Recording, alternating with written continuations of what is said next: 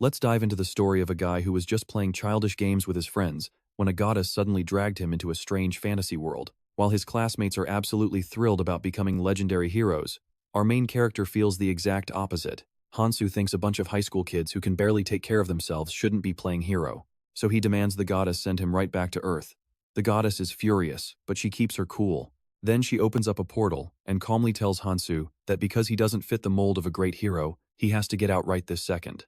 Without a second thought, Han-soo walks right through. He expects to see his beloved Earth, but instead, he gets dropped right into a dark and creepy forest. But Han-soo still doesn't realize the danger, remaining ridiculously optimistic and thinking he was just dropped off a bit far from his school. Suddenly, a strange sound echoes from behind. Han-soo excitedly turns around thinking it's a person he can ask for directions, but instead, he is greeted by 3 giant monsters staring at him with pure hunger. One of them is even carrying an elf who is barely clinging to life.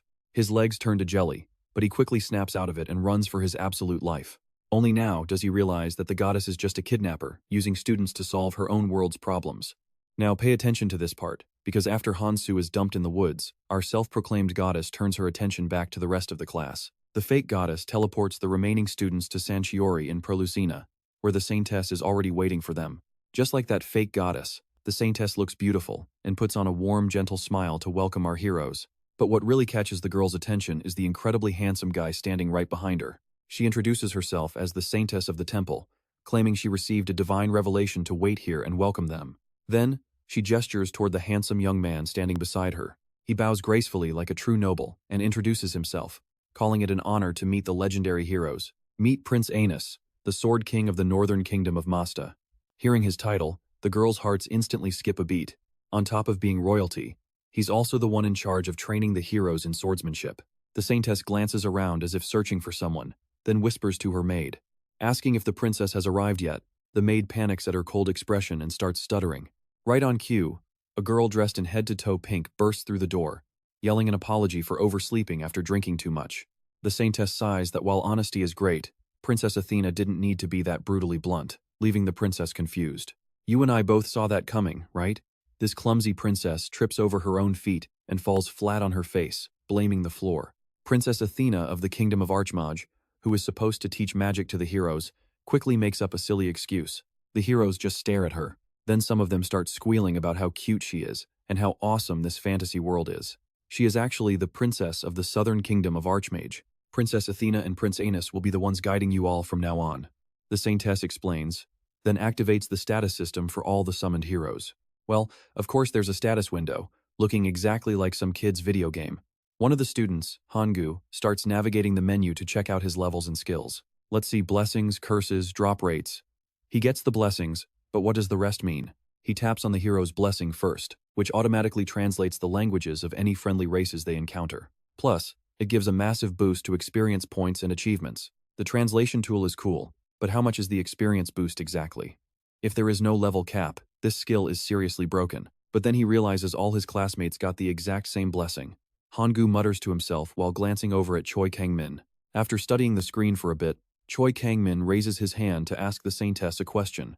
Since the goddess mentioned getting blessings from the gods, how do they actually do that? The saintess smiles at the great question. She explains that to earn a blessing, they must gain a god's favor, and every deity has completely different standards.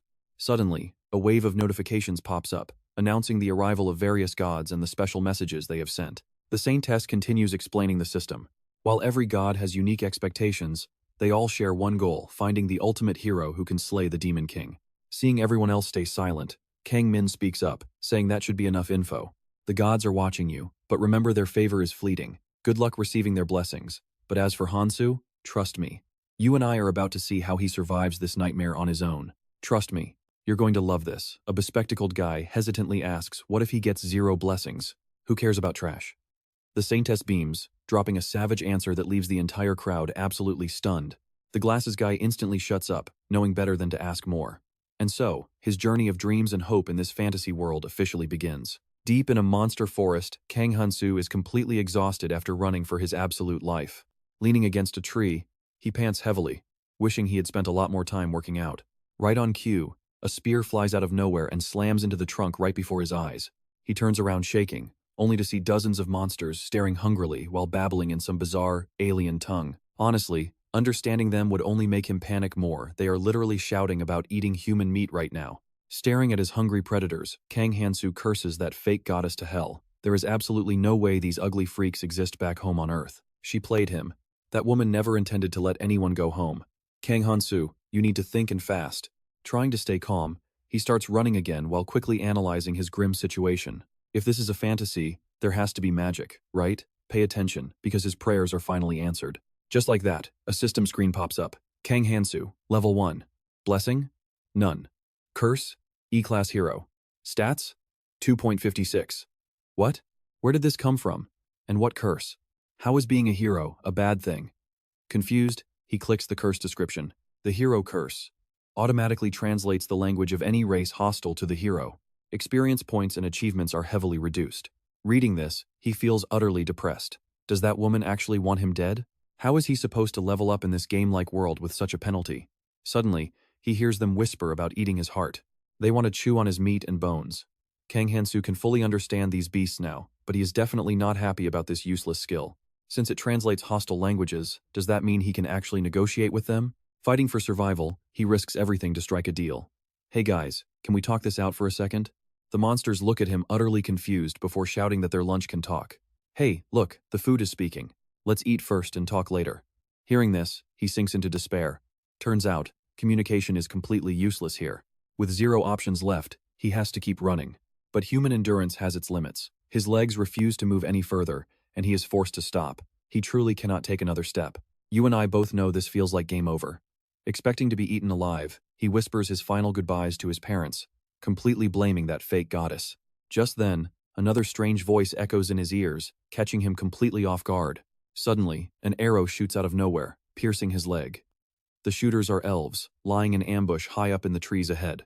To make matters worse, the monster pack behind him finally catches up. Spotting the elves, they yell in excitement, wanting to eat them too. Hey, fresh meat, get down here right now. With that, the monsters charge forward to attack. Kang Han-soo figures this is just a standard fantasy turf war between locals. Using the chaos, he drags his bleeding leg to a nearby tree, trying to rest and reflect on his life. What should he do? Pray to the gods? No way. He is only in this mess because of those damn deities. Looking at his bloody leg, he gnashes his teeth in anger. Damn it, begging those bastards is worse than death itself. Is this really how his story ends? Little does he know, a mysterious cloaked figure is standing right beside him, staring down with absolute curiosity. Suddenly, a new system notification pops up. A god is peeking at him. Should he pray to them? He looks at the monsters and immediately decides against it. The only reason he is in this nightmare is that goddess. Why would he pray to another one? While he literally prepares to accept death rather than beg any god for mercy, another bright blue screen appears right in front of him. A god is teasing you. Wait, what does that mean? He has no clue what it means, but swallowing his pride, his survival instinct kicks in and he quickly blurs out, "Please save me." The god asks why he is all alone here. Why is he all alone, you ask? Because that damn goddess kidnapped him from Earth, but he obviously cannot just say that truth out loud to another deity. If this voice belongs to a god, they might be friends with her. Thinking fast, he points to his leg and begs them to save him first. It hurts so much he feels like dying. Immediately, the system delivers the god's response. The god seems conflicted. Will another god step up? Trust me, you and I are about to find out next time. Alright, you and I are about to watch a god who is getting pretty suspicious. They realize no other gods are around, saying it is pure luck that they are completely alone out here. Are they all outsiders? Han-soo sighs in disappointment. Meanwhile, a certain god is left wondering what on earth an outsider even is. Damn it, what did I just say? Han-soo mutters to himself before quietly mumbling a response. Well, an outsider is basically Korean slang for someone who is completely left out of social groups. But what if he accidentally ends up using some weird swear words just to explain this concept? Han-soo thinks it over for a second and quickly makes up an answer. An outsider represents a lone wolf running wild through the deep, untamed jungle. The mysterious god seems to see their own reflection in that image, sending a message back through the system. That certain god actually loves the definition of an outsider. They happily confirm that yes, they are indeed an outsider. Hearing this, Han-soo lets out a massive sigh of relief and quickly begs them. Either way, please just help me. The god asks if he is also an outsider. Han-soo's heart skips a beat. What are they talking about? Why does it have to be me? The only reason I ended up like this is because of my classmates. Every single one of them is just a spoiled brat. I am clearly an insider, the complete opposite of an outsider. There is no way I am one of them. But with his life on the line, Han-soo swallows his pride and lies. Yes, I am an outsider too. That is why all my friends were summoned to the temple while I was left here alone. Thanks to that desperate answer, Han-soo successfully wins the god's pity, and the deity finally decides to step in and save him. A poor soul left abandoned in this cruel world. Now watch closely as a glowing light begins to gather right over Han-soo's wound. Instantly, the arrow vanishes, his deep flesh wound seals shut, and the agonizing pain is completely wiped away. Now he knows for sure that they are truly a god. Han-soo tries to stand up, stomps his feet, and says, "Thank you for saving me. My body feels so much lighter now." The god takes care of the poor outsider and feels incredibly proud. Name, Kang Han-soo. Level 1. Blessing of the Outsider. Rank F. Curse of the Hero. Rank E. Combat Index, 2.98. Why is there an outsider blessing next to his stats? The more Han-soo looks, the more confused he gets, so he quickly taps on the outsider details to check. Outsider. All statuses except for death will be reset. Terrifying things will happen if a lone wolf ever dares to leave the untamed wilderness. This looks way too random. A lone wolf? What the hell is that even supposed to mean? Han-soo grumbles. Right at that moment, a beast creeps near Han-soo, but since its back is turned, it doesn't spot him. He quickly hides behind a tree trunk and whispers to the god, "If I become both an outsider and an insider, you'll judge me hard, won't you?" The god firmly states they only help outsiders. Han-soo is left speechless and quickly refocuses on the real threat. Right now, he is incredibly close to those flesh-eating beasts. Even if he can understand their language, danger is practically staring him in the face. Han-soo tries to sneak away, but accidentally steps on a dry branch. The sudden snap immediately alerts one of the monsters. It whips its head around and screams, "Our lunch is escaping. Human meat, stop talking." The pack instantly targets Han-soo. "I know what you're thinking, run for your life." Han-soo sprints like crazy, and suddenly, he feels a bizarre change sweeping through his body. That's when he remembers his newly granted blessing, Outsider. All statuses except for death will be reset. Han-soo runs like the wind, getting extremely excited inside. It is not just when I'm wounded, my exhaustion is completely vanishing. And even at maximum speed, I don't feel tired at all. Instead, the beasts are slowing down and losing ground. Desperate to finish him off, one clever monster hurls a massive boulder straight at Han-soo's head. But completely defying its expectations, Han-soo doesn't take a scratch and just keeps sprinting forward like a madman. Oh my god, this is amazing. I am not just saying this to flatter you, God. It is honestly incredible. Not only have his wounds and exhaustion vanished, but his stamina is fully recharged to 100%. The system said all states except death, meaning as long as he isn't killed instantly, even fatal wounds will completely heal. But just as Han-soo gets cocky, disaster strikes. He runs a bit further, only to end up right at the edge of a cliff. Staring down into the bottomless abyss, Han-soo panics. What about this? Will I survive jumping? The system immediately delivers the response. The god says you will definitely die if you jump from this height, and sends congratulations. What a heartless deity. At least give me some wings or something. He looks back to see the pack closing in. He is stuck trying to negotiate with a bizarre god, with a deadly drop ahead and a horde of hungry monsters right behind. He has to make a choice right now. Finally, Han-soo spins around to negotiate with the beasts. Listen up, you guys. I have a deal that will make everyone happy. There are so many of you hungry, but there is barely enough food to go around, right? The first one to catch me gets the absolute best cuts. Instead of sharing a tiny meal, why don't you try it my way? Whoever catches me first gets the juiciest bite, and trust me, we are going to want to see how he survives as those drooling monsters charge at him. Alright, let's watch as a swarm of monsters scramble to grab our guy. The best part is mine. It's mine. I caught it first. Meat! Meat! Screaming this, the beasts push Han-soo to the cliff's edge. He could fall over at any second. These monsters clearly love human flesh, but he isn't about to let them enjoy it. With a cold smile, Han-soo grabs one of the beasts and drags it over the edge with him. The monsters behind lose their footing and plunge down one by one. Is that meat insane? Our lunch is falling, you psycho. Hearing their screams, Han-soo bursts out laughing in pure amusement. Ha ha ha ha. One grotesque monster howls in sheer terror. He really is a lunatic. Crash, crash, crash. Brutal impacts shatter the ground, sending massive clouds of dust flying everywhere. And then, nothing. The entire area falls right back into its natural, dead silence. After who knows how long, Han-soo slowly opens his eyes. Gasping, Han-soo blinks in confusion.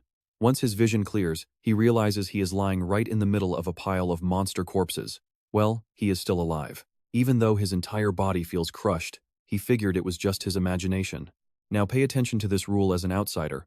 All of his stats reset completely after dying. Han-soo stands up, stares at the status board explanation, and whispers, "Must have been my imagination." The system chimes in a certain deity, deeply impressed by Han-soo's outsider survival skill, tells him to shut it. Right then, a heavily injured monster drags its broken body forward. Reaching out to Han-soo, it weakly gasps. Ugh, lunch meat, well, look at that, it is still alive. Surprised, Han-soo stares at the creature. The system screen shows, Blue Moon Butcher, level 3, with blessings and curses. Han-soo wonders in shock. Wow, I can actually view other people's status windows. Cool name, and its level is way higher than mine. Is this how it survived that insane fall despite having no blessings? Is level really that important? Han-soo picks up a sharp, jagged rock, slowly walks over, and crouches beside the monster. In classic role-playing games, your level increases by gaining experience from defeating stronger opponents. A higher level definitely means a massive EXP boost. He raises the rock and smashes it down. Meanwhile, back at Sanchi Castle, Han-soo's classmates are listening to the temple's saintess explain how levels and blessings are the primary ways to grow stronger. They can level up by slaying creatures with status screens, or by receiving the gods' divine blessings. To receive a blessing from the gods, you must… Han-woo can't take this anymore, yawning and muttering about what a waste of time it is. Kang-min, however, prays intensely, begging the gods for a blessing. I am definitely the chosen one you have been looking for. In the center, the temple's saintess continues her lecture. Now, keep this in mind. Guys, receiving a blessing isn't the end, as the gods are constantly watching. Suddenly, Bora raises her hand. Lady Saintess, I have a quick question. The saintess pauses and gestures for her to speak. Bora asks, You said the gods are always watching us. The temple saintess nods. Yes, that is correct. Bora presses further. So you mean they watch us even when we are using the bathroom or bathing? Hearing this, the classmates' expressions instantly pale. Shivering in pure horror, they quickly wrap their arms around their bodies. Seeing their panic, the saintess calmly speaks up. Dear heroes, the gods are not mortal beings like us. Do not judge them by your human standards. But before she can even finish her sentence, several system windows pop up in front of everyone. One male god tells them not to worry, while another male god says he has zero interest in such mundane things. A wind god claims those human acts are just like air to them. Bora mutters with a highly skeptical look. Is this really okay? Resting her chin on her hand, Mion curiously asks the class leader, since they are gods, they will bless anyone they find interesting, right? A system alert pops up, a fierce deity gives you a thumbs up. The wind god highly appreciates your opinion. Haha! As Mion giggles in delight, a glowing orb suddenly appears right in front of her, making her gasp. Look at that. Immediately after, her status window updates with new details. Name, Jang Mion. Level, 1.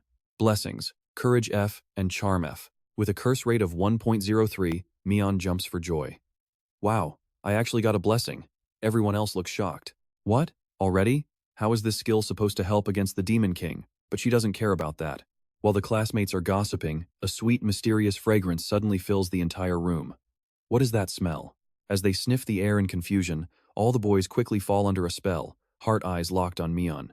Giggling proudly, Mion reads the description of her newly acquired skill. Charm constantly emits an alluring fragrance from your body, greatly increasing your chances of capturing and controlling the hearts of the opposite sex. Witnessing this chaotic scene, the temple's saintess quickly warns her. Miss Jang Mion, this is definitely not the appropriate time to activate your charm skill. Oh, my bad. But what can I do? I don't even know how to stop it, she giggles, leaving us on a massive cliffhanger as she keeps activating it. Let us jump into a crazy world where a pure god absolutely hates trashy behavior. The temple maiden gasps, saying it is already too late, but Mion just smiles and asks what is wrong. What is too late? Are all these guys already head over heels for me?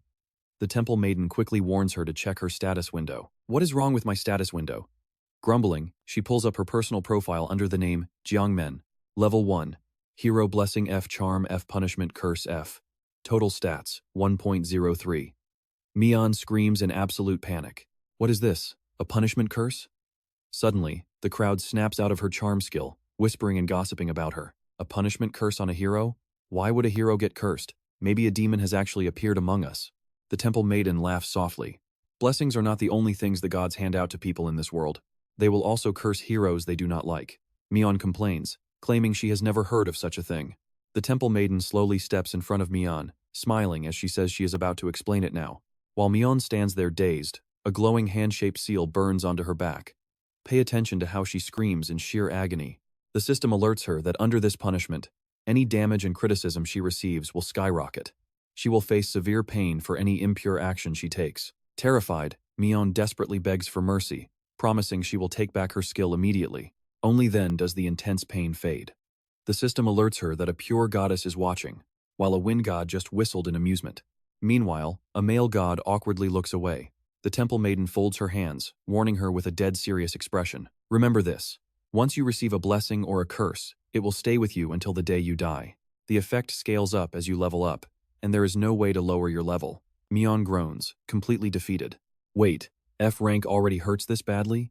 I am finished. Mazing steps up to encourage her, telling the hero not to give up because blessings can neutralize curses. The pain will naturally lessen once your mind and body grow stronger through leveling up.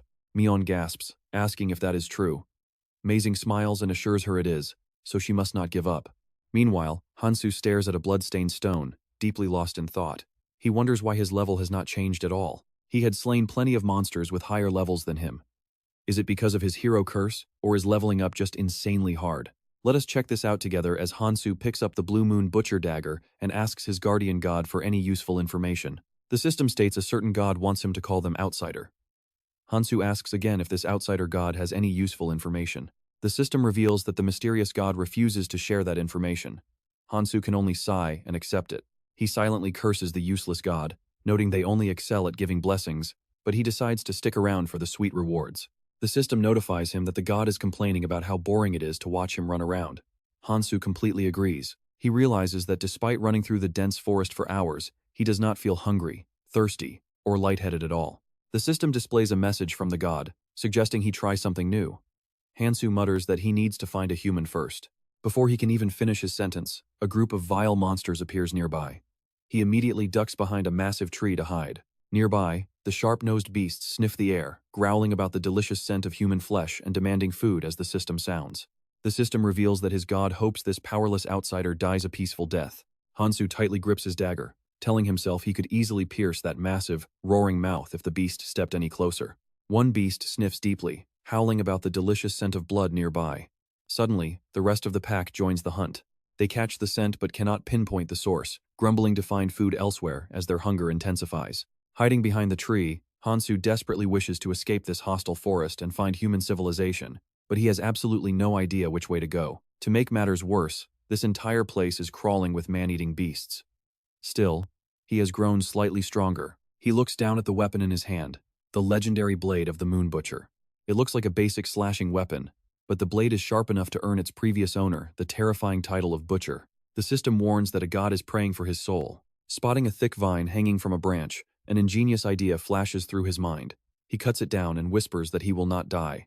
Even if this is a crazy fantasy world, there is absolutely no rule forcing him to rely on fancy swordsmanship or complex magical skills to survive, right? The system states that a certain god is watching him with sheer confusion. Han-soo quickly weaves a piece of vine to fashion a makeshift sheath on his waist. With the longer piece of vine, he tightly secures a heavy rock to the end. Gripping his homemade weapon, Han-soo smirks and asks if they know what centrifugal force is. Without waiting for an answer, Han-soo spins his deadly new tool and leaps out. Trust me, you and I are about to watch him teach these monsters the devastating power of science. Alright, let's watch Han-soo swing his crude homemade weapon, deep in thought. Man, this is heavier than I thought. If I swing this a couple more times, the momentum will pull me right over. But every single time my blessing kicks in, my legs stop shaking and my breathing completely stabilizes. I think I finally understand how to trigger this outsider blessing of mine. Now, I do not even have to focus on annoying things like being injured or exhausted anymore. As long as I do not literally die, this blessing will completely heal me. Basically, even if I am standing on the absolute brink of death, I can still swing my weapon and fight. The outsider blessing restores every status effect except death itself. And when a lone wolf finally leaves the wilderness, something truly terrifying is bound to happen. Suddenly, monsters start charging straight at Han-soo. Completely unfazed, he just grins, swings his homemade weapon, and casually takes them down one by one. He risks getting hurt. The monsters do not stop just because he killed one of their own, and it is only after he slaughters a few more that they suddenly switch up their tactics, keeping their distance to pelt him with rocks while screeching, "The meat will tire soon." It seems they are trying to drag this out to completely exhaust him. Now pay attention here, because these creatures are far more cunning than they look. But Han-soo quickly plots a countermeasure. He endures the painful barrage of flying stones, hanging his head low to pretend he is completely and utterly exhausted. The meat is tired, food is served. Sure enough, they bite the bait, dropping their rocks to greedily charge straight at Han-soo. Just as they are about to grab him, Han-soo suddenly smirks and whispers, "Cheap little tricks, but I never said I would let any of you live. He swings his crude weapon, brutally slaughtering every last monster in sight. The system alerts him that a certain deity calls those untrustworthy, two-legged creatures, non. A non is a bipedal monster that often pops up in fantasy stories, and they are usually described with a hyena-like appearance due to standard lore. Han-soo speaks up. I am a mystery solver, you know? The non I saw in games looked way cuter than this. Is this just the brutal difference between 2D and 3D? Maybe it is false advertising, or just the terrifying reality of them actively trying to murder me. The system pings again, with some deity claiming that newborn non are actually super adorable. Han-soo rubs his chin, replying, well, thanks for the utterly useless trivia. Also, I killed a ton of these things, so why have I not leveled up yet? Meanwhile, back at the temple, Mystera is announcing that their official training begins tomorrow. I will be in charge of teaching swordsmanship, while Princess Athena handles magic. You can choose whichever field you are interested in. Kang-min raises his hand, asking, can I learn both? Mystera replies, of course, but if it gets too tough, you can always quit. Kang-min promises that will never happen, making Mystera chuckle and say, then I guess I should trust you. Another student raises their hand, asking, is it fine if I do not join any class at all? Mystera replies, if you do not care about learning top-tier swordsmanship or magic, you can do whatever you want. That is when Hangul asks, can I just come here during my free time? Mystera says, of course. Any other questions? Hangul just grins and replies with a simple, nope. Haha. The system reveals an immature true god is interested, and honestly, we are too. That night, Hangul sits on his bed, visualizing his upcoming training. To him, normal classes are just boring side quests without any overpowered cheat skills. A true protagonist always carves out his own path, while regular extras just blindly follow whatever training is handed to them. Meanwhile, as the main character of this fantasy world, he expects to conquer ruins and dungeons alongside gorgeous, adorable companions. Hehehe. The next morning, once everyone is fully gathered, Mystera raises his hand and shouts, all heroes wishing to walk the path of a knight, follow me. You can change your mind at any time if you feel this path is not for you. So, do not worry. Suddenly, a student asks, Prince, what about magic? Where do we learn magic? Mystera laughs awkwardly, replying, she is highly dedicated, so she will be here soon. If you want magic, just wait here. With that, he leads his group away, leaving others to gossip. Did you sleep? Do not even ask. Those portable toilets are absolute nightmares. And it is so weird not having any shampoo or conditioner around here. While his classmates gossip, Hangul stands off to the side by himself, checking his own status screen. Name, Oh Hangul. Level 1. Blessings. F rank hero and F rank special. Curse of the Ancient Text 1.17? Wait, a new blessing? Hangul is utterly shocked to see this. Curiously, he taps to inspect it. Special. You are chosen as this world's ultimate protagonist, and only you can see and feel this unique blessing. Finishing the description, Hangul lets out a smug grin. It seems his big answer is finally right here. Choi Kang-min probably thinks he is still the absolute best, despite not knowing a single thing, right? Well, I wish him luck. If a kid like him tries his absolute best, maybe he can reach a rank. And trust me, you and I must see what happens next. Alright, you and I are starting with Hangul, who just left the temple and is heading to a nearby town square, searching for a very specific place. He quickly pushes open the door to a local guild hall. Ignoring the judging glares from everyone inside, he walks straight to the reception desk. Welcome. It looks like it is your first time here. What exactly brings you to our little guild today? The bespectacled girl at the counter asks with a warm smile. Hangul confidently replies, I want to register and become an adventurer. This is the classic choice for fantasy main characters, a perfect place for anyone who absolutely hates being tied down by rules. But while Hangul is lost in his wild fantasies, a voice suddenly calls out from right behind him. Hey, this is no place for a kid like you. Are you tired of living? Hangul turns around to see a girl with fiery red hair staring back at him. Seeing she has his attention, the red-haired girl continues to warn him. Stop this foolishness and go back home. I have seen way too many boys lose their lives just because they suddenly felt like playing adventurer. Hearing this, our delusional hero secretly celebrates. Yes, this is it. The power of his blessing, plot armor. Plot armor, also known as the ultimate main character shield, is a classic storytelling device in movies and shows that magically prevents key characters from dying or getting seriously injured at highly inconvenient moments in the story. Hey, are you even listening to me? The girl snaps, visibly annoyed. Hangul finally snaps out of his daydream, looking the red-haired girl up and down to analyze her. Now, you and I can see right through this, but Hangul thinks she is a disguised princess, the ultimate perk of being a main character. It seems his special blessing is already working. With that in mind, Hangul asks her, what if I do not want to go home? Wait, what? If you are that worried about me, why not just come along? You really should not judge a book by its cover. Besides, I bet you have met plenty of people who aren't what they seem, right? The redhead looks surprised, then flashes an intrigued smile. Well said. Hearing that, Hanggu is absolutely convinced he is indeed the chosen main character, so he keeps spouting nonsense. I did not want to reveal this so soon, but I am actually the chosen one. Is that so? She replies with a completely bored face. Back on Earth, there is no way he would ever get to talk to a perfect 10 out of 10 girl like her. But in this world, he is the hero destined to save everyone. Meanwhile, a certain god is probably laughing their head off. I wonder what the chosen one's ability is.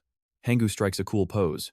You can witness my plot armor firsthand if you work with me. Switching back to Han-soo, after a brief battle, he has finally wiped out almost all the monsters, leaving only a single survivor. The human town is far to the west, the monster gasps, looking up at Han-soo as it speaks its final words. Talking meat, so strong, seriously, thanks, Han-soo replies flatly, before using his crude homemade weapon to send the monster to the afterlife. You and I both know monsters usually lie, but Han-soo tells the god these beasts are surprisingly honest as he looks toward the west. The human settlement lies in that direction. Although he has no idea how far it is, he has asked dozens of monsters already, so it must be right. He once almost died at their hands, but now, he is the one hunting them down and wiping them out. Overnight, the prey has officially become the hunter. Maybe he actually has some real potential after all, Han-soo thinks with a touch of pride. But then he notices his body is covered in countless wounds, and his clothes are completely torn to shreds from the brutal combat. True. While learning how to hunt in the wild, he had to endure some incredibly severe, painful injuries. Without the outsider blessing, he never could have defeated them. Honestly, the recovery speed of this blessing is quite good, keeping him in stable shape. How far is the town from here? I am really curious to see the humans of this fantasy world. Seeing Han-soo's joy at the prospect of meeting other humans, the god issues a warning through the system, looking highly displeased. Do you want me to die or something? The god claims it is not their problem. How harsh, especially after giving him a blessing. While Han-soo is busy bickering with his god, another pack of vicious beasts quietly creeps up from right behind him. They try to launch a sneak attack, but he easily obliterates them in seconds. But this is really weird.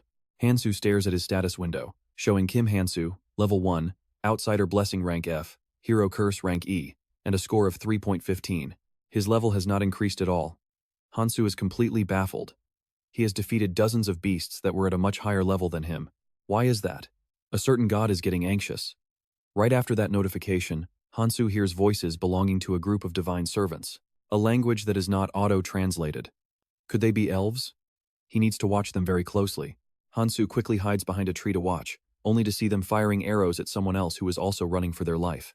It is clear they are up to no good. Peeking out, he realizes they are actually humans, specifically 2 swordsmen and an archer. Could they possibly be a party of adventurers? But because of his careless movement, Han-soo is immediately spotted by the archer in the group. And that is where we leave things, with an arrow flying straight at our main character's hiding spot. You and I are starting this journey with Han-soo rushing out to ask for directions, only to realize they cannot understand a word. These are the very first humans he has encountered here, and he absolutely refuses to let this chance slip away. First, he secretly hides his dagger, then drops to his knees with hands raised, promising he will not attack. Sure, words are off the table, but body language speaks volumes. By keeping his voice calm and showing clear signs of peace, he hopes to avoid a brutal fight. Even without words, his peaceful gesture seems to work. The 3 strangers whisper among themselves before the female archer suddenly aims her bow right at him. Whoa, hold on. Han-soo instinctively raises his hands in defense, screaming internally that he is completely harmless and has no bad intentions. Luckily, fortune shines on him today. The group decides to lower their weapons and actually allows him to travel alongside them. Along the way, they chat with Han-soo with plenty of enthusiasm. But honestly, unless they say his name, he has zero clue what they are talking about. Deep down, he feels incredibly lucky to have found decent people. At the very least, they did not shoot him full of arrows on sight. Although he cannot view their status screens, he can easily guess they are way stronger than a level 1 rookie like him. Now watch this. The watching deity sees Han-soo getting along with the newcomers and feels totally annoyed, complaining that he does not act like a true outsider. Yeah, whatever. Han-soo brushes the god off with a lazy reply, which only makes the deity whine about being completely ignored. Han-soo laughs at the complaint, saying they have become close enough that he does not really care about the god's constant nagging anymore. The god snaps back, asking since when were they close. This time, Han-soo stays silent, turning his attention to his new companions instead. Compared to this group, he is the only one who can actually speak with a god. He also used hand gestures to learn their names. The bearded guy is named Gary, likely the squad leader. He keeps carrying that absolutely massive sword around without showing a single sign of fatigue. Is he really that powerful, though? The dude literally looks like he is ready to go head-to-head with a wild dinosaur. Han-soo stares at the massive, bulky muscles on Gary's arms, silently wondering just how insanely strong this guy actually is. The deity sighs, reminding him that a mere human is nothing compared to a god. The next member of the squad is Khan. He is not as heavily built as Gary, but he is extremely lean and smiles a lot. Armed with dual swords, he looks like a classic fantasy warrior. And the final member is the female archer, Misa. Her crossbow looks like it is forged from solid steel. Given its immense size, Han-soo highly doubts that weapon is meant for hunting humans. Suddenly, Misa points toward the distance. Over there? Following her gaze, Han-soo spots a thin trail of smoke rising from the base of the mountain far away. Unless it is a wildfire, that has to be from a settlement. We are finally reaching civilization, Han-soo happily mutters to himself. Let's pause here. The god overhears this, triggering a sudden system alert. The deity complains again that Han-soo is not acting like a true outsider. Same as before, Han-soo shrugs it off with a lazy nod. Understood, understood. The god watches this outsider with pure dissatisfaction. I am only acting friendly to safely escape this forest, he thinks. But right as those words cross his mind, chaos erupts. A pack of wild gnons charges out of the forest. Gary, Khan, and Misa immediately leap into action to defend themselves. With Gary and Khan leading the front line as swordsmen, Misa holds her ground in the rear, providing covers with her crossbow. During the chaos, a rogue gnon ambushes Misa from behind while she is busy reloading her weapon. Luckily, in the nick of time, Han-soo leaps in and blasts the monster away, saving her life. From that moment on, the entire pack of Nons shifts their focus, swarming Han-soo like moths drawn to a flame. The result? He easily wipes them all out in seconds. Once the monsters are cleared, Gary and the others stare at Han-soo with suspicious eyes. You would expect them to thank him for saving them, but nope. After muttering a few cold words to Han-soo, Misa raises her crossbow and shoots an arrow straight into his chest. To hell with this brutal world, is all Han-soo can think before collapsing. Only when he lies completely motionless does Khan finally speak up to praise her. Great job, Misa. Our original plan had to change because of those Gons. Misa smiles and replies that this is actually better. Thanks to those rabid monsters going crazy, we finally realized just how dangerous he is. I thought he was a weakling with that fragile body. Plus he kept annoying me with that weird, gibberish language. He fights way better than I ever expected. Gary nods in agreement, saying it would have been too risky if they let him discover their initial trap. Exactly. It is a bit harsh, but we had no choice. I highly doubt this young kid would willingly let us sell him off as a slave anyway. Gary reminds them, adding that they should definitely keep the dagger he was using. Khan asks why, claiming it looks like garbage. Since we cannot sell him as a slave anymore, we might as well take everything. Besides, who knows? Maybe this weapon is actually worth a fortune. Noticing his comrades looking completely uninterested, Gary scowls in annoyance and says, "Do you two not believe me? I examined it earlier. The engravings on that dagger belong to the royal elves." Seriously? An elven item? Khan asks, walking over to inspect the body. Trust me, you and I need to see what comes next. Alright, you and I are starting with Gary claiming even a fake can make them rich, urging Khan to hurry up. The Non are likely searching for us. Stay safe, I cannot fight anymore. Khan replies while staring at the dagger in Han-soo's hand. Then, with a shocked face, he says, "Look at this." He won't let go of his weapon even though he is dead. Misa quickly warns them, "Do not lower your guard. I shot his chest, but I missed his heart. He might still be alive, you know." He just grins creepily, driving his sword straight into Han-soo one more time. This should do it. But as he tries to grab the dagger, a status window pops up. Name, Kang Han-soo. Level 1. Blessing of Solitude. Along with a rank E hero curse. There are two ways to view someone's status screen. Either they must set it to public, or you need a special blessing. But there is one absolute rule to see it. The target must be alive. Before Khan can even process this shock, Han-soo moves like lightning and stabs him. A fatal blow straight to the neck kills Khan instantly. Gary and Misa scream as panic sets in. Who is this guy? Is he a demon? Shaking violently, Gary tries to raise his blade but realizes he is too weak. My weapon, my strength, I am just too weak to fight right now. Watch closely here, Misa screams a desperate warning. But it is already too late for Gary. Like a sudden gust of wind, Han-soo sweeps past Gary and ends his life in a flash. An arrow pierces Han-soo's chest, and anyone could guess who did it. Turning with a chilling smile, Han-soo pulls the arrow out, speaking a language Misa cannot understand. For every single step she takes back, Han-soo takes one step forward. Even with the language barrier, she desperately begs for her life. But Han-soo shows zero mercy, sending her straight to the afterlife to join her comrades. Damn it, that hurts. How dare they shoot a regular guy with that? Han-soo complains while squeezing himself into Misa's clothes. I thought this outfit would fit nicely, but it is actually so uncomfortable. Maybe because it is women's clothing? Seeing this, the glutton god cannot help but burst out laughing. The glutton god teases that they respect an outsider's unique tastes. Han-soo frowns and explains, "It is not a hobby. She is the only one here who is closest to my size. Those other two guys wore stupid, heavy armor. It is just too bulky." Han-soo picks up Misa's crossbow and inspects it. "I think I can actually use this." He decides to take it, but here is what we should ask. Why did those scumbags attack him in the first place? But during the second attack, a status window briefly appeared. Han-soo recalls the details he read from Misa's screen. Focus significantly boosts accuracy, but the more they move, the lower that success rate drops. So it is a blessing from a god. This seems way more common than I thought. The glutton god replies that nobody will bother asking where he is headed anyway. Han-soo ponders for a moment and makes his choice. "I will head to the village as planned. Plus, I have this." He lifts up a bag of loot collected from those 3 traders. "I have gathered plenty of compensation. With all this cash, everything should be fine even if I cannot speak the local language, right?" The glutton god reminds him about his goal to stop being an outsider in this world. "Definitely," Han-soo responds. Meanwhile, at the temple in Sankori town, Athena rushes frantically into the classroom. "I am so incredibly sorry. I will work extra hard to make up for being late." Well, first, perhaps we should explain what magic is. A long time ago, magic did not exist on the Fanta continent. A guy with messy hair acts smart, saying, "Magic is all about practical application. I read it in novels. You can become a legend if you apply calculus to it." A guy with glasses smiles proudly. "I knew this day would come, which is why I preserved my virginity." A pink-haired kid behind him bursts out laughing. Did he seriously preserve it? No way. For those who do not know, there is a classic joke in Korea about staying a virgin until age 25. You basically become a wizard, and a total legend if you make it to 42. How tragic. Magic is actually just like chemistry. I will show you the very first automatic magic bomb in Fanta, a short-haired girl with glasses proudly declares. The class president, Boa, chimes in to quiet them down. "Quiet down, you are distracting everyone else." The messy-haired guy shrugs. This nerd knows absolutely nothing. How can you expect to become a great mage just by studying the history of magic? No, magic is all about talent and getting used to mana. Come on, everyone. Athena claps to interrupt them. I do not like useless, impractical theories either.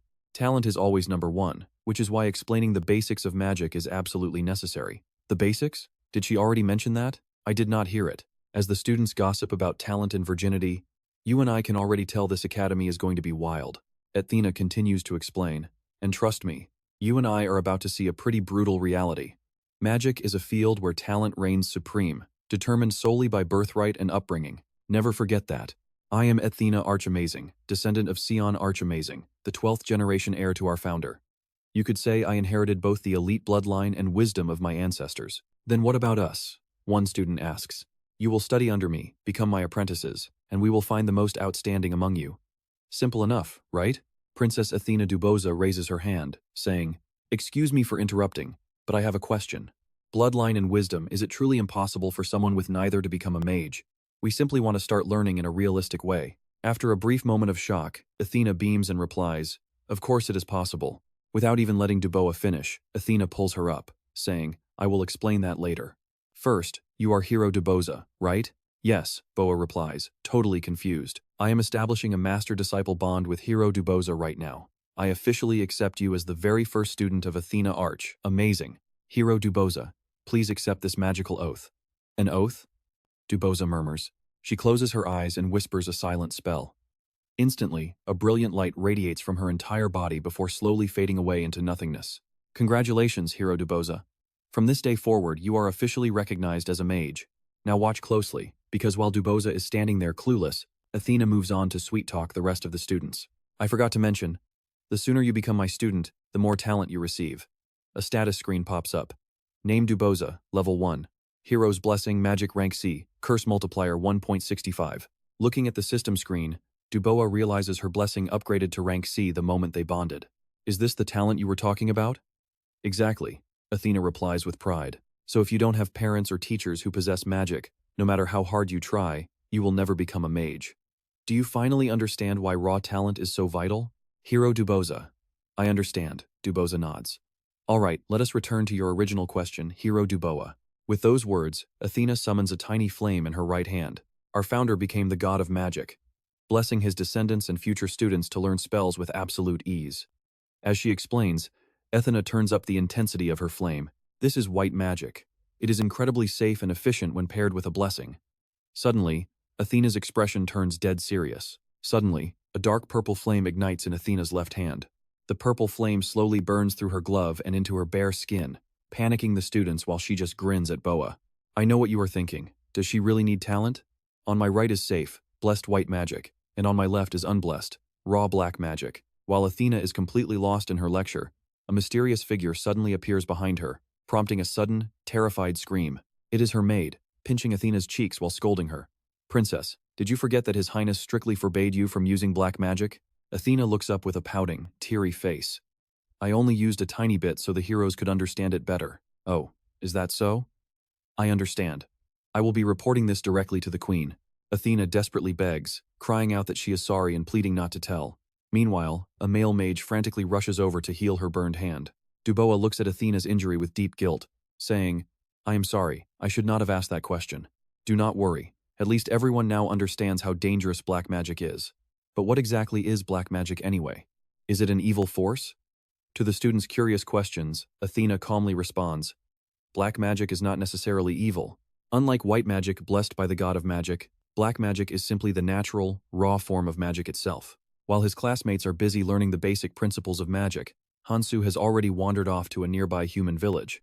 Despite the language barrier, having cold, hard cash allows him to easily bypass the guard station and enter the town. Since this town is located right inside a forest filled with man-eating monsters, nobody cares that Han-soo is casually strolling around with weapons. Is this the place those guards mentioned? Han-soo looks up at a sign showing an elf soaking inside a bathtub. This sign must be correct. It is definitely an inn. After renting a room, Han-soo immediately takes a bath. Enjoying some quiet time, he starts reflecting on life and how money truly rules everything. Even without a shared language, money buys guards, innkeepers, and anyone else. Suddenly, a system notification pops up, stating the god is feeling uncomfortable. Han-soo chuckles. Is that so? Oh right, I am bathing. By the way, what gender are you anyway? The Outworlder god is male, female, or maybe both. This makes the god even more uncomfortable. Han-soo sighs. I thought you were a man.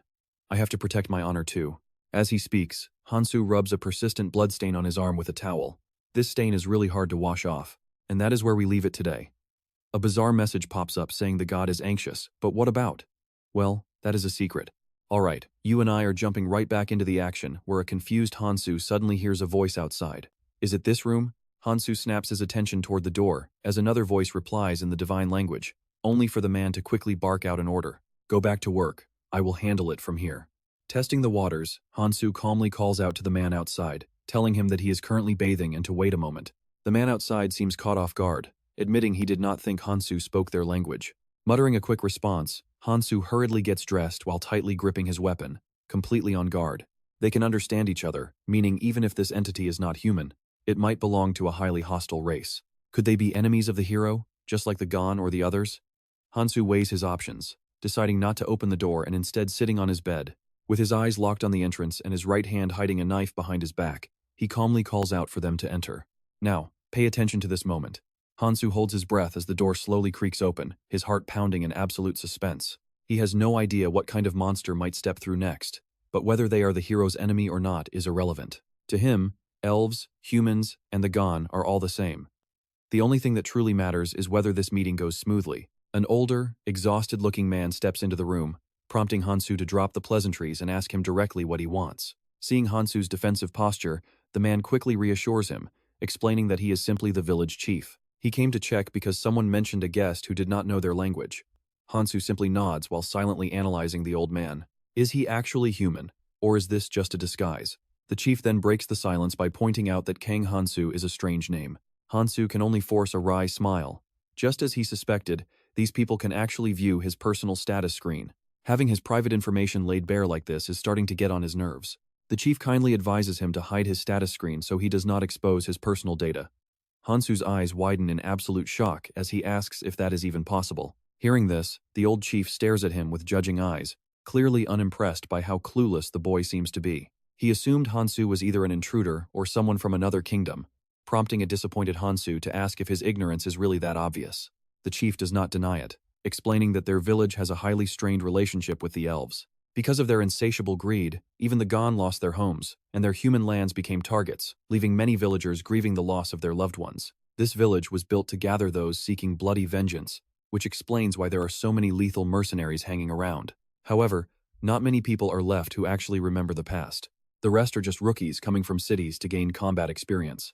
And get this, Han-soo suddenly receives a notification saying his god is totally annoyed. While Han-soo is busy reading this bizarre warning, the chief speaks up again, asking if he could pose one final question before leaving. The old man casually holds up a strange-looking vial, asking a chilling question with total composure. "It has been quite a while since I spiked your dinner, so why has not the poison kicked in yet?" Han-soo instantly lunges forward with his knife to stab the old man. But before his weapon can even graze him, his entire body freezes up completely. The chief smirks triumphantly, praising Han-soo's resilience as the boy desperately wonders what this substance is. Han-soo struggles to move but fails miserably. The chief mocks him, explaining that he specially created this toxin because those filthy elves are highly resistant. "Just give up, your weak body cannot resist it." The chief sneers as he snatches the knife from Han-soo, adding that the boy did nothing wrong. He is just incredibly unlucky. His deity promptly scolds him, reminding Han-soo that he was warned, leaving the boy utterly speechless and frustrated. Once Han-soo is completely paralyzed, the chief binds him and drags him down to a horrific basement reserved for torturing and slaughtering elves. Scanning the gruesome chamber, Han-soo remarks with deep disgust that he finally understands how the helpless Gon became victims in this mess. The true villain is the one who instigated the entire conflict by stealing the homes of the Gon. Hearing this, the chief screams in rage, declaring those filthy elves to be the actual enemies. "Take a look at my status screen. This is the price one pays for carrying such a burden." Han-soo stares at his screen, noting his name is Crimson, level 16, with a Dementia E blessing, along with an Elf F curse, declaring him a sworn enemy of the entire elven race. His life and youth have been severely shortened, while all damage and malice received from elves are dramatically amplified. Was that curse handed down by a god? Han-soo cautiously inquires, and Crimson honestly admits it manifested right after he slaughtered an elven woman.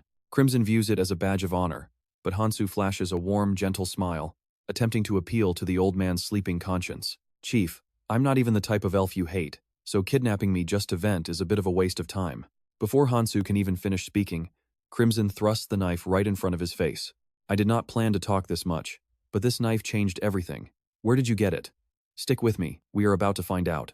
"Alright, you and I are jumping into a tight spot with Han-soo as he hesitates to mention an item he got from the Blue Moon Butcher. He glances up at the elves hanging from the ceiling, looks back down at his dagger, and makes up his mind he has to survive first. "I took this after killing the elf who shot me. It seems you and I might share a common enemy here, do we not?"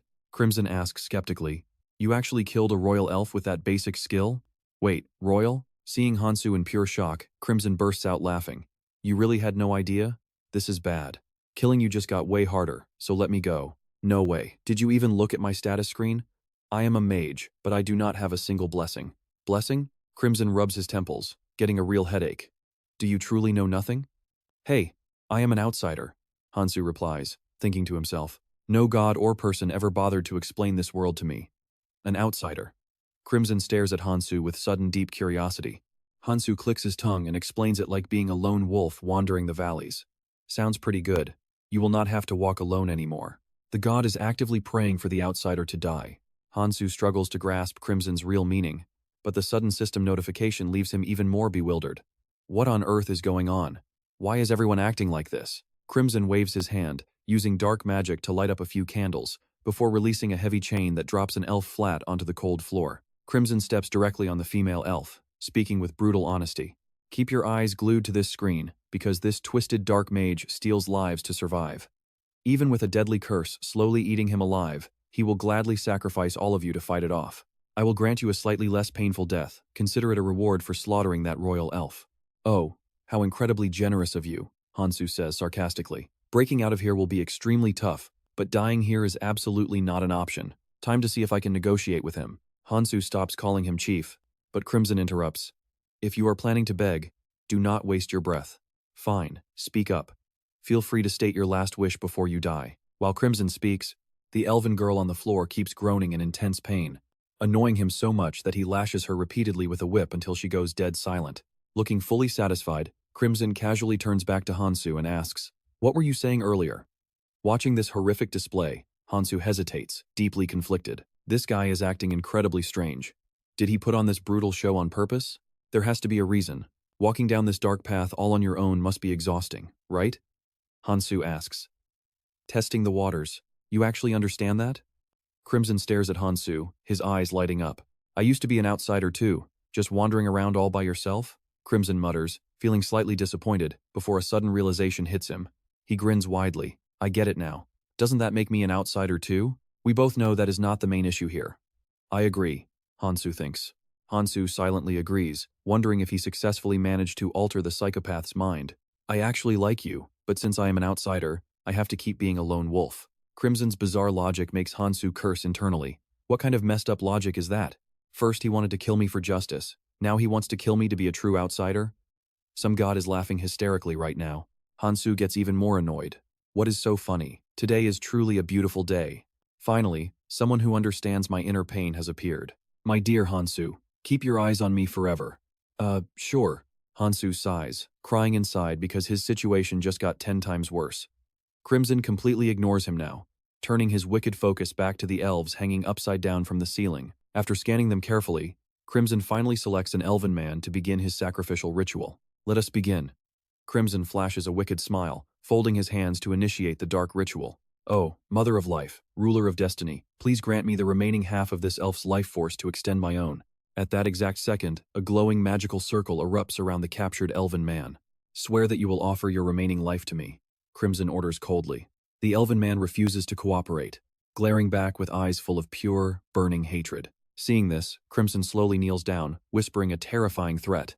If you agree, I will reunite you with your daughter very soon. With that, he brutally grabs the man's hair. You already know the brutal price for defying me, right? To protect his young daughter, the broken elf has absolutely no choice but to submit to Crimson's demands. The vow is sealed. Instantly, the magic circle erupts in a blinding flash of light, forcing Han-soo to shield his eyes. What is wrong with that chief? Is he literally draining elven lives just to achieve immortal youth? Han-soo wonders. A split second later, the blinding light completely vanishes. Did the ritual fail? Han-soo mutters, slowly opening his eyes. Not at all, my spell is perfectly complete, Crimson replies, stepping on the elven man, who is now shriveled into a dry, lifeless corpse. Then why do you look exactly the same? Crimson laughs. Because I am not human, and trust me, you and I are not ready for his real plan. Alright, you and I are jumping right into a twisted world where this maniac boasts about taking countless lives. I broke the seal so many times that the curse stopped working. Even under its spell, I was still just a human. I withered away, turning old and hideous. But then, a traveling witch offered me a twisted experiment to change my fate. Crimson slowly strips off his shirt, revealing a grotesque non-head fused to his stomach, as Han-soo stares in pure horror. A non, indeed. Crimson proudly gloats about being the perfect hybrid of two species born to destroy those annoying elves. Armed with beastly strength and human intellect, my revenge is finally within reach, and your sacrifice is all I need. With dark magic on my side, I will turn their own elven powers against them, an absolutely flawless plan. Don't you agree? Han-soo dryly points out he is not an elf, but Crimson easily brushes that tiny detail aside. Gripping Han-soo with blood-soaked hands, Crimson gratefully thanks him for explaining what an outsider is, since it helped him finally unlock his true monstrous nature. He is an outsider now, a lone beast roaming the woods, and he promises never to forget Han-soo's help. Crimson vows to honor his sacrifice, leaving Han-soo to ask if he still plans on killing him. Naturally, he replies. Staring in silence, Han-soo realizes a harsh lesson: outsiders in this world are incredibly dangerous, unstable, and completely unpredictable. I will have to end this here. Now, watch closely as we head back to Sanctuary Town. Over here, Princess Athena of the Amazing Kingdom is hailed as a true magic prodigy, admired by absolutely everyone. She spends most of her days slacking off since her natural talent means she never has to try. So why on earth would a genius like her take on Dubois as her very first disciple? The answer is simple. Magic is heavily determined by your direct bloodline and study environment. Yet, Dubois never stops working hard, and it is that relentless drive that inspired Athena to choose her.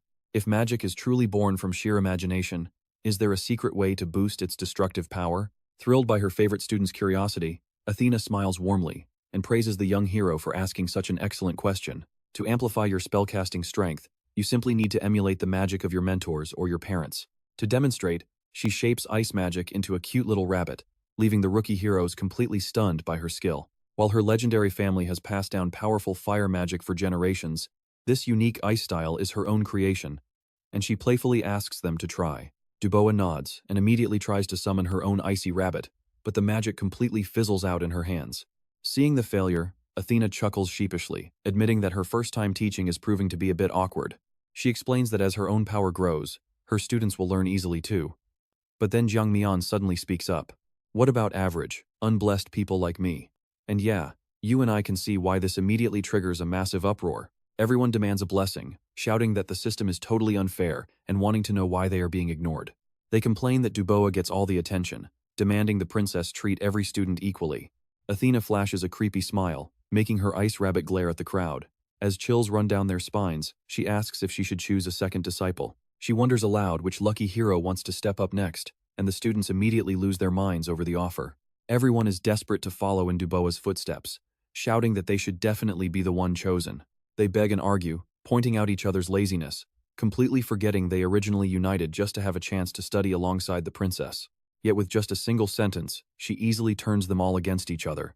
Watching the chaotic shouting match with absolute amusement, she playfully tells them to let her know once they make a decision. Dubois catches on to the princess's mischief and quietly asks if she did it on purpose, but Athena just plays dumb. Asking what she means, Dubois drops it, and Athena cheerfully transitions back into their magic lesson. Resuming the lesson from the ice rabbit, she explains that crafting your own unique magic takes years of trial, error, and tireless practice. Dubois asks if that includes dark magic, freezing Athena in shock.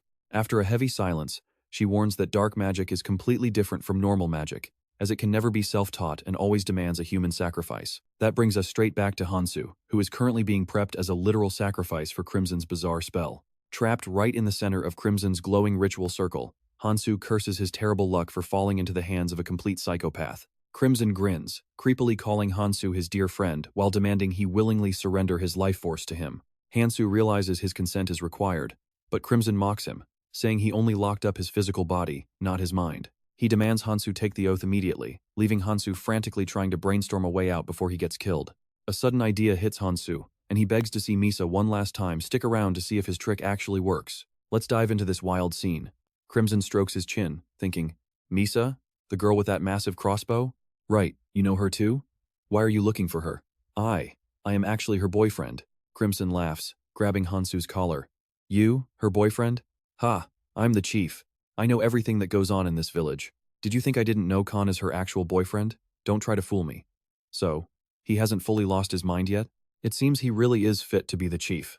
Well, that makes things even easier for me. Han-soo secretly rejoices, continuing his blatant lies. You are right, but Khan is actually her ex-boyfriend. Crimson sneers. So you're her current guy? Prove it. Sniff me, you'll know instantly.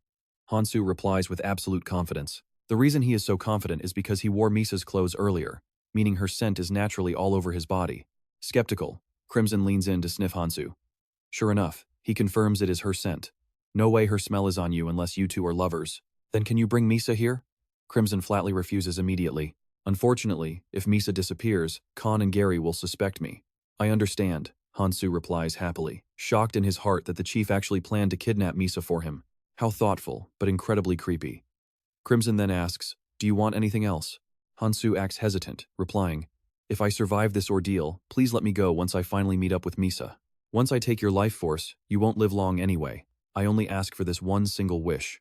Confused but agreeing, Crimson nods. Fine, I will do that. Now, the ritual transfer is fully complete. Now watch closely, because as Crimson finishes speaking, Han-soo suffers agonizing pain like he is dying and coming back to life so much for a completely painless process. Watching Han-soo writhe on the floor, Crimson says coldly, farewell, I'll pass on your final words to Misa. Suddenly, Han-soo smirks. Impossible. She passed away before me. What do you mean by that?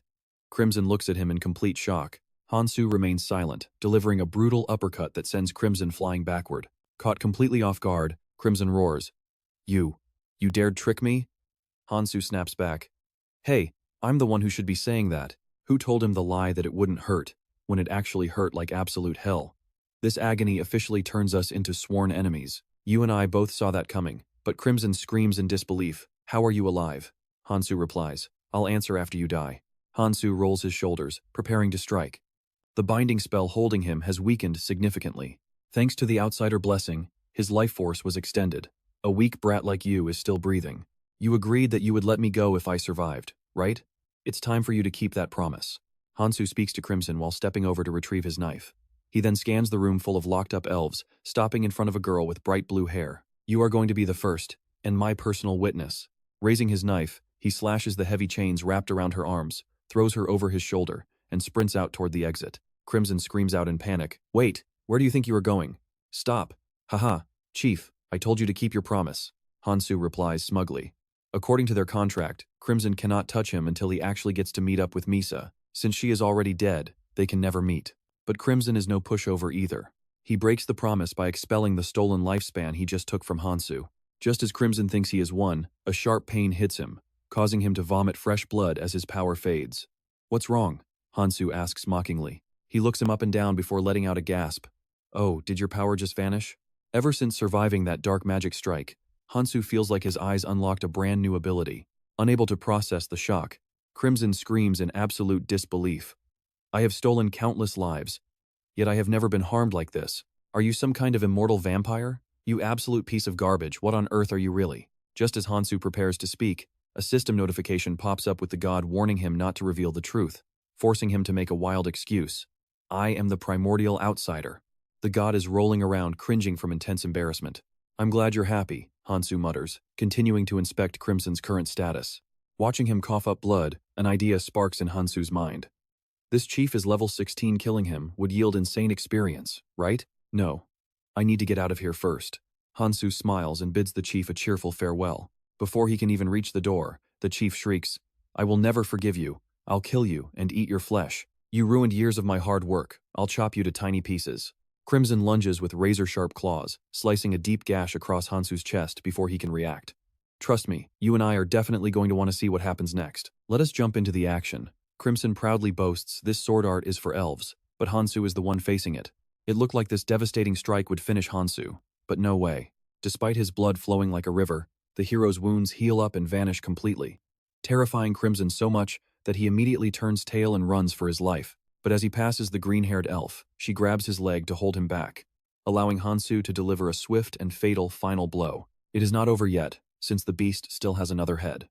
Han-soo raises his blade, preparing to finish off that remaining golem head. "Damn, mage, I could not even avenge my precious daughter." The golem tearfully gasps out with his very last breath. "Sorry, father's love. Now rest in peace," Han-soo says, decisively putting the golem out of its misery. With that settled, Han-soo frees the trapped elves and gathers the villagers while soldiers arrive to help clean up. But that was just a minute ago. Now Han-soo is running for his life from angry pursuers, and by some crazy stroke of luck, he ends up trapped right at the edge of a cliff. Damn these crazy elves, what on earth are you people even thinking? Right before a rain of arrows can turn him into a pincushion, Han-soo jumps off the cliff, promising they will meet again one day. Back at the academy, watch closely as these rookie heroes start turning on each other just to study under Princess Athena. Thankfully, the elite mages arrive to quickly resolve the chaos, as many powerful spellcasters have been desperately competing to claim the legendary title of master to a hero. Once they pair up with their new students, the lesson finally resumes. Princess Athena passionately explains that magic requires deep imagination, making absolute concentration the ultimate key to success. Under her expert guidance, the rookie heroes successfully conjure fire, but a curly-haired young man suddenly speaks up, asking if they can apply mathematics to their spellcasting. Athena looks completely baffled and asks if math is just for simple merchants. Well, in magic, 2 is better than 1, though the efficiency drops significantly.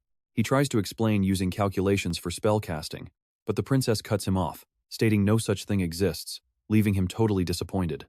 Seeing him lose interest, Athena teases him, asking what kind of math equations he used to conjure up his tiny fireball.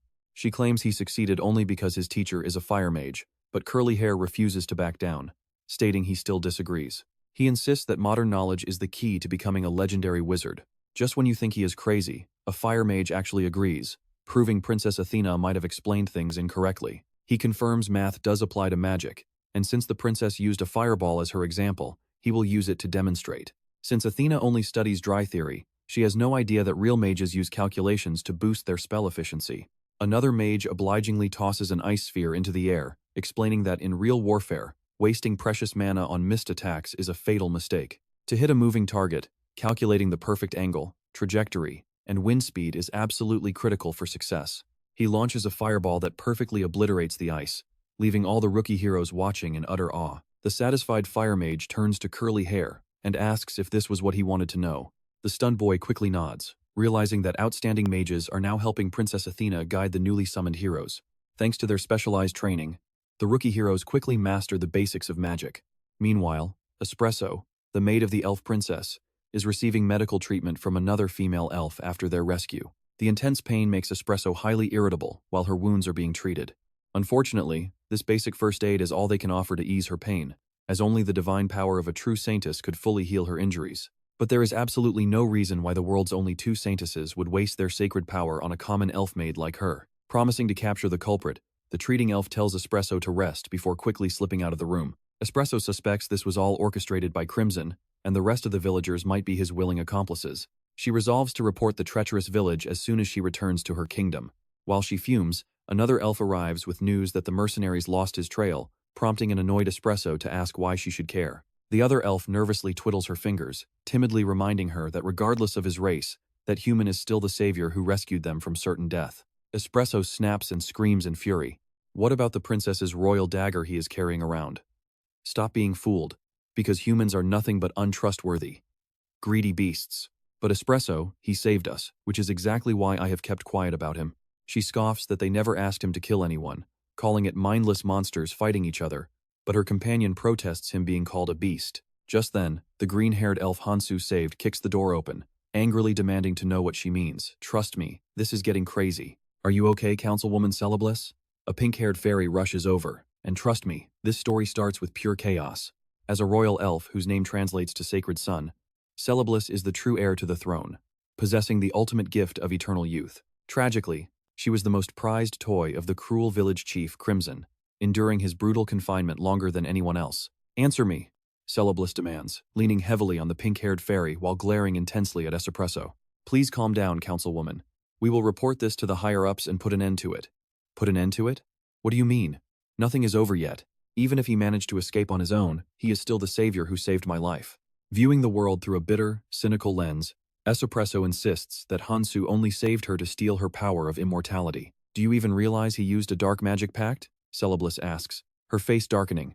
Han-soo violated the covenant, and breaking those rules always demands a steep price. Just look at Chief Crimson, who died simply because he underestimated Han-soo's deadly resolve. Poor Espresso, Celebliss sighs, remembering how she once ran freely through the palace halls. Now, those days are just distant memories. You will never understand my pain, the sheer despair and deep humiliation, Espresso cries out. Of course I do not, because I am not you, but I still must find him. The pink-haired fairy warns her about her weak condition, but Celebliss snaps back, telling her to stop using her official title.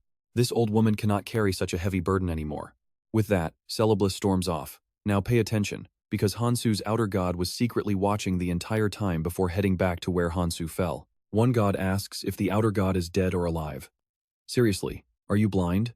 Dangling helplessly from a tree branch, Han-soo grumbles in annoyance. Meanwhile, An-soo guides the aspiring swordsmen, inviting them into a massive, luxurious banquet hall. Wait, what is this? A break already? Shouldn't we be training with our swords first? Why a break so soon? Filled with confusion and shock, each person reluctantly finds a seat at the lavish table. Once everyone is settled, An-soo raises his teacup, welcoming the heroes who chose the prestigious path of swordsmanship. A row of people on the right mimic his gesture, raising their cups and shouting in unison, "Welcome!" The sudden shout startles the newcomers. An-soo gently sets his cup down with a calm, reassuring smile. I overheard your chat, and I'm surprised. The training you are expecting isn't just basic sword swinging. Let me give you a simple demonstration, An-soo says, turning to a muscular, heavily built man sitting on his right. Knight Captain, would you care for a quick spar? Yes, it would be my absolute honor. The captain replies enthusiastically, stepping away from the table and heading into an open space. Handing over a blade, An-soo steps forward and smiles. First, we will show you conventional swordplay, but make sure to hold back your true techniques. The knight captain draws his weapon, nodding in agreement. Understood, sir. As An-soo and the knight captain clash, the heroes watch and whisper in confusion.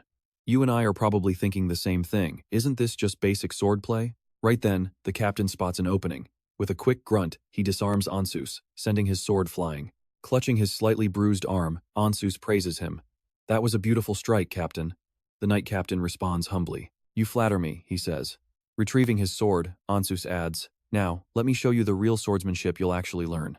While waiting for a healer to magically patch up his arm, An-soo smiles, telling the captain not to hold back. Nodding, The captain grips his hilt tightly with both hands, ready to go all out. His expression turns dead serious as his blade begins to glow, visibly radiating a powerful, flowing blue aura. On the other side, an identical energy surges around Ansus, and his sword blazes with light. With a roaring battle cry, the captain lunges. Ansus meets him head-on with a swift slash. Their weapons collide in a blinding flash of light.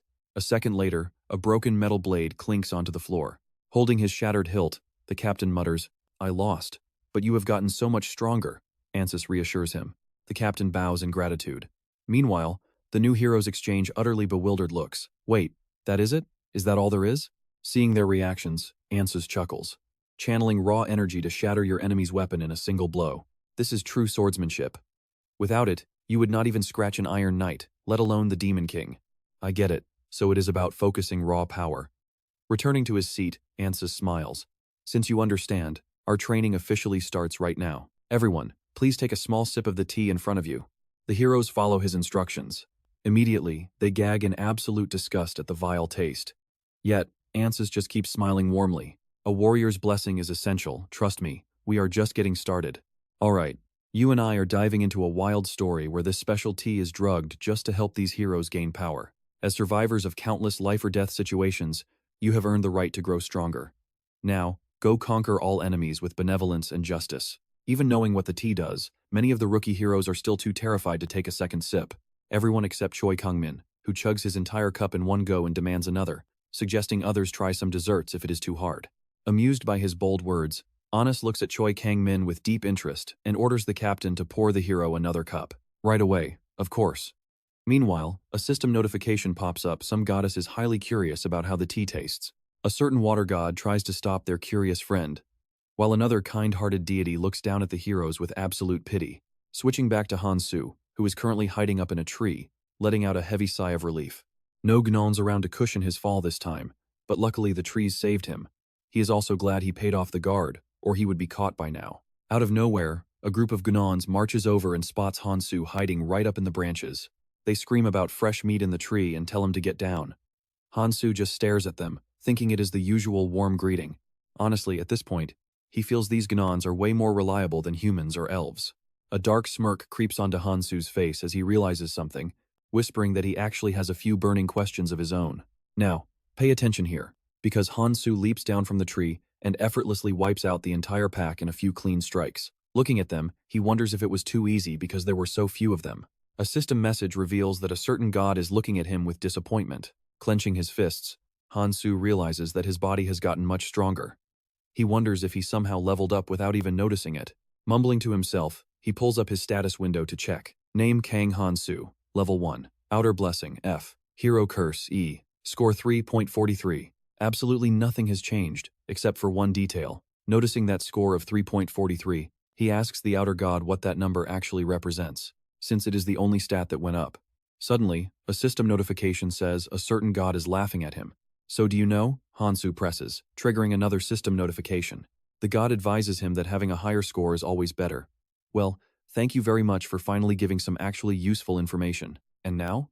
Han-soo murmurs, looking down at a barely breathing gray gnon to interrogate it, stating he has a few questions to ask. "You better answer me, because I am still extremely angry at those elves, and my rage is not going away anytime soon." Hearing about elves, the gnon's eyes light up as he asks if he has elf meat. Han-soo nods, prompting the excited creature to demand his questions. Recalling his fierce encounter with Crimson, Han-soo asks how non-swordsmanship actually works. He tells himself that since he is still incredibly weak, revenge is far out of reach, even if he hits level 2. Maybe learning their sword style is not a bad idea to get stronger. Hearing his question, the gray gnon lifts his head toward the sky. Licking his lips, he mutters that fresh raw meat is the best. You and I are probably wondering why this creature's eyes are suddenly turning blood red. The non replies that it is the power of meat, and when asked how to use it, he bluntly states that you just have to eat lots of meat. Han-soo asks what he usually eats to see that power. When the creature answers meat, Han-soo realizes it was a stupid question. Rubbing his chin in deep thought, Han-soo realizes their swordsmanship and meat power might not actually amount to much. Does he seriously have to study their daily lives just to execute a perfect revenge? While Han-soo is busy planning his next move, back at Anus's place, the very first sword lesson is still going strong. She explains that though magic requires natural talent, those with enough time and money can always learn swordsmanship to supplement their magical knowledge. As Anus is lecturing, A pale-faced Choi Kang-min rudely interrupts by shouting for another cup, but she just chuckles warmly without getting upset. Hero Choi Kang-min, you should stop drinking now, since the effects will drop if you have more than one cup. Staring at the cup, Choi Kang-min mutters that he needs to get stronger as fast as possible. He believes he is completely different from the fake people around him. Just then, a servant approaches with a kettle, suggesting that honey tea makes a great dessert to boost the effects. Anus chimes in, adding that consistency is what truly matters here. Just 1 cup a day, or maybe 2 if you are feeling a bit greedy. Choi Kang-min says with determination that he will try drinking 2 cups a day. Anus happily replies that it is a good plan, but the warrior's blessing will not stabilize quickly, just like a child cannot grow up overnight. Confused, Choi Kang-min asks how long it will take, and Anus replies, "It varies for everyone, but if you keep absorbing it like you are right now, you can get it in a year." Choi Kang-min yells out in complete and utter disbelief. "A whole year?" Suddenly, a purple light flashes, and trust me, you and I are going to want to see what just appeared on his status screen. Let's dive into the journey of Choi Chang-min, Level 1. Blessing, Hero, Grade F Grit, Grade F. No curse, Stat Ratio 1.11. Choi Chang-min smiles and whispers, immediately tapping to check his status. Grit. The longer you fight, the stronger you become. But get this, the effect resets completely if you are defeated or lose your will to fight. Choi Chang-min gasps in pure shock. Then, a system alert pops up. A proud war god claims this is truly unbelievable. Some random martial god snorts in response. Anus claps and laughs, offering congratulations to Choi Chang-min for receiving the war god's blessing. Anus adds that he thinks highly of him. Flustered, Chang-min scratches his cheek, feeling totally embarrassed. Anus smiles and continues, telling them that first, he's going to show everyone how to hide their status window. 2 days pass, and Han-soo is still traveling through the forest with Grey-gon, who just keeps chanting about meat. Watching Grey-gon tear into his prey, Han-soo gets lost in thought. It has been 2 days of trailing him to study this power of meat. Noticing Han-soo is distracted, Grey-gon's eyes flash with a cold light. He drops his meal immediately, spinning around to lunge straight at the boy. Han-soo remains perfectly calm. Over the last few days, Grey-gon has constantly tried to ambush him whenever there was an opening, though he never stood a chance. This time is no different. Han-soo effortlessly kicks the beast away, frowning as he warns it to stop trying. Now pay attention here. Han-soo notices the monster is strangely weak, so he pulls up its status screen. Its name is Broken Fang, Level 6, with 0 blessings and 0 curses. Surprised, Han-soo asks how a weakling like him reached Level 6. Grey-gon proudly holds up his arm, showing off 2 colored bands as absolute proof of his achievement. He rambles about hunting elves, claiming agile gons can easily steal elf hair. Han-soo tries to piece the clues together. After a brief moment of thought, Han-soo demands to know how such a weak creature managed to hunt down 2 elves. Grey-gon snaps back, claiming he is strong and calling Han-soo a piece of talking meat.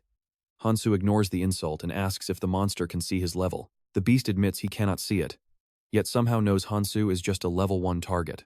Annoyed, Han-soo delivers a swift punch to Grey-gon's head, making him yell in pain. Han-soo wonders if some hidden trait allows him to perceive levels. By staying with Grey-gon and constantly questioning him over the past few days, Han-soo learns not only about the Gon species, but also gathers massive intel on other monsters. Suddenly, Grey-gon points in a direction and yells that way. Han-soo asks what is over there, and the beast replies that there is plenty of elf meat waiting. Is that so? Han-soo smirks. That is the exact location of the elf village that ambushed him before, confirming that the stories the village chief told him in the past were actually the absolute truth. But then Grey-gon complains that the meat was stolen. When Han-soo asks if the elves took it, the beast yells that elf meat is trash anyway, and rabbit is better. You and I can see it now as Grey-gon keeps eating. Han-soo realizes the physical changes are becoming extremely obvious. A strange surge of power rises from the creature's stomach whenever it consumes food. This method is far simpler than the dark magic the chief used to steal life force, even if it is slightly less effective. Han-soo smiles, asking the beast how it tastes. Are you full yet? Grey-gon throws his head back and howls, yelling that he feels absolutely amazing. He demands more meat, declaring that the talking piece of flesh belongs to him. Suddenly, his fur turns crimson as his entire body swells in size. Bearing its claws, the beast charges, but Han-soo predicted this. Showing 0 fear, he leaps forward to meet the monster head-on. His fist glows with a crimson light, identical to the energy released when Crimson wielded the sword techniques of the Gon. He silently thanks the beast for helping him finally understand the true nature behind this legendary power of meat. With a swift motion, Han-soo unleashes the newly copied technique, slicing the monster clean in half. Breathing his last on the dirt, Grey-gon mutters, wondering how a piece of talking meat could be this strong. Han-soo smiles, thanking the beast for being so useful during their short journey together, calling him Broken Fang one last time. The monster weakly asks if the talking meat is a gon too. Han-soo simply replies that he is human. Staring at his hand glowing with crimson energy, Han-soo realizes that a chemical reaction was sparked by that raw emotion. It is truly brilliant. Was it the monster's sheer greed to stay full that triggered it? Suddenly, another system notification rings out. A certain god of gluttony is shocked by this sudden change in an outsider, claiming it is indeed the power of meat. Normally, nobody else would ever be able to wield a skill like this. Without his special outsider's blessing, he would have died instantly the moment his life force was completely drained, unlike the gon who can easily replenish theirs by devouring meat. The outsider's blessing recharges his energy the moment it runs low, automatically refilling his reserves every single time he is about to collapse. An infinite loop. Pretty cool, right? But trust me, you and I aren't the only ones watching a god sneers at him for being childish. Alright, you and I are diving right back in as Kang Han-soo dashes toward where the gray Jinon pointed. Before going far, two Jinon block his path, muttering about the smell of fresh meat. Get out of my way! Kang Han-soo roars, obliterating them both with a single punch and running on. The system alerts that a certain god is highly impressed. As he speeds ahead, Kang Han-soo grumbles. Sure, he is stronger, but he is not happy. He should be tucked in a warm bed, scrolling on his phone. Instead, he is still stuck wielding this hideous, cheap dagger, and wandering a forest crawling with man-eating beasts. Suddenly, a god points him to the left. Well, thanks for the tip. Following those directions, Kang Han-soo quickly spots a massive wooden wall towering in the distance. Drawing his dagger, he grins with a wicked smirk. Should he go punish those fantasy savages using this newly acquired power? Outside, two sentries on patrol are endlessly gossiping about random things along their route. Crouching in the bushes, Kang Han-soo plots to sneak in from behind, but the security here is way tighter than he anticipated. Luckily, he memorized the village layout beforehand. Now watch closely, because a god suddenly appears behind him, aggressively urging him to make a move right now. Kang Han-soo is startled by this sudden message. Wait, why the rush? He thinks, thoroughly confused. Before he can even process it, the god kicks him right in the back, insisting that the time to move is right now. Kang Han-soo wonders in confusion, why is this deity suddenly so eager to help him out? He has no idea what is going on in that god's mind, but his instincts tell him to trail those guards. Gazing up at the towering wooden wall, he hesitates. Can I actually pull this off? Well, this is my only shot. Slamming his blade into the wood, Kang Han-soo vaults himself over the barrier and lands smoothly on the other side. Standing up, he glances around. Is there really no guard here? Talk about pure luck. The god manifests beside him once more, smugly demanding that Han-soo show some gratitude. Kang Han-soo smiles, saying, Yeah, thank you, I am always grateful. He smirks, ready for his next move. A sentry hums a carefree tune while strolling on patrol. Out of nowhere, Kang Han-soo drops a hand onto his shoulder, making the guard flinch and look back. With eyes flashing a menacing red, Kang Han-soo drives his dagger straight into the guard's neck, spraying fresh blood everywhere. The man collapses, entirely powerless to resist. Blood pours uncontrollably from both his pierced neck and his mouth. Kang Han-soo looks down at the dead body with utter disdain. It is a bit harsh, sure, but to him, slaying a human feels no different than slaughtering a mere pig.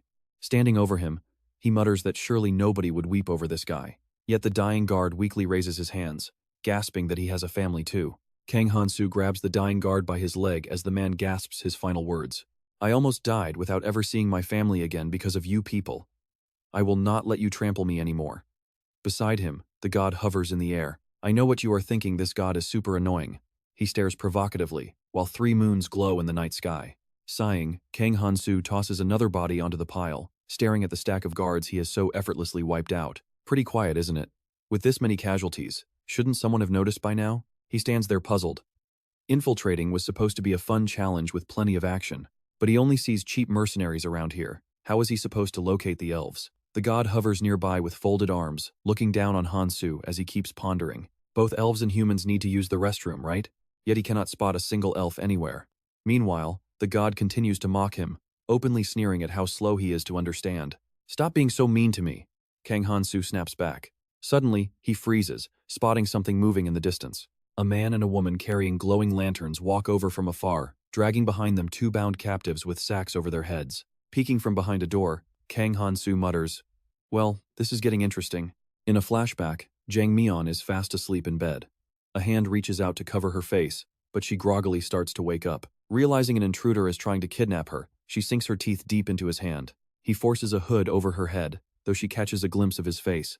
Shut up and stop talking, he snaps. Now bound and hooded, Jang Myeon sits quietly by the bed while her two captors talk among themselves. Pointing at his partner's hand, one asks why it is scratched.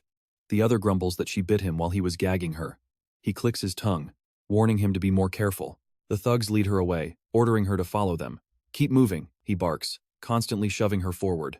Under her hood, Jang Myeon wonders if the other elves were captured too. Let's see if she is right. Suddenly, she catches a strange echoing sound coming from the village chief's cellar. A green-haired girl says gravely that Crimson believed they were completely ignorant of their own actions, but we turned a blind eye to his actions, all because we wanted to protect our new way of life. Stick with me, Jang Myeon is listening closely, guessing if that voice belongs to the doctor from earlier. The green-haired girl's voice echoes coldly in front of the tightly bound, completely hooded elves, declaring that this is their rightful punishment. She emphasizes every single word, letting the heavy weight sink in. A punishment for letting our close comrade fight all alone. The blonde guy eagerly speaks up, saying he heard it in the cafeteria. These elves look down on humans. If we let them live, they will take our homes and families away again. The bald man crosses his arms and frowns, saying he told everyone else to stay inside since something big is going down, and even the mercenaries should be out here right now. The green-haired girl closes her eyes, calmly telling them to begin. The blonde guy and the braided hair guy raise their swords, shouting, "In the name of Crimson, for our fallen comrade."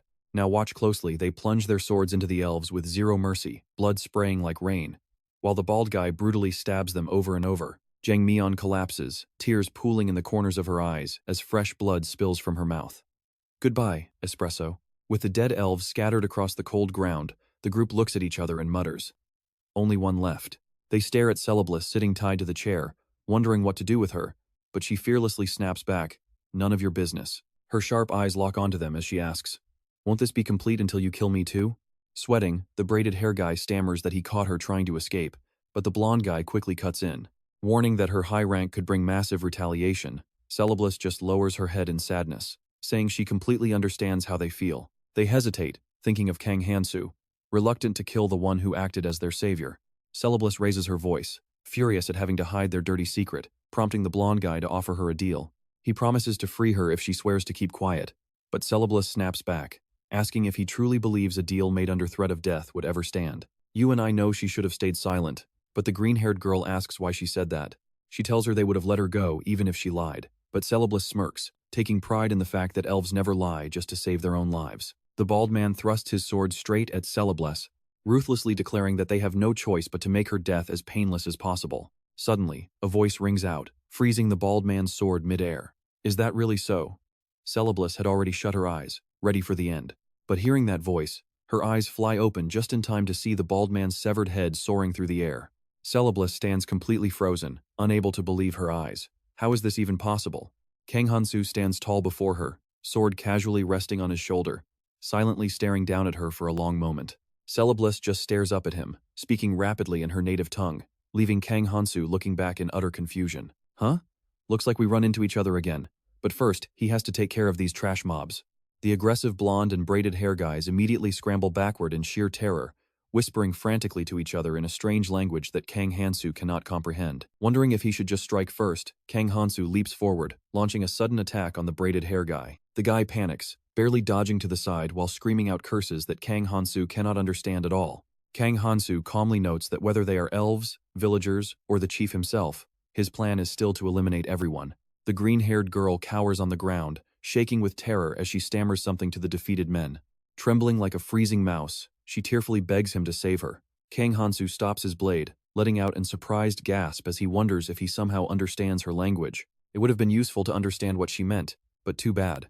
The men are already dead, slaughtered by Kang Han-soo, their blood pooling around them like a river. The green-haired girl frantically dashes toward a wooden door, trying to make an escape, while Kang Han-soo calmly watches her next move, deciding not to waste another second. Kang Han-soo throws his sword straight through her skull, moving so fast she cannot even let out a final scream. Still holding his perfect throwing stance, his strike was dead on, accurate down to the millimeter. Kang Han-soo looks over the bodies with absolute satisfaction. It was way easier than expected, proving it was a brilliant idea to take these guys out first. Celebliss seems eager to say something to Kang Han-soo, launching into a very long speech, but Kang Han-soo just stands there blankly, wondering what she is even talking about. Looking closely at her, Kang Han-soo sees a status window showing level 12, Living Creature Manipulation Tier C, Inherited Purity Tier B, and Noble Curse Tier B. He is stunned that he can actually view her panel. He wonders why he didn't see this before. Did she show him on purpose? Let's find out next time. Let's dive into this wild story where our main character, Kang Han-soo, is shocked to find he only has one blessing, while this girl has two high-tier ones. Then, another notification pops up in front of Kang Han-soo. Creature control. The stats of your controlled creatures will increase slightly. The success rate of taming highly cautious beasts will skyrocket. This catches him off guard. A blessing specifically for taming? Even if it has a high rank, it is completely useless without any beasts around here. Kang Han-soo thinks for a moment. After all, there is only one real reason she would show him her status window. Walking up to Celebliss, he asks, "Is your name Celebliss?" She babbles back excitedly at him, but the only word he can actually understand is Celebliss. It seems she is incredibly happy and overjoyed. Her eyes curve into bright crescents as she smiles. Kang Han-soo just stares at her blankly, feeling absolutely nothing. Maybe it is because he is an outsider to this blessing. Suddenly, the god appears right next to him, looking completely furious. The god is extremely annoyed, repeatedly stressing that he is an outsider. Honestly, Kang Han-soo is completely speechless. Dropping to one knee beside Celebliss, he draws his blade to cut her ropes. He answers the angry god. Yeah, I get it. If I am still an outsider, I will just get penalized, right? He sighs softly. Celebliss speaks to him again, but he does not understand a single word. He just tells her she is one lucky fairy. As he slices through the ropes, he mutters that he originally planned to eliminate everyone, but spared her only because her experience felt so similar to his. He silently blames himself. Giving his real name to the natives of this fantasy world was a total mistake. Meanwhile, Celebliss celebrates that she narrowly escaped death. Preparing to make his exit, he tells her to take good care of herself. He thinks to himself that if he slaughtered all the elves here, he would be no better than those other bastards. Suddenly, Celebliss stumbles from her chair, mumbles something, and lunges toward him. Watch closely as he quickly catches her by the waist to steady her. Annoyed, he warns her not to cause any more trouble. But she just keeps smiling and talking, and he clearly hears his own name in her babble. Startled, he asks, "Do you know my name?" She says his name again with a bright smile, speaking in a language he cannot comprehend. High above, 3 full moons shine brilliantly. They leave together, but the surroundings catch him off guard. Despite all the bodies scattered around, why is the street so dead silent? He turns and asks the deity, "My dear outsider god, what do you think is going on?" The god appears by his side, crossing his arms in thought. He coldly replies that he is not in the mood to talk. He is completely speechless at that response. Seriously, having a god around is basically useless if they act like this. He wonders if he should just get rid of this elf to appease the god. Looking around, he feels utterly and completely helpless, but he cannot trust anyone in this village, and the forest outside is crawling with monsters. With the night growing late and dangerous, they have to get out immediately. You and I are about to watch them vanish into the dark like a gust of wind. Carrying her, he glides through the trees like a bird. Terrified, she clings tightly to his arm, repeating his name and crying out. He is totally clueless. Seriously, how on earth is he supposed to understand what she is trying to say? She suddenly points upward with a dead serious look. He raises his head to see what she is pointing at. Up there, something seems to be burning intensely. His jaw drops at the sight. Is that a real phoenix? The massive phoenix soars through the sky, roaring with blazing heat. Suddenly, a massive wave of fire shoots directly toward them. While she calmly hums a tune, he looks at her with deep worry. He can survive anything with his cheat skills, but she will literally turn to ash. Tugging at his shirt, she speaks again. He asks if she wants him to put her down, and her response seems to say yes. Seizing the chance, he asks if she wants him to dump her here since she is a burden, letting him escape on his own. She nods eagerly in agreement. Then, she boldly walks straight toward the flaming phoenix standing right in front of them. She whispers something to the beast, and surprisingly, the legendary creature seems to understand the language of elves. He watches in absolute shock. With her creature control blessing, has she actually tamed this massive beast and made it her companion? Turning around, she calls out his name. She grins happily, saying something that seems to mention her own name as well.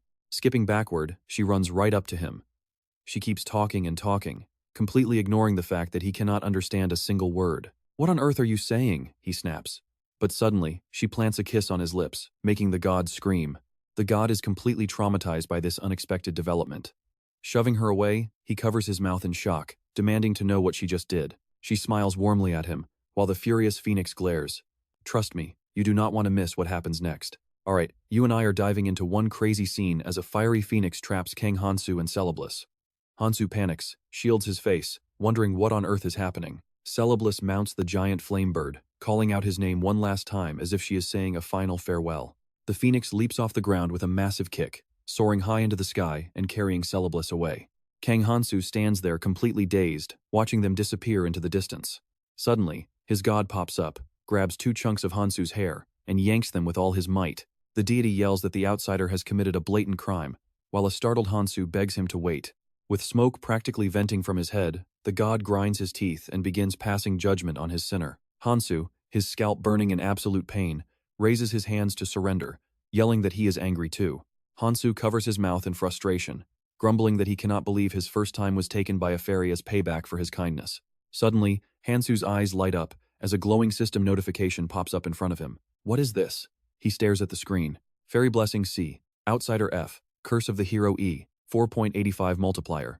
Han-soo is thrilled to see this high-rank blessing. This is a high-tier blessing. But the god still sitting on Han-soo's head is completely fuming, glaring down with deadly eyes as the system notes his extreme displeasure. Han-soo tries to calm the angry deity, reassuring him that weird things like this just happen in life sometimes.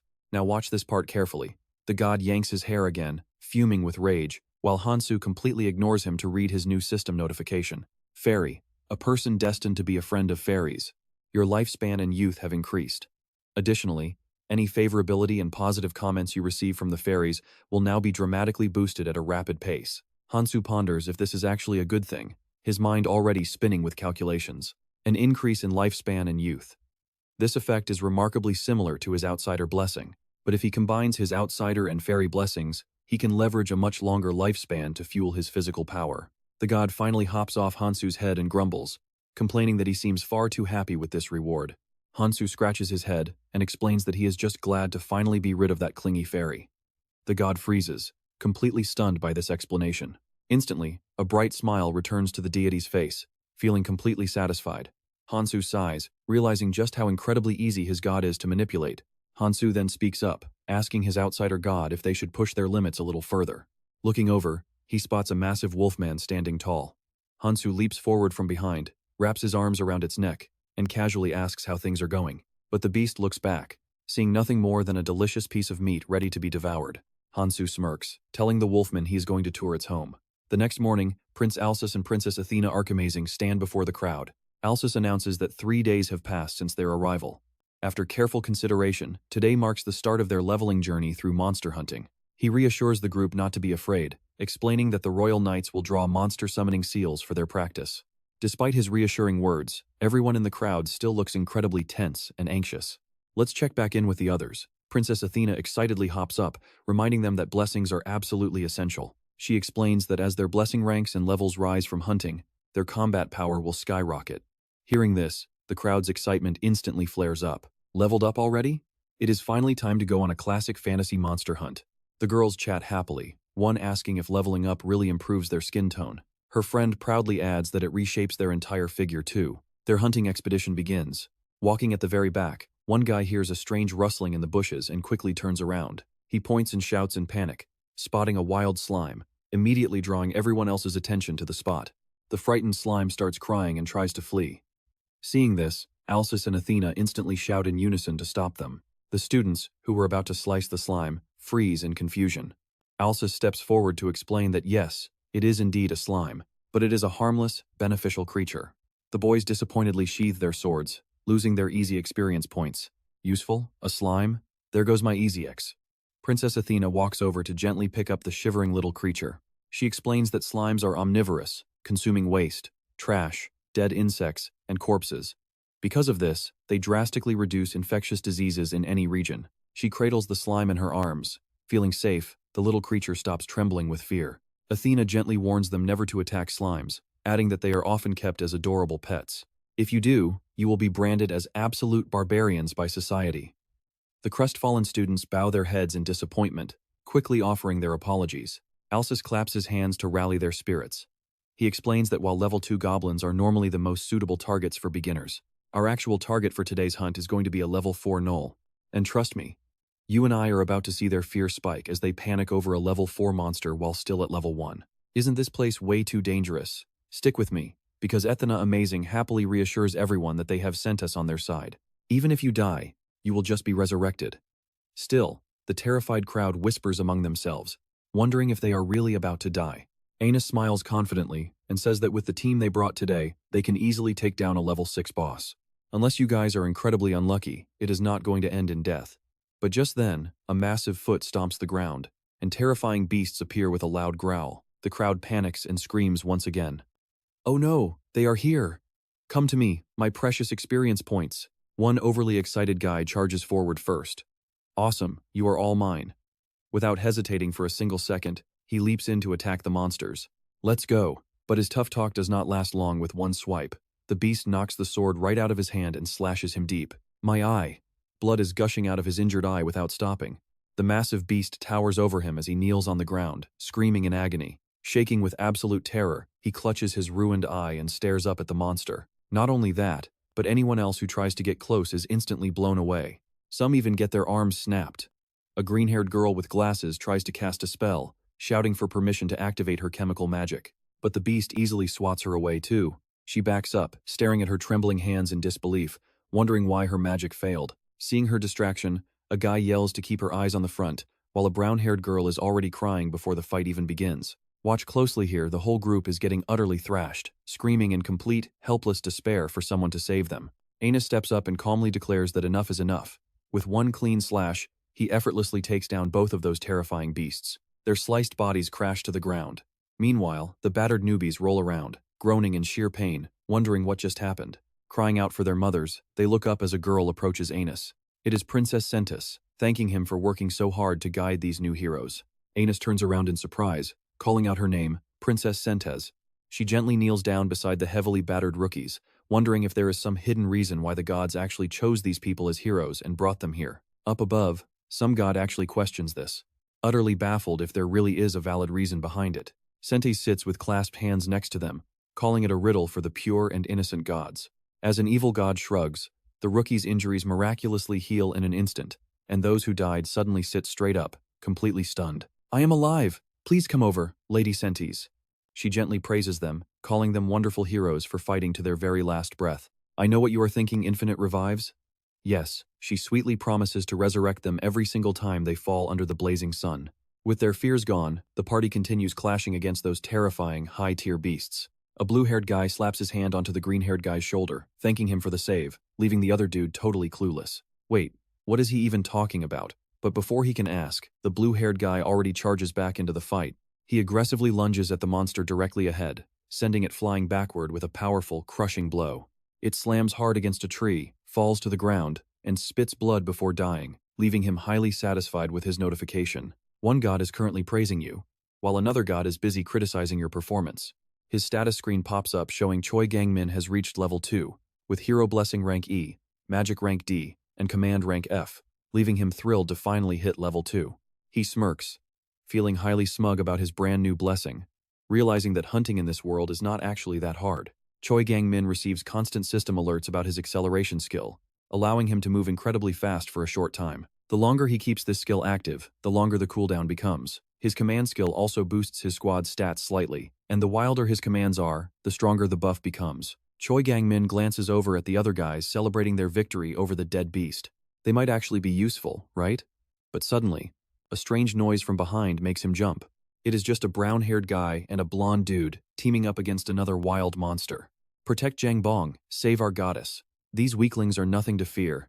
Working together, the two guys successfully put the beast down for good. Standing further back, the blonde girl named Jang Mi-young cheers, thanking them both for helping her finally reach level 2. The other girls nearby are practically burning with pure jealousy, while Jang Mi-young silently gloats and celebrates her own victory. Being beautiful is a total cheat code. But when an alert warns that a god is staring, she gasps, realizing she is busted. Jang Mi-young waves her hands in panic, denying everything, but is surprised to see the goddess of beauty smiling down on her. Her status screen reveals a unique perk. Beautiful girls are exempt from vulgar acts, bodily functions, and physical maintenance. She's thrilled, shouting that this is the exact cheat code you and I need. The two guys who helped her try to act all chivalrous, proudly promising to protect her, while she plays totally innocent, sweetly telling them how much she trusts them. Let's dive into the action with Choi Kang-min, who can't believe how incredibly stupid his classmates are. The two guys with Choi Kang-min scratch their heads and turn away, saying, "Sorry Kang-min, we'll help you out next time." Choi Kang-min is totally thrown off. What on earth is going on here? They keep repeating, brothers forever, all right. It turns out these two guys were also totally charmed by that girl Jang Minyeon, abandoning him just to run over and help her. Choi Gang-min smirks to himself. Well, she really is quite a beauty. He turns around and walks toward the two girls standing on the other side. Choi Gang-min waves at them with a friendly smile, and the blonde girl asks, "Do you want to hunt with us?" "Of course. Sounds good." Meanwhile, a certain god is eating popcorn, the goddess of beauty is watching in a provocative pose, and a god of war is eagerly cheering for all the heroes to just go die already. In another scene, a moss-green-haired girl gets slammed hard onto the ground. Her sword flies out of her hand, and she is sent flying backward by a massive beast. Her system notification pops up. The god of water is pitying her for being all alone. The beast grabs her sword, slowly approaching to finish her off. Another god offers some popcorn to the god of water, but the water god is too stressed to eat and declines. Straining to stand, she steals her resolve, muttering that she can do this. She begins channeling a magic spell right in her palm. Unleashing everything she has, she blasts the beast with her magic, tearing it to shreds. She finally exhales in relief and collapses onto the dirt. Her status window pops up. Name, Eubora. Level, 2 blessings. Outsider, Grade F magic, Grade C. Armed, Grade F. Growth rate, 2.04. She gasps in surprise. What? I already reached level 2? Eubora smiles with pure satisfaction at her status screen. Now pay attention, because even though she isn't leveling up fast, this is just the beginning. The water god sighs in relief. A certain god is cheering for her. She stands up, grabs her sword, and heads off, making sure to whisper a quick thank you to the heavens. Eubora gets another alert. God of War blessing.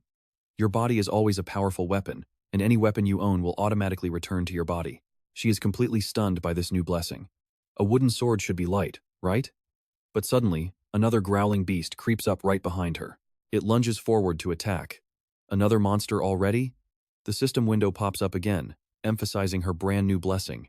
God of War, your body is always a powerful weapon. The aggressive beast charges directly at Eubora with terrifying speed. With a merciless slash, she inflicts a deep, bleeding wound. Eubora is throwing absolutely everything she has into this fight. Its massive claw strikes her, yet she takes 0 damage. The beast freezes, staring at its own hand in absolute disbelief. Wait, is this monster totally useless? Seizing the opening, Eubora blasts it with magic before channeling all her remaining power into her sword and screaming, "Die!"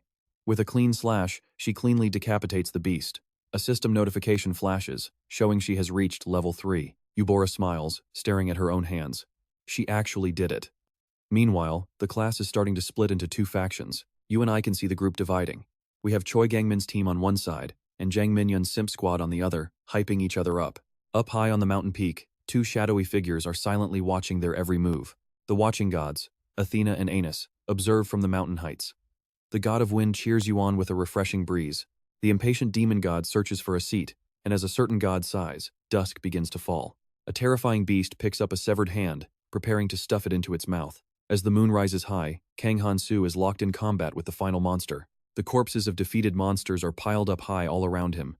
A certain god is extremely curious about his kill count.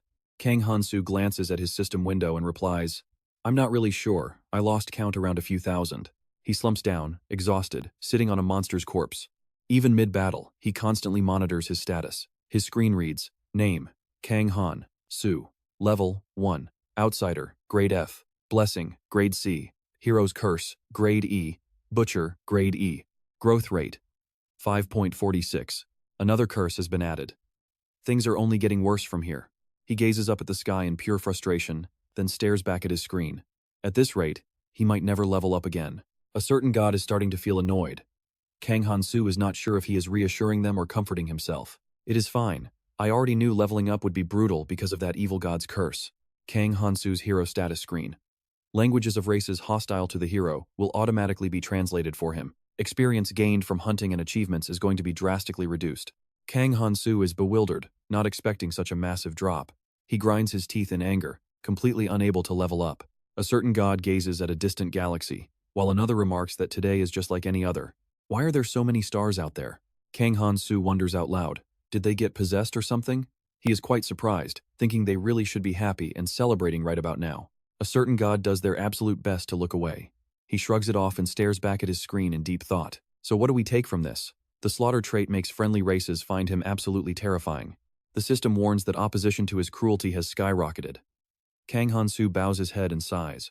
Trust me, He was totally forced into this role, while the god beside him happily dances and sings. While that happy god celebrates, Han-soo freezes as he spots a shiny golden bracelet on the dead monster's wrist. He looks at his basket of loot, thinking he tried his best not to plunder too much. But let's be real, that basket is completely overflowing. Claiming a massive basket like this is small is just crazy. He inspects the bracelet, certain it belongs to humans or elves. Since he cannot level up right now, his only alternative to get stronger is to accumulate sheer wealth. Suddenly, heavy footsteps of a beast approach, putting him on guard. It is not just one monster, but an entire pack of them. They roar about killing humans for revenge, giving Kang Han-soo quite a sudden startle. He stands up calmly and looks over. Some goblins are still left. The leader monster standing before him has already reached level 9. That is pretty terrifying, but watch closely because Han-soo remains totally unfazed by this organized rebellion. They probably think numbers give them the edge, and judging by their look, they have devoured tons of flesh. Screaming, they charge at Han-soo. They look like they have been starving forever, screaming, "Meat! Give us meat, we will eat his heart." Kang Han-soo easily leaps to dodge the monster's strike, even saying, "Thank you." He brandishes his glowing sword, unleashing a terrifying aura as he prepares to cut them down. He is actually thrilled that so many wonderful teachers have come to give him a private lesson. The monsters watch him in stunned silence. What is that? With one swift slice, Han-soo instantly takes down his first target. He turns back to the survivors and remarks, "Thanks everyone. I finally figured out how to use my strength efficiently." The remaining beasts instinctively step back, whispering, "Dangerous. He is too strong. We must run now." Han-soo says with boiling battle intent, "No matter how prepared you are, it will never be enough to face me." He gets ready for a total massacre. The next morning, as the sun rises, Han-soo stands next to the massive pile of gold he harvested. He earned tons of gold, but the language barrier is still a major issue. If he cannot sell his loot at a fair price, it is basically just worthless rubble. He needs a translator. Is there really no smart goblin around who can transform into a human? Sitting by his gold, we have to wonder if he can really trust a goblin. These guys are terrible at lying, but suddenly, a figure with 2 horns appears behind him. This level 1 demon is none other than Kamos. He walks up and asks Han-soo where the rest of the goblins went. Han-soo excitedly spins around, as Kamos yells, "Do you not understand me? I am speaking human language." Han-soo immediately steps forward and grabs Kamos, thrilled to have caught one. Kamos panics and demands to know what he means. Han-soo looks him over, quite pleased, thinking this guy looks pretty smart. He looks like a handsome goblin type. Han-soo eagerly asks him, "What is your name? I do not know what monster species you are, but we can definitely be friends."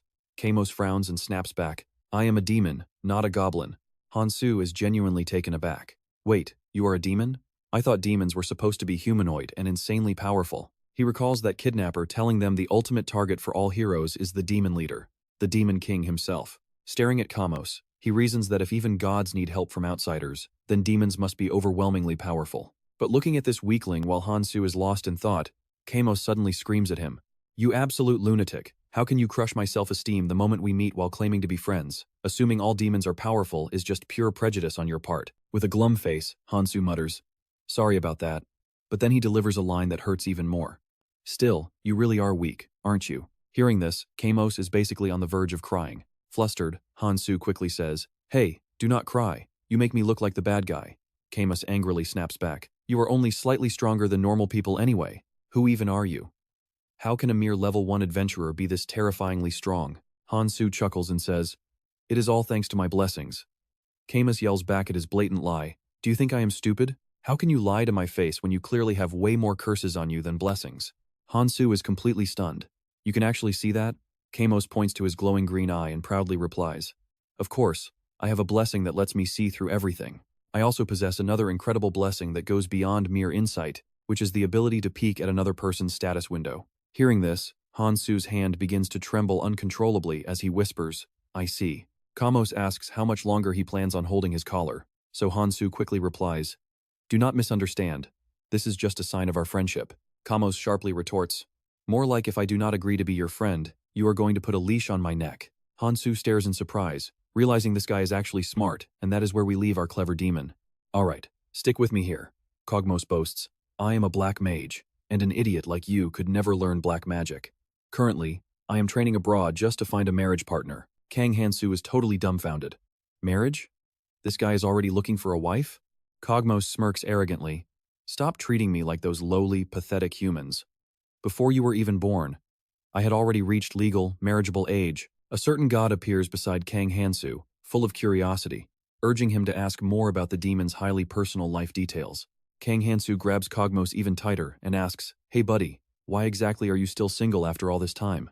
Being shaken like a rag doll, Cogmos groans, "Just kill me already. I refuse to be mocked by a mere human like you." Kang Han-soo laughs. "You are still single and a virgin. Dying now would be a waste, wouldn't it?" Ashamed, Cogmos turns his head away and mutters, "For demons, the stronger you are, the more spouses you get. I was too weak, so I ran away. I did not want to become an old female demon's 243rd husband." Kang Han-soo sighs with deep pity. How incredibly pathetic. This only makes Cogmos angrier as he yells, "Do not look down on me." Now watch closely, because Cogmos suddenly asks, "Wait, how are you even able to stand and move around?" Kang Han-soo has absolutely no idea what he means. Cogmos snorts, explaining that he used a massive amount of paralyzing drug, enough to completely disable an elf with high magic resistance. Nearby, an empty purple potion bottle sits spilled on the ground. Cogmos asks in utter disbelief, "You are only a level 1 human, so how are you completely immune to it?" The god spins the potion bottle in his hands, equally curious. Paralyzing medicine? Kang Han-soo grits his teeth, muttering angrily, "You dirty, conniving bastard." Cogmos shivers in fear at his terrifying reaction. Meanwhile, Kang Han-soo sports a devious, wicked grin. This brings back some incredibly infuriating memories. Kang Han-soo tightly grabs Cogmos by the collar. Kang Han-soo stares at the demon with an evil laugh, and Cogmos breaks into a cold sweat of sheer terror. In a panic, he casts a dark spell to bind Kang Han-soo. Dark magic slithers like a serpent up his legs, quickly wrapping tightly around his entire body. But Kang Han-soo just flexes his muscles. With a single shrug, he easily shatters the demon's magical bindings into pieces. Han-soo's hand never lets go of his collar, completely enraged that the demon dared to sneak attack him. Kang Han-soo tightens his grip, eyes bulging with rage as he glares intensely at Cogmos. Seeing Kang Han-soo's massive rage, Cogmos goes completely pale and panics, thinking, "What on earth is wrong with you? You and I can't believe it either." Cogmos screams in absolute shock as Kang Han-soo instantly shatters his powerful dark magic. "Arg, you complete monster. How did you break out of my magical binding so easily?" Kang Han-soo silently glares at him for a long, heavy moment, causing the terrified demon to break and stammer, "What do you want?" Kang Han-soo asks in a dead serious tone, "What is your connection to the village chief?" Hearing this, Cogmos bursts out laughing, mocking him. "Are you seriously that stupid? Do you have any idea how many random village chiefs I have met in my lifetime?" Seeing his mocking attitude, Kang Han-soo growls in anger. "I am talking about the chief with the knoll head tattoo right on his chest." Hearing this description, Cogmos pauses for a few seconds to think. Finally, the realization hits him. He mutters, "Ah, now I remember. You mean that pathetic man who was on the brink of death? His tragic past was so sad it practically sounded like a fairy tale, so I graciously freed him from the elves' curse, okay?" Before the demon can even finish his sentence, an enraged Kang Han-soo hoists him high up into the air. Cogmos turns pale with pure terror, not daring to speak. Boiling with absolute rage, Kang Han-soo growls, "So you are the black mage who helped that corrupt, vile chief?" Kang Han-soo's face twists into a terrifying expression, looking like a monster from hell with an incredibly chilling, creepy smile. Meanwhile, deep in the forest, the other summoned students are gathering to hunt down the roaming gnolls. The Saintess approaches them, covering her sad face, and says, "Unfortunately, the other heroes gave up on training and returned to the temple. All the training funds will now be used solely to invest in the remaining heroes." Hearing this, 2 students cheer happily. The bald kid yells, "Awesome," while his friend cheers. Just then, Prince Anasis steps forward to praise the students. Gaining 3 entire levels in a single day is truly unprecedented, exactly as I expected. "You humans are absolutely incredible." Though he smiles, he secretly plots, knowing the hero's divine blessing is the ultimate power he needs. Suddenly, a scout rides up in a panic and reports to Prince Anasis, "Your Highness, I have urgent news to report. Our scouts spotted a massive gnoll that has gone completely wild. The knights are currently trying to assemble." Before he can even finish, the Saintess cuts him off, asking what level the gnoll is. Learning it is level 5, she ponders and turns to Anasis. "These 3 heroes are also level 5 now, correct?" Anasis replies seriously, "Yes, their growth rate is incredibly fast." The Saintess decides to send them. "And trust me, you and I are about to see if they survive." "All right, you and I are jumping right into a wild beast hunt as the group tracks down an out-of-control Glon, quietly hiding behind the bushes while gesturing for silence. "Shh," Prince Alsus whispers to them. "The beast looks completely dumb, but trust me, this particular species is extremely dangerous. It can easily take down someone far stronger than me, so stay alert." Hearing Alsus, Princess Athena jumps in with her usual bright and carefree attitude. A fully grown adult is even capable of casting deadly dark magic. She says this with pure excitement, totally forgetting they are standing right next to a lethal threat. She casually adds that they must watch out when its eyes glow red. And just like that, the Glon hears Princess Athena's voice, instantly snapping its head around to investigate. To make matters worse, its eyes are already glowing a terrifying crimson red. Seeing this, everyone sucks in a cold breath, falling into an awkward silence as they mentally facepalm over Princess Athena's shockingly dense personality. Realizing they are caught, Princess Athena squeals excitedly. "Oh no, I am so sorry, guys. I totally blew our cover." She giggles while covering her mouth. Meanwhile, the Glon lets out a furious roar and charges right at their hiding spot. With things turning sour, Princess Athena and Prince Alsus immediately take a few steps back to watch. Now pay attention here. They basically throw the students to the wolves, while Alsus stands back smiling with folded arms, leaving Athena cheering on the sidelines like a fan. Choi Kang-min glares back to see them cowardly retreating, grinding his teeth in absolute fury at their betrayal. Seeing the massive Glon charging directly at them, the panicked students tremble and ask if they will survive. Choi Kang-min steps up as class president, trying to calm his classmates down by yelling that there is no need to fear. Desperately wishing he had just a bit more prep time, he notices the beast's massive build. He quickly tells his friends that its giant size means it moves much slower than the previous ones. Just make sure to dodge its brutal attacks first. But before Choi Kang-min can even finish his sentence, the Glon blitzes forward, appearing directly behind him with insane speed. Attacking like a rabid wolf, it strikes before Kang-min can even understand what is happening, setting off a massive, earth-shaking explosion that rattles the entire area. A thick cloud of smoke erupts from the impact, completely blinding everyone in a heavy fog of dust. The students are left coughing violently through the debris, desperately screaming out Kang-min's name in sheer panic. Giving them absolutely no room to breathe, the savage Glon glares with blood-red eyes, baring its wicked teeth before violently blasting the entire group back, sending the helpless students flying helplessly straight up into the air. As the Glon thrashingly tosses them around, its head suddenly bursts into roaring flames, making the beast roar in absolute agony and rage. And yeah, I know what you are thinking. Who did that? It is Eubora, standing strong with smoke rising from her hands. Once the Glon extinguishes the fire, it howls in sheer fury, prompting Eubora to quickly summon a razor-sharp blade using her weapon blessing. Bora courageously charges forward with her sword, aiming a powerful strike directly at the beast. However, the monster's iron-hard skin easily tanks the hit, leaving the giant beast completely unharmed by her sword. The Glon even grabs Bora and drives a brutal knee right into her stomach, making her cough up blood in pain as it grows even wilder. It grabs her collar, lifts her off her feet, and tosses her away like a rag doll right into Jang Mi-yeon. They crash with a painful thud, groaning in agony as the Glon grins wickedly at the sight of the defeated students. Mi-yeon holds the injured Bora and screams for her to wake up, shaking in terror while wondering what they can possibly do. As the massive beast slowly closes in, she desperately cries out for anyone to save them. With the monstrous beast looming directly over her, Mi-yeon shakes in sheer terror, breaking down in tears while folding her hands together to pray for anyone to please save her. Right at that moment, her unique charm blessing automatically activates, causing her body to suddenly release an incredibly sweet and alluring fragrance. This boost dramatically attracts any opposite-sex targets. Up above, even the curious gods are closely watching this unfold. The goddess of innocence is squealing over the lovely scent, while the evil god silently watches from the sidelines. Even the savage Glon gets completely mesmerized, slowly stepping closer to sniff her scent, gently touching her hair while muttering something unintelligible. Its hideous face turns completely dazed, as if struck by love's lightning, but while it is totally distracted, a sword instantly slices its head off. The beast drops dead instantly, leaving Mi-yeon to look up with teary eyes at her savior. Prince Alsus stands tall, gently asking if she is okay, while the goddess of innocence sighs in relief. Still deeply traumatized from that near-death experience, Mi-yeon curls up on the ground, trembling uncontrollably. While the gods continue watching, the evil god looks slightly disappointed, and the water god washes their faces with cool water. And trust me, you and I can see Alsus is just playing the hero here, pray calling them brave warriors for fighting. May the blessings of the gods shine upon you. Meanwhile, deep in the forest of Kang Han-soo, the helpless demon cries out in frustration.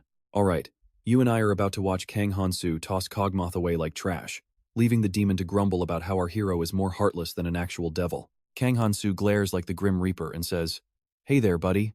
Seeing the terrifying hero standing right behind him, the complaining demon immediately breaks into a cold sweat, turns pale, and stammers. On second thought, I can't do that." Kang Han-soo flashes a cheerful smile, but his voice is dead cold. "Haha, do you have a death wish?" Suddenly, the demon panics, yelling for him to wait while casting a healing spell to fix his wounds. Like a clean stream, the magic washes away all the blood on his face, fully restoring him to perfect health. Honestly, this completely ruins Kang Han-soo's mood. Thinking it looks like a foreign ability, Kang Han-soo says in irritation, "Well, thanks for showing mercy to that village chief back there. I almost died for nothing. Now watch closely, because he gives him a choice. Take another beating, or help out." The anxious demon carefully weighs his options, saying, "That's too risky. There's a terrifying saint in the next town, and I can't die before getting married." As Kang Han-soo sighs helplessly over the demon's marriage excuse, Cogmoth suddenly cheers up and suggests, "Okay, how about we go to the second closest city instead? I'll gladly lead you there." Kang Han-soo feels relieved inside and quickly agrees. "All right, we have a deal then." He secretly agrees, since he has zero interest in meeting the goddess's annoying minions anyway. Just as they start walking, Cogmoth stops, remembering something important. "Oh, I almost forgot." Walking right behind him, Kang Han-soo impatiently asks, "Forgot what?" Turning back, the demon explains, "Since soldiers banned everyone from entering the forest 2 days ago, we have to take a detour." He looks back at Kang Han-soo, adding, "It's just a simple identity check, but a demon like me is in deep trouble there." Carrying a heavy sack of gold on his shoulder, Kang Han-soo acts understanding, but on the inside, he is absolutely furious and cursing. He knows the language barrier is going to screw him over. "Curse that goddess." Seeing our hero so mad he's about to explode, a watching deity rolls around laughing, which only pisses him off more. Meanwhile, let's check on Oh Han-woo and Arya, who are heading deep into a different forest. Grumbling with every step, Arya mutters, "You are honestly the most useless, clueless idiot I have ever had to deal with. Did you learn about this world from children's books? You don't even know where the restroom is." Annoyed, Oh Han-woo grumbles to himself. Bathrooms are never mentioned in fantasy novels or webtoons. That is his ultimate defense. He wants to snap back, but cowardice wins out when he remembers she paid for his in-room, armor, and weapons. Trapped in this awkward debtor position, he keeps his mouth shut. Suddenly, Arya spins around with an annoyed look and calls out to him. "What is it?" Oh Han-woo asks. Holding back her temper, Arya snaps, "I am sick of you constantly staring at me from behind." He casually shrugs it off, claiming he just prefers walking behind people, while secretly feeling incredibly smug about the view. Why else would such a gorgeous girl guide and watch over him? This has to be the power of his cheat blessing. It's the ultimate main character buff. He smirks, thinking of his cheat skill, until Arya angrily points right at his face. "Hey, are you even listening to me? Do you have any idea how shocked I was by your pathetic fight with that slime? Do you have zero common sense?" Oh, Han-woo stammers in fear under her intense glare. Before he can stumble out an answer, Arya warns him that they are entering goblin territory, pointing out he should have started with basic village chores. Oh Han-woo instantly rejects that boring idea, leaving Arya with no choice but to remind him that goblins are extremely dangerous. "Be careful if you want to make it out alive." Oh Han-woo casually nods, prompting Arya to sigh in sheer exhaustion. "Are you sure you get it?" Oh Han-woo just keeps gracing her with that smug, clueless smile, insisting he understands completely. Just then, a sudden gust of wind blows leaves around, as a god of fate calls over a wind deity to ask if anything interesting is going down. Seeing that several gods are actually watching him, Oh Han-woo flashes a highly triumphant grin. The number of watching deities is definitely growing. While other summoned heroes play safe in greenhouses, he plans to conquer the battlefield and steal their divine blessings. Watching Oh Han-woo smirk so creepily, Arya is too disgusted to even talk.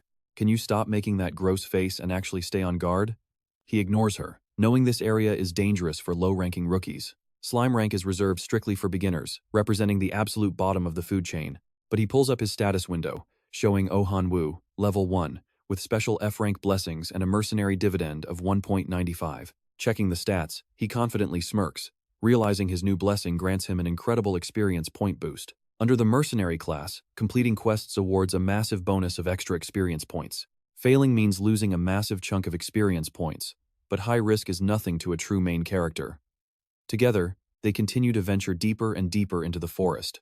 Oh Han-woo looks around and asks, "Are you sure this is the right spot?" He scans the quiet trees, but there isn't a single monster in sight. Even Arya is baffled. Where did they go? You and I will find out. Alright, let's jump into this wild story where our main character, Oh Han-woo, is still completely lost in his own heroic delusions. He smiles and says, "Trouble always finds the main character." Arya has absolutely no idea what nonsense he is spouting and asks, "What was that?" Oh Han-woo just smirks, acting cool. Meanwhile, Arya pulls out her quest list to double-check. This is trouble. It is just 5 null ears, but I thought we could finish early. While Arya worries, Oh Han-woo put his hands in his pockets and confidently says, We just need to go deeper into the forest. Arya feels they have already gone too far, and a terrible gut feeling tells her they need to turn back immediately. It is not that simple. Let us head back to the guild first and gather some information. Ohangu turns around with a smug grin and says, "Do not worry, just trust me." Seeing his overconfidence only makes Arya more anxious. What is giving you so much confidence? Before she can even finish, she screams in sheer terror. A massive axe is swinging straight at Ohangu's head. He barely looks up in time, completely panicked, and gasps. What? He barely dodges the deadly strike from a giant knoll. The brutal, powerful swing slams directly into the dirt. Escaping death by a hair, Ohangu drops to his knees, shaking and screaming in panic. Arya quickly draws her sword and charges forward. She yells, "Ohangu, pull yourself together." Using her full power, she leaps high into the air and drives her blade straight into the knoll's head. Despite the sword piercing its head, the monstrous knoll just snarls and resists the strike. Shockingly, that heavy blow did not leave a single scratch on the beast. Arya worries, realizing it is wearing thick iron armor. This is bad. She quickly retreats to Ohangu's side, asking anxiously, "Hangu, can you stand up?" Now watch closely, this massive monster in front of them has glowing red eyes and is roaring like crazy. Arya shouts, "Draw your sword, this knoll is insanely strong." Ohangu snaps out of his shock after almost dying, stammering, "What?" "Okay, right."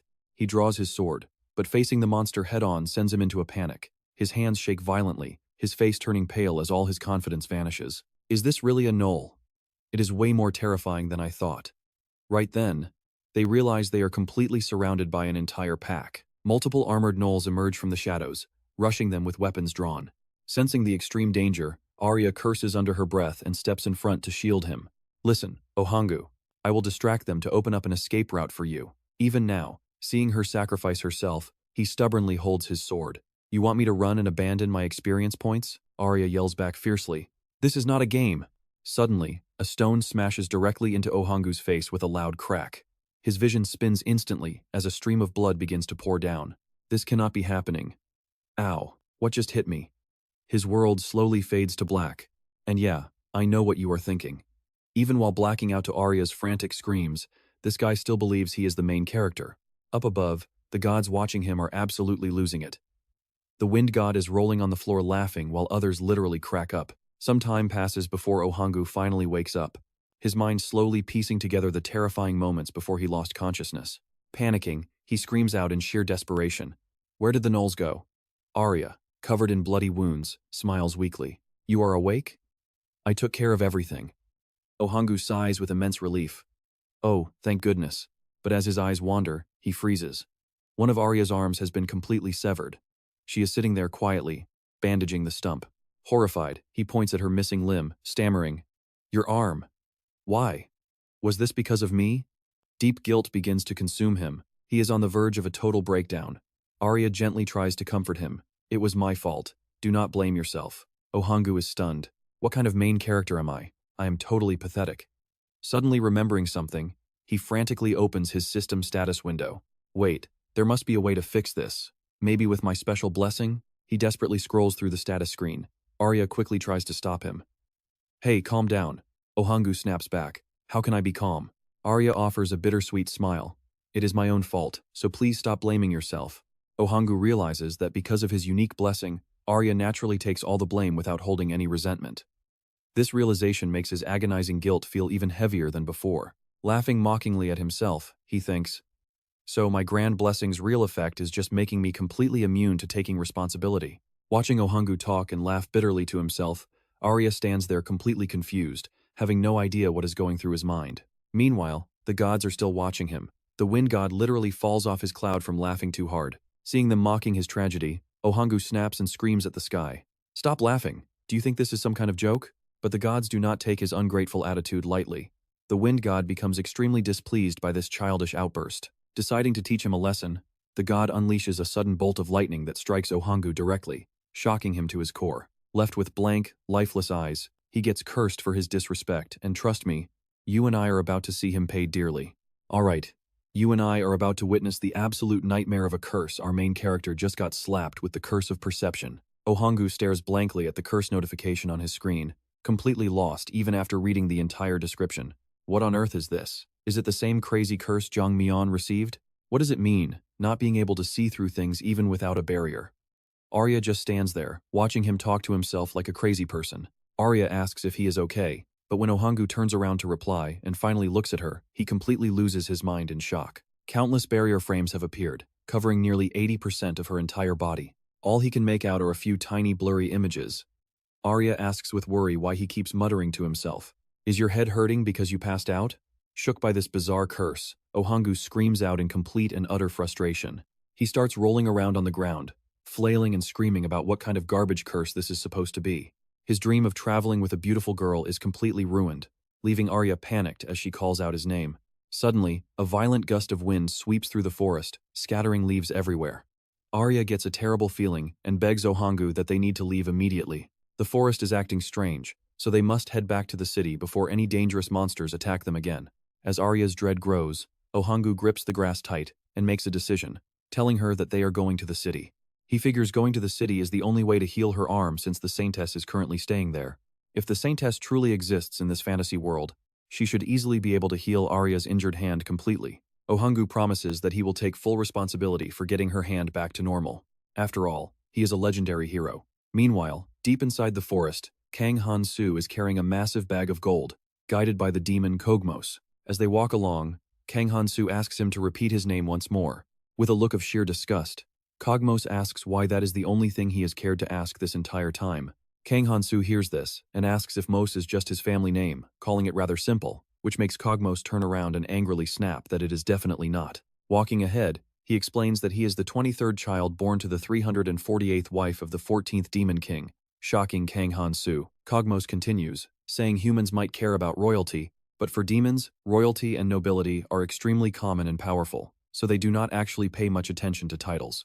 Now, I know what you are thinking, and yes, Kang Han-soo actually smiles and asks if that just means he is a low-born demon. Hearing those harsh words, Kogmos immediately crouches down in tears, forcing Kang Han-soo to quickly try and comfort him. Apologizing, he asks if Mos is a nickname, and a depressed Kogmos explains that the name was given by an old friend, who is now the 425th wife of the 7th Demon King. Recalling those painful memories, he sadly adds that he could not even congratulate her when she gave birth to her first child. Kang Han-soo quickly grows tired of hearing Kogmos ramble on and on about this old female friend.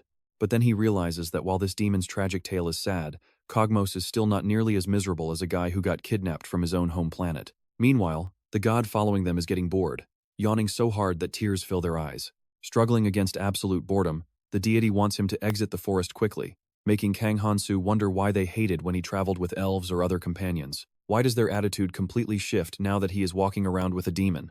As the two continue walking, Kogmos suddenly spots something highly interesting on the ground, a massive, giant footprint. Pointing at the track, Kogmos says they have finally arrived.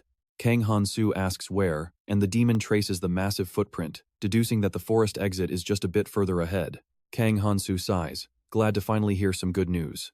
Kogmos warns him not to let his guard down, because leaving the forest means entering the demon boundary, the Kingdom of Nights, leaving Kang Han-soo confused. The Kingdom of Nights? Emerging from the woods, they are greeted by a massive open terrain under a beautiful, starry sky. Kogmos notes that it is also the border of the orcs, leaving Kang Han-soo wondering what that means. With his eyes glowing bright, Kang Han-soo scans the vast open area ahead, searching for targets. He wants to see if there are any friendly faces among them. Listening to the surroundings, Kogmos warns that these orcs are on a completely different level compared to the gnolls he fought earlier, pointing out that he already spotted one from above. Kang Han-soo looks around frantically, asking where it is. Suddenly, an orc below senses movement and silently sniffs the air. Following the direction Kogmos points in, Kang Han-soo finally spots a whole pack of them. They are massive, muscular beasts with wild boar faces. And trust me, we are in for a fight. Look closely with me, these monsters are actually equipped with armor and weapons, and they're even leading horses. Kang Han-soo asks in surprise, "Wait, what did you say just now? They look just like regular orcs to me. Since when do normal orcs raise livestock?" Suddenly, one of the orcs speaks up. "What is this? Why do I smell humans nearby?" Another one confirms, "You are right, and they are all men." The surrounding orcs start licking their lips, already drooling for a taste. Well, they won't taste as good as women, but they'll still fill our bellies. With that, the horde gathers to hunt down their prey. One of them yells, "They are right there." Cosmos panics, whispering, "Damn it. This is entirely your fault." Kang Han-soo asks blankly, "What?" Cosmos snaps back angrily. "Your eyes are literally glowing like those goblins in the dark. Do you not realize how much you stand out in the pitch black? Only then does Kang Han-soo catch on, replying, "Ah, right. I completely forgot because I'm so used to it." Hearing his excuse, Cosmos is left utterly speechless. Forgot? Really? Kang Han-soo shifts his eyes back to normal, asking cheerfully, "Tada, is this better?" Cosmos, absolutely losing his mind, snaps at him, "You absolute idiot. Why did you not do that earlier when we were trying to hide?" Kang Han-soo chuckles, covering his mouth. "But it looks so cool," he giggles. Cosmos, seeing him still laughing, yells in frustration, "Are you completely brain-dead or what?" Watch closely here before Cosmos can even finish. The heavy footsteps of the massive orc pack draw near. Kang Han-soo suddenly flashes his eyes red. Dropping his playful smirk, he adds, "Besides, this gives me much better night vision. 1, 2, 3. About 10 of them. Aren't they taking their sweet time, though?" While Kang Han-soo is completely confident he can handle them, Cosmos is sweating bullets, muttering, "This is your fault. These orcs trade and steal all the time, which means they can sniff out valuable things from a mile away. Look at yourself. You look like a tired, third-rate mercenary who just survived a battle. You literally reek of money, and they are definitely coming for you." Right at Kang Han-soo's feet lies a heavy, sparkling pouch of gold, completely transfixing the orcs. Eager for some action, Kang Han-soo leaps right off the cliff. "Let me go down and have a chat." Cosmos frantically yells after him, "Hey, wait." But it is too late. Kang Han-soo is already standing right in front of the horde. Left on the cliff, Cosmos sighs in defeat. "Just do whatever you want." With a smug grin, Kang Han-soo looks at them. "Hey, orcs." The orcs immediately start shouting over each other. "Look at this skinny pig. Hand over your valuables, you weak little porker." Their chaotic shouting leaves Kang Han-soo totally confused about who to answer first. Finally, their leader steps up to speak. "Hey, skinny pig, don't you understand the language of pigs?" Kang Han-soo sighs. "Who exactly are you calling a pig? I am a human, got it?" But this lead orc clearly lacks a few brain cells. It dumbly grunts. "A pig that speaks our tongue?" Another one quickly chimes in. "A skinny pig who knows how to talk like an orc. He must be a highly intelligent skinny pig." Kang Han-soo just facepalms, completely speechless at these complete idiots. They start clamoring again, shouting, "Hey pig, give us all your gold right now or we will slaughter you on the spot. And even after you hand it over, we're still gonna kill you."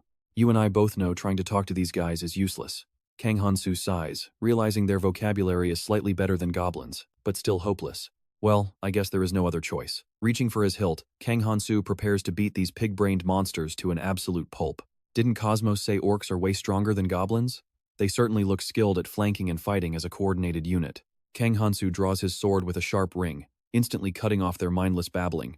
"Hey you green pigs, why don't you try handing over everything you have to me instead?" The orcs snap back angrily. "We are orcs, not pigs." Kang Han-soo does not waste another second letting them argue. He lunges straight forward, delivering a brutal punch right to the leader's jaw, sending him flying back as he spits blood and screams in absolute agony. Kang Han-soo continues his charge. Is he actually going to take them all down alone? He does not need to overthink this. He is relying on the outsider's blessing, hoping it will get the job done. Watching their comrade drop from a single blow leaves the other orcs completely stunned. Seizing the momentum, Kang Han-soo dives headfirst into the pack, unleashing a flurry of heavy, bone-shattering strikes with a bloodthirsty grin. "I am the one who calls the shots around here." He is determined to smash their pig heads in to show them who the real target is.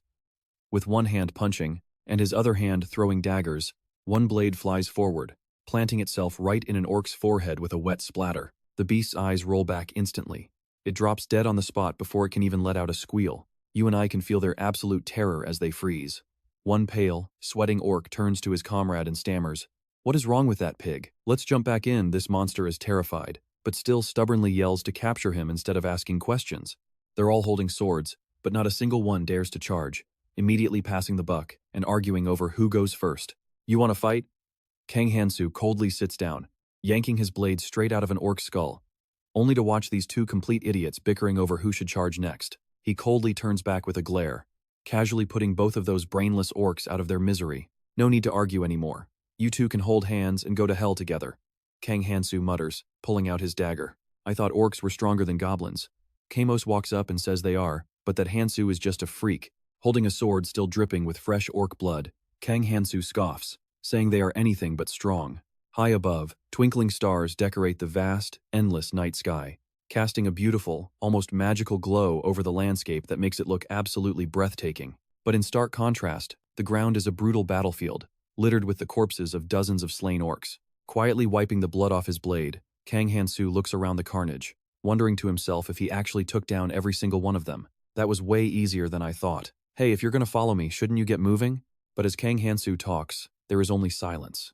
He turns around, and Kamos is nowhere to be seen. Looking closer, he suddenly spots Kamos hiding behind a rock, whimpering in pain as a massive, mysterious fire completely consumes both of his legs. Now watch this part carefully. The demon is writhing and coughing in pure agony, leaving Han-soo completely shocked as he asks what happened. What is this? It looks incredibly dangerous. Han-soo stands there completely frozen, having no clue how to save Kamos from the flames. Gritting his teeth as cold sweat pours down, Kamos tells him to look up at the sky. Suddenly, a powerful gust of wind sweeps across the night. Confused, Kang Han-soo looks up to see what's causing it. High above, a majestic pure white dragon with 4 massive wings is soaring through the clouds, sporting eagle-like legs armed with terrifyingly sharp, heavy talons. Han-soo gasps. Whoa, that thing is huge. Is it some giant lizard god, or a dragon?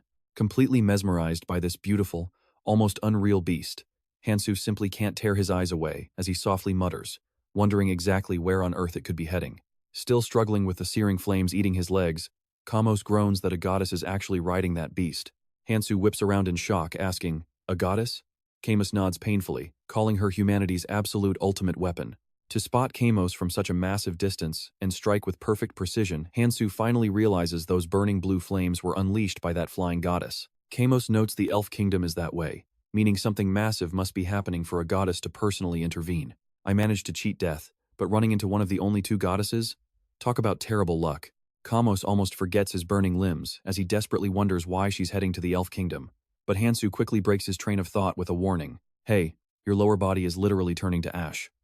Kamos ignores the goddess talk, desperately trying to extinguish the fire. This injury is nothing to a demon like me, but wounds inflicted by a goddess take a long time to heal. So Kamos gives Han-soo a pleading look and demands to be carried, but Han-soo instantly shuts him down with a hard no.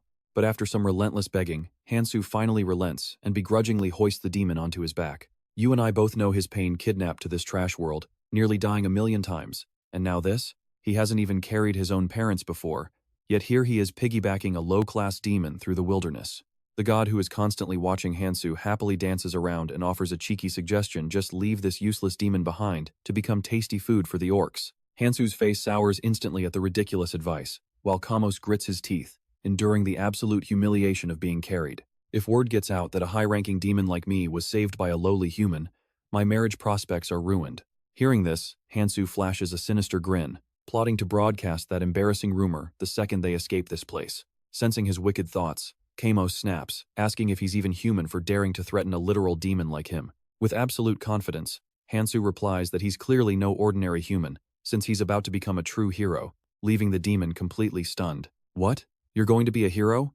Han-soo shoots back, asking if he's blind to his holy status window. Kamos is absolutely flabbergasted, realizing that the dreaded hero's curse has somehow been placed on a demon. When a demon loses to a hero and flees, they're slapped with the hero's curse, which severely stunts their leveling and makes any hope of revenge totally impossible. A cursed demon is basically no different from a walking corpse. Han-soo groans, realizing Kamos is completely useless now, muttering about how incredibly bizarre and twisted this fantasy world's logic actually is. Still, Kamos wonders aloud how a seemingly weak, lowly human could possess such an insane amount of raw power. Is it just an elf blessing or some secret magic? Trust me, we're about to find out. Alright, let's look at Kogmos excitedly grabbing Kang Han-soo, shaking him crazy over this weird outsider blessing. Han-soo immediately warns, hey, you are going to fall, as the demon stops to think. I've gathered tons of intel while traveling the world, but I've never once heard of this outsider's blessing. He tries to compare it to similar curses, but Kogmos quickly opens Kang Han-soo's status window to check. Name: Kang Han-soo. Level: 1.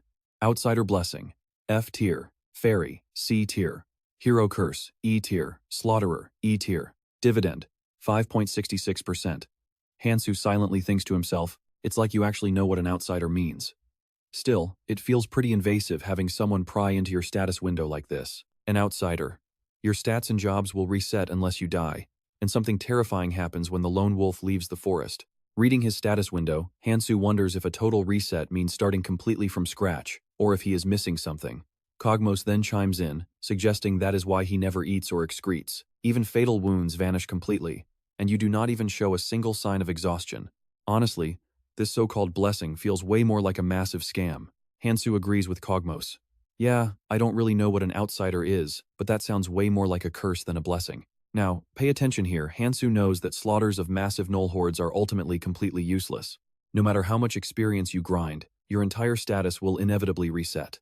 When that happens, you are stuck and will never be able to level up again. Peeking from behind, Kogmos asks, "Wait, then how did you get so ridiculously strong?" Han-soo begins explaining the whole story to him. You've got a point there. They quietly resume their journey, unaware that a certain god is still silently watching them. She suddenly sighs in sheer helplessness, a god sighing, quietly reminiscing about the distant past. Han-soo looks up, deeply puzzled. An outer god? Meanwhile, inside the temple, the other students have been healed by the saintess and are currently resting. One frustrated classmate kicks the wall in anger. Damn it, you keep failing. How do you dare call yourself a legendary hero after losing so miserably? Kang-min turns around, snapping back. You are not the only one who lost, so just calm down. Seeing Kang-min snap, the boy quickly stammers, but Prince Alu steps up, clapping to lift everyone's spirits. Alright, don't lose heart. A wild gnoll is naturally much stronger than usual. Once you guys level up, you'll easily defeat it. The group responds with a weary sigh. Fine. Alice silently thinks to himself, their average level up speed is 4 levels, so everything has been going smoothly up until now. And here is the twist, there are no more gnolls left for the heroes to hunt. Just then, a panicked soldier rushes inside to report. Your Highness, we cannot find any trace of the mercenaries who wiped out the entire gnoll population. Alus frowns and asks, what else did you uncover? The soldier reports, since it was a massive horde of gnolls, I suspect they were eliminated by a famous high-ranking mercenary. Handing Alus a written report, he adds, however, our analysts believe a holy night order did this. Alus raises an eyebrow, highly skeptical. A night order? The soldier nods. Yes, sir. They noted that the sword strikes on the gnolls' corpses are completely identical. Skimming through the report, Alus mutters, this is incredibly strange. He recalls that to let the heroes hunt in peace, the forest entrance was strictly off-limits. Yet, a mysterious group of elite knights managed to raid and slaughter every single gnoll in just one day? And the theory that a single person did this? Alus chuckles, dismissing the wild idea as completely ridiculous. Alus quickly issues a command. Commander! The general steps up, ready. Yes, your highness. Alus continues. It is a bit early, but prepare to have the heroes hunt orcs next. The soldier asks for further orders. What about the ongoing investigation, sir? Alus replies coldly. Hand it over to the Information Guild. We have some sudden plan changes, so we cannot afford to waste time worrying about this. Commander, dismiss and prepare. Understood, sire. Alus decides he will personally accompany the heroes from now on. Suddenly, boom. The heavy doors are slammed wide open with a loud crash. Oh, Han-woo stumbles inside, panting heavily. Alus gasps in shock at his appearance. The hero is carrying Arya on his shoulder. He carried her all the way from the forest to the city at absolute top speed, desperately hoping to heal her severed hand. He looks at Alus, taking a breath, and screams, where is the saintess?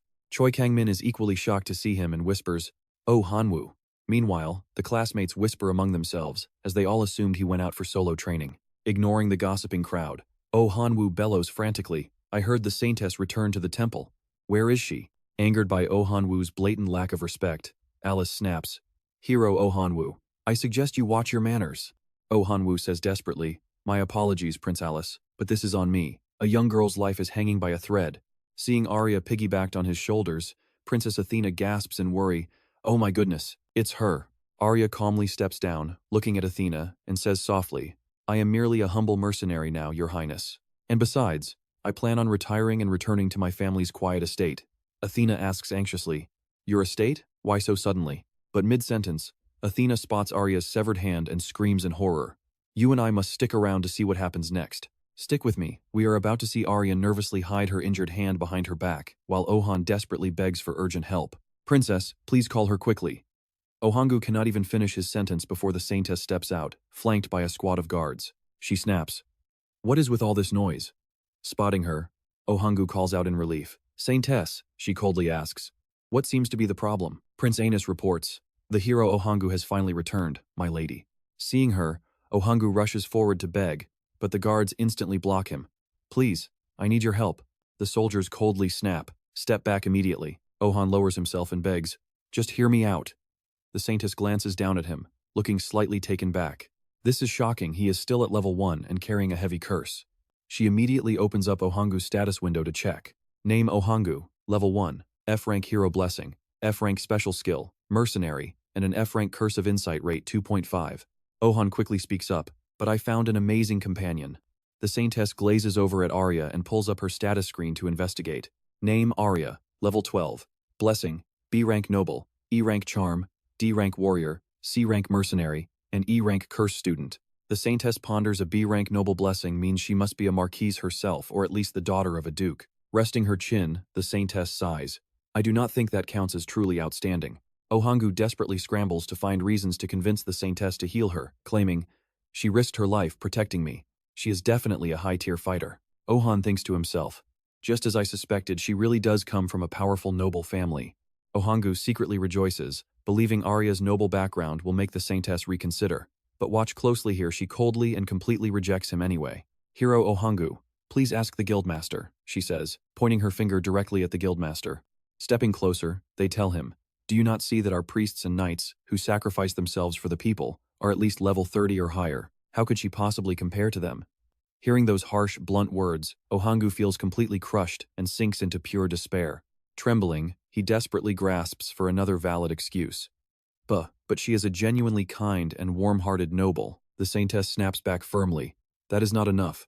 Let me ask you one more time, how is she outstanding? Gritting his teeth, Ohangu musters all his courage, stands up, and shouts, it is her potential. The Saintess calmly replies, I see. I am sure she will become a beautiful lady in a few years.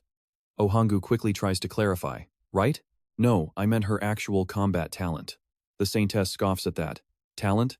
Please, if we are talking about talent, your friends are all bursting with it. While you were out wandering for 5 whole days stuck at level 1, your classmates easily reached level 6. Their sheer talent exceeded all expectations. Utterly shocked, Ohan turns to look at his classmates, completely speechless and stuttering, and you and I can see why he freezes up because suddenly, his smirking classmates look like terrifying demons. They laugh mockingly and jeer at him.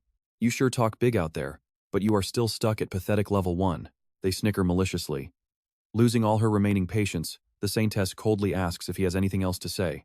Ohangu slams his fist onto the ground in sheer frustration, thinking, this is so humiliating, but I have no other choice. He decides to channel his special skill into his words along with his blessing. Arya is my most precious companion. Please, I beg you, heal her hand. This is my desperate request. The Saintess shuts him down instantly, saying, I refuse. His special persuasion skill is instantly shattered by the Saintess, having absolutely no effect on her whatsoever. Realizing his power failed completely, Ohangu just freezes right there on the spot, utterly shocked and speechless. The Saintess warns Ohangu, prove your worth before making demands. Why should I pay for a debt you brought on yourself? Hero Ohangu.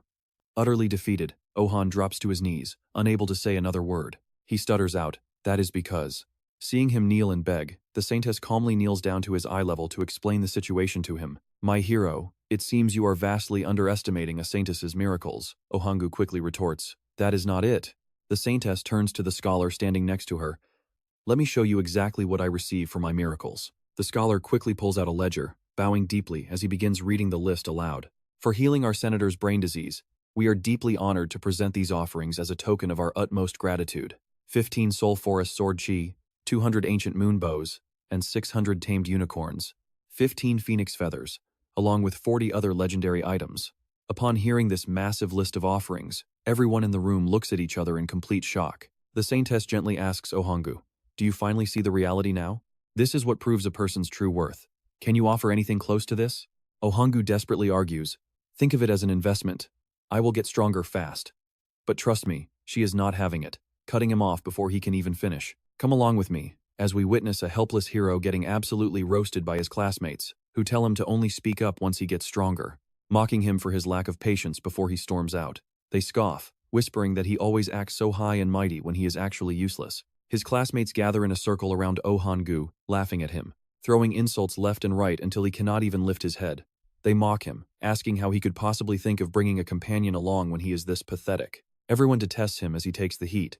Meanwhile, the gods watching this entire drama unfold are highly amused, eating up every second of his misery. One god remarks that lying is bad, while a rebel god king sighs in disappointment at his utter lack of confidence. Suddenly, Eubora raises her hand to speak, politely asking the Saintess for forgiveness before requesting to take that heavily wounded mercenary in as her own personal companion. Seeing Eubora's request, the Saintess pauses to consider the hidden motives behind this sudden offer. Even though she seems lagging behind the other heroes, Letting her operate alone would be a total waste of her incredible potential. Still searching for a way to unlock that hidden power, the Saintess quickly accepts Yubora's proposal. Since an outstanding warrior like Hero Yubora desires this, she is free to go ahead with it. Pay attention here, because the Saintess realizes how useful this girl will be as a companion.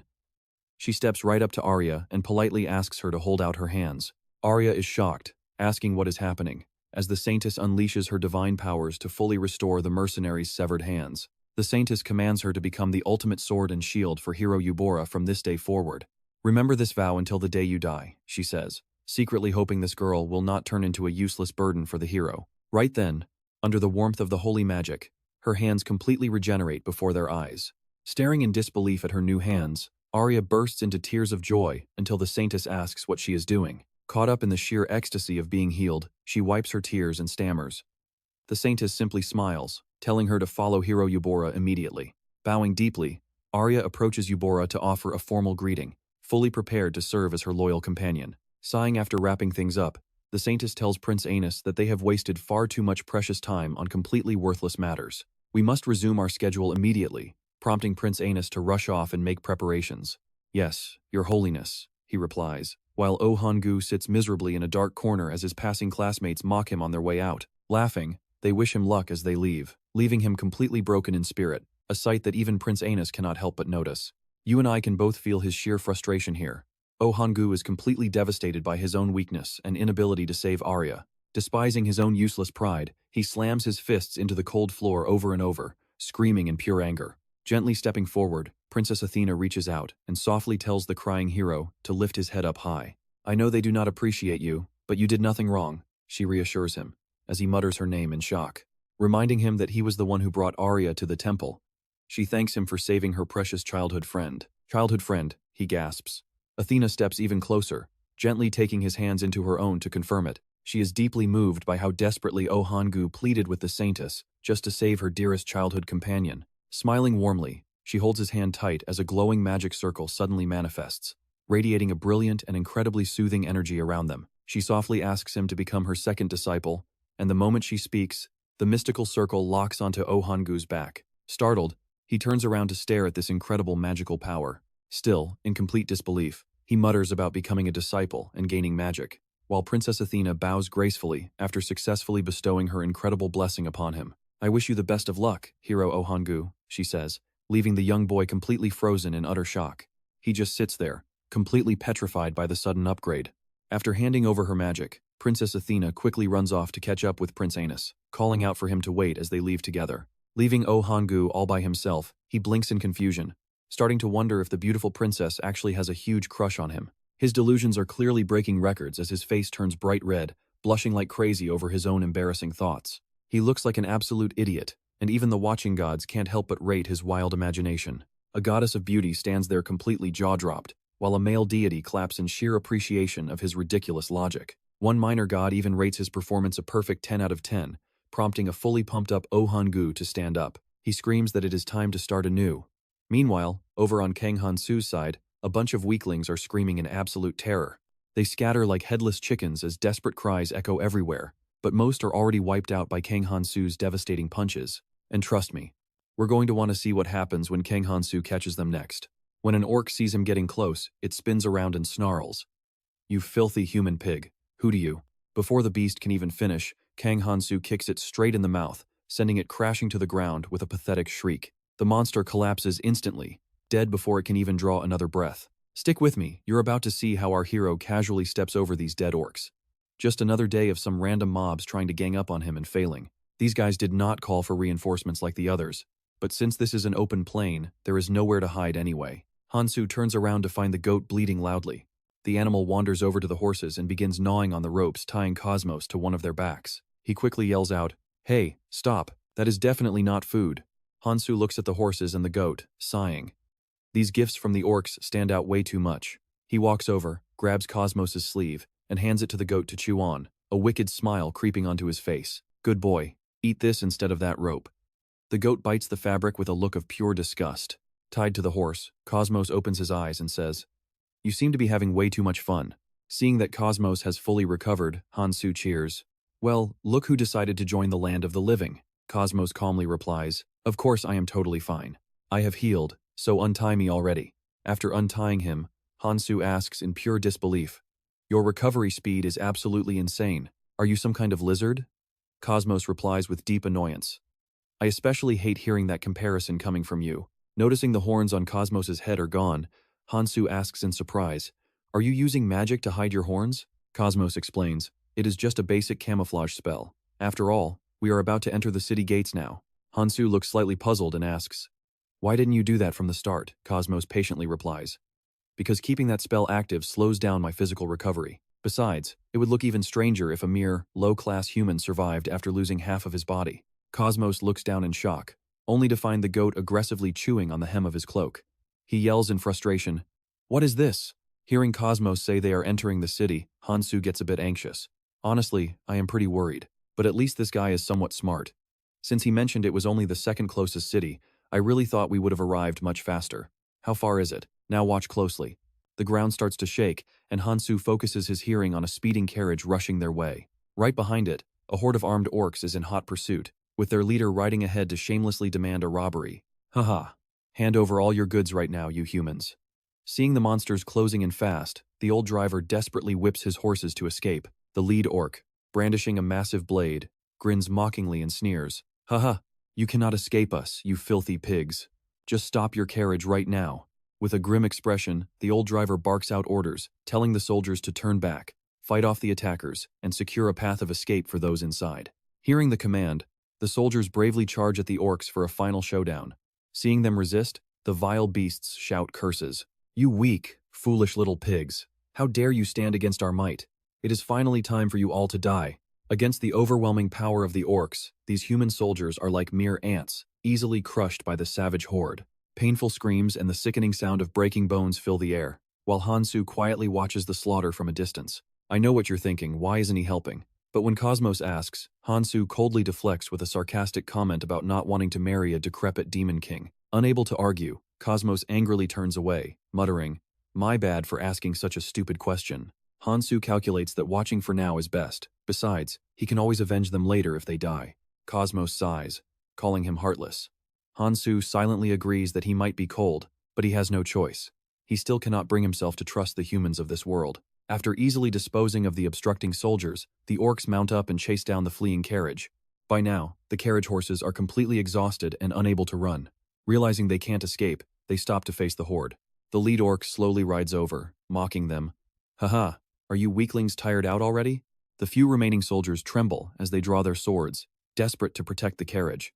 They shout at each other, clearly resolved to fight these monsters to the death. One of the orcs sniffs the air deeply, turning to the leader. Hey, I smell female pigs. The leader shows no interest, commanding, ignore them, just grab the food and let's get out of here as fast as possible. Suddenly, the carriage door swings open, catching the lead orc off guard. Stepping down are two young women who look incredibly bold and confident. They calmly exchange words, showing absolutely zero fear on their faces. The surrounding monsters shout, look, female pigs, while their leader bursts into a loud, mocking laugh. Haha, if you had just stayed inside quietly, we might have let you live. You really are foolish pigs. But the two girls show absolutely no sign of fear. One draws her sword while the other readies her fire magic. Both are fully prepared for battle, exchanging a quick nod before immediately charging forward. The girl in pink summons a massive fireball, blasting it straight at them.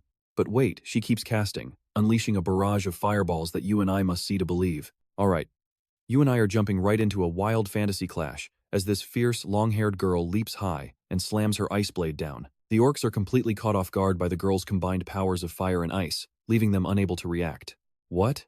The combination of fire and ice triggers a massive explosion that literally blows the orcs to pieces. Nearby soldiers cheer loudly, celebrating a victory that feels like returning from the dead. Watching from a distance, Kang Han-soo praises them. She is pretty strong. Is that magic? Lanavel, however, looks extremely annoyed. She crosses her arms and scoffs, saying it is nothing. Kang Han-soo drops his hands and says, I really hate this. Confused, Lanavel turns to him and asks, aren't you glad they saved innocent lives? Kang Han-soo replies, of course that is not it. Shyly scratching his head, he says, I just feel it is a waste that I missed the chance to get my revenge. Lanavel's face darkens. Is there even a difference? Seeing how quickly the two girls defeated the orc squad, Kang Han-soo realizes they must be the true elite of this fantasy world. Making connections with powerful people like them would definitely make surviving in this savage, uncivilized fantasy world a lot easier for him. Kang Han-soo gets an idea. Taking a deep breath, he lets out a long howl and shouts at the top of his lungs. There is a very beautiful sow right over here. Thanks to the hero's curse, the nearby humans do not understand a word he is screaming. Startled by his sudden, loud howling, Lanavel asks, "Hey, what on earth are you doing?" But Kang Han-soo knows that those green pigs can understand his words perfectly. With a sly, villainous look in his eyes, Kang Han-soo mutters, "I'll take care of these livestock all at once." Causing chaos sounds fun. Meanwhile, the girl in pink conjures a flame. But don't blink, because this is where things get crazy. The ground starts to violently shake, and a massive horde charges in at blinding speed, kicking up a thick cloud of dust. A massive horde of orcs riding bulls charges in, yelling and fighting among themselves in an extremely loud and chaotic mess. Haha, those sows belong to me. Get out of the way, they are mine. Hearing the noise, the soldiers immediately brace themselves. They were already struggling to finish off the few orcs in front of them, and their energy is completely drained. Terrified, they look back to plan a safe retreat. Lanavel rubs her chin in sheer disbelief that he actually used a curse to summon the orcs. Seeing the massive crowd of orcs gathering, Kang Han-soo eagerly draws his dagger. Time to play the hero and save the ladies. Lanavel asks, "Isn't this completely different from your original goal?" Walking forward with a smile, Kang Han-soo replies, "Plans change, you know." Seeing Kang Han-soo trying to rescue the humans, an outer god demands that he just let them die. Kang Han-soo calmly replies, "Just let it slide this once." Meanwhile, the orcs surround the group, trapping the two girls in the center. I know what you're thinking, can it get any worse? Well, yes, as these monsters surround the girls, looking at them with disgusting, hungry smiles. A particularly powerful-looking orc steps forward and grunts. "The female pigs belong to me. Kill all the rest." Heh. Clutching her sword, the long-haired girl desperately mutters something as cold sweat pours down. Meanwhile, Kang Han-soo steps into the crowd of orcs. Smiling as he observes the girls, he calmly says, "Wow, they still look like they can hold out. Maybe I should wait a bit longer." The lead orc is highly annoyed seeing this weak-looking human standing right beside him. What is up with this scrawny pig? Smiling back, Kang Han-soo casually introduces himself, saying he is merely a passing apostle of an outer god. He immediately swings his giant sword high, aiming to catch Kang Han-soo off guard and chop him to pieces first. Watching the sword slice down at him, Kang Han-soo quickly leaps backward to dodge the attack, entirely unfazed. With a highly surprised look on his face, he mocks, "Do you orcs always love to talk this big?" Kang Han-soo agilely dodges the oncoming attacks while the furious orcs yell, "Die, you useless pig!" Seeing them blindly swinging their weapons in a complete rage, an amusing idea suddenly pops into his head. He immediately shoves his fingers straight into an orc's nostrils, saying, "Let me borrow your nose for a second." The poor monster is completely stunned, standing there in utter shock at what just happened. With a powerful grip, he flips the giant orc over and sends him flying. The flying orc crashes heavily into the others nearby, knocking them down like a row of dominoes. Horrible, agonizing squeals echo through the air. Seeing this bizarre sight, the two girls quickly back away in sheer terror. Kang Han-soo is thrilled to see his move knock out several enemies at once, though he is also slightly disgusted by the dirtiness of it. He stares down at his two fingers, which now smell absolutely revolting. Enraged by his stunt, the remaining orcs refuse to give Kang Han-soo any room to breathe, launching a relentless barrage of wild slashes that keeps him on his toes. Dodging frantically, he gasps as they strike even faster, yelling, "Die, scrawny pig!" And that's where we leave it for now, trust me. You're going to want to see how he survives this madness after dodging hundreds of deadly strikes with a smug, self-satisfied grin on his face. Alright, you and I are jumping right in as CM suddenly screams from behind. Hearing the warning, he quickly spins around to check. What? Right then, an orc charges straight at him with an absolute speed that is completely invisible to the naked eye. It screams out in pure rage, shouting "Die," before swinging its heavy sword directly at Kang Han-soo. It all happens so fast, leaving CM watching from afar in absolute panic.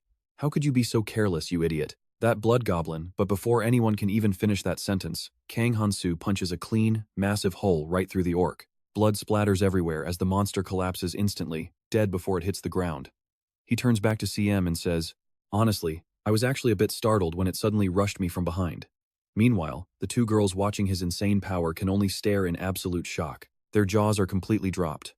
He calmly pulls his bloodied hand out of the corpse and asks, "But what exactly did you want me to be careful of?" Seeing Kang Han-soo acting completely innocent, CM internally fumes and curses, thinking, "This absolute brat." Slumping in defeat, CM sighs and says, "Nothing. Just forget it." But Kang Han-soo looks at the fallen orc, wondering, why did that goblin suddenly go completely berserk? Now, watch closely. Could that be a hidden skill similar to those other monsters? Maybe I shouldn't have killed it so fast, so I could study that ability. Meanwhile, the surrounding soldiers are so deeply moved, they are literally crying. They happily babble away, and Kang Han-soo can only catch a few broken words like, "We almost died, and you saved us." Hearing those key words, he lets out an arrogant, proud chuckle. He thinks to himself, that is pretty good. It is not much, but I am finally picking up a few words, making all that studying with that idiot totally worth it. Suddenly, his guardian god angrily slaps his head. The god is annoyed that he is not acting like a true outsider, demanding he be fair by just slaughtering everyone in sight. Kang Han-soo just sighs helplessly, thinking, please, just calm down already. The other orcs are shaking in fear, muttering about how insanely strong this pig is. But one fearless orc rallies them, shouting, don't worry, he must be exhausted after fighting all of us. But right as it charges forward with a roar, a flying object suddenly hits it square on the head with a massive thud. The orc grinds its teeth in absolute pain, wondering what just hit it. Looking closer, it panics as it realizes it is a severed goblin arm. A goblin arm! Kang Han-soo steps forward with a cheerful smile, calling out, all right kids, which one of you can turn red? Raise your hands.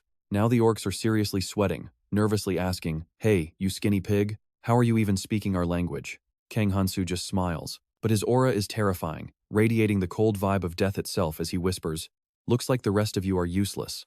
Goodbye. You and I can guess how this ends from broad daylight to sunset. The last orc finally collapses. CM cautiously walks over, asking him, is everything all right? Kang Han-soo stands before a mountain of dead orcs, blankly asking, what do you mean? Once he finally processes her question, he smiles. After all, I am still perfectly fine. CM bluntly sighs and points toward the survivors they met this morning, saying, not you, look over there. Kang Han-soo happily turns his gaze to see their reactions. Oh, the crowd is no longer smiling. Instead, they are staring at him in sheer terror, completely on guard. Feeling a bit awkward, he scratches his chin and whispers to CM, it seems I overdid it with my strength just a tiny bit. You should go handle this. Annoyed that he is dumping this on her, she screams in outrage. What? Yet, she still steps forward to smooth things over, muttering a quiet curse under her breath. Standing before the crowd, she politely introduces them, saying, I am the mage CM, and this is the swordsman, Kang Han-soo. As you can probably guess from his rather unique name, my quiet friend here actually does not speak your language. Seeing Kang Han-soo flash a friendly smile, the soldiers finally ease their guard. CM glances back at him, thinking, wow, this guy is a total pro, acting completely cool and unbothered. Suddenly, a girl in a dress points at Kang Han-soo, nervously asking something. CM immediately offers a reassuring smile and explains, just as you pointed out, he does indeed carry the curse of the hero. But looking closer, he also has a C-rank blessing of the elves. Since you are destined to be a friend to elves, your lifespan and youth will be greatly extended. Additionally, any positive effects or affection you receive from the elf race will be amplified many times over. It is an ultimate symbol of trust, since even those married to elves usually only get an E-rank blessing. Hearing this, Kang Han-soo covers his mouth. It seems this elven blessing is actually highly beneficial to me, something I was completely unaware of until now. But as he turns away, sudden rage boils up as he remembers the truth. Wait a minute, this entire damn misunderstanding is completely that annoying goddess's fault. The girl in the pink dress speaks softly with an apologetic face, looking up at him with sparkling, teary eyes and a gentle smile. CM translates for him, saying she is deeply sorry for doubting the hero who just saved her life. As night falls by the crackling campfire, Kang Han-soo sits alone in silence, reflecting deeply on everything that went down. And that is where you and I leave it with a massive drawback, where all of his overpowered stats suddenly get reset to completely normal. Every single one.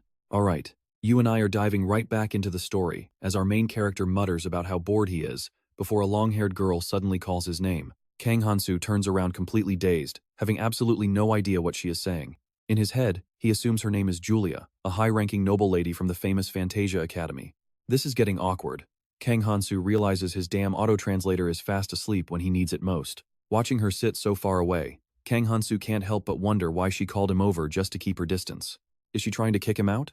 Suddenly, she calls out Kang Han-soo's name again, adding something that makes him gasp in total shock, demanding to know why. Over at the Holy Temple, the usual, quiet, solemn atmosphere is completely shattered by a massive scene early this morning. Oh Han-woo is shouting right at the entrance, demanding to know why he is blocked, while the guard coldly tells him he is barred from entering. Oh, Han-woo angrily snaps back, claiming he is a hero too, but a sarcastic voice suddenly cuts in, calling him a total failure instead. Oh, Han-woo is stunned, stuttering out a confused, What did you say? A scholar slowly steps out of the temple, explaining that since he abandoned the sanctuary, his official funding is cut. He now has 3 choices. Still completely clueless about what is going on, Oh Han-woo asks about the choices. The scholar coldly replies, Option 1, take a payoff and quit. Choose this, and you can never call yourself a hero again. Say it even once, and the death penalty will be carried out immediately. Oh Han-woo turns pale with absolute terror, gasping, Death penalty?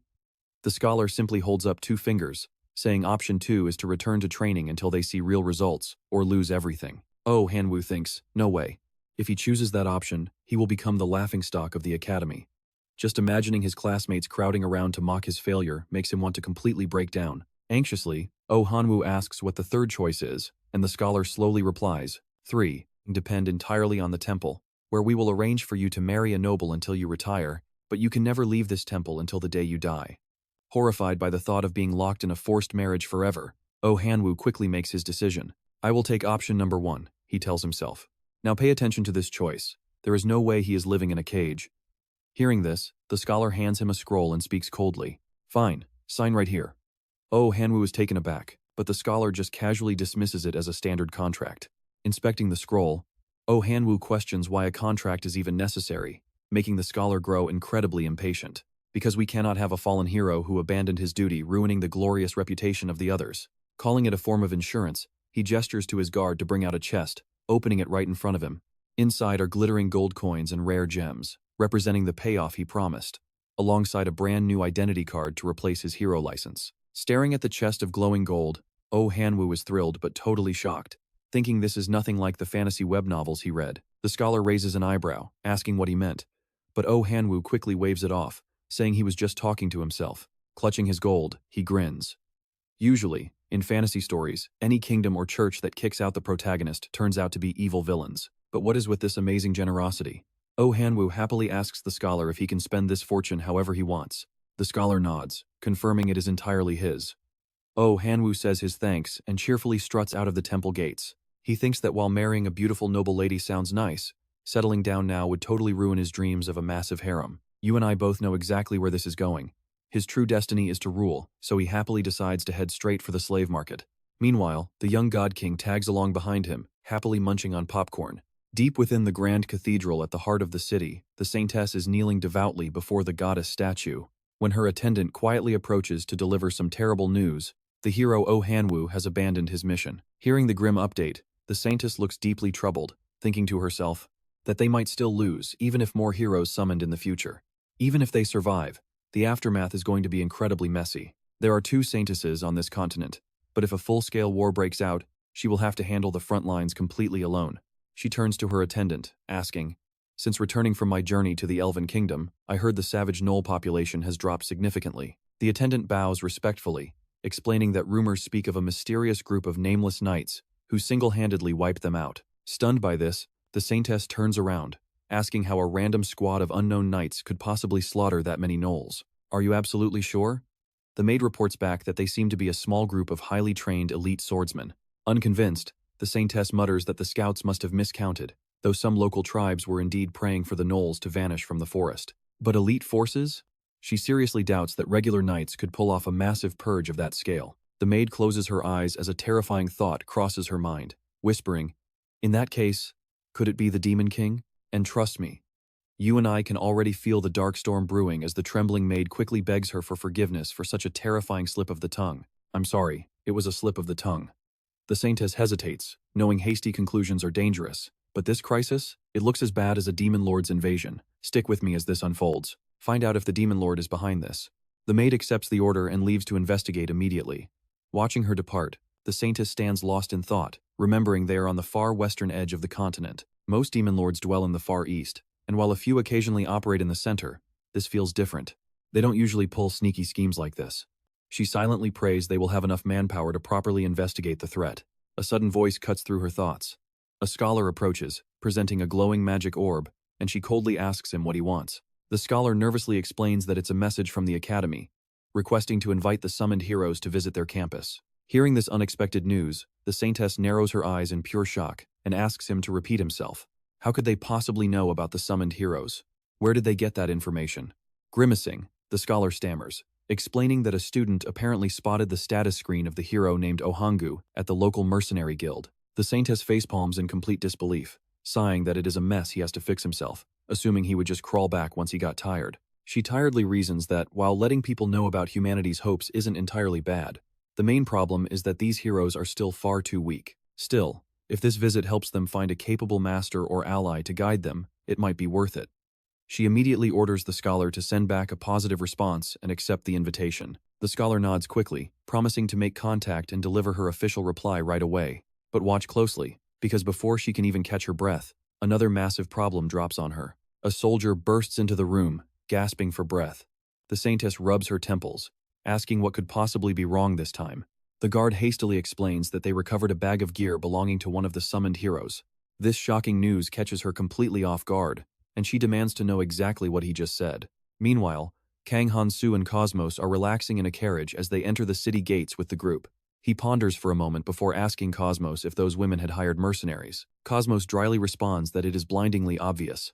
Suddenly, a mounted mercenary rides up close to the carriage, shouting something over to Kang Han-soo. Cosmos translates, explaining that the man wants to know how he is so powerful while only at level 1. The mercenary also wants to know his training secrets, prompting Kang Han-soo to scoff at how shamelessly bold these guys are. Cosmos asks if he should translate that as being disgusted by the man's greed, making Kang Han-soo quickly wave his hands in panic. No, absolutely not, he says. Cosmos calmly explains there is no need to feel bad, since asking for training secrets is incredibly rude anyway. After all, these mercenaries view their bodies as their only real assets. They naturally obsess over physical power. Kang Han-soo looks confused and asks if he is basically saying all mercenaries are completely shameless. Do they only care about themselves? Cosmos groans and tells him not to put words in his mouth, explaining it is just hard for them to open up. Normally, most of them just fight and die on the battlefield. Now, you and I both know Kang Han-soo loves finding exploits, so he eagerly asks why anyone would even want this deadly job, forcing Cosmos to sigh. It is because having the mercenary class blessing allows them to gain easy experience points simply by completing various guild quests. Kang Han-soo glances over at them, silently pondering the concept of experience points. An idea suddenly sparks.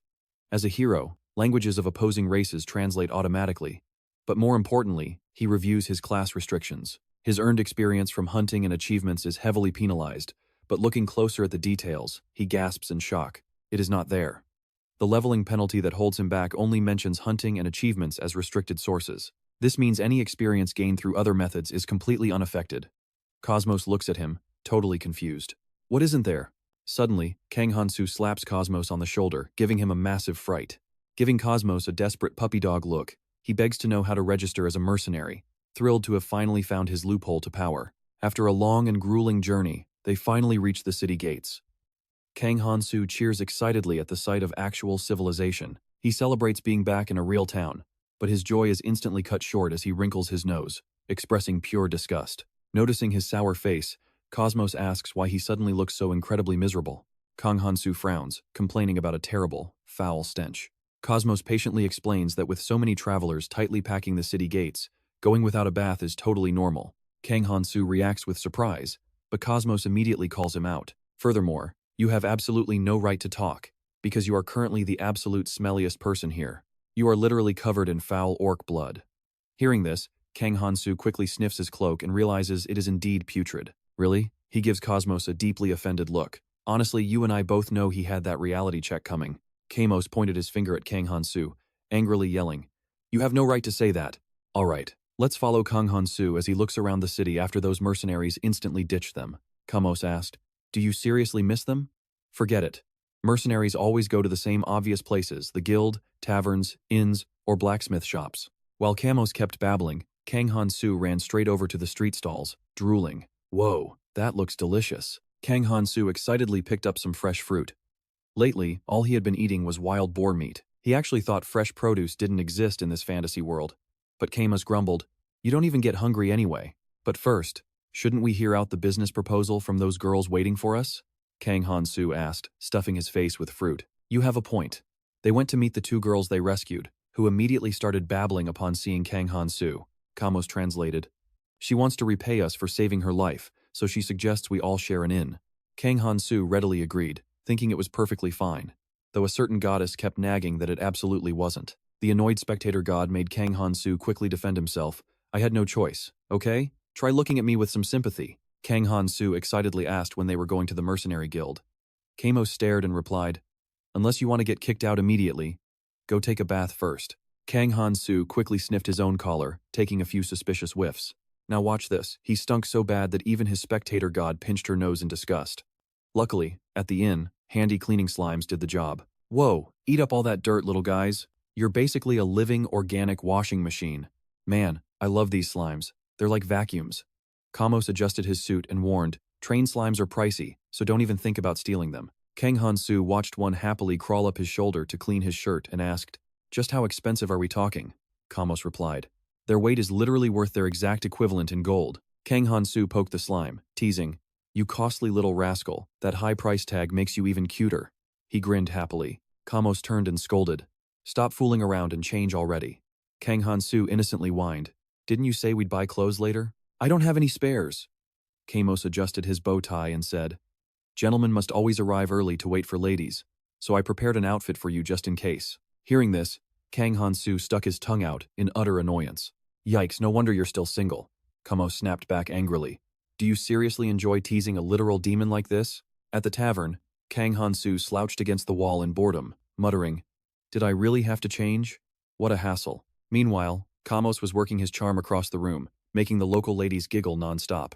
You and I can see the sheer disgust on Kang Han-soo's face. This demon treats humans like cattle, yet acts so polite. Talk about absolute hypocrisy. Just then, the two girls walked downstairs. Kang Han-soo looked up, saying, oh, finally, they're here. Every patron in the tavern turned to stare at the breathtaking duo, who gracefully made their way down in gorgeous dresses to greet them. Kamos rushed over, smoothly lying, we just got here ourselves, so please, don't feel bad at all. Kang Han-soo scoffed internally. What is this demon talking about? We've been waiting forever. Even the spectator god behind him looked visibly annoyed by Kamos's fake charm. Kang Han-soo nudged Kamos, whispering, whatever, just wrap this up quickly so we can finally go eat. Kamos smiled warmly. I know a lovely restaurant you ladies will adore.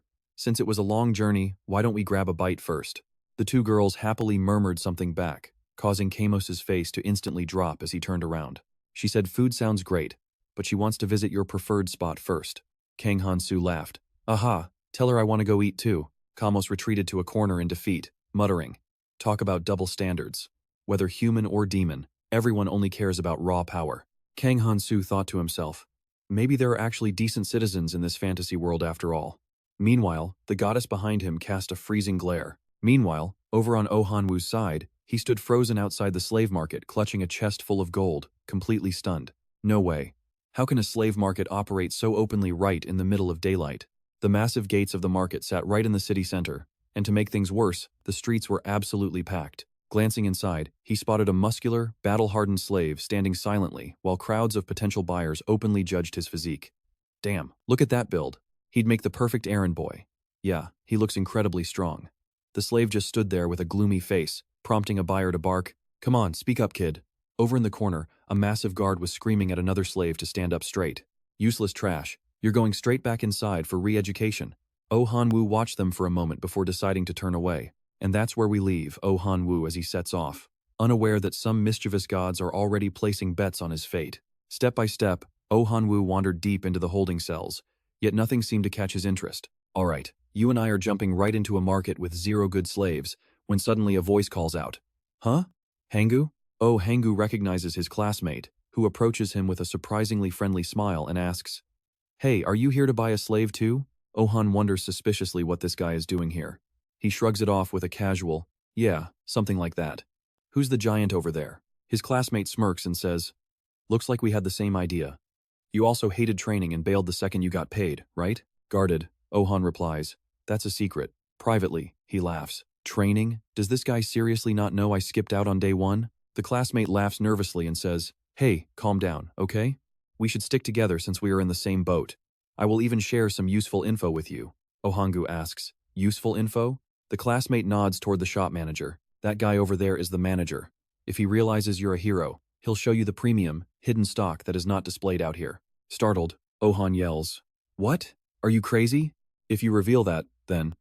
But his classmate calmly cuts in. Look, you can't stop people from peeking at your status screen. And it is not like you're breaking the contract anyway.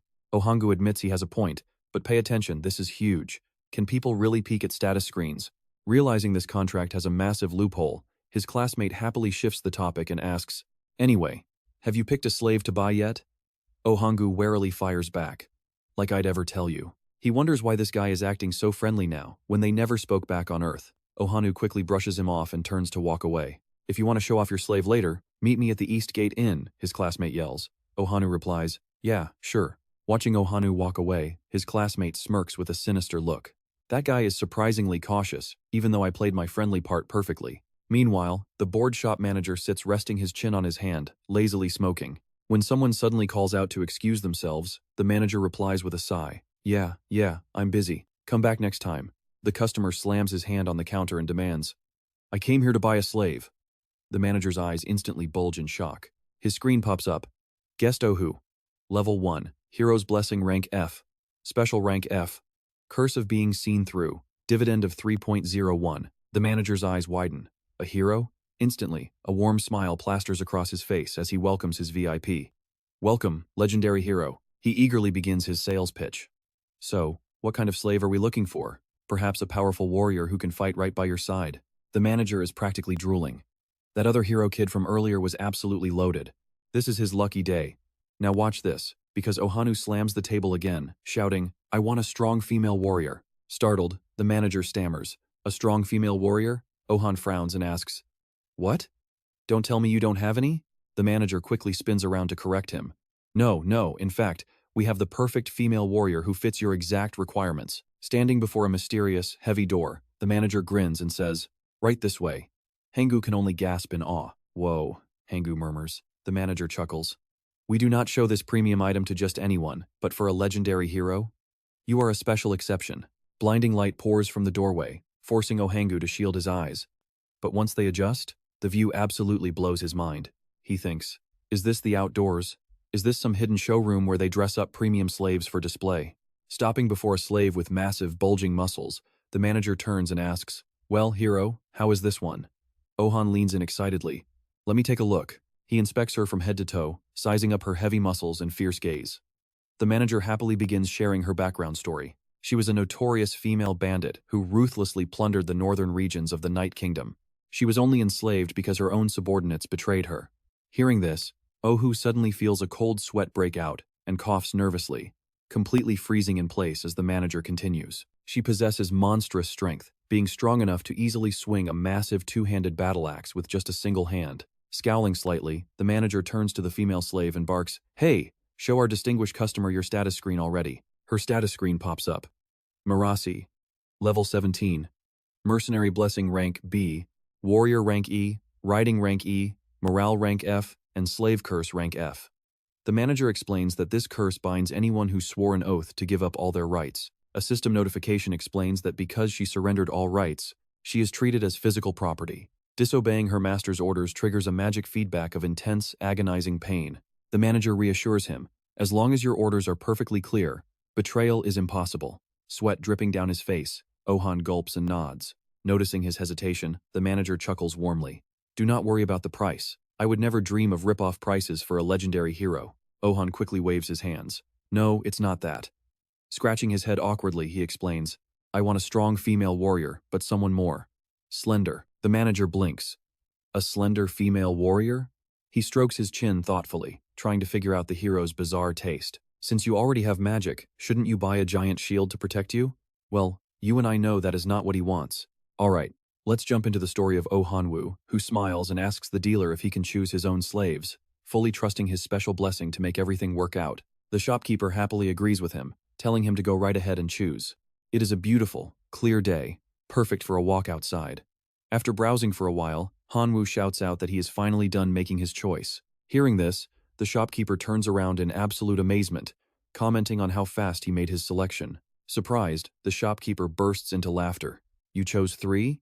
You have quite an eye." He then adds that although they look slender, they are actually much stronger than Han-woo. The screen displays the stats of the red-haired slave, Loca, showing she is level 6 with a rank F charm blessing. Referring to their F-rank slave curse, the shopkeeper tears up the contracts right in front of the 3 girls, telling Sarah, Kana, and Lusa that all his previous commands are now erased. Then, he grins and tells them that from now on, Hero Han-woo will be their brand new master. The shopkeeper turns to Han-woo to confirm that since the old contracts are destroyed, the deal is set. The transfer of ownership is complete, but he warns Han-woo to give clear orders, as slaves have been known to escape or even murder their masters. Handing over a heavy sack of coins, Han-woo promises to remember that, secretly believing they will never betray him because he intends to treat them with love. Now watch this. He turns around and calls out to the girls with pure excitement. He commands Sarah, Kana, and Lusa to follow him to get some weapons. And though looking quite puzzled and surprised, they reluctantly agree to their new master's wishes.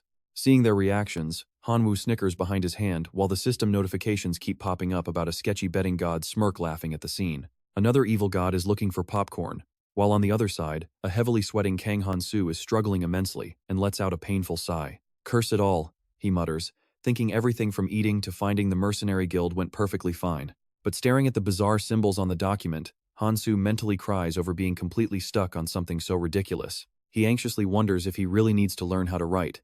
Realizing a signature is absolutely mandatory to register at the mercenary guild, he completely failed to foresee this issue. Frowning, he looks up only to see a gorgeous girl smiling brightly right in front of him. Han-soo cries internally, cursing his luck since he cannot even ask anyone else to sign it for him. Kam approaches and mockingly tells him not to be ashamed, as many mercenaries cannot write their own names, provoking an angry shut-up from Han-soo. Kam slides a slip of paper toward Han-soo featuring 3 characters for his name, instructing him to copy them exactly. Han-soo hunches over and mutters that she makes it sound easy, but his foreign language curse makes even copying the letters incredibly hard. 10 minutes later, Han-soo holds up the paper and cheers happily, declaring that he has finally succeeded. Although his name on the paper looks pretty messy, he actually managed to copy it. But get this, Kam suddenly covers her mouth, hiding a sly smirk while mocking him as a fool. She giggles so hard her entire body shakes, prompting an annoyed Han-soo to turn and ask what is so funny. Taking his paper, the blonde guild clerk tells him she will complete his registration, when suddenly, a bright screen glows right in front of him, leaving him completely startled. The screen reveals his info: Kang Han-soo, level 1 with a foreign language blessing, and a mercenary rank of grade D. Staring at his hero curse F and the 5.66 experience modifier, he shouts in complete shock that he got a D rank mercenary blessing. Kam glances over with a grin, explaining that to obtain a D rank rating on his very first test, he should thank those 2 ladies standing over there. Looking at the 2 gorgeous girls, Kam explains that they verified his skills using their own mercenary ranks, but Han-soo merely shrugs, responding with utter indifference. He casually tells Kam to pass on his thanks, driving her furious as she yells that he should thank them himself. Han-soo blankly replies that he would if he could, prompting Kam to give a thumbs up and suggest she buy him a children's picture book to practice reading. Annoyed, Han-soo snaps back, telling her to stop treating him like some helpless little kid. Lusa steps up and hands Han-soo a document while speaking in her native tongue, which leaves him utterly baffled as he blurts out a confused response. Kam quickly translates, explaining that he needs to read this as his very first subjugation quest, which she notes is quite simple. It is a straightforward quest to control the breeding and population of the orcs, where his ultimate reward is determined by the number of orc noses he brings back. Han-soo responds with pure excitement, calling it a fantastic quest while smirking to himself about an extra benefit. Staring right at the girls, he plans to use these lovely ladies as perfect bait, leaving both of them completely bewildered by his creepy attitude. A god suddenly appears, leaning in with a hand on his shoulder, as a system notification asks if there will be another brutal massacre this time. He answers immediately without a single shred of hesitation, promising that there is absolutely no chance of that. As another system alert reveals a curious god watching, Han-soo happily smiles, thinking it will be total extermination instead. Under a beautiful, clear blue sky, someone screams out for Julia, followed by a sudden flash of a sword charging forward at lightning-fast speed. Julia roars with sheer determination as she unleashes a fierce strike, blasting the beast back while it snarls and grinds its teeth in pure rage. It lunges, grabs her face, and slams her into the ground, leaving us to wonder how she will survive this. Alright, you and I are jumping right into a wild action fantasy. A familiar sound echoes, and Julia ducks as the beast is blasted back in agony. Loca runs over in a panic, asking if she is okay. Covered in dirt, Julia just smiles. Yeah, you saved my life. Loca warns her with a dead serious look, telling her not to push so hard when countless monsters still lie ahead. Julia calmly reassures her friend, claiming she can easily handle that many monsters herself. The beast gets back up, clutching its head and swearing at them. Loca panics, wondering if her fire magic was just too weak to finish it. The enraged monster roars that it will kill them, completely unaware of another beast backing up right behind it. The 2 monsters collide hard, spitting blood in agonizing pain. Seeing them piled up on top of each other, Julia trembles, realizing they are both still alive. Leisha is absolutely stunned by the chaos unfolding before her, lost in her own thoughts. She pats Julia's shoulder to calm her down while thinking back. As a count's daughter, she has met all kinds of people, from kings and merchants to knights and elves. She stares intently at Kang Han-soo, completely mesmerized. Now watch closely, absolutely none of them compare to Kang Han-soo, who casually slaughters these orcs while a system screen lists him as the legendary hero of the elves. Our hero radiates pure confidence as he tears through the savage orcs. An orc clutches its neck in agony as blood sprays everywhere. Leisha thinks to herself that despite bearing a hero's curse that makes people suspect he might actually be a demon, he still received the elf blessing, which is the ultimate proof that he is not a demon. Terrified by his presence, the remaining orcs can only back away in fear. With just a few effortless strikes, Han-soo completely obliterates them. Leisha glances at Julia, awkwardly suggesting they should work harder too. Deep down, she cannot shake the feeling that Han-soo is incredibly strange. Meanwhile, Han-soo seems absolutely thrilled by the slaughter, attacking the terrified orcs as they desperately try to run away. Watching this, Leisha clenches her fists, trembling. Dripping with sweat, she closes her eyes and screams with all her might for him to stop. "Please, let us take a break." Hearing her shout, Han-soo turns around, looking quite surprised. He walks over, sighs helplessly, and says, "Let me tell that blockhead, my friend, that we should rest for a bit." Leisha replies, "Please do, and thank you." After that, she gently sits down with a heavy sigh, wondering what is up with his insane stamina. Leisha keeps staring at Han-soo, completely in awe. He really was not exaggerating about wiping out every single orc in this region, yet he has not even broken a single sweat. Suddenly, a loud call startles her completely. Julia approaches, asking if she is tired and admitting she was surprised. Leisha asked to rest first. "I know what you are thinking, is she mad?" No, Leisha just playfully tells Julia she only requested the break for Julia's sake. "Your legs were shaking so much, it was hilarious." Drenched in sweat, Julia yells that it is unfair because Leisha wears a skirt. Leisha smiles, feeling totally satisfied with herself. But Julia suddenly looks up, her face filled with genuine surprise. "But this Han-soo guy is seriously amazing." Leisha cannot help but agree. "Exactly, although it is mostly because of my blessing." But before she can even finish, Julia cuts in, clarifying she meant his raw skills. Leisha gasps in surprise. "His skills?" Julia shivers as she feels a sudden chill. She explains that since Leisha is a mage, she probably cannot see how completely insane his swordsmanship really is. How should she put it? It is just hard to describe. Julia explains that his style is incredibly dangerous and unstable. If he makes even a tiny, minor mistake, the backlash from the blade could completely tear his own body apart. Yet he fights like that every single day. Leisha's jaw drops as she asks, "What? How is that even possible?" Julia hesitates, admitting she has no idea, even though she was considered a prodigy growing up. She suddenly points, shouting that they can finally ask him since he is resting. But as they look over, they both gasp, wondering what on earth he is doing. Han-soo pulls out a simple, illustrated picture book designed for children to learn basic words. He painfully struggles to read each word out loud. Seeing this, they realize he is literally just studying basic vocabulary. He reads aloud, "Save me, I am sorry, forgive me. Are you tired of living? I was wrong, it hurts, please be gentle." Julia smirks, noting he only has perfect pronunciation for very specific phrases. Leisha just chuckles awkwardly, agreeing with her. Julia winks, proudly announcing that she just hit level 15. Leisha gasps in shock, asking if it is really true. She falls silent, realizing the gap between them is growing. On screen, the student status window pops up. You will receive a massive amount of experience points as a reward each time you successfully graduate a semester. All students exist in this divine realm, always competing as bitter rivals. With this broken system, the higher your level, the easier it is to climb. Trust me, you and I are about to see how this crazy rule flips the power balance completely. Stick with me because dropping in rank means losing every single one of those sweet privileges. Looking off into the distance with pure determination, Julia declares that she is aiming for B rank this time. Loca instantly shrieks in shock, asking what if she pushes too hard and gets seriously hurt. Julia turns back with a reassuring smile, telling her not to worry. While it would be tough with just the two of them, this time is different. She explains that even though he seems completely obsessed with just hunting, he actually cares deeply about keeping both of us safe from harm. With blushing cheeks, Loca rests her chin in her hands and teases Julia, pointing out how closely she is watching him despite claiming to have zero interest in men. Flustered, Julia quickly tries to defend herself. She insists that it is nothing like that, arguing that reading other people's movements is just a basic requirement for any skilled swordsman. After practicing for a while, Kang Han-soo snaps his book shut.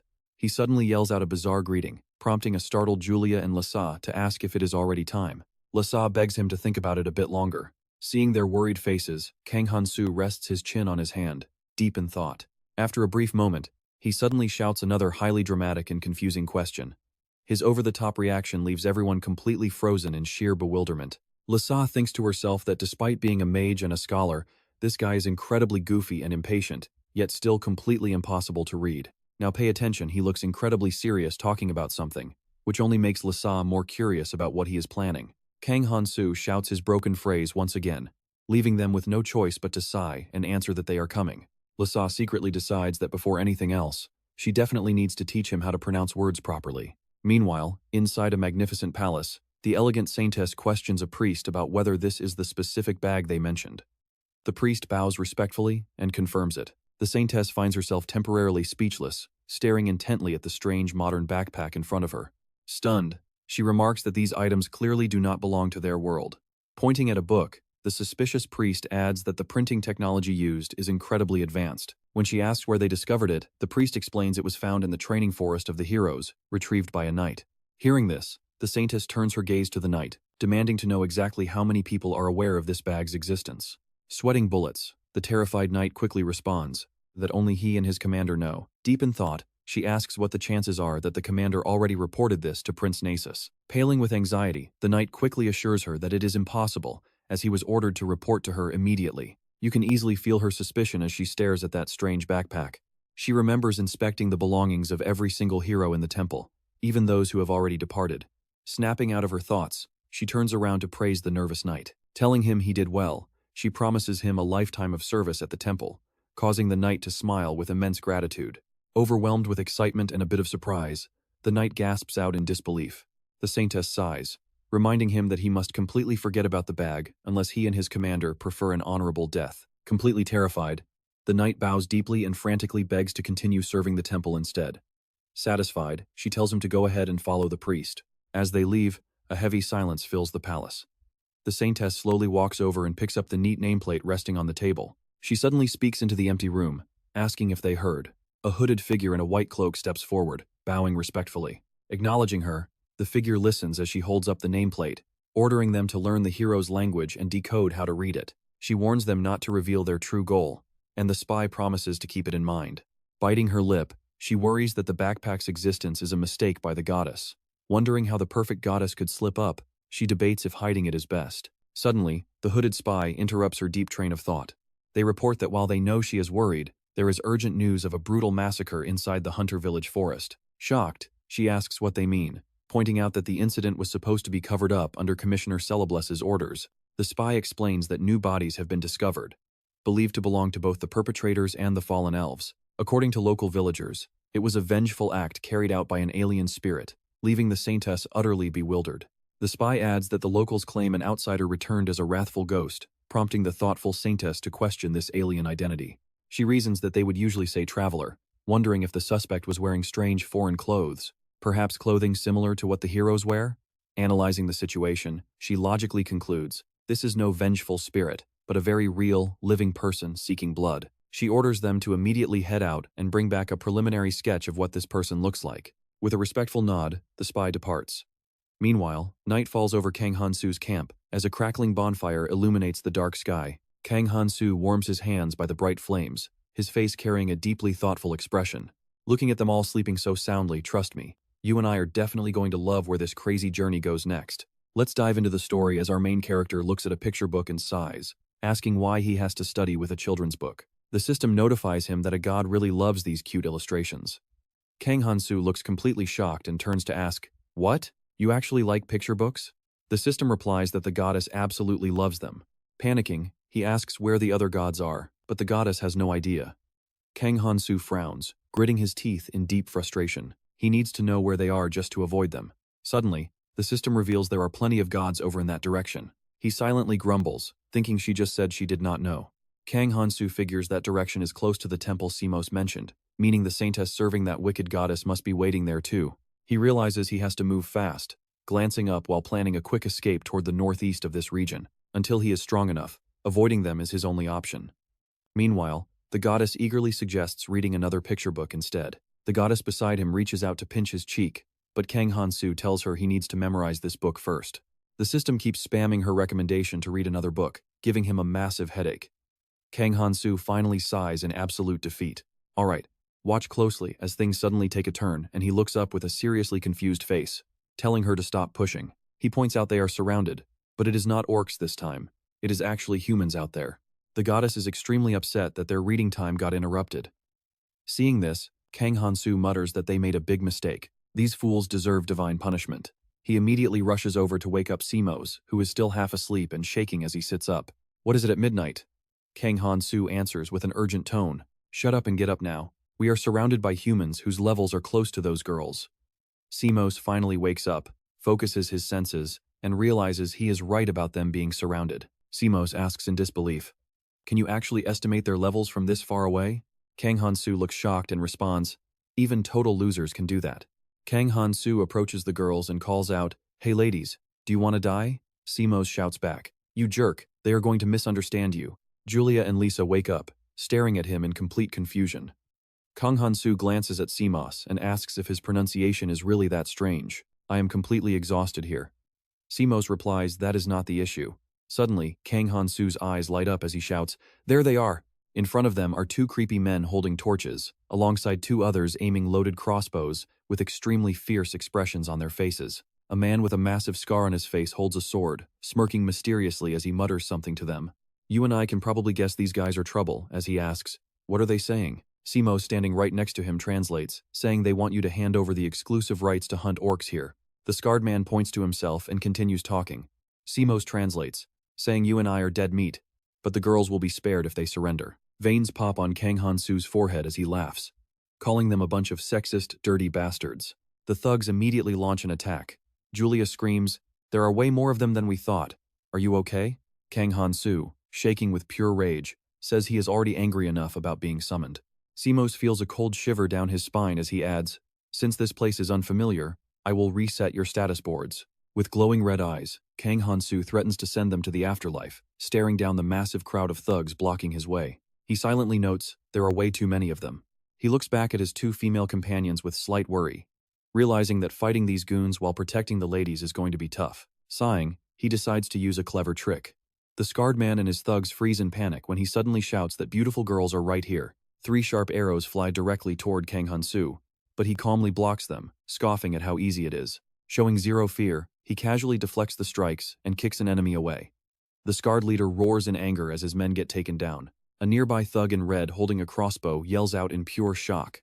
His eyes widen as a powerful hand suddenly grabs his head from behind. A pack of terrifying orc beasts has just appeared behind them. The orcs laugh maniacally, calling the humans pigs, while a long-fanged monster yells that the female humans belong to him. The beasts charge forward, forcing the confused thugs to switch into a defensive stance while chaos erupts all around them. Julia and Lisa are just as shocked, but Kang Han-soo calmly stands back to watch the thugs battle the orc horde. He smirks, declaring that it is time for a double experience points event, while the brutal battle rages on. With glowing red eyes, Kang Han-soo cuts through the orcs like a gust of wind, his face covered in blood as he stares ahead. And that's where we leave it, with a new title that makes everyone absolutely terrified of him. Trust me, their resistance against your evil deeds is about to skyrocket. His sword drops to the ground as a terrified man from the crowd collapses, shaking and crying out for help. Suddenly, a hand grabs his collar and violently yanks him backward. Clutching his bleeding stomach in agony, the scarred man screams with pure rage, saying he is going to kill him. Kang Han-soo just grins, casually saying how impressive it is he is still standing after taking such a deep slash. But deep down, he acknowledges that the leader is built different. Meanwhile, the scarred boss glares back, gnashing his teeth in fury. The savage orc monster spots the scarred leader and roars furiously for battle. But out of nowhere, 2 men suddenly charge forward and drive their weapons straight into the beast's chest. An entire mob charges forward, flying at lightning speed straight toward Kang Han-soo while screaming at the top of their lungs to kill him. A blade flashes right before his eyes, but his face remains completely calm. The blonde man leaps up, slashing his sword toward Kang Han-soo. His eyes light up, knowing that of the 36 stratagems, running away is the best choice. Now watch closely here. Kang Han-soo quickly flees, crying out in apparent pain as he gets slashed, making Scarface smirk. But then, Han-soo's expression suddenly turns dark. He sighs, complaining about how much he actually liked that cloak. Meanwhile, the scarred leader breaks out in a cold sweat. His eyes widen in sheer terror as he gasps out the word monster. Suddenly, a hand pierces right through his chest. Kang Han-soo brings the man down, leaving the onlookers completely stunned. He casually glances over and mutters, "Let's see what we have here." Suddenly, a massive explosion erupts, blowing everyone back. Glancing at Loca, he notes the female mage is doing fine, and the female swordsman is holding her own. Julia gasps in utter shock. Kang Han-soo looks around with a puzzled face, realizing that absolutely everyone seems to have their hands full. A system window pops up. The god tells him to wrap this up quickly and go back to reading his picture books. He quickly replies, "Fine, fine. I am trying to finish this fast." Morning finally arrives, bringing a beautiful, sunny new day. On the street, people stare and mutter. A massive bag of orc noses slams onto the table. Han-soo smiles, "And trust me, you and I are wondering if this is enough." He clicks his tongue, regretfully admitting that if it were not for those ladies, he could have harvested a lot more. Comp sighs in absolute disbelief, calling him a lunatic who has no limits, pointing out they almost died of pure exhaustion. Kang Han-soo suddenly calls out to the girls, leaving Loca feeling completely bewildered. He hands them a document, official proof that their quest is complete, telling them to take one each. Hearing this, Loca and Julia happily accept. Julia smiles brightly, mentioning they actually gained 2 entire levels while hunting with him. Just then, the status screen pops up. Julia, level 16. Noble Blessing D, Warrior D, Charm F, Student C. One of them lets out a gasp of surprise. "Oh, really?" Comp laughs excitedly, noting that he also leveled up and feels like he should show some gratitude to him. The screen displays Comp's stats, showing level 20, Charm Blessing B, Mystery D, Magic B, Warrior E, and Noble Curse A. Han-soo just chuckles in response. "If even a mediocre demon like him can reach level 20, I wonder how many levels I have gained." He checks his own status. Han-soo, level 1, Outsider Blessing F, Elf C, Mercenary B, Hero Curse E, Butcher E, with a score of 6.60. Unable to believe his eyes, he stares in absolute confusion. Staring at the screen, he is completely dumbfounded. Kang Han-soo looks up toward the sky, asking what the hell is actually going on. The system spams notifications as the god awkwardly looks away into the distance, casually commenting on how beautiful and starry the night sky is. The god even pretends to fall asleep. Totally baffled, Kang Han-soo demands to know what the outsider god is playing at. All he gets is a cold shoulder. The god snaps back, stating that he absolutely detests being doubted, leaving Han-soo feeling incredibly frustrated by the attitude. In the very beginning, the world was nothing but an endless, pitch-black night. A single star formed in the far distance, and over time, life began to take shape. This is the story of a certain god. Seeing a blindingly bright star in the heavens, the people cry out in awe. Soon, the very first living beings began to discover their presence. Upon seeing the god, they bow with deep respect, offering absolute devotion as they kneel and beg for divine protection. "We believe in you, please save us." As they became gods, humanity continuously begged them for aid. From high above, the deity watched their every single move, and by offering aid, the god discovered the true meaning and joy of existence. The system continues to spam notifications as a certain goddess is seen floating lazily while hugging a pillow. A certain demon hastily creates a raging river, while an elven deity makes a cautious appearance, continuing the introduction of these gods. Gradually, the number of deities multiplied, each offering help in their own unique way as they competed for devotion. Each person receiving a blessing from a different god would grow and develop in entirely unique ways. Wars erupted constantly, even though countless living beings had no idea that others even existed in this world. They fought and went extinct. Now, you and I see a blonde youth in a cave, clutching his mouth while coughing up blood. Alright. You and I are starting this journey with a dying young man staring at a sudden system pop-up. A random deity discovers a tiny soul slowly fading away, prompting the trembling youth to cry out in deep emotion. "Oh, Divine One," as the voice of the god asks if he wishes to continue living. With tears streaming down his face, he frantically cries out that of course he wants to live, since he cannot die like this. A flash of light erupts, and a deity directs him to head west. The boy gasps in shock as his body starts floating helplessly in midair. Completely naked, he screams in absolute embarrassment while facing a beautiful goddess who is gliding across the sky in front of a cozy, welcoming wooden cabin. The system keeps prompting him to head toward the west cave, while a nearby old couple gasps in shock upon witnessing the deity. "Oh my, a god?" Answering the dying boy's desperate plea, the deity rescues him, allowing the child and the old couple to become a deeply happy family. Watching their joy, the sweet goddess cannot help but smile with genuine happiness. The system updates, indicating that the goddess feels incredibly proud of this wonderful outcome. Years pass, and the goddess returns to check on the boy, who is now a young man. A notification appears, asking if he has been living well. Wiping sweat from his forehead, the young man asks, "God? The one from back then?" The deity gently confirms that indeed it is her. Now pay attention here as the goddess offers more help.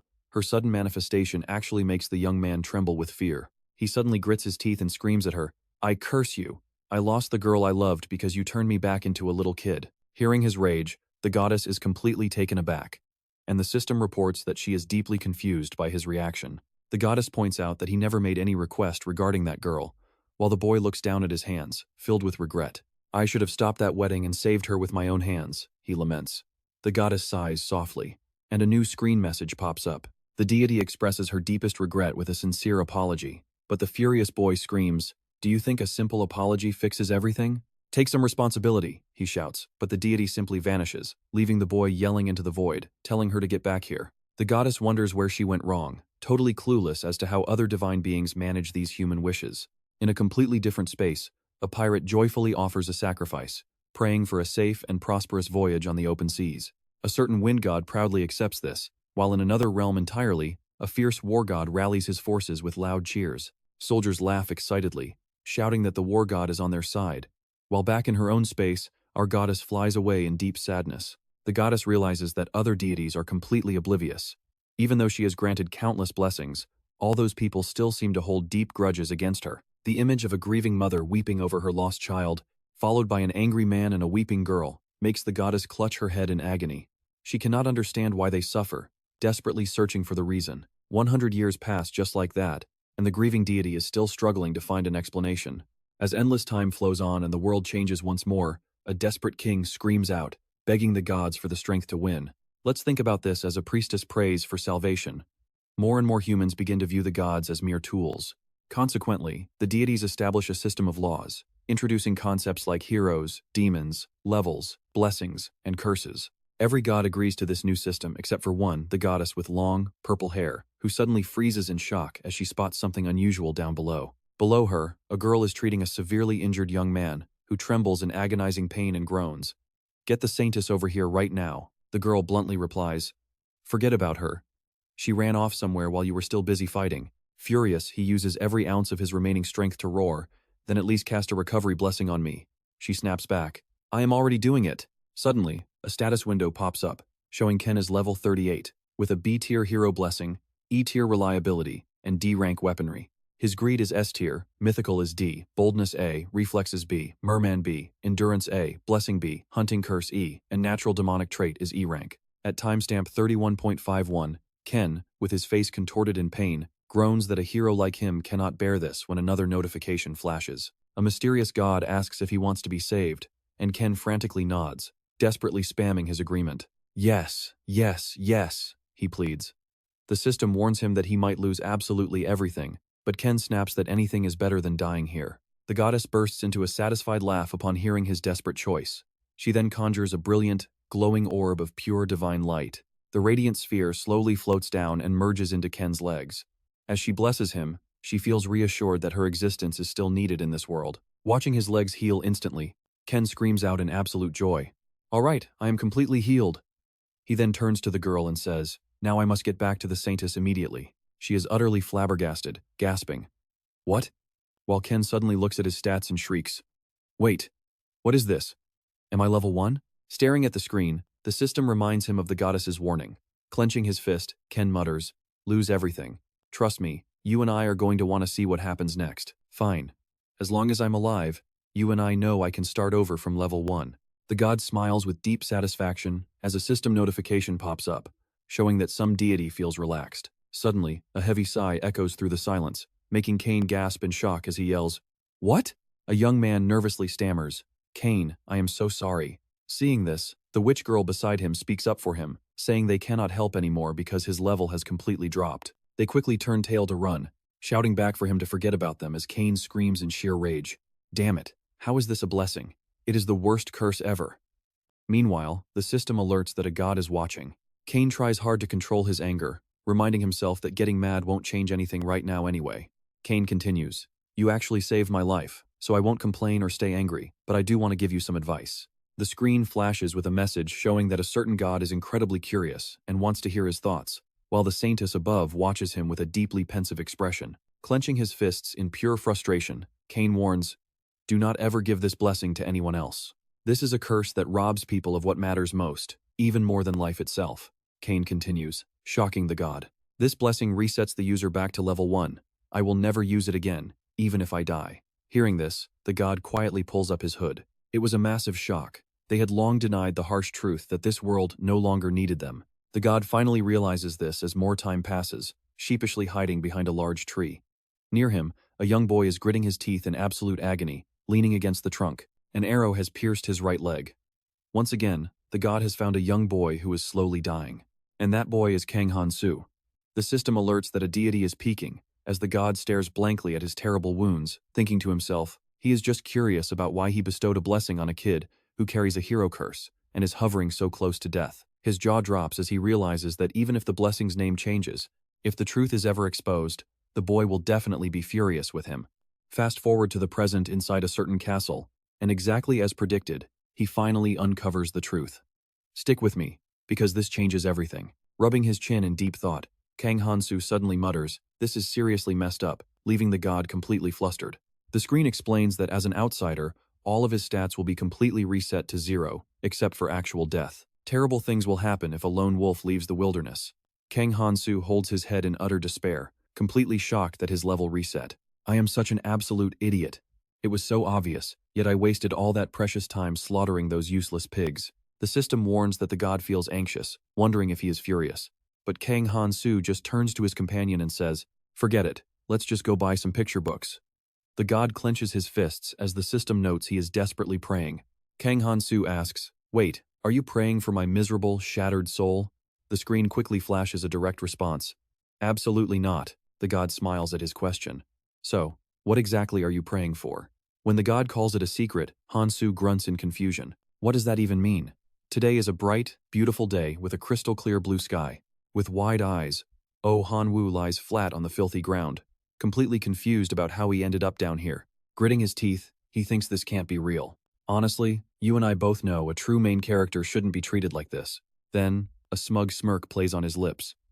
Moments earlier, Oh Han-woo had ordered, Sarah, attack. Sarah swiftly obeys her master, leaping into the air to slash the beast, while Oh Han-woo quickly barks out his next command. Now, Kana and Loca, the two girls immediately agree and launch a swift, coordinated strike at the monstrous beast. Thanks to Oh Han-woo's brilliant guidance, the beast is defeated and sent flying, making him cheer out loud. Sweet, we did it. Clapping his hands, he eagerly praises the three girls, saying, amazing job everyone, we have finally nailed our team coordination. He reminds them to keep hunting like this, to get used to it. While Sarah politely replies while wiping away her sweat. Understood, she replies. Oh Han-woo smiles, noting these monsters match their average level, with Sarah, Kana, and Loca at levels 5 and 6. Now, hunting them has become so much easier. Looking at his wallet, he realizes he spent almost all his gold on this gear, but that is fine, he can start saving up from now on. Suddenly, Sarah looks behind in shock and screams out loud. They are still alive. As the beast glares at them, a violent fire ignites in its furious eyes, a flame of pure, unadulterated hatred. It whips into a raging tornado and charges them, forcing Oh Han-woo to block it. The status window pops up. Oh Han-woo, level 1, with Hero's Blessing, Special Mercenary, Magic Revenge C, Penetration Curse F, and a combat power of 3.25. Staring at the flame, Oh Han-woo thinks his magic blessing from Princess Athena is a unique cheat code meant for a true protagonist. But trust me, you and I know better. Suddenly, a mysterious figure approaches and starts talking trash. Impressive, really. Baekhangang claps as he approaches, saying, I was actually planning to help you out if things got dangerous. Oh Han-woo gasps in surprise. Glaring coldly, Oh Han-woo speaks in a clearly unwelcome tone. If you want to hunt, go over there. I claimed this spot first. Baekhangang laughs. And what if I don't want to? The slave following Baekhangang just stares at him, maintaining a dead silence. Watching this unfold, you and I can see Oh Han-woo realizing this guy is pure trash, as his mind flashes back to his school days in his original world. He remembers how that jerk used to lead a pack of bullies back on Earth. Back then, Baekhangang would glare with a savage face and bark. What are you looking at? The bullies would laugh and mock him, telling him to get back to reality, clenching his fists in anger. Oh Han-woo thinks, but here, I am the hero and the protagonist of a fantasy world. Absolutely no one can stop me now. Oh Han-woo grits his teeth, challenging him to a fight. Baekhangang smiles, replying, I was thinking the exact same thing. He taps his slave on the shoulder, signaling her to attack. Standing in their way, Oh Han-woo's three slaves glare with fierce determination, keeping their guards up. The system alerts flash.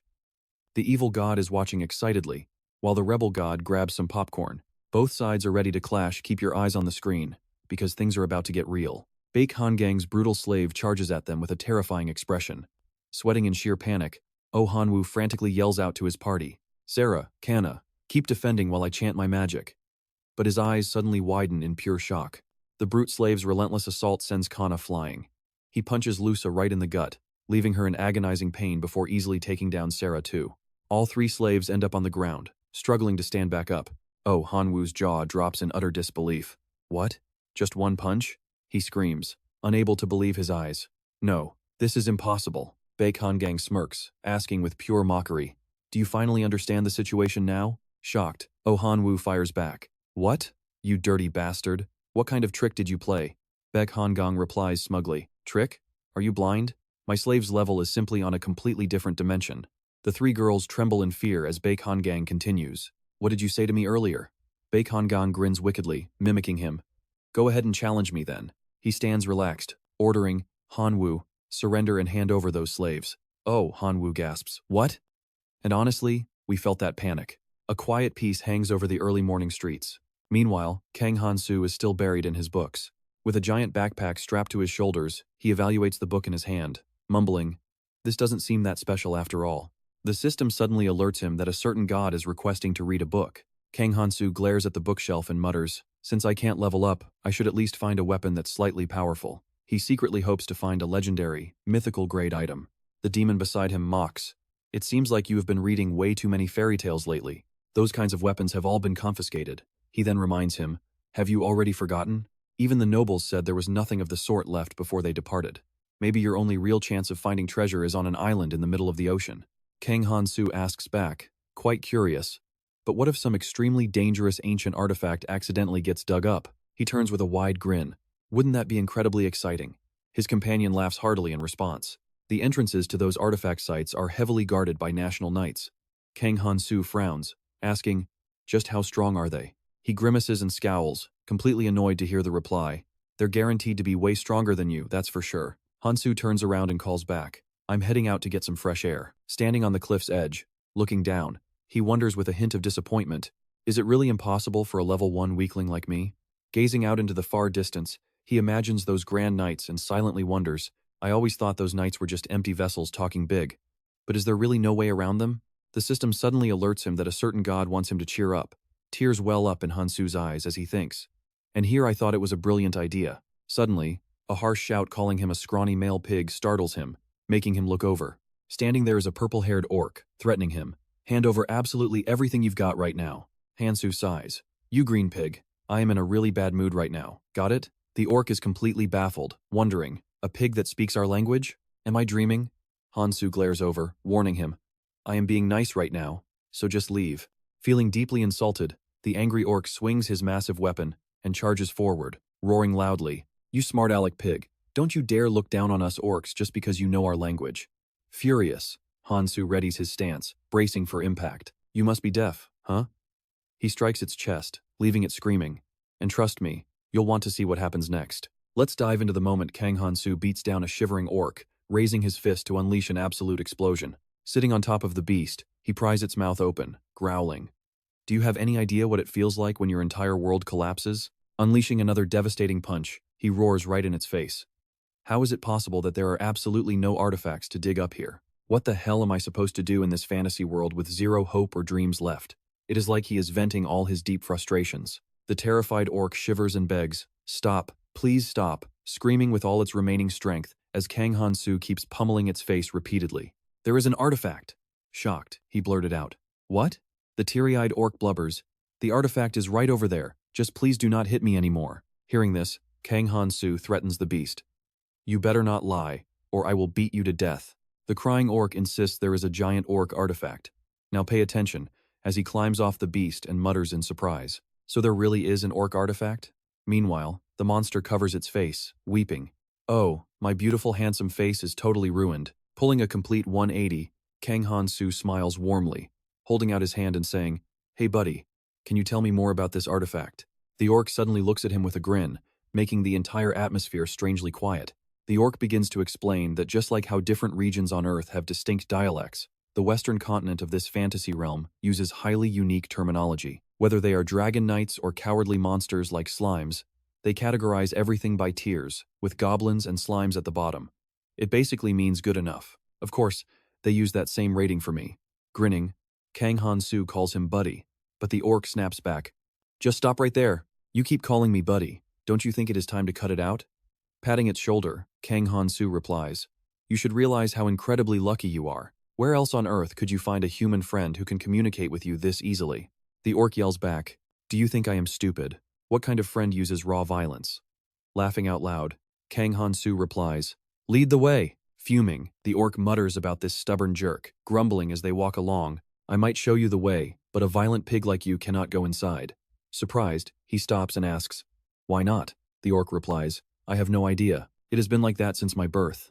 Let's pause here, as the orc stops and points right in front of us. Kang Han-soo gasps in excitement.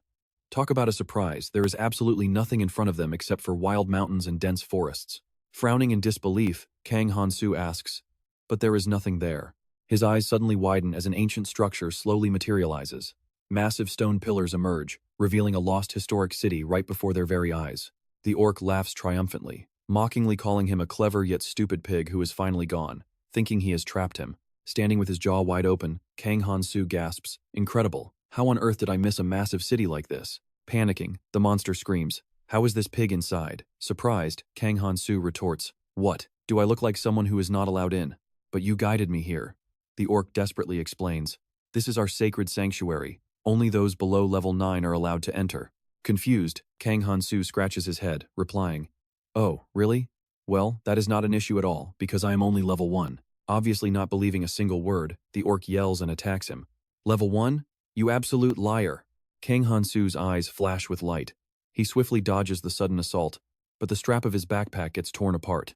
2 other orcs look over and sneer, noting that another scrawny human has entered their city.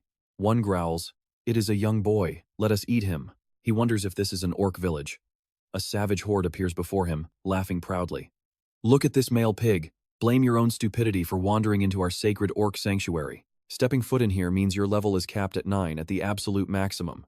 The purple-haired orc yells in pure terror, warning the others. No, no, brothers, watch out for him. Sent flying in pain, he struggles to warn his allies. This human is different. Grabbing an orc by the collar, Kang Han-soo calmly says, orcs, let me through. Go ahead and try to block my path. With his cloak fluttering in the wind, he adds, because I will literally walk right over your dead bodies. With that, he launches into the sky like a rocket, creating a massive sonic boom as the stunned orcs stare up at him blankly. Their jaws drop in disbelief. Is that male pig literally flying right now? As a god clasps hands in prayer, the system alerts him that some deity is praying for the souls of these poor pigs. Meanwhile, the panicked orcs scatter, screaming, run, run away, stop him, fuming with pure rage. The orcs mutter, where did that human pig run off to? The blood of our fallen kin is completely masking his scent. Searching the area, they howl. He slaughtered so many of our kind. We must hunt him down and avenge our brothers at all costs. Turning around to resume their hunt, they shout, that spot over there looks highly suspicious. Let us go check it out. Peeking from behind a stone wall, Kang Han-soo tracks their every movement, whispering, well, this situation is quite troublesome. Keeping his eyes locked on them, he sighs. If this keeps up, I will never finish. Glancing at the piles of dead orcs, he wonders, just how many of these monsters are left out there? Either way, you and I both know none of them will survive. Alright, you and I are about to watch a god shrug off a total massacre. He asks with deep curiosity, I am trying to find a way out of here, but for some reason, I just keep running back to this exact spot. Is there some special requirement? Right then, a loud scream cuts him off. 2 brainless orc monsters spot him and scream, found him! There is that pig! They charge at him like starving tigers, roaring, slaughter that male pig! You are the ultimate enemy of our entire race. Kang Han-soo leaps up, mocking them with a sarcastic smirk. Man, you guys are seriously pathetic. They all try to squeeze through the door at once and get stuck. Shaking, they groan about how tight it is, then panic and yell, how do you still have the energy to run? Are you not exhausted yet? Kang Han-soo laughs, completely thrilled. Alright, let's see who is the last one standing. Hearing this, the monsters fall into absolute panic. Now, pay attention here. A massive explosion rings out, leaving nothing but dust. Kang Han-soo sighs at how everyone underestimates him because of his level 1 status. Sitting cross-legged on a mountain of orc corpses, he casually mutters, "But it does not matter." Looking down at his little slimes, he muses, "Did I kill more than expected this time? Good thing I brought these little guys along. They will handle cleaning up these orcs." Opening his system, he eagerly checks his status, hoping that if there is any change, his butcher title has finally upgraded to C tier. Staring back at him is the word Destruction D. He gasps, "Is this a new curse?" The screen explains that with destruction, the chances of your victims appearing in your dreams to haunt you are now heavily increased. These nightmares will persist until the deceased soul either achieves its goal or completely surrenders to you. Stunned, he starts to worry, imagining those ugly orc faces. Does this mean every single monster he has slaughtered so far is going to invade his dreams and torture him? Kang Han-soo sighs. Whatever, it is not worth worrying about since I do not even need to sleep anyway. But with all these powerful curses, and now this new one. Hey God, do you not think this is a bit too much? The screen flashes a message as the angry god denies doing anything. Kang Han-soo quickly corrects himself, saying he did not mean him. I mean the gods who hand out these curses. He complains, "Is it not totally absurd that the reward for saving people is another curse?" Suddenly, two strange men walk up and start speaking. I know what you are thinking, but the god actually advises him to listen to the orcs first. Staring at the strangers, he wonders, "Wait, did I not already rescue everyone they captured?" Leaping down, he grumbles, "Is there really no translation for outsiders? I cannot understand a single word they are saying." Landing safely, he sighs in regret. I really should have brought a translator along with me. He glares at a fallen orc and shouts, "Hey, you, the one playing dead over there. I know damn well you are still breathing." Shaking in pure terror, it whimpers, "That male pig is terrifying." He demands, "Tell me, how do I get out of this place? No matter how far I travel, I always end up right back where I started." The creature weakly replies, "The entrance and exit are in totally different places. The only way out is right in the city center." Kang Han-soo gasps in surprise. The city center? No wonder I have been wandering in circles. I should have gone straight to the middle instead of sticking to the edges. With that, he starts walking toward the city center, while the two strangers hide behind a wall, watching his every move. Kang Han-soo asks skeptically, "Is this the place that Orc talked about?" He sighs, noting it looks pretty ordinary for a fantasy world. Does the exit gate only show up when you use magic or something like that? Suddenly, a blinding flash of light erupts before him, followed by an earth-shattering explosion. The Orc Guardian appears, roaring, "Are you the monster who slaughtered my entire homeland?" The hostages Kang Han-soo just rescued panic as they witness this terrifying sight. The Guardian demands furiously, "Answer my question!" Breaking into a cold sweat, Kang Han-soo nervously thinks, "Wait, is that really an orc? His appearance is totally different from the others." The angry protector roars, "You foolish human, answer my question this instant." Although he is slightly worried, realizing this orc is far stronger than he currently is, he puts on a smirk and says, "Look, I told them to get out of my way, but they refused." The furious orc roars back, "And because of that, you slaughtered 300,000 of my kin?" Kang Han-soo replies with a smug grin, "Oh, 300,000? Makes sense, no wonder it took so long." Looking down at his sharp spear, the Guardian declares, "I am the protector of this city and the orc race. I will not let anyone who knows the secret of this place leave here alive." Kang Han-soo tosses his bag aside and retorts with a sarcastic smirk, "A protector, huh?" He continues mockingly, "Well, that is even better." Leaving the shocked Orc Guardian to gasp. "What did you say?" With an excited face, Kang Han-soo grins. "If a protector is guarding this place," he says, launching himself like a rocket straight at the giant orc, "that means there is treasure." The orc panics, "But trust me, you will love this fight." You and I are jumping into the action as Kang Han-soo swings his sword, ready to unleash all his power in one strike, while the Orc Guardian aims his weapon. Kang Han-soo points his sword and screams, "Die!" But deep down, he curses this guy is definitely not playing around. Staring at the enemy's spearhead, he realizes this opponent is on a completely different level compared to the other orcs. His eyes widen in shock as he sees his own severed wrist. He mutters, "What?" While the Orc Guardian calmly says, "It is over." With a decisive strike, the Guardian blasts him backward in agonizing pain. He grits his teeth, trying his absolute best to stand firm. The Orc Guardian stares at him, genuinely impressed by his sheer resilience. Watching him clutch his bleeding arm, the Guardian asks, at that split second, "Did you dodge just enough to avoid a fatal blow?" Staring at his blood-soaked face, the Guardian coldly remarks, "Just one eye and one arm." Hearing this, he slowly looks down at his severed limb. Frowning, the Orc Guardian continues, "But that is not enough. You must pay for slaughtering 300,000 of my people. Do not expect an intact corpse." Suddenly, Kang Han-soo begins regenerating at an unbelievable speed, smirking as he says, "You talk way too much." The startled Orc Guardian gasps in utter disbelief. "What?" Watch closely as they stare down. Spotting Kang Han-soo's fully healed arm, the Guardian mutters, "I knew you had some crazy power backing you up." The Orc Guardian then demands to know, "Are you immortal?" Kang Han-soo simply grins and replies, "Well, yeah, pretty close to it." Charging up his next devastating attack, the Guardian roars, "It does not matter. This is the only way out of this place.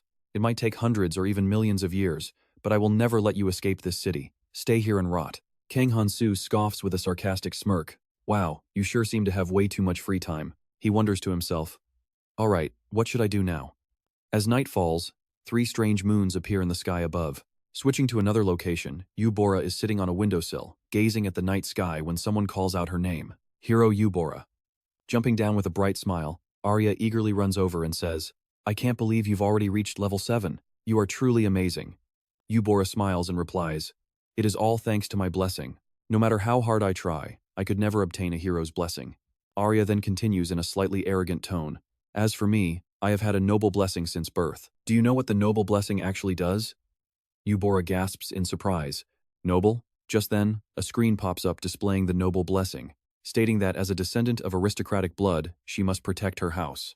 "And family members will share some of their hard-earned experience with you," Arya proudly boasts, completely puffed up with pride.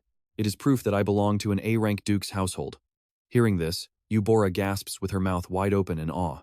"That is amazing," she thinks. "This blessing literally lets the owner gain free experience points without any effort." I know what you are thinking, but Arya's tone suddenly drops as she sighs. "Actually, it is shameful because I have no family left. There was a time when I kept telling my mother that I did not need this blessing at all." Remembering her mother's strict lectures, she explains, "Back then, she screamed at me, forcing me to say those words in front of people who had sacrificed absolutely everything just to earn that noble blessing. She cried her eyes out that day." Yubora gently comforts her. "Being blessed simply means carrying a heavier responsibility." Arya smiles. "Thank you, I really learned a lot from you." "Oh, please do not say that." Arya giggles warmly. Suddenly pausing, she walks over to the window and asks out of pure curiosity, "I wonder if Oh Han-woo is doing okay." Yubora brushes her hair back, softly teasing, "Do you like Oh Han-woo?" Arya bursts into nervous laughter. "Who? Me?" She glances away, asking, "I do not know. What do you think?" Leaving Yubora chuckling. Suddenly, an announcement comes from the door. "Hero Yubora, the Saintess has arrived." Hearing this, Arya panics, jumping up in shock. "The Saintess? Why is she here at this hour?" The door opens as Saintess Sentes enters, apologizing for visiting so late at night. Internally, she thinks to herself, "Aha, so this is what Yubora's room looks like." Yubora politely greets her, "Welcome, Saintess. How can I help you?" While Arya stands right behind her, trembling like a leaf. Sentes smiles warmly, "I just came to chat.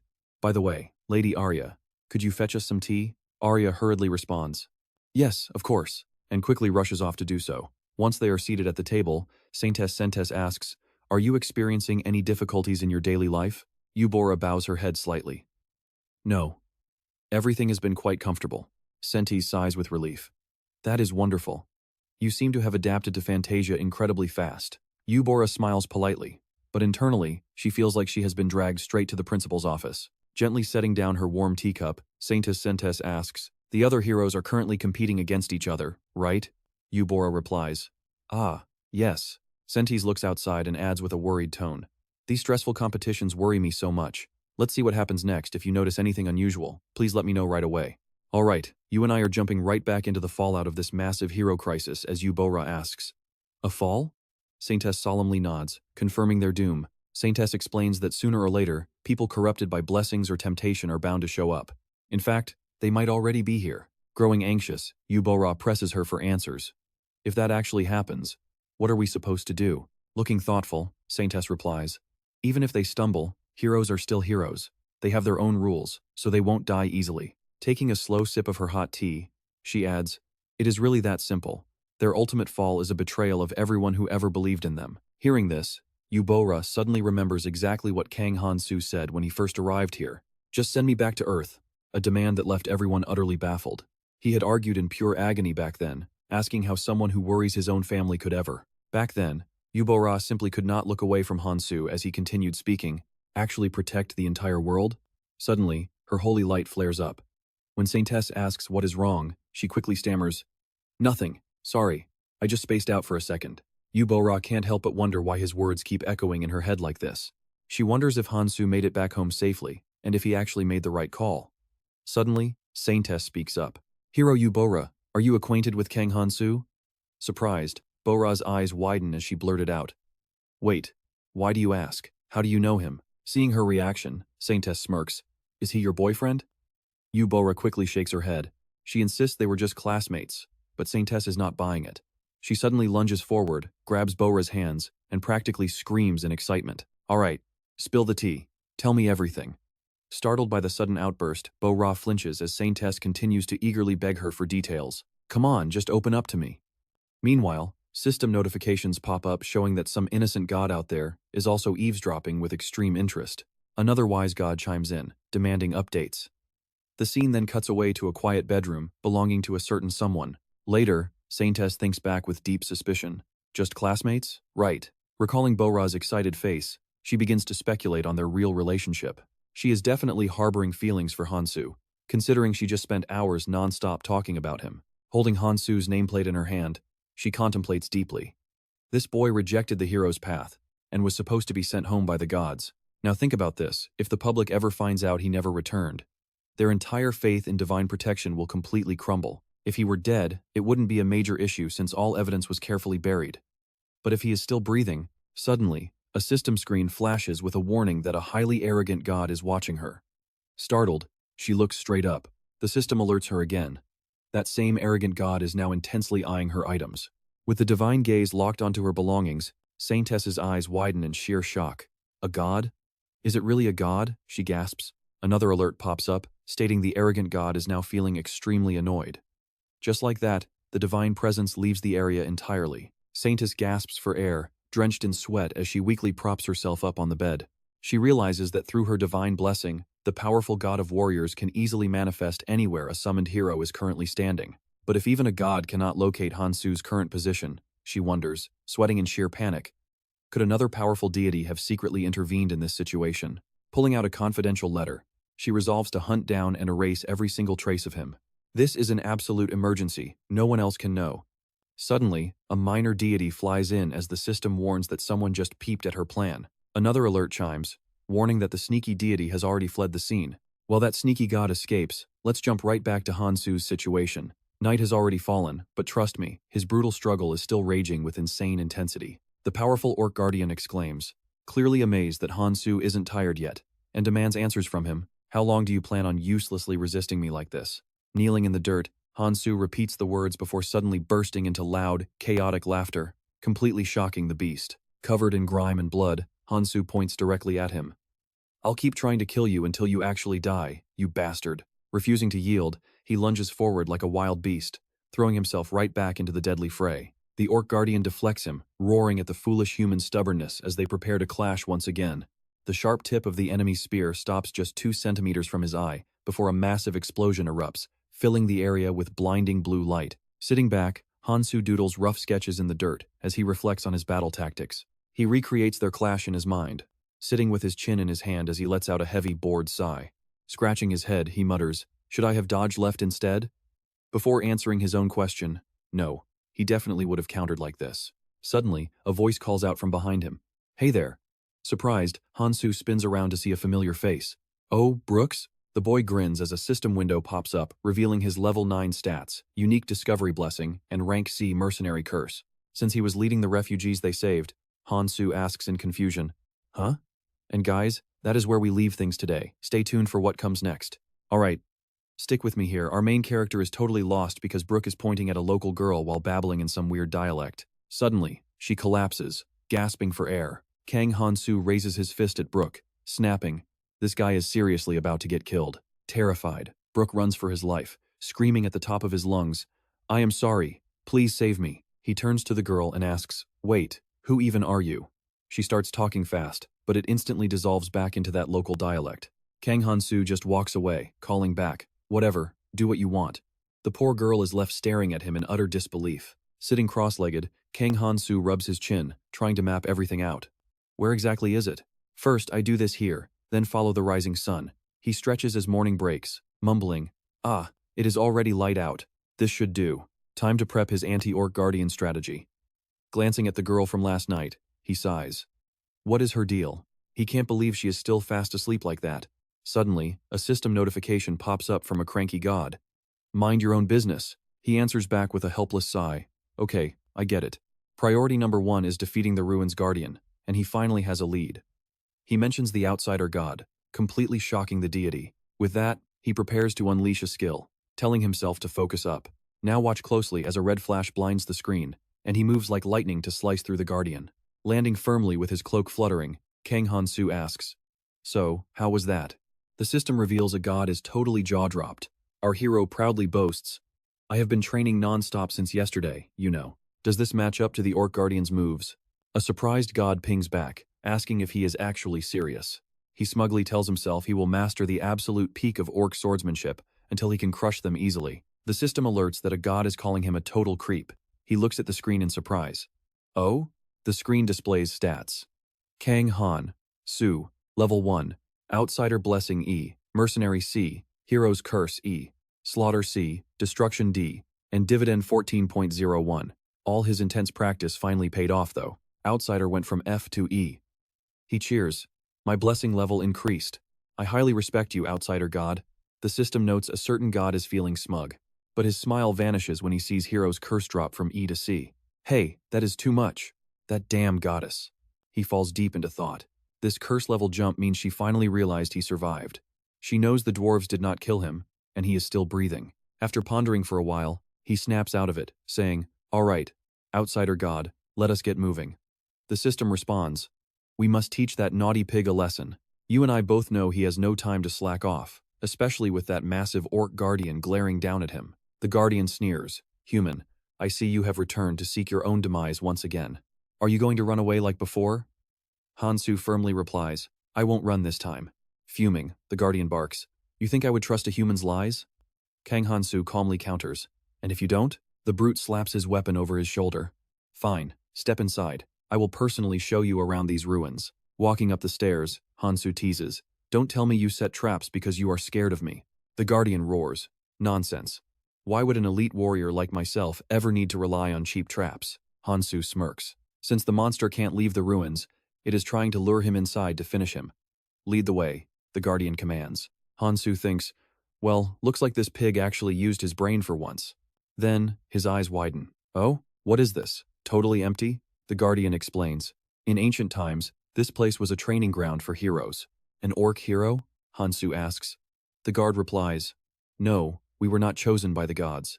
We have no heroes." He turns to Han-soo, adding that humanity became arrogant and careless, allowing them to exploit a loophole and seize this sacred spot, leaving these blessed ruins behind. Curious, Han-soo asks, "But why are they in ruins?" The guardian answers, to keep the barriers active and restrict powerful intruders from entering. The monster glares, eyes flashing, "But as long as you breathe, we cannot rebuild our great city." With a roar, he raises his spear and charges straight at Han-soo, shouting, "I must slaughter you right here."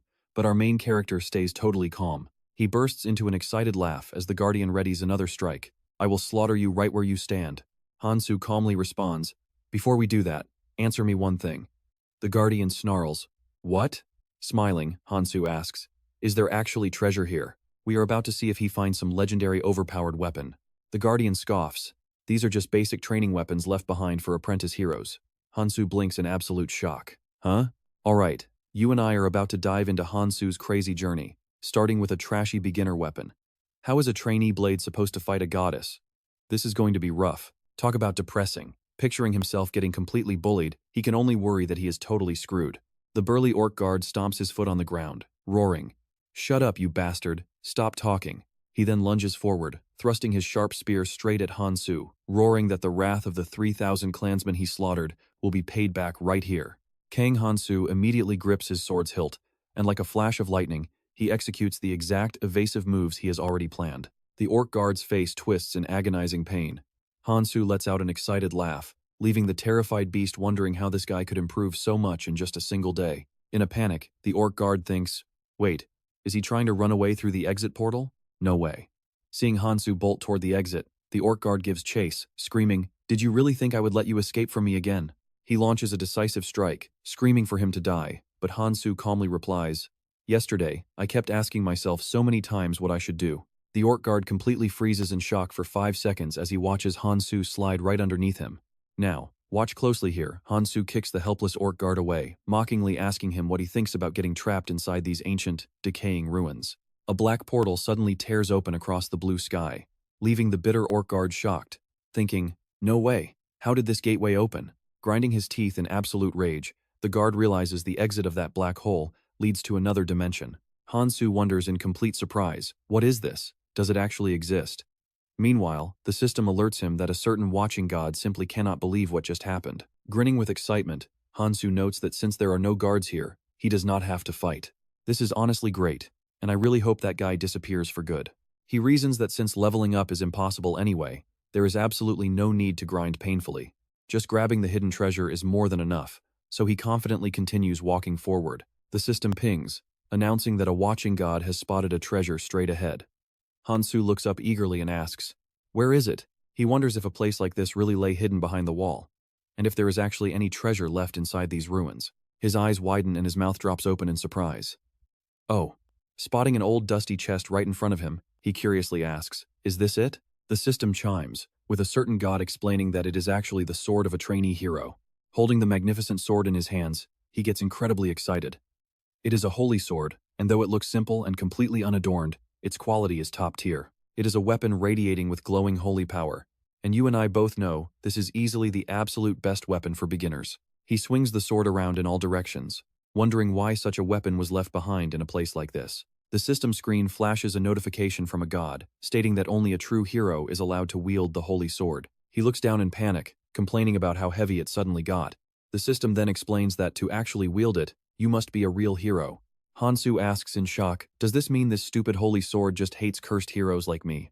With that, he snaps the holy sword in half and throws it away, leaving a watching god completely flabbergasted.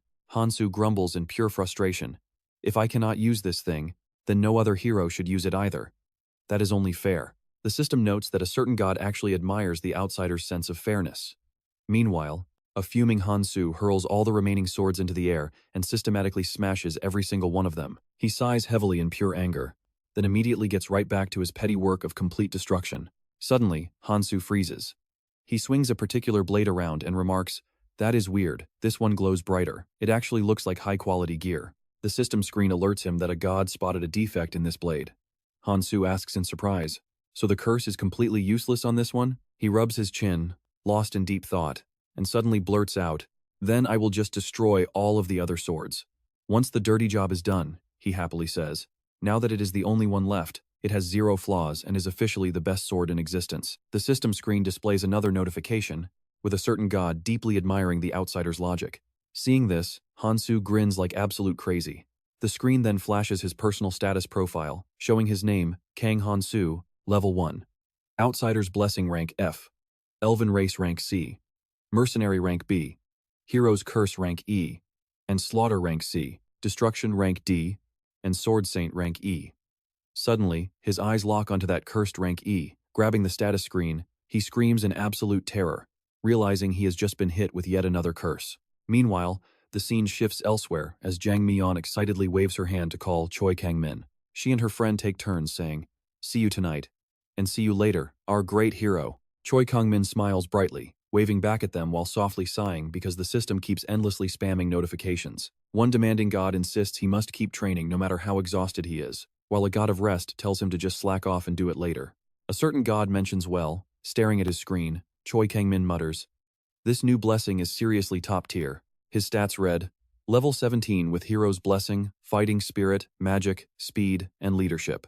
Trust me, you and I are going to want to see what happens next. Alright, stick with me here with F rank Magic Resistance, F rank Curse Immunity, and a 5.15 profit. Choi Kang-min realizes that if this is his reward, he just has to endure it, no matter how exhausting. Choi Kang strokes his chin, thinking, so this is what they meant by divine privileges. In just a few days, he has already received so many blessings. He smiles with pure joy, thinking that at this rate, the next preliminary round will be an absolute breeze. Choi Kang-min tightly grips his sword's hilt, determined to prove to everyone that he will be the one to claim the ultimate reward. A system notification pops up from the holy sword. Some god is telling him that now is not the time to worry about that. Suddenly, a loud shout echoes.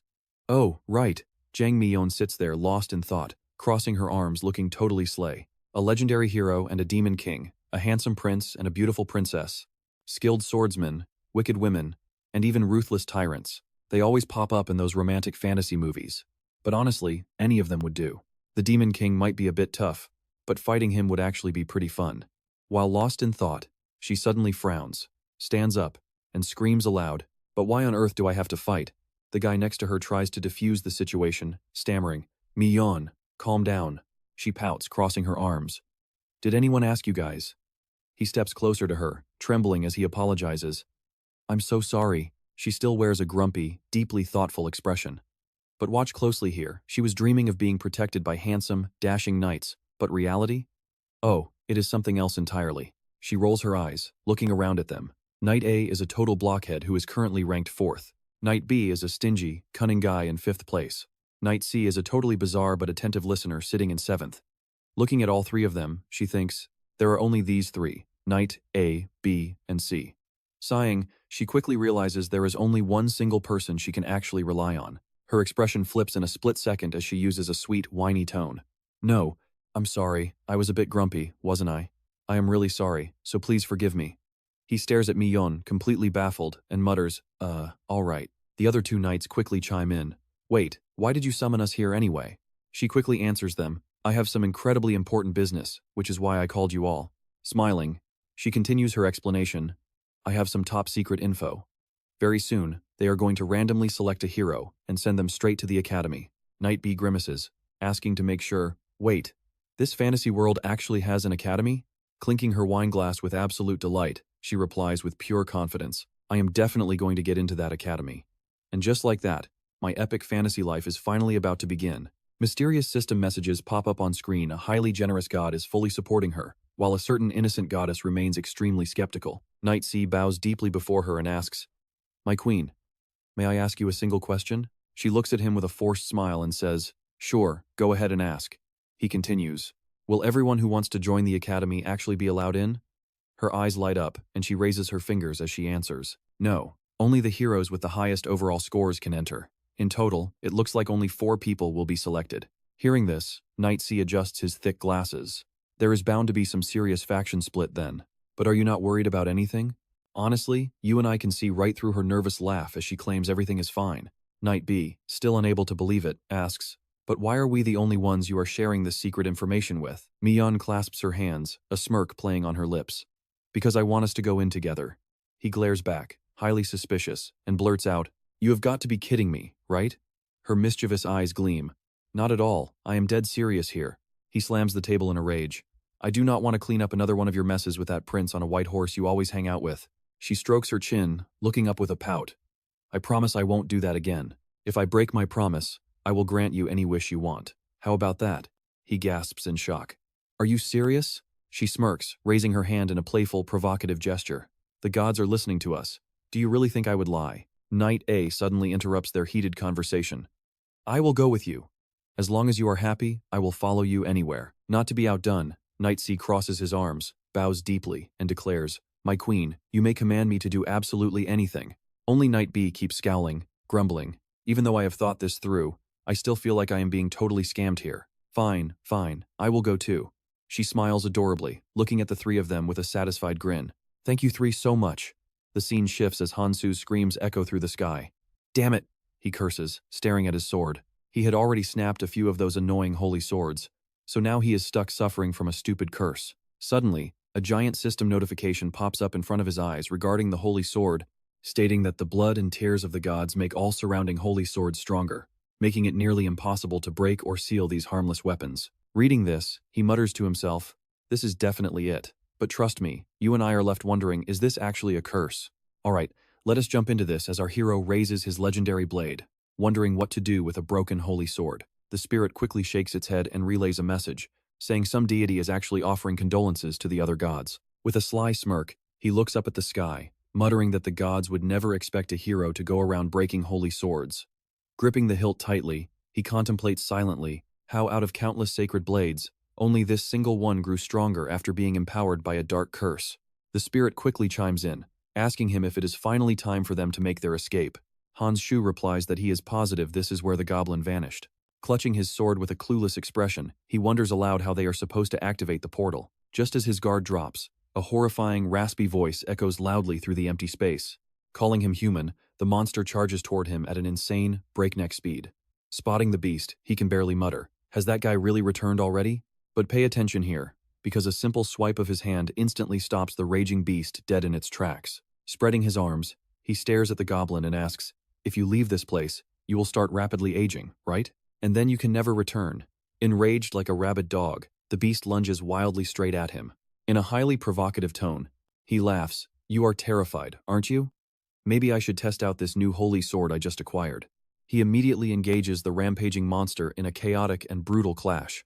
After exchanging a few heavy blows, he smiles triumphantly, announcing that it is finally his turn to slice off its arms. Spitting with pure venom and hatred, the goblin snarls, "Human, the price for stealing my youth is going to cost you dearly. I even abandoned the lives of 3,000 of my own clansmen." A sinister green light erupts from his hands as he leaps high into the air, screaming directly at him mid-flight about protecting his youth, blaming everything on the hero's dirty, underhanded tricks. He swings his sword casually and mocks him, laughing. All that drama over something as simple as that? The goblin charges in a blind rage, screaming that he can never forgive him. But before he can even react, his severed head rolls away. Frozen in utter shock, he sighs confidently, saying, "Since when did you become so weak? A whole day has passed. You could at least try a little harder." The headless body thuds onto the ground, and looking down at his blade, he mutters, "What is this? Is it a dirty trick? Now you and I might think it is over," but a divine warning appears, advising him that the fight is far from finished. He gasps, "What did you say?" The goblin's corpse suddenly begins to move. Turning around with a forced chuckle, he remarks on how stubborn the monster is, while the goblin glares back coldly, muttering, "Die." Clashing with the monster yet again, he mutters, "Is he dead yet?" But indeed, the creature is incredibly resilient. Frustrated, he snaps, "What is wrong with this pig?" Suddenly, he stops as a memory sparks, and looking into the distance, he shouts loudly, "If I throw him over there, he will definitely die, right?" Hearing this, the goblin shrieks in terror, "Wait, sir. I surrender. I will do absolutely anything you ask. Just please do not throw me over there." Hearing that, he pauses and asks, "Anything? What could someone like you possibly offer?" Trembling violently, the beast stammers, "Did you not want to escape from this place? I can actually move the city's entrance right next to the holy sword." Tearfully, the beast adds, "But only a true hero can wield the holy sword, so even if I do." Showing his blade, he asks, "This holy sword?" Confused, the goblin confirms that is indeed the blade. After a long, stunned silence, it finally registers, and he gasps, "Just as I suspected, you really are a hero." Squinting his eyes, he orders the goblin to open the status window, prompting the monster to yell in obedience. Understood. The system screen materializes, displaying level 8 Green Guardian, Blessing, Warrior level A, Observer level B, Superhuman Strength level A, Stamina level A, Endurance level B, Dignity level B, Hero Curse level A, Ruin level D, Human level C. Staring at the interface, he asks about the Hero Curse, which the goblin explains usually triggers after slaying a hero. Rubbing his chin in confusion, he inquires about the Curse of Ruin, and the system immediately prompts a detailed description. You possess the Curse of Ruin, rendering you completely unable to take action against the designated target of ruin. The goblin quickly chimes in, saying it works like a quest, rendering him entirely immortal as long as the curse remains active. When asked why, the beast explains that he is meant to be the ultimate boss, a final trial designed to test new heroes. Crossing his arms, he looks down and questions the goblin, "So you are telling me you are not actually a guardian?" Turning away to look into the distance, the creature speaks solemnly, stating he never claimed to protect humanity. He is a guardian of his own tribe, acting for their collective survival. Shrugging, he casually retorts, "But you still lost to me." At those words, the monster turns around with tears streaming down his face, while our hero smugly remarks that even the weakest demon is stronger than him. Interrupting him, the goblin asks if he is leaving. "Trust me, you and I must wait to see his response." Stick with me as we see him stand tall, arms crossed, asking the teary-eyed monster, "Didn't you just say you wouldn't let me leave?" The beast drops to its knees, looking up at him, pleading that it would be best if he left right now. Wearing a dangerous smirk, our main character claims he wants to leave too, but deep down, he knows this brainless fool cannot be trusted honestly. They are all exactly the same. Pointing into the distance, he orders them to release the other captives as well. Looking at the miserable humans in the distance, the goblin scowls but agrees, saying humans should not know about this secret city anyway, so he has no reason to refuse the request. Hearing this, our main character turns to the crowd of ordinary people and shouts, "Link, let us go home," but they just stare back, strangely calm, as if their brains are still processing the news. He wonders if they grew up here, because he expected them to jump for joy instead of acting so lifeless. A massive, heavy bag slams down, shaking the ground. But he gasps in shock when he sees only 3 people standing there. Wait, only 3 people? Oh well, whatever. At least he can thank them for carrying his heavy luggage over. Watch closely as a glowing yellow portal suddenly opens up. He frowns, getting a very bad feeling that more danger is coming. A bored deity suddenly grabs his head in frustration, clearly annoyed because things have gotten way too dull. Even while getting his head squeezed, he still acts cool, begging the outer god to find the exit.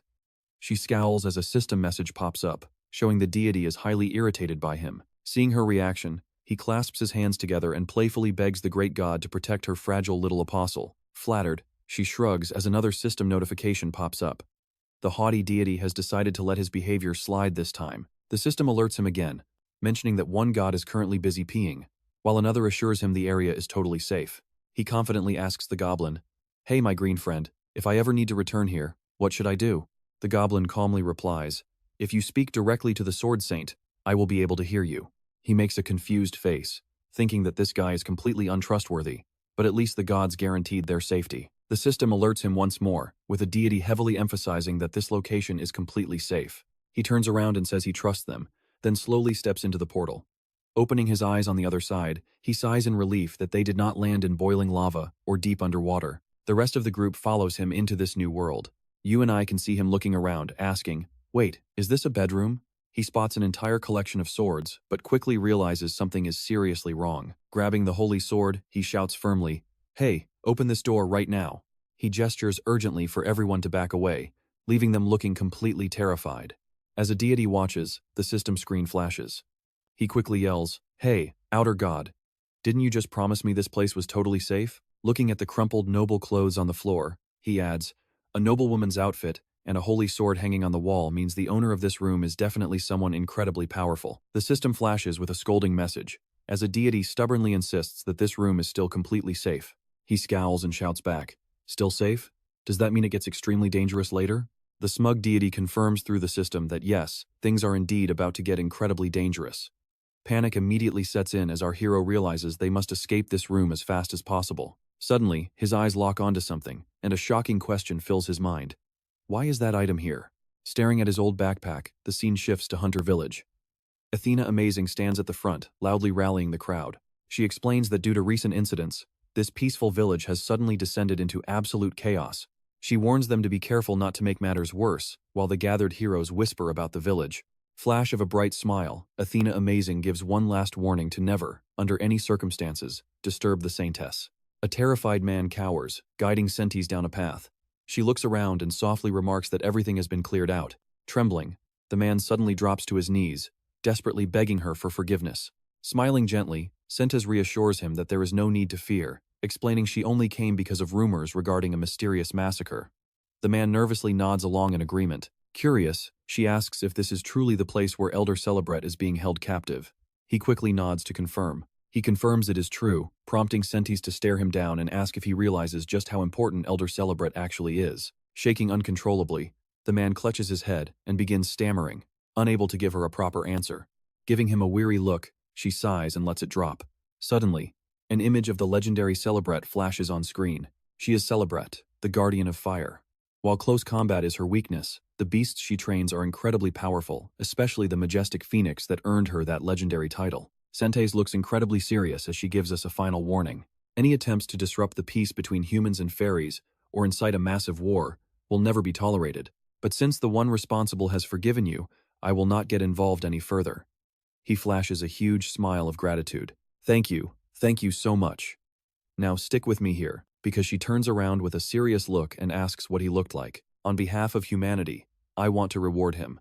Hearing this, he stammers nervously once again and trembles, saying the savior is probably dead. She gives him a threatening glare, raising her voice to demand, "I asked you what he looked like, not his status." Dripping with sweat and trembling with fear, he stammers, "Well, he had short black hair, just like the heroes visiting us today." Hearing this, her terrifying gaze intensifies, making him shriek in panic.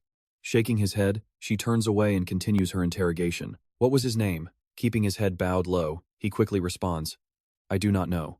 I really do not know. She prepares to press further, but her companion interrupts to remind the saintess.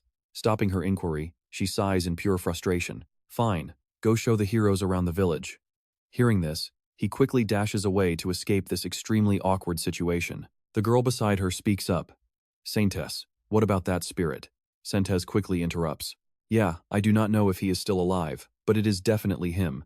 The brown-haired girl then asks, what if he has a blessing? Sentes scoffs with a somber look, claiming that no matter how many blessings he has, he could never defeat a Tier 1 grown. Just look at our heroes. Do you not see the difference?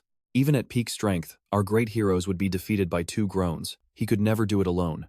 She turns back, raising her hand curiously. Besides, who could have blessed him? All the gods are with us at the temple. The brown-haired girl quickly chimes in. But Saintess, if the spirit and the bag owner are the same person, then is not traveling with the heroes extremely dangerous? Now watch closely, as she flashes an incredibly sinister, mysterious smile. No, I can still easily control them, so do not worry. Meanwhile, the system window suddenly glitters with alerts, showing that one arrogant god is watching anxiously, while another is extremely displeased with her. Sentes's eyes grow colder and completely devoid of emotion, as she mutters indifferently, I will not be fooled, so do not worry. We know he is dead, and I have concrete proof of it. If that is true, we still have a problem. I believe details of the tournament have leaked, the brown-haired girl helpfully points out. Sentes calmly replies that she already knows, and is just playing dumb, leaving her companion staring at her in utter shock. What? Sentes begins to explain, noting that how one handles information depends entirely on the individual. Do you not think the hero Jang Mi-hoon has been changing for the better lately? She smiles and continues. I do not know why she wants to go to the academy, but I will do my best until the tournament begins. I am really looking forward to it. The scene shifts as a single raindrop falls to the ground. Choi Kang-min mutters to himself, is it raining? When did the storm clouds roll in like this? It looks like a heavy downpour is coming. A voice echoes nearby. Ah, this is so annoying. How much longer do we have to wait? Yes, that is Jang Mi-eon. And I know what you are thinking. She looks incredibly whiny here, complaining about being tired of waiting. Night Sea looks panicked and offers, if that baggage is too heavy, let me carry it for you. She happily replies, really? Thank you so much. Kang-min grins slightly, thinking that she never changes. Nearby, Arya laughs loudly while gossiping with Yu Boa, asking what happened next. That guy's big mouth. He watches them and reflects, noting that Yu Boa seems exactly the same. He plops down on the ground, feeling relaxed. It feels like a simple picnic, without any worries about the upcoming tournament. Suddenly, a strange dark figure slowly appears in the distance, and he quickly warns everyone to stay extremely alert. Someone is trying to approach Princess Athena right now. It could be Seos Vlone. Jang Mi-eon's face instantly turns pale as she trembles, gasping out, a Vlone? Arya looks equally terrified, whispering that it cannot be. As the figure slowly emerges from the darkness, Arya screams, Hero oh Han-gu! Kang-min, look at how creepy Han-gu looks. Han-gu looks around and asks calmly, what? Oh, it is just you guys? This is my prestigious medal of victory. Kang-min retorts sarcastically, a prestigious medal? Are you seriously still playing make-believe even now? He looks at Kang-min with a confident smirk, saying, yeah, this is a real victory medal from an actual battlefield. You guys probably cannot even imagine it. A real battle? How pathetic. Kang-min scoffs in disdain. Han-gu suddenly bursts into laughter, challenging her to a duel if she does not believe him. Kang-min draws her sword arrogantly. Fine, I will show you the massive gap in our skills.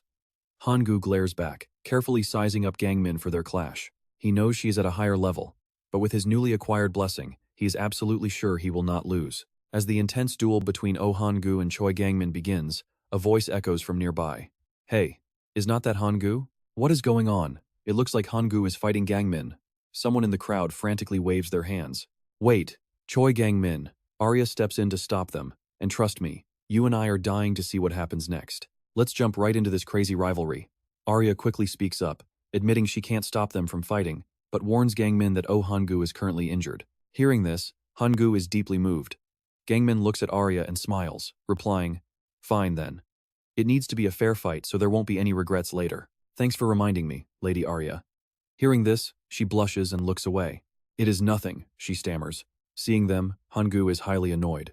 Suddenly, Saintess Sentes appears. Oh Han-gu, are you causing trouble even out here? Kang-min gasps in surprise. The Saintess maintains a serious, determined look on her face. I shall heal you to make this duel completely fair. Now, finish this quickly. Warrior Choi Kang-min. Hearing the Saintess, Kang-min confidently replies, Yes, Your Holiness. Then, he smugly turns his gaze toward Han-gu. Did you hear that, oh Han-gu? Try using those skills you picked up in the real world. Once healed, Han-gu wears an equally smug expression, thinking, How dare you look down on me? Have you really suffered that much? Flashback to a few days ago. He lay collapsed on the lush green grass, speaking with utter indifference. I let my guard down this time. I definitely need to be more careful next time. Lying there, he thought, Baek Han-young dragged those slave women away. I saw their tears as they were forced to leave. Sarah, Kana, Lusa, I will rescue you all. Just then, the system suddenly chimes in.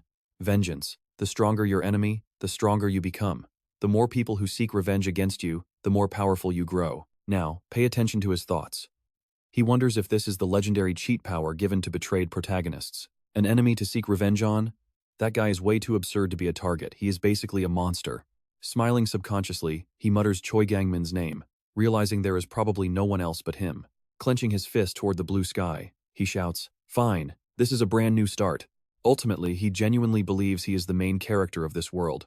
Meanwhile, a peaceful slime wanders by. He lunges forward, shouting like a cat spotting a treat. Found you, slime. Enraged, the slime rams him head-on. Sent flying by the impact, he grunts. Damn it, is a slime's level always this high? The system notifies him that an evil god is investigating his missing waist belt. He realizes he was cursed while hunting. Suddenly, a massive list of stats pops up. Oh Han-gu, level 3, Blessed, Ranked F Warrior. Plus, Special F Mercenary. Magic C, Vengeance F, and a Clairvoyance curse at level 4.63. The system explains this curse is due to your poaching. All nearby creatures will now become significantly stronger, and the failure rate of your traps will skyrocket. I know what you're thinking, a hero blocked by a curse. After reading this, Han-gu realizes he can't even beat a basic slime anymore. How can an epic main character like me get hit with a progress-blocking curse like this? Arya, you should have warned me about this stupid curse. Meanwhile, a system notification reveals an immature god is rolling on the floor laughing. Clenching his fists, he mutters, Damn it, fine. His hands ignite with bright flames. If this is a protagonist's fate, then let these two magic spells clash. With a thrilled grin, Kang-min remarks, You have improved since we last met. Han-gu replies with a wild laugh. Are you afraid of my magic body? It is only going to get tougher if you are scared. Kang-min frowns, thinking, Man, this guy is getting annoying. Turning to face him, he snaps, I will show you your true place. He instantly activates haste, while Han-gu charges right back like a blazing fireball of raw energy. Dodging easily, he sneers. A powerful move means absolutely nothing if it misses. But before he can do anything else, a blinding, unusual light hits his eyes. Subconsciously, he gasps. A second attack? As the brilliant glow intensifies, Kang-min panics. Has Han-gu's magic really progressed this much? After blasting Kang-min, Han-gu laughs. Ha, how about that? But before he can celebrate, his eyes widen in shock. Unleashing his warrior and willpower skills, Kang-min lunges forward, shouting, Is that all? Your moves are strong, but did you think a direct hit would stop me? Yubora squeals in absolute admiration. Seeing this, Han-gu fires back in a rage, yelling, Don't play games with me, that does not mean a thing. Kang-min stands firm, holding his sword with a death grip, and mockingly smiles. It only means nothing to you. Thrusting his sword directly at Han-gu's face, he glares, You lose. Instinctively, Han-gu raises his hands to shield himself. In an instant, crackling arcs of lightning completely surround him. Kang-min gasps in shock. What? The massive shockwave completely tears up the battlefield. The system chimes in. An immature god is extremely pleased with this result. And that's where we leave them, with betting gods annoyed, evil gods laughing, and both of our warriors knocked out cold. You and I are back in the action as the weary saintess sighs, telling everyone, Don't just stand there, go help them right now. Hearing that, Two-Tit chirps, Yes, ma'am. While our grumpy hero glares with annoyance and yells, Damn it, I am finally back. Rushing in, he fumes silently. He can't believe that fat, greedy elf bastard actually had the nerve to send him to such a deadly place. Out of nowhere, a figure pops up, asking, Oh, you're back? Shocked, Han-soo looks at Cosmos and asks, Wait, you didn't run away? Crossing his arms with a smug look, Cosmos replies, Well, my original plan was to leave yesterday. Then, scratching his nose, he adds, But some annoying people showed up, so I had to lay low and ended up missing my departure window. Hearing this, Han-soo calmly scratches his ear and asks, Who? Who showed up? Was it some god or someone else? Seeing his casual attitude, Cosmos answers with a hint of pure jealousy. I was too afraid of getting caught, so I stayed behind to wait for you. Han-soo just asks again, So, who was it? Cosmos calmly answers, That would be Prince Anus, the glorious heir to the throne of the Masta Kingdom. Cosmos completely panics, shouting, He is the third strongest knight in the entire kingdom. The more he talks, the more worked up he gets. He is an absolute monster. It brings back all the agonizing memories from my youth caused by those damn knights. Facing this frantic outburst, Han-soo just casually slips off his shirt and says, Aha, got it. Shaking his head at the hero's dry reaction, Cosmos mutters, Well, the ladies told me the prince specifically requested to meet you. Han-soo looks genuinely surprised and quite confused, asking, Wait, he wants to see me? Pay attention here. Because Cosmos gets totally terrified and snaps in a panicked voice. If you meet him, do not utter a single word about me, or he will instantly realize I'm a demon. Tossing his shirt aside, Han-soo asks, How is that possible? Meanwhile, cold sweat drops down Cosmos's face as he trembles. Because Prince Anus is a holy knight of light, directly blessed by the goddess himself. Han-soo throws his old shirt to the ground, thinking, A holy knight, huh? Interesting. But as he quickly slides into a fresh, comfortable shirt, he scoffs. Basically, that has absolutely nothing to do with me, right? Cosmos completely loses his mind at that, yelling, Has nothing to do with you? Have you even been listening to a single word I said? Didn't I literally just tell you he wants to meet you? Han-soo casually fires back at his anger, but I cannot even communicate with the guy. Cosmos stammers out about that but freezes as a sudden noise from the door cuts him off. Julia and Elsa burst inside with frantic expressions, shouting in unison, Kang Han-soo! Cosmos turns around with a flat, relaxed expression, ignoring their panic and sighs. We didn't even invite him, and yet he's already here. You are super strong, so I guess you are naturally popular with the ladies. Nearby, the goddess pouts her face in annoyance. While patting the goddess's head to calm her down, Han-soo tells the girls, She's probably coming back to ask me to carry her for some easy leveling. Cosmos grimaces, letting out a heavy sigh. Man, you really have a bad habit of completely ignoring other people's feelings, don't you? Keep this up and you will stay single for the rest of your life. Han-soo quickly fires back. Is that seriously advice coming from an ancient demon? Feeling deeply offended, the demon covers his face in shame. Han-soo looks at him and naturally asks, Wait, are you seriously crying? But don't miss this part. Julia steps in to thank Han-soo for his blessing, but Elsa immediately interrupts her, shouting, It is actually a curse. Wiping away a dramatic tear, Cosmos looks at him. It seems they are heartbroken, thinking the prince left before they could get an audience. Han-soo just scratches his cheek, looking completely clueless. Cosmos continues, Anyway, what are you even planning to do now that you are? Suddenly, a holographic system window pops up. He grins with absolute confidence and declares, We are going hunting. Cosmos looks at him with a giant, what the hell expression, exclaiming, With that hero's curse, even entering a city is tough. Did you go and murder a hero somewhere? Han-soo flashes an incredibly innocent smile and replies, Haha, no way, of course not. Gritting his teeth, Cosmos crosses his arms and snaps. Whatever. Farewell to you and this city. If we keep traveling together, you are going to end up dying completely single. Extremely annoyed by his words, Han-soo grabs the demon's mouth shut and glares. What did you just say, you little bastard? Who even translated that line? Thrashing around, Cosmos finally breaks free and gasps. Listen, just go find some slave with a language blessing. Skeptical, Han-soo raises an eyebrow and asks him, Isn't that kind of blessing incredibly rare? Pointing directly at Han-soo's bag, Cosmos snorts. Is there anything in this world that cannot be solved with cold hard cash? You have slaughtered so many monsters and made a fortune, so buying one slave should be pocket change. Han-soo pauses, thinking, Oh right. But then he turns around and angrily screams, Wait a minute, you bastard. Are you trying to completely drain my bank account in one go? Cosmos answers with ultimate calmness, Well, because you are always like this. On the side, Julia and Elsa just stare at them and giggle. While Han-soo is bickering and fighting with Cosmos, Elsa gently calls out his name. Turning back, he asks with a totally blank, innocent face, What is it? Still trapped in his grip, Cosmos sighs and shouts, You are seriously so dense. Why do you think a woman would dress up so beautifully just to meet a man? Covering his mouth, Han-soo whispers in utter disbelief, Wait, is it love? Cosmos sighs in absolute defeat, muttering, You really are hopeless. And that's where we leave it, trust me. You and I are definitely going to want to see where this crazy adventure leads next. Hearing the offer, Combe blushes and stammers. Let's see where this goes. He looks over at Julia and Liesa, thinking those girls definitely have feelings for him. Combe grabs his hand and whispers, Fine. I do not want to risk anything while the prince is still in this city. Did Kang Han-soo just say that without thinking? Then he calls him a cowardly schemer. Furious and annoyed, Combe yells back, "Hey, aren't I the one who is supposed to call you an idiot?" The scene cuts to them having fun outdoors, making memories under the fading light. As sunset approaches, the three stop right in front of a grand gate. Draped in all kinds of fancy clothes, he thinks, "Damn it, this outfit is so uncomfortable. What did those girls do to me? This looks like some noble mansion. Where even are we?" Stepping inside, a servant bows deeply to welcome him. Kang Han-soo is completely stunned by the sheer luxury, amazed by the beautiful, highly detailed design.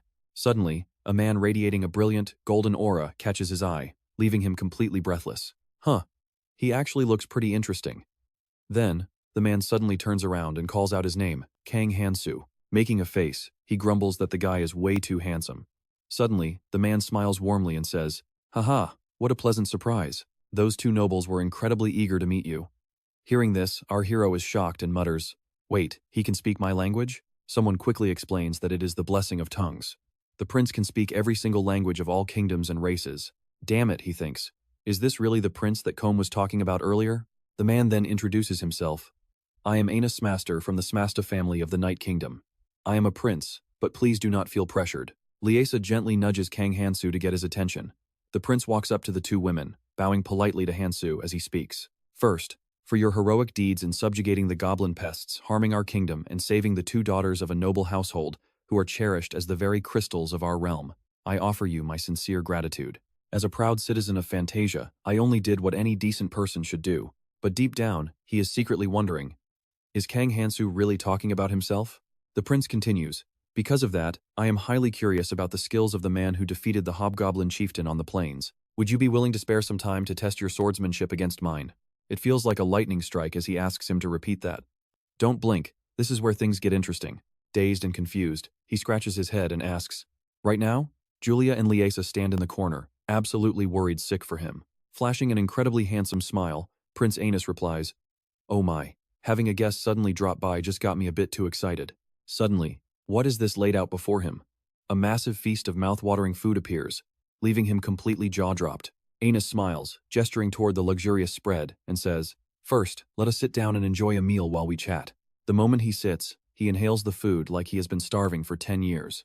Liesa watches in pure shock as the chefs struggle to keep up. After watching him eat for a while, Anus finally picks up his knife and remarks, "What a fascinating blessing you have. Being able to eat endlessly without getting full is something I truly envy." Hearing that, he mumbles back, "Oh, really?" The system displays the god's mood. It seems receiving a compliment from the bottom of someone's heart has made a certain deity very happy. The deity even lectures him to take notes and learn from the polite prince. Forcing a stiff smile, he quietly mutters, "I ate way too much. Please do not laugh at me." Anus can only offer a slightly awkward laugh as he continues, "Haha, it is quite all right. It is much better than letting good food go to waste." Then, he suddenly drops a question. "Kang Han-soo, how did you end up with the warrior's curse?" He freezes, thinking to himself that he knew this was coming. Let's see how he gets out of this one. Snapping back to reality, he stops eating and flashes a gentle smile. "This might be hard to believe, but I recently taught a lesson to some warrior who was bothering a fairy." The prince's face goes blank as he absorbs the unexpected answer and speaks, "Ah, so that is how you got the fairy blessing." Then, with a dark look in his eyes, he asks, "Do you happen to remember what that warrior looked like?" Hearing this, our hero laughs out loud, scratches his head, and explains, "Sorry, I do not recall. I just saw something unfair and punched him immediately." He quickly decides to just make up a lie. Accepting his reply, Anus folds his hands and says, "No matter, we just need to search for any warrior with facial injuries to find out." Turning his head away, Han-soo worries about the incoming chaos, silently apologizing to his fellow warriors. But Anus is not finished yet, continuing, "The real reason I invited you today, Kang Han-soo, is that guild records show you have hunted down the most orcs." Feeling a bit uneasy, Han-soo quickly asks, "Did I do something wrong?" Suddenly, a sly, knowing smile creeps onto Prince Anus's face. "Of course not. You are solving our kingdom's biggest issue, so how could you be wrong? Just think of this as a routine inquiry." Trembling, he stammers, "An investigation? Trust me, this means big trouble." Alright, let's dive into this crazy scene where Prince Ansus explains that all local orcs are suddenly and mysteriously vanishing. If saying they vanished is no understatement, what do you think happened? Han-soo just chuckles stupidly and offers up his brilliant theory. "Maybe I accidentally overhunted them just a little." Hearing that ridiculous answer, the prince practically screams like a total madman. If one person could wipe them out, I would have sent the cavalry. Actually, no, I would have personally led the charge and crushed them myself. Liesa and Julia look completely pale, as if expecting a disaster, while Han-soo remains incredibly calm and casually replies, "Is that so?" The prince stares flatly at him and mutters, "Just as the young ladies described, you really are a fascinating fellow. I look forward to learning more about you." Soon, the dark night falls upon a courtyard filled with high society elites. Ansys quickly speaks up. "To be honest, I only intended to thank you for saving the ladies." Suddenly, he pauses with a crafty grin. "But now, I am incredibly curious. I need to confirm if you truly are only at level 1. Thank you for accepting my challenge." Han-soo scratches his head in confusion and shrugs. "It is really nothing worth bragging about. If you are interested, Prince, go ahead and watch." He quickly decides against drawing the holy sword, leaving Ansys stunned as he notices. "Is that the holy sword?" Han-soo tries to ease the tension, saying, "I'll just show off a little. Drawing a weapon is too dramatic." Now pay attention to this smug face as Han-soo raises a single finger and says, "This is all I need." Everyone stands frozen with their jaws dropped to the floor, and the prince cannot help but shout, "Incredible!" Staring at Han-soo's hands enveloped in a blue light, he adds, "Wielding such a deadly finger technique so effortlessly to achieve that, my own hands had to be broken over 1,000 times." With a totally smug face, Han-soo replies, "Yeah, same here." Instantly, the system reveals a god's message calling him out for lying. Ansys turns around with a wide smile and says, "For a level 1 to master such a technique, we must grant you a worthy weapon." Excitedly accepting the sword from Ansys, Han-soo replies, "Thank you, Prince." The prince draws himself up, points his blade directly at Han-soo, and announces, "I will let you make the first move. Strike whenever you are ready." Feeling his blood run hot, Han-soo replies, "In that case, I will not hold back." Getting into stance, he thinks, Prince Ansuz is the third strongest knight in the kingdom. This is my chance to go all out. Han-soo unleashes outer heaven. The prince gasps in absolute shock. What on earth, Han-soo? An insanely massive aura of magic power surges all around him. With a highly confident grin, he locks eyes with the prince and says, "Here I come." His magic triggers a colossal explosion that completely wrecks the battlefield, and even he is shocked by its sheer destructive force. I know what you are thinking. Did he just blow up a prince? Han-soo panics, thinking he went too far, before spotting the exit. Like a gust of wind, he dashes straight for the exit, shouting a quick apology.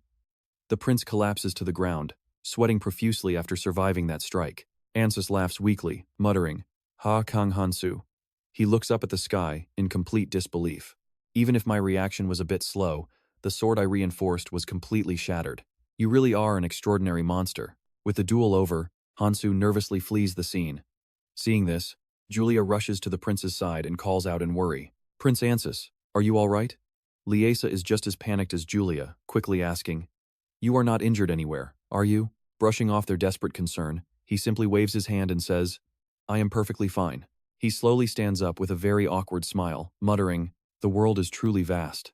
Liesa steps closer and whispers, "I think he got scared too." Julia immediately chimes in, "Yeah, he just took off." Prince Ansys chuckles, rubbing his head as he replies, "Because of my own weakness, I almost accused the savior of our kingdom of attempting to assassinate a member of royalty." Standing with hands on hips, he continues, "I want to apologize to Lord Kang Han-soo. Will you ladies help me?" Lady Julia quickly answers, He probably headed straight to the inn." Both girls are thrilled to hear Ansys say that. Julia bolts out first, shouting as she runs, "We will be right back." Liesa matches her pace and dashes after her. "Please wait for us, honorable prince." Ansys smiles with a sly look, thinking, "I am as excited as when my mother first taught me swordplay." Cut to the saintess, who asks in a dark, cold tone, "Did anyone enter my room without permission today?"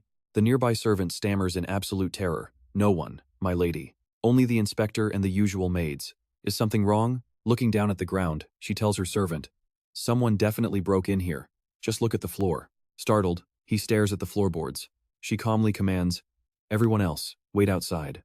He screams in utter terror, "My lady, it is too dangerous. An assassin might be hiding inside." She turns around with a murderous glare.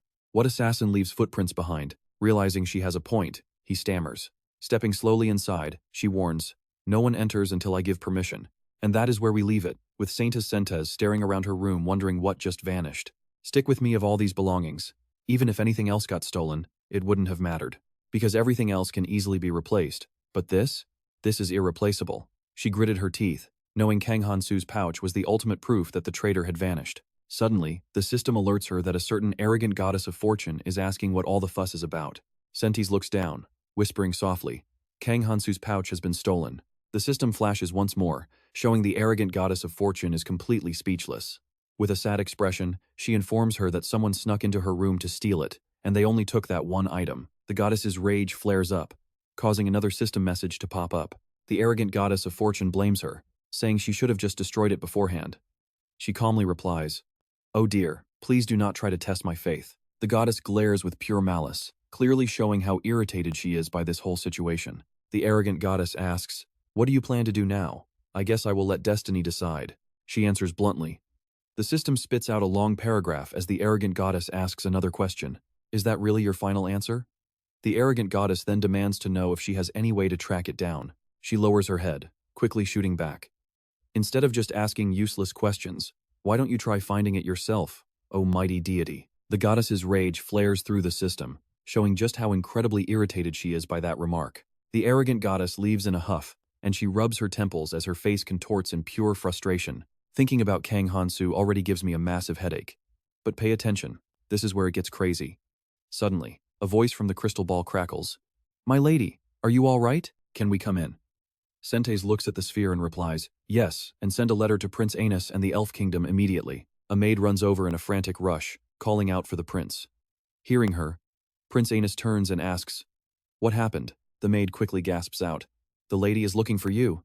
Looking stunned, he mutters, "Oh no, I forgot to notify her. I will leave the ruined fountain and the rest of these duties to you to handle." Sitting in his room, he stares into the crystal ball. "My lady, were you looking for me?" Her image flashes as her voice echoes clearly. "Prince Anus, how is your investigation into the disappearance of the orcs going?" Hearing this, he quickly responds, "I will report the findings of our probe right now. I believe our plan to hunt down these orcs with our warriors is highly unlikely to succeed under these current circumstances." She unconsciously murmurs, "Is that really so?" He continues explaining that the orc population has plummeted drastically with absolutely no signs of recovering anytime soon. Hearing that, she presses further. "Have you discovered the reason behind this?" Without hesitation, he reports, "Based on our interrogation of a captured orc using the blessing of languages, and trust me, this gets wild, it seems their territory was completely taken over by a terrifying demon." Stroking her chin in deep thought, she unconsciously mutters, "A demon?" Anus hesitates for a second, adding, "However, that intelligence remains completely unverified." Sentes replies skeptically, "We should strengthen our monitoring on any demons who might be responsible." She adds with a smirk, "Nice effort, though." Suddenly he calls out, "My lady," and she reflexively responds. The night has fallen late, making everything blurry, but the landscape is still visible under the soft, gentle moonlight. Over at the teleportation gate, piles of baggage are slowly spawning while a massive crowd gathers, waiting to claim their belongings. Catching a glimpse of Kang Han-soo, Brewer immediately brightens up. His eyes light up as he smiles, shouting, "You are back." Clutching two massive sacks of gear, Kang Han-soo limps forward, struggling to keep his balance. Hearing his name, he raises his head and asks in surprise, "Brewer, aren't you asleep yet?" Kang Han-soo approaches Brewer with high energy, looking incredibly pleased. He declares, "Perfect timing. We are going to need more manpower." Brewer seems surprised by this request. He raises a hand to scratch his head, replying in a highly confused tone, "People? What kind of people do you need?" Kang Han-soo simply points to the massive pile of luggage behind him. Heavy wooden crates, stuffed sacks, and massive backpacks lie scattered across the ground, desperately waiting to be hauled away. Kang Han-soo calmly replies, "People who are strong enough to carry all of that." Brewer is slightly taken aback, but quickly composes himself, pausing for a brief second before nodding. "Ah, yes, as you command." A while later, while checking on the transported luggage, an orc guard suddenly stomps over and barks, "Hey, Knight, where did the rest of that pile go?" Annoyed, Kang Han-soo glares back at him and speaks with pure disgust in his voice. "That is my luggage. From now on, those guys over there will carry my things." The orc guard glares toward the direction he is pointing, watching the luggage transport. The guard stares at the pile before grumbling to Kang Han-soo, "This place is not your personal warehouse, Sir Knight." Kang Han-soo couldn't care less. He merely watches the porters hustling under Brewer's command, responding with a completely indifferent shrug. "Just move my gear to the exit, trust me. You do not want to miss what is next." "All right, you and I are about to watch our crazy hero completely silence his haters." A moment later, he glares at Kang Han-soo with sheer frustration, his eyes filled with rage because he is totally powerless. Powerless and furious, he sneers, saying he has met all kinds of people, but this is the first time he is actually mad about being weaker. Meanwhile, Kang Han-soo does not care. Slinging the holy sword over his shoulder, he glances back at the guard with a smug smirk, saying he will take that as a compliment. The scene shifts to a pitch-black, foggy forest. Massive treetops completely block out the moonlight, leaving the entire forest in total darkness, save for a few faint, eerie beams of light trying to filter through the leaves. Kamos is navigating through this forest, where everything is pitch black, looking even darker than a high school senior's future on final exam week. The spooky atmosphere has him absolutely terrified, biting his nails in extreme anxiety as he walks. Suddenly, a voice calls out. Kamos whirls around in shock, only to find Kang Han-soo cheerfully waving right behind him. Terrified and utterly shocked, Kamos yells, "Where the hell did you pop out from so suddenly?" Rubbing his chin thoughtfully, Kang Han-soo casually says, "Let's move fast. Where do you think we should go?" Seeing his totally carefree attitude, Kamos is about to blow a fuse. "Now watch here," he snaps and screams. "No, you have to explain the situation first." Seeing Kamos lose his mind, Kang Han-soo stops playing around. He tells him they need to run as far away from those ladies as possible. Hearing this weird warning, Kamos is highly confused but not entirely surprised by the absurdity. Connecting the dots, he quickly asks if this has something to do with him being hit by the warrior's curse. Turning back, Kang Han-soo gives a calm smile and says yes. Seeing that casual face, Kamos curses the bastard deep down. On the outside, Kamos rubs his chin, looks into the distance, and says, "If we want to outrun them, heading south is our best bet." Taken aback, Kang Han-soo asks, "Why the south?" Kamos replies, "The Western continent's biggest slave market is located right down there. We can find you a slave who holds the blessing of languages there." Kang Han-soo looks at Kamos with an amused expression. He lets out a long sigh, making Kamos ask in utter confusion, "What is with that stupid look on your face?" Crossing his arms, Kang Han-soo says with amusement, "You are not running away from me? That is honestly pretty charming." Triggered by the sarcasm, Kamos completely snaps and yells, "Are you serious right now? You are the one who robbed me of everything." Turning his head away, Kamos mutters awkwardly, "And because of that, I can't even afford to buy a single horse." "Let's move. Those swordsmen could catch up to us any second," Kang Han-soo interrupts, being absolutely no help at all. Suddenly, he scoops Kamos up in his arms, carrying him like a princess.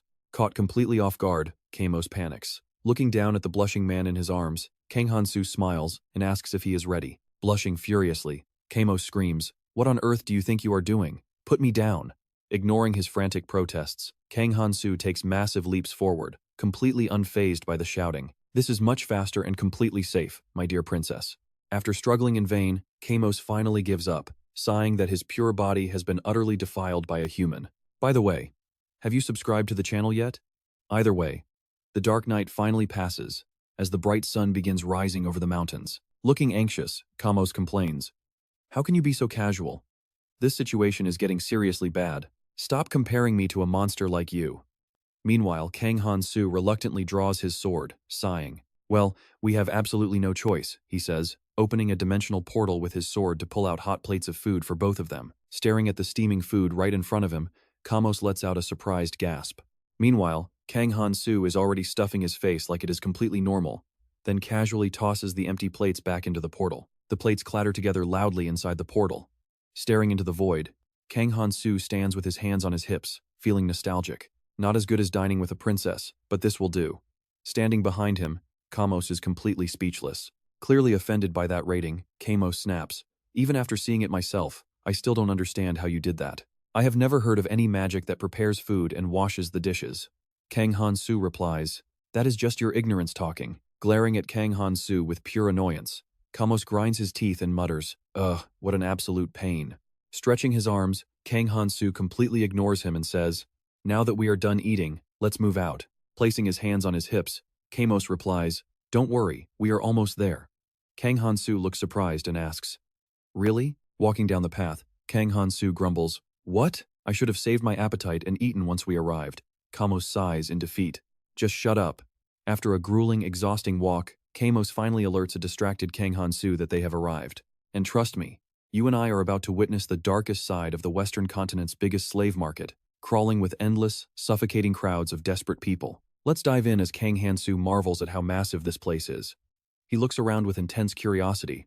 Kang Han-soo excitedly adds that it is also pretty awesome. His pure excitement and fascination with everything around him draw quite a few stares from people sizing him up. Seeing Kang Han-soo falling behind while daydreaming, Kogmos turns around and says, "Stop acting like a total country bumpkin and hurry up." Annoyed by Kogmos' smug attitude, Kang Han-soo quietly curses him out, but they are suddenly interrupted by a loud, hostile voice warning them, "No loitering here, who are you waiting for?" Hearing the shout, Kang Han-soo quickly spins around, feeling a bit startled inside. Oh boy, is that guy a security guard? Kang Han-soo plays it cool, scratching his head and offering a clumsy apology. But looking closer, he sees the security guards are actually just slacking off, gathering around a table to play cards. They look incredibly sloppy and unprofessional. One even kicks his feet up on the table, cursing at Kang Han-soo's apology. Even though these guys wear full armor and are supposed to maintain order, they look more like a bunch of cheap street thugs. Kang Han-soo completely freezes at the sight.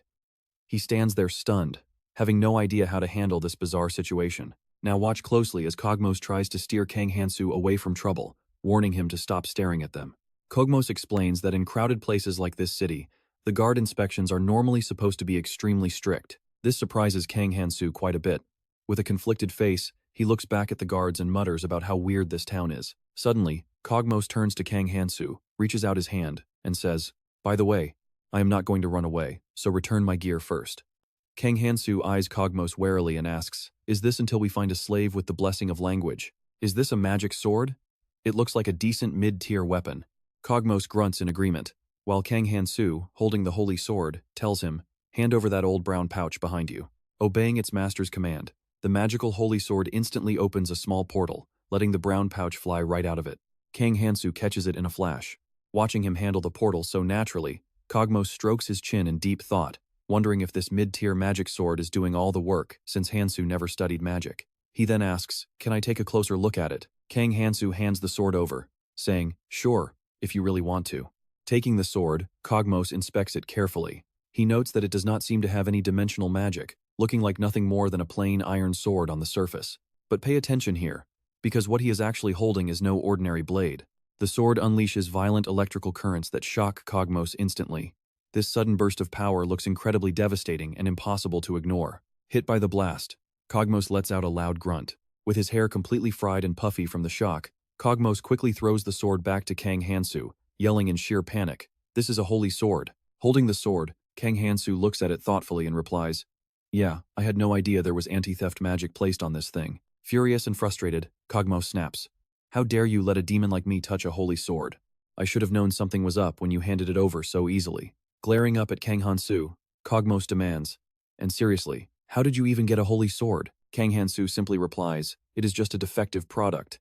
Kogmos stares back, thinking, so he really is a knight. Kogmos bluntly remarks, "Well, the weapon is a defective piece of trash, just like its owner."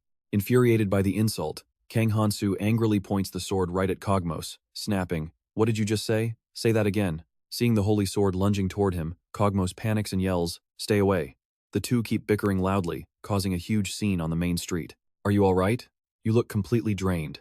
Kogmos angrily screams, "Do you honestly think a demon would be fine after touching a holy sword?" Cutting to another location, a mysterious girl hears the commotion from outside, her ears and hands twitching slightly in response. She is incredibly beautiful.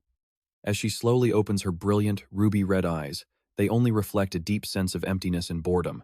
Out on the bustling streets, shouting merchants compete with one another, trying to attract customers to their shops. "I am selling these young, strong slaves today. Come over here and take a look for yourselves." At another stall nearby, massive muscular men stand on full display, proudly showing off their impressive physiques and balanced body proportions. The stall owner shouts loudly, "Look at these raw muscles. They are absolutely perfect for any heavy labor you need done." Watching this chaotic and noisy slave market unfold, our two boys, Kang Han-soo and Kogmos, can only stare in complete silence. To make things crazier, someone screams about it being an anniversary and how they cannot do this. Kang Han-soo finally loses his patience. He complains about how boring this all is.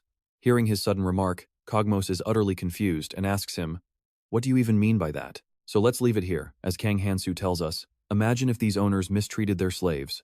Let's dive into a crazy fantasy story where our main character, Kang Han-soo, starts dreaming about some hero of justice saving all the slaves, which leaves his demon buddy Kogmos completely speechless. Nonsense. Kogmos mutters in absolute disbelief, before deciding to add some extra sarcasm to his reply. What can someone who almost assassinated a prince actually do? Can you please start thinking like a normal human being for once? Kang Han-soo pouts and grumpily tells him he's talking too much, when suddenly, a loud scream echoes from a nearby dark alley. They spot a massive, angry man about to brutally strike a defenseless little girl who is kneeling right at his feet.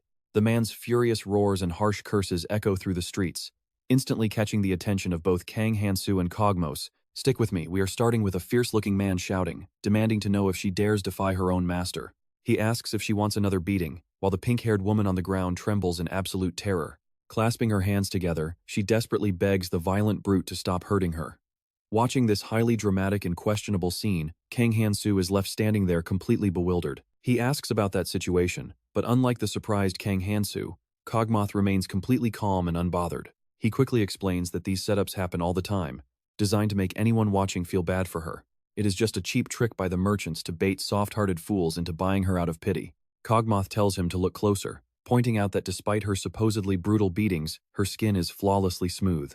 Realizing this sneaky, hard-to-notice detail, Kang Han-soo lets out an impressed gasp. With that settled, Cogmoth turns around to walk away, telling Kang Han-soo to stop falling for cheap scams and keep moving.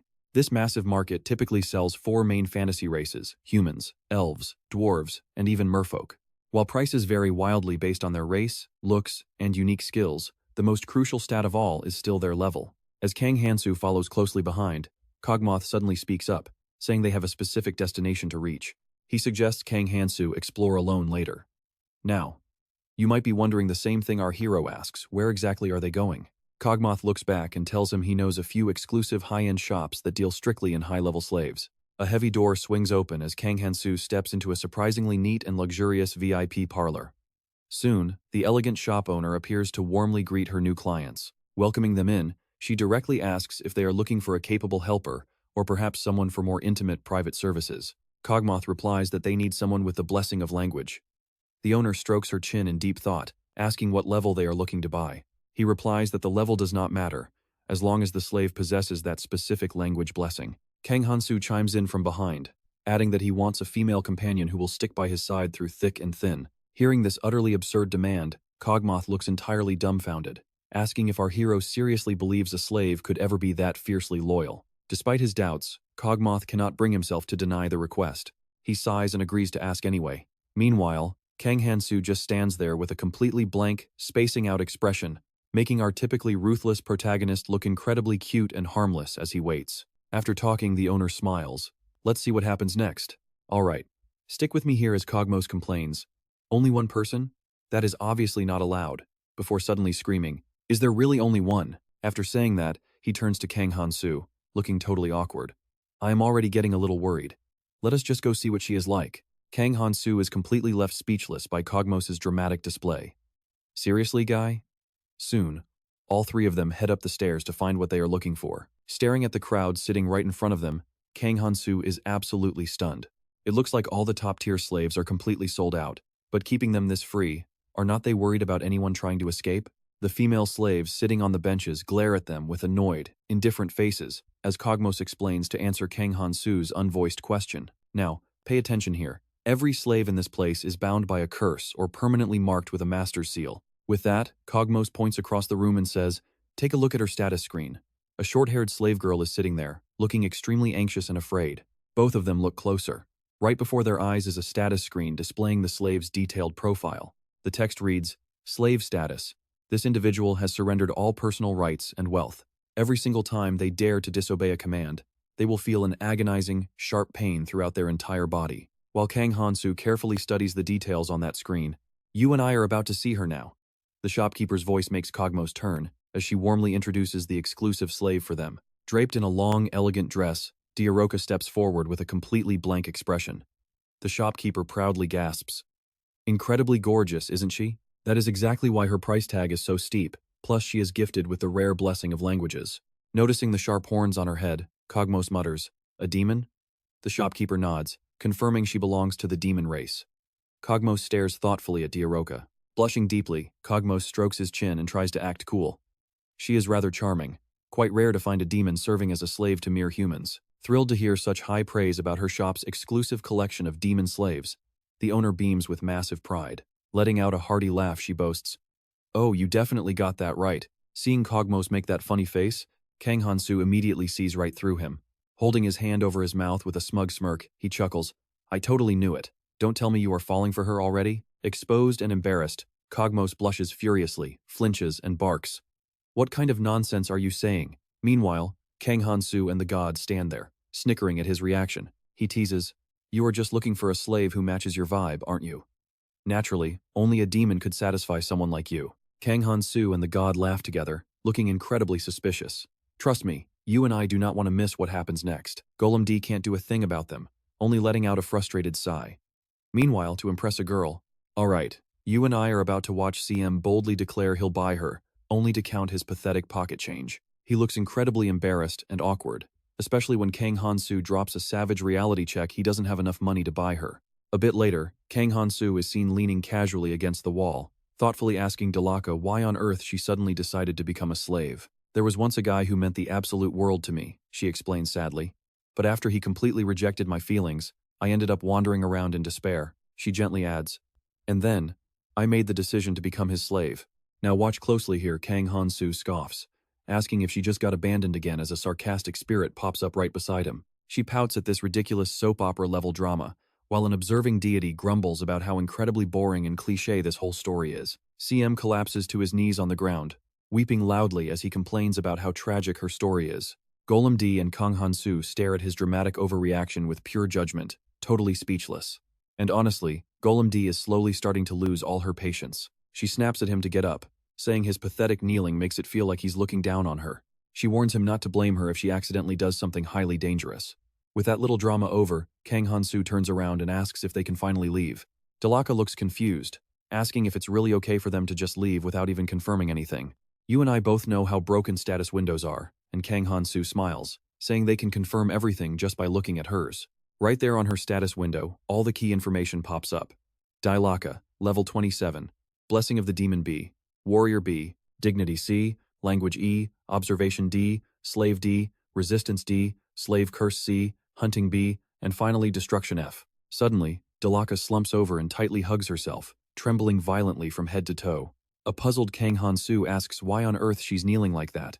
Loca replies with a visible shiver, begging him not to look at her with disgust now that she's officially his slave. She looks up, her face flushed with an absolutely bizarre mix of pure pleasure and intense relief. Her intensely blushing face is surprisingly heart-fluttering, but her status window reveals a dark truth. She has completely surrendered all of her rights and possessions. Now, every single time she receives an order, she feels absolute, blissful happiness. Loca leaps up, begging for orders, and trust me, you and I are going to want to see what happens next. Alright, you and I are about to watch Cosmos claim he only obeys a pathetic human just to hear his commands. If that is what you want, before Kang Han-soo can even finish, she cuts him off completely, daring him to give her some bizarre order. I definitely will not forgive you if you do. Kang Han-soo and Joka just stare at Cosmos with absolute judgment. Since nobody reacts, Cosmos freezes in confusion before frantically begging to kill that demon. Kang Han-soo calmly restrains him, saying they cannot kill him yet, while Cosmos desperately yells for him to wait. Now pay attention here, because Cosmos starts screaming in agony as Loca steps in and absolutely wrecks him. Since Kang Han-soo only said not to kill him, he never mentioned whether they could beat him to a pulp instead. Joka immediately catches the hint and joins in to give Cosmos a brutal beating, while Kang Han-soo simply asks, "Can we go check on the other slaves now?" Scene cuts to another area, where Kang Han-soo watches his hired workers carry his luggage. Seeing the massive pile, Kang Han-soo feels a bit awkward and mutters, "I think things were too cheap. I bought way too much." Loca, standing right beside him, replies, "Everything is cheap here anyway, plus these are all the essentials we need." Kang Han-soo steps forward to guide the workers carrying all of his items into his spatial storage, telling them to come in one by one. Suddenly, Cosmos sneaks up to whisper to Kang Han-soo, and honestly, we both know this guy is up to something weird again. Confused, Kang Han-soo asks what he wants and where he is going, but Cosmos quickly denies it and speaks up loudly. "I changed my mind, so I will tag along." But mid-sentence, several arrows suddenly fly out and strike Cosmos right in the head. Cosmos faceplants onto the dirt, covered in arrows. Kang Han-soo gasps in shock, while Loca coldly stares down at the twitching body. "I have been wanting to do that for a very long time, but it seems someone beat me to it." With that, she steps on his head, grinding her heel into him to satisfy her anger, muttering that someone beat her to it. Let's dive into this wild story as our main character, Kang Han-soo, coldly glares at his attackers in broad daylight. Loca and Kang Han-soo easily deflect an incoming arrow flying right at them. Han-soo just smirks, muttering about how chaotic this world has become. Wearing a mischievous grin, Han-soo playfully asks, "Right?" before delivering an absolutely devastating punch right to a bandit's jaw, sending him flying and practically shaking the entire world. That lightning-fast strike blasts the guy several meters straight out of the alley, leaving him sprawling in front of horrified, wide-eyed onlookers. One passerby even lets out a blood-curdling scream. A curious man approaches the unconscious body lying on the cold pavement. He tries to see who this guy is and why he got thrashed so badly, only to find his face beaten into an unrecognizable, bloody pulp. Meanwhile, another terrified woman passing by shrieks out loud at the sight. Back in the alley, the assassins Zerodika and Loca are busy handling the other thug. Hearing those loud screams from outside, they instantly realize things are about to get complicated. This is bad. A huge crowd is going to gather here. Roca analyzes the bandits' outfits and gear, making a highly confident observation that causes Kang Han-soo to suddenly turn his head. He indifferently glares at his newly acquired demon slave, listening to her sharp analysis. These guys are actually a band of slave snatchers, likely drawn by rumors of a level 1 rookie buying up a massive group of slaves. And talk about terrible timing. A squad of local soldiers, alerted by the screaming citizens, immediately rushes to the scene with long spears raised, shouting a loud warning at our group. "Hey, what are you doing over there?" Before Han-soo can even recover his senses, the guards are already moving in to arrest him, leaving him looking utterly panicked. Sweat pours down his face as he stammers in a trembling voice. Oh no, the guards are closing in fast. Meanwhile, Roca remains perfectly obedient, looking to finish off the remaining bandit as she politely asks her master, "Shall I kill them all?" Han-soo sighs deeply, casually glancing down at Cogmoth, who has been knocked out cold on the dirt, and says, "Since you are a slave, you might not care, but this guy is actually a demon. We cannot let these guards discover him." Roca tilts her head, asking, "Should I just execute him too?" Han-soo shakes his head. "No, you're not helping. We need to get out of this town immediately." Han-soo and Roca quickly grab Cogmoth and make a run for it, fleeing deep into the forest outside of town before finally stopping to catch their breath. Once they completely shake off those broad-shouldered guards inside the dense tree line, they finally slow down, panting for air hidden deep within the foliage. They wouldn't follow us out here, right? Han-soo doesn't show a shred of care, ruthlessly dropping Cogmoth onto the hard ground like a sack of potatoes. He coldly snaps, "Wake up already, Cogmoth. You cannot afford to be this pathetic. Now pay attention to this landing." Cogmoth hits the hard dirt face first with a brutal thud. Groaning in absolute agony, "Ack!" Cogmoth finally regains consciousness, groveling on the ground. Instead of standing up, he immediately starts glaring at Han-soo, trying to blame him. With pure hatred in his eyes, he snaps a stray arrow in half, desperately trying to suppress his rage before he actually picks a fight. "Don't you dare call me weak. I've never had an assassin get that close to me before, so I was just caught off guard." Roca stands off to the side, quietly observing this pathetic excuse of an explanation. "Are you saying you've spent your entire life without keeping your guard up, relying purely on your fast recovery skills? That basically just confirms that you are way too weak." You and I can see his pride is completely shattered. Cogmoth lashes out, screaming that Han-soo is useless and couldn't even successfully buy a single decent slave on his own. "You're nothing but a stupid, brainless bastard." Han-soo gently brushes his pristine white shirt, now ruined with fresh blood, and sighs. "My clothes got stained yet again." Suddenly, a clawed hand crackles with a sinister purple aura, preparing to strike. Who would have thought the seemingly submissive and gentle Roca would dare launch a sneak attack on her own master? Luckily, Han-soo's reflex-heavy senses are sharper than a whip. He dodges her surprise strike with ease, leaving her utterly disappointed. He casually sidesteps the blow, grabbing her glowing hand mid-cast to shut down her magic, wearing a relaxed smirk as he speaks. "Did you really think I'd be that easy to catch off guard?" Roca grits her teeth in sheer frustration, furious that her haughty assassination attempt failed so miserably. But she refuses to back down. This proud demoness still believes she is superior. Genuinely believing that she is far more powerful than Han-soo, she immediately lunges forward to deliver an incredibly high-powered second strike. But even as a level 1 rookie, Han-soo has survived way too many of these exact situations to be caught slipping. He is already prepared to strike back, channeling a blazing red magic circle right in the palm of his hand. The exact second their magical spells collide, a massive flash of blinding light illuminates the dark forest, accompanied by a deafening, ear-splitting shockwave echoing in the quiet wilderness. As the dust settles, Roca's magical hand completely disintegrates into thin air, totally overpowered by Han-soo's brutal and rapid counter-offensive. And as we wrap up this scene, Cogmoth can only scream out for justice after witnessing Han-soo's absolute dominance. Alright, let's dive into this wild scene where Kang Han-soo finally realizes what's actually going on, leaving him completely baffled. Yeah. It turns out Loca never believed her new master was only level 1. She tested him, only to realize the terrifying truth too late after losing her own hand. "Are you really level 1? Kang Han-soo sneers at that, mockingly asking, "If not, then what? Are you about to tell me you could easily do it yourself, just like Cosmos?" Loca had never felt so utterly humiliated in her entire life. Blinded by uncontrollable rage, she instantly lunges at Kang Han-soo, unleashing all of her fury in a relentless flurry of savage strikes. "You really are so simple-minded," he mutters. Entering battle mode with ready hands, his lips curl into a cold, highly provocative smirk. "Fine, I will show you." With that, Kang Han-soo charges forward, determined to absolutely crush this brainless slave once and for all. The power of your master. Kang Han-soo unleashes a continuous barrage of phantom strikes onto Loca, showing absolutely no signs of slowing down. There is no exhaustion here, only pure, overflowing energy. Even after half a day, he still attacks aggressively without showing any fatigue. But no matter how strong Loca is, she cannot escape the sharp, devastating magic Kang Han-soo unleashes, leaving her heavily wounded. Blood pours non-stop from her arms, shoulders, and thighs. If not for her insane high-speed regeneration, she would have easily bled to death by now. Here's where it gets intense. Kang Han-soo decides he's had enough of these games. It is time to teach her a lesson and finish this with one final, crushing blow that will force her to submit. Somehow, Loca exploits a tiny gap in Kang Han-soo's tactics, cleanly dodging his ultimate strike without taking any more damage. Her previous injuries heal up instantly, returning her body to perfect condition. Withdrawing magic from her hand, her red eyes lock onto Kang Han-soo. Clearly, this devious girl is plotting something far more sinister. In a shocking twist, she pulls out a classic honey trap. Smiling like a sweet, innocent little sister, while speaking in an ultra-soft voice, she successfully distracts Han-soo. "It seems you have let your guard down. And honestly, you and I both know that even the most rational man can't resist a gorgeous face like hers." His initial fierce determination completely vanishes, replaced by a dazed stare and a totally foolish, blank grin. "Ah ha ha, this attack is going to hurt."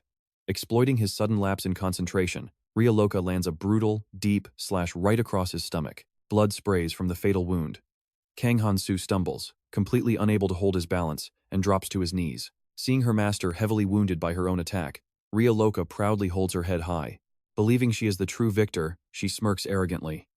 "I am sorry, but while a wound like this is nothing to a demon, it is completely fatal for a human." She smugly stares down at her silent master as he clutches his stomach in pain, a victorious smirk plastered across her face. "Oh, master, go ahead and order my release so I can be free. I will heal you immediately after." But in reality, this girl has severely underestimated the sheer insanity of Kang Han-soo. He is actually completely fine, standing tall like a massive mountain without showing even a single ounce of pain. Mockingly, he commands her to stand still, instantly snapping her back to a terrifying reality. Loca gnashes her teeth in absolute frustration, realizing all her efforts to get leverage over Kang Han-soo were completely useless. Not only is he totally fine, but her scheme backfired, sealing her fate as a slave for the rest of her life. The massive wound she left on Kang Han-soo takes a mere 3 seconds to completely restore itself. Kang Han-soo casually points out that her master is not someone who gets weakened by simple wounds like that. Using her magic to quickly regenerate the arm he took earlier, she looks at him in utter disbelief. "Master, are you actually human?" Kang Han-soo smiles with pure satisfaction. "Since we both can heal, why don't we fight to the absolute death and see what happens?" Rhea had tried 3 times but failed to drop him. Naturally terrified, she glares at him with sweat pouring down her tense face. Needing to confirm his terrifying intent, she nervously asks, "Is that really your order?" Meanwhile, Cosmos is still flat on the ground, unable to get up, but he still cannot resist crawling forward just to curse him out. "Ugh, you absolute psycho." In a moment of sheer madness, Cosmos openly encourages the slave's rebellion, rooting for her to overthrow Kang Han-soo, though even Rhea herself has to doubt her own ears. "You?" Crossing his arms coolly, Kang Han-soo tilts his chin high up, listening to Cosmos's pathetic rambling. "I have fought alongside him long enough to know his style inside out. If I support you with my magic..." But before he can even finish, Cosmos takes a massive hit. "Trust me, you'll want to see what happens next." Let's dive into this battle, where Kang Han-soo bluntly mocks his opponent, saying that Fool claims to know him but has no idea what is coming next, leaving even Roca shaking her head. His moves are honestly just too stupid to comprehend. Though, looking closely, maybe his foolish actions actually make perfect sense.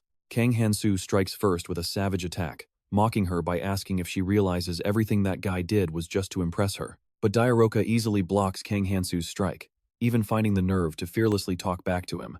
She claims to absolutely despise anyone who betrays trust, but Kang Han-soo just sneers, pointing out that she is doing the exact same thing to him right now. Refusing to back down, Roca gathers heavy magic in her left hand, waiting for the perfect moment to strike back. With defiant eyes, she snaps that while she might be a slave, she never swore loyalty to serve him. Immediately after, An earth-shattering explosion erupts as a blinding beam of mixed red and purple magic power surges outward, lighting up the entire dark sky in a massive elemental blast. No matter how high-ranking Diaroka is as a demoness, her raw power simply cannot compete with a level 1 monster like Kang Han-soo. Facing his relentless onslaught, she inevitably begins taking heavy damage. Although she possesses high-speed regeneration, her healing cannot keep up with the brutal wounds he inflicts, even after she launches 10 desperate counter-strikes to break free. Now pay attention here, she is completely trapped, grinding her teeth in pure rage with her knuckles clenched white, silently wondering what kind of absolute monster this guy is to be so insanely strong. With terrifying blood-red eyes and his internal energy fully charged, Kang Han-soo prepares to charge straight at Diaroka with a mocking, incredibly disdainful smirk on his face. Haha, now that is actually a pretty solid opportunity. Another deafening blast shakes the area, and this time, the crimson glow of Kang Han-soo's magic completely overwhelms her. Diaroka's purple magical energy attempts to swallow everything, but the massive clash turns the pitch-black night sky as bright as broad daylight. Desperate, Diaroka resorts to her old tricks, trying to distract Kang Han-soo with a pitiful, innocent gaze. Too bad for her, because Kang Han-soo never falls for the same cheap trick twice. The moment Diaroka's magic attempts to sneak behind his back, Kang Han-soo easily detects the trap, completely anticipating her outdated strategy with a quiet snort. Venting his rage, Kang Han-soo counters and leaps high into the air. He unleashes a brutal left kick straight to Diaroka's head with enough force to cause severe trauma and split her brain completely wide open. Luckily, Diaroka manages to keep her consciousness, quickly retreating to buy time to regenerate, because otherwise, she would have been completely finished right then and there. Blood is smeared all over Diaroka's face as a crimson stream leaks from her mouth down to her chin, leaving her looking incredibly battered and wretched. Compared to the completely untouched Kang Han-soo, they are truly worlds apart.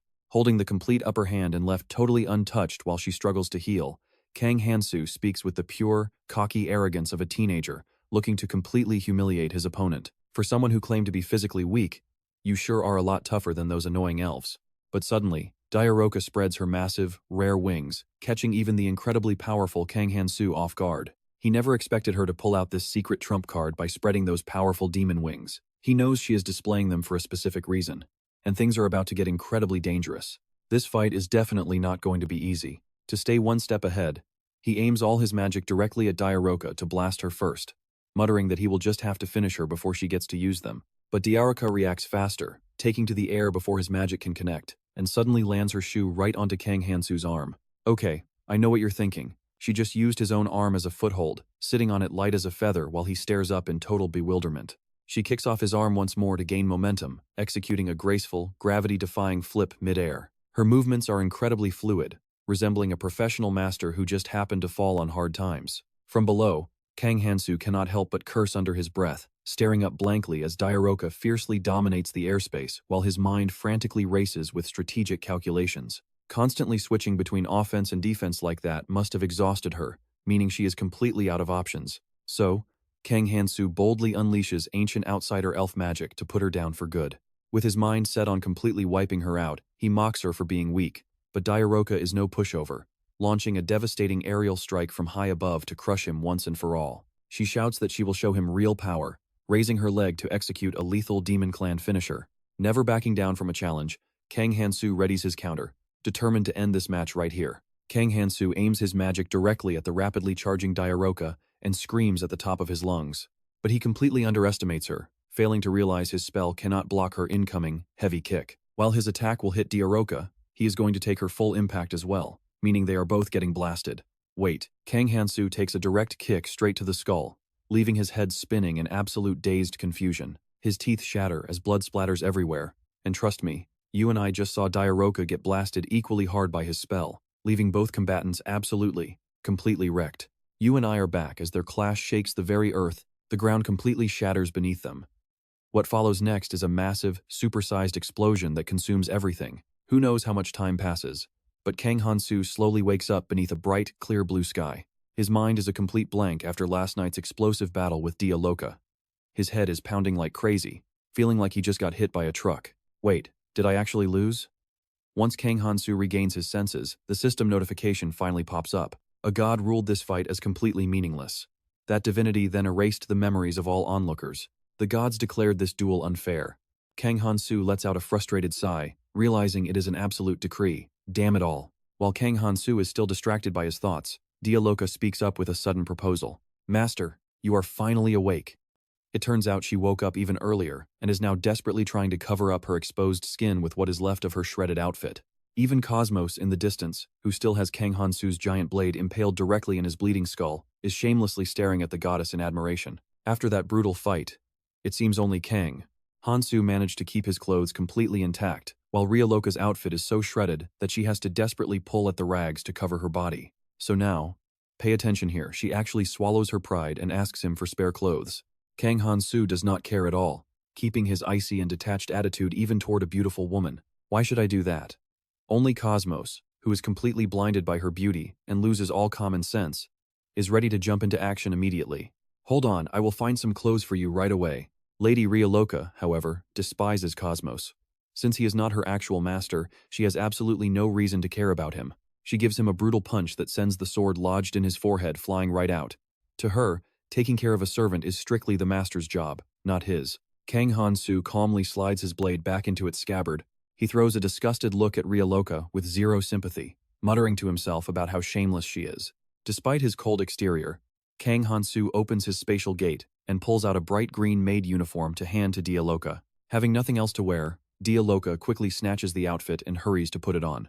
Otherwise, her completely ruined clothes would not have lasted much longer, leaving her totally exposed if she did not cover up immediately. Well, look at that, she actually shows a bit of honesty and opens up to Kang Han-soo without holding anything back. While admitting it is deeply humiliating that she could not defeat him, Loca tightly ties the purple ribbon around her waist, fully looking like a maid as she confesses she never expected this outcome. But the moment she turns her gaze toward Cosmos, her expression changes completely. Pure, unadulterated disgust is written clearly right across her face.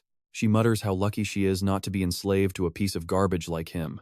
Hearing his beloved goddess say something so savage breaks Cosmos's heart, leaving him crying inside. Loca digs her high-heeled boots into the soft grass, barely holding back her burning frustration, and speaks in a low, tense voice. Loca then steps close, poking her finger right into Kang Han-soo's chest as she demands answers. It is clear that her pride is deeply hurt and she feels completely underestimated by him.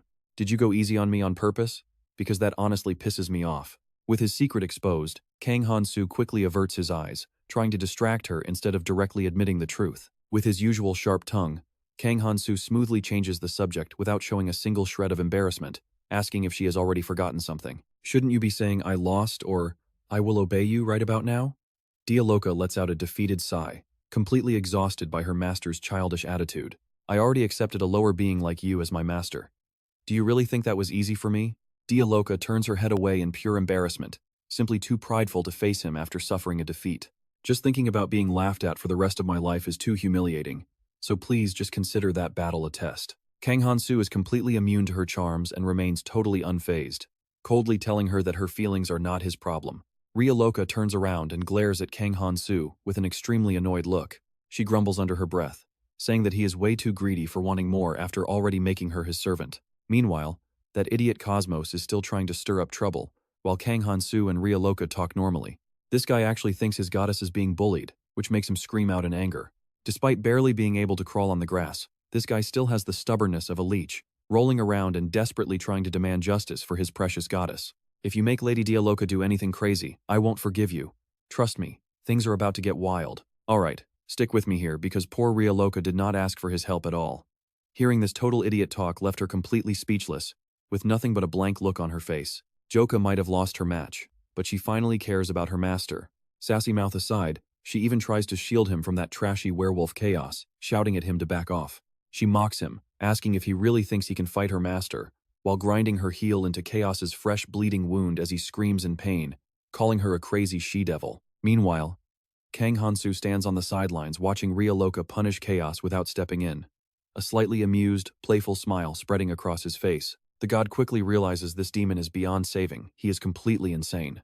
Joka suddenly freezes, reaching out to hug Kang Han-soo, but he instantly spots it. Being a typical straight-laced guy, he swiftly swats her hands away. His guard is still up from their previous battle, and he glares at her with a stern demand. What do you think you are doing? Unfazed by his rejection, Joka lunges forward anyway and wraps herself tightly around him, leaving absolutely zero space between them. Watch closely here. She asks him, did you not want a reward? It turns out Loca's mind is actually far from innocent, because she assumed the grand reward Kang Han-soo wanted was some intimate physical contact. Without hesitating for even a second, she pulls him close, leaving Kang Han-soo completely frozen in shock as he stammers. He manages to stammer that this is not what he meant, but Loca completely drops her sassy attitude, resting her relaxed body against him with closed eyes, whispering that since he hurt her, he must take responsibility. But wait, why does her desperate plea sound like an innocent girl who lost her purity and is now demanding justice from him? No longer acting cold, Kang Han-soo actually decides to hug her back, wrapping his left hand smoothly around her slender, delicate waist, though he still has a bit of an existential crisis over how fast she flipped her attitude. He hesitates to even speak. This is Loca's very first time getting intimate with a man, making her incredibly sensitive. On top of that, a woman's waist is a highly delicate area, so she naturally feels completely defenseless. She is no exception, screaming at the top of her lungs in the middle of the desolate forest, "You jerk! Kang Han-soo, I know what you are thinking." But meanwhile, we get a shot of a massive mansion where a gentle image of Anis flashes through a small crystal ball. He politely promises a fitting reward on his behalf, and the other person agrees, saying they trust him. Turns out, the one contacting Anis is Ceres. Swamped with an overwhelming amount of daily tasks and endless unexpected problems, she closes her weary eyes and lets out a heavy sigh of exhaustion. This is bad. The plains goblins have been completely wiped out. Just a short distance away, a clear, ringing voice remarks that first it was the hyenas, and now the goblins. The older woman continues by asking if she has looked into the matter yet. Ceres does not fully agree, noting her findings are only partial.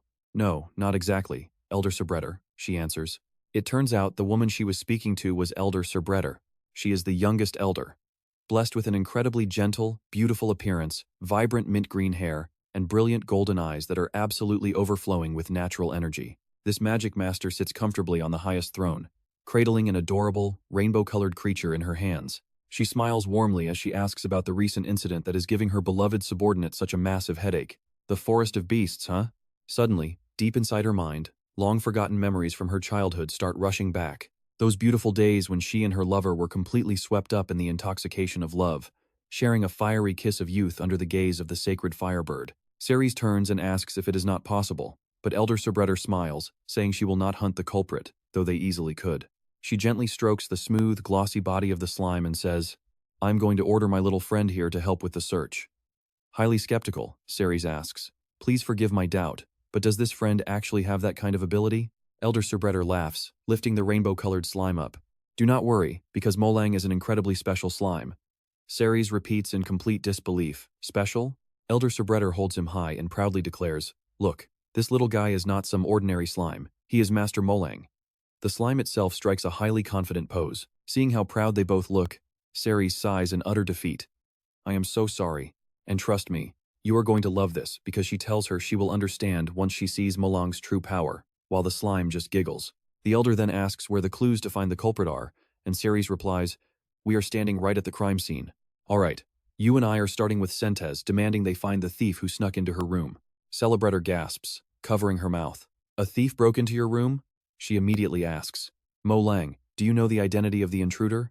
Right then, Molang's soft, squishy body begins to glow with a brilliant golden light. The golden light shines as bright as a high-powered light bulb. Molang lets out a long squeak. "Molang." Sentes stares at this slime, totally confused. I mean, what is Master Molang actually saying? Sentes thinks to herself, unable to believe she still can't understand him even with the language blessing she possesses. Celebreddor answers, explaining that according to Molang's analysis, the thief escaped using the holy sword on the wall. Hearing this, Sentes gasps, "A holy sword?" Her face goes dark as she realizes the worst-case scenario, the culprit is a warrior. Celebreddor notes, "Looks like you already know who did it, huh?" Startled, Sentes quickly tries to deny it. "Ah, yes, thank you for your help. Is there anything I can do to repay you?" "Now pay attention here," Celebreddor thoughtfully says. "I am preparing to join the Magic Academy, so helping me with that would be amazing." Sentes asks, "You want to be a professor at the Magic Academy?" Celebreddor replies, "Yes, since my level is way lower than anyone else in my tribe. Because of that, I face a lot of restrictions." Celebreddor's face falls as she sadly confesses, "I have tried my absolute best, but I have finally realized that warfare just is not for me." Her hand tightens on the table, reflecting her heavy emotions. Molang moves closer to her, letting out a series of soft, worried squeaks. An image flashes of Celebreddor living peacefully with all kinds of forest animals. Sentes realizes that because Celebreddor loves nature and absolutely despises war, even after living 1,000 years as an elf citizen, she has only reached level 12. Sentes thinks that if she can secure a teaching title, she can earn experience points without ever stepping onto a battlefield, which is the perfect choice for her. Sentes smiles and says, I understand, I will do my absolute best. Under a clear blue sky, simple houses come into view. Ohanggu chuckles to himself in delight. Ohanggu clenches his fist and mutters, even if there is a gap in our power right now, next time we meet, I am definitely going to defeat you completely. The system announces that a demon god supports you, while a rookie god praises you for being cool. Ohanggu bows his head, secretly smirking as he thinks, keep it coming, praise me more. A chubby porter carrying 2 heavy bags approaches and says, Warrior Ohanggu, here are the items you wanted. Ohanggu replies, oh, hello. Staring at the pile of swords inside, Ohanggu's eyes go wide.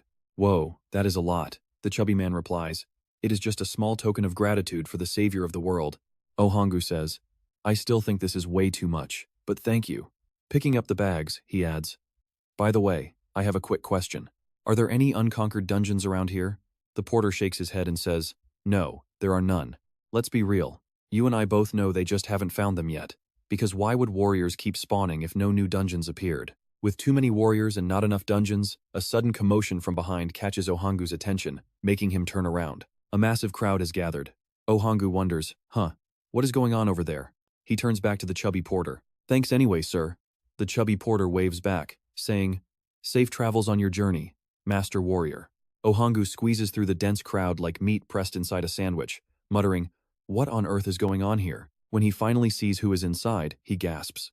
It is Celebrator standing there, acting super friendly. Ohanggu thinks, wow, she is so cute. Who is she? A noble? Celebrator apologizes. Oh dear, I am so sorry for causing a traffic jam here. I did not come here to cause trouble, so please do not worry. The crowd whispers, why is she even here? Honestly, I shouldn't have come. Hearing this, Ohanggu looks around in utter confusion. While the firebird on Celebrator's shoulder puffs up with rage, Molang also squeaks angrily in response. Molang, Molang. Celebrator can only remain silent, feeling completely helpless. A middle-aged man with a mustache wearing a bowler hat pushes through the crowd, calling out, excuse me, let me through. Seeing him, Celebrator asks, are you the new mayor? He scratches his neck and replies yes. Celebrator asks, then please give me a few minutes. Is the basement still the same as before? The mayor gestures politely and replies, yes, please follow me this way. Watching this, Ohanggu thinks, this is definitely a classic heroine encounter. He immediately calls out, excuse me, miss. Celebrator turns to look at him. Yes? Ohanggu points to himself and asks, do you have something you want to say to me? In his mind, Ohanggu is convinced he possesses some special trait that naturally attracts hidden quests and characters. But reality is about to hit him hard. Celebrator gives him a totally blank look and asks, I have no idea what you mean by that. His status window completely shatters. Honestly, we have all been there expecting a cool quest but failing. Ohanggu slumps, thinking, how, did I get the timing wrong? The system warns that a god analyzed the situation and found it incredibly hilarious, while a demon god fully agrees with that assessment. Alright, you and I are diving right into the action as Ohangwu boldly asks, are you married? Celebreth replies, I almost was. But Celebreth's cheeks turn bright red as she remembers that kiss, before she quickly snaps back to reality. A nearby guard steps up and snaps, you insolent brat, but Celebreth stops him, annoyed. Don't. I'm really not in the mood, so both of you shut it. She turns around and keeps walking, saying, Mayor, let us move on. The mayor quickly follows, replying, of course. Meanwhile, the system notifications show a male god asking if Hanwoo is okay. Hanwoo sighs, muttering, she's a complete mystery. But as the main character, I'll help her out. More system alerts pop up. The male god slaps his knee in admiration, while a younger deity gasps in awe. Lugging 2 heavy bags, Hanwoo mutters, there's no rush. Since I barely know anything about her, maybe I should do some digging? Meanwhile, at the palace, 3 colorful moons light up the night sky. That very night, all the heroes are gathered together in one place. Alsus announces, as everyone knows, a hero's true goal is to subjugate the Demon King. To achieve this, we will use any method available. This tournament is no exception. Pointing at the map, Alsus explains, inside this red-lined zone, we have released a massive horde of orcs. He explains the rules. Their mission is to hunt down an orc and retrieve the tag on its leg. Rubbing his shoulders, Jang Minyon groans, orcs? A curly-haired girl wonders, did he say orcs? While a straight-haired girl opposite her whines, oh, that is so terrifying. Alsus raises his hand, adding, how you do it doesn't matter. The one who brings back the most tags wins. Watch closely, because the grand prize for this tournament is none other than a legendary hero's holy sword. Hearing this, Choi Kang-min grits his teeth, thinking, damn it, to get rid of the leverage Oh Han-woo holds over me, I must win this. As dusk falls, casting a golden-orange glow, Han-woo stares at his status window, mumbling, man, I wish I had some save points. The system screen shows Han-woo's stats. Level 4 Hero's Blessing ranked F. Plus he has Special F, Mercenary, Magic F, Vengeance F, Curse, Clairvoyance F, and Hunting F. Han-woo strokes his chin, realizing that the only reason he can't enter the Magic Academy is his lack of a hero certificate. He recalls eavesdropping on 2 heroes earlier. One asked, "Are you being sent there as a bodyguard duty?" The other replied, "Yeah, it seems heroes are actively being recruited into the Magic Academy." The first one then added, "By the way, I heard even an elf elder is teaching there." Hearing that, Han-woo mutters, "An academy." He smiles, thinking to himself, a teacher and student dynamic, huh? Han-woo starts daydreaming, imagining himself standing dramatically on the school rooftop, gazing off into the distant blue sky. A woman wearing a pink dress holds a letter and says, "Oh Han-woo, this is totally wrong." He asks, "Why is that?" Turns out, it is just Celebreth in his fantasy.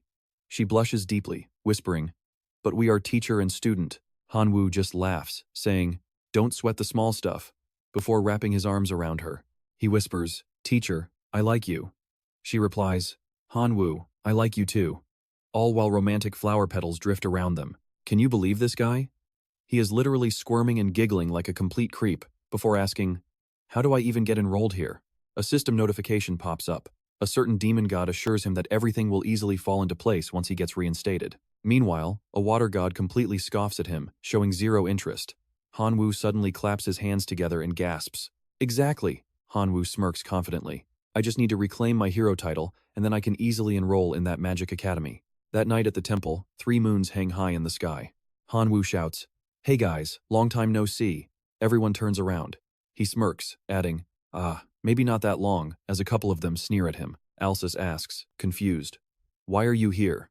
Pointing proudly at himself, Han-woo replies, "I am entering this tournament too." Alsus strictly states, "No one without a valid hero license can participate." Han-woo retorts, "I'll just get reinstated. My skills are more than enough for that, right?" He covers his mouth, snickering. "Don't you guys agree?" Choi Kang-min grumbles. Han-woo and Alsus watch in silence as Choi Kang-min tightly clenches his fists and angrily grits his teeth. Then, Alsus notes, "I did hear rumors that your strength is actually on par with hero Choi Kang-min. But," Alsus warns, "I have serious doubts about your character. Have you already forgotten what you did to the elves?" Han-woo is taken aback. "Wait, what?" He quickly defends himself. "That was a total misunderstanding. I was genuinely trying to help her out." Alsus narrows his eyes in utter disapproval. He demands angrily, "How dare you tell such a blatant lie to my face?" Suddenly, Alsus's raised hand freezes. He glances back, spotting the saintess standing there. She appears to be lost in deep, serious thought about something. Alsus wonders, is she waiting for him? I have no idea what she is planning. He takes a deep breath and speaks. "Fine, deal." Han-woo's face instantly lights up, but Alsus adds, "But under one condition, and trust me, you'll love this catch. He has to return all the money he received for quitting first." "All right, you and I are diving back into this absolute mess," as Han-woo shamelessly scratches his head, admitting he spent all his cash while Prince Anus glares at him. Anus scoffed, "You're celebrating way too early. I'll have to see that progress for myself." Instantly, a bright blue magical aura flared from his palm. Clenching his fist, the blue magical energy swelled violently as he demanded, "Just how much have you actually improved since leaving the temple, anyway?" The crowd watched in utter disbelief as Han-woo smirked. "Prepare to be amazed." The two finally faced off, ready to go all out. The system noted that a demon god was literally complaining about not having any popcorn for the show. Meanwhile, another god watched the upcoming fight with pure amusement. Unleashing fiery orange magic, Han-woo charged forward, yelling, "Here I come." With a massive, earth-shattering explosion, Choi Kang-min muttered, "Is he even alive?" In the next second, Han-woo was planted upside down, feet pointing directly to the sky. Now, don't blink, because the system just awarded him with a cheat skill called Miraculous Survival, which basically prevents him from dying in any dumb way. Honestly, trying to figure out how you survived will only give you a massive headache. Prince Anus then laid out the final terms, asking participants to raise their hands while warning everyone that they must take full responsibility for their own lives if anything goes wrong. A messy-haired boy muttered in sheer panic. "Take full responsibility?" A brown-haired girl gasped. "Does that mean we could actually die?" While a black-haired boy hesitated. But then, one hand shot up, followed slowly by others. Prince Anus was among the men raising their hands, while Jang Mi-yeon stepped up from the women's side to join.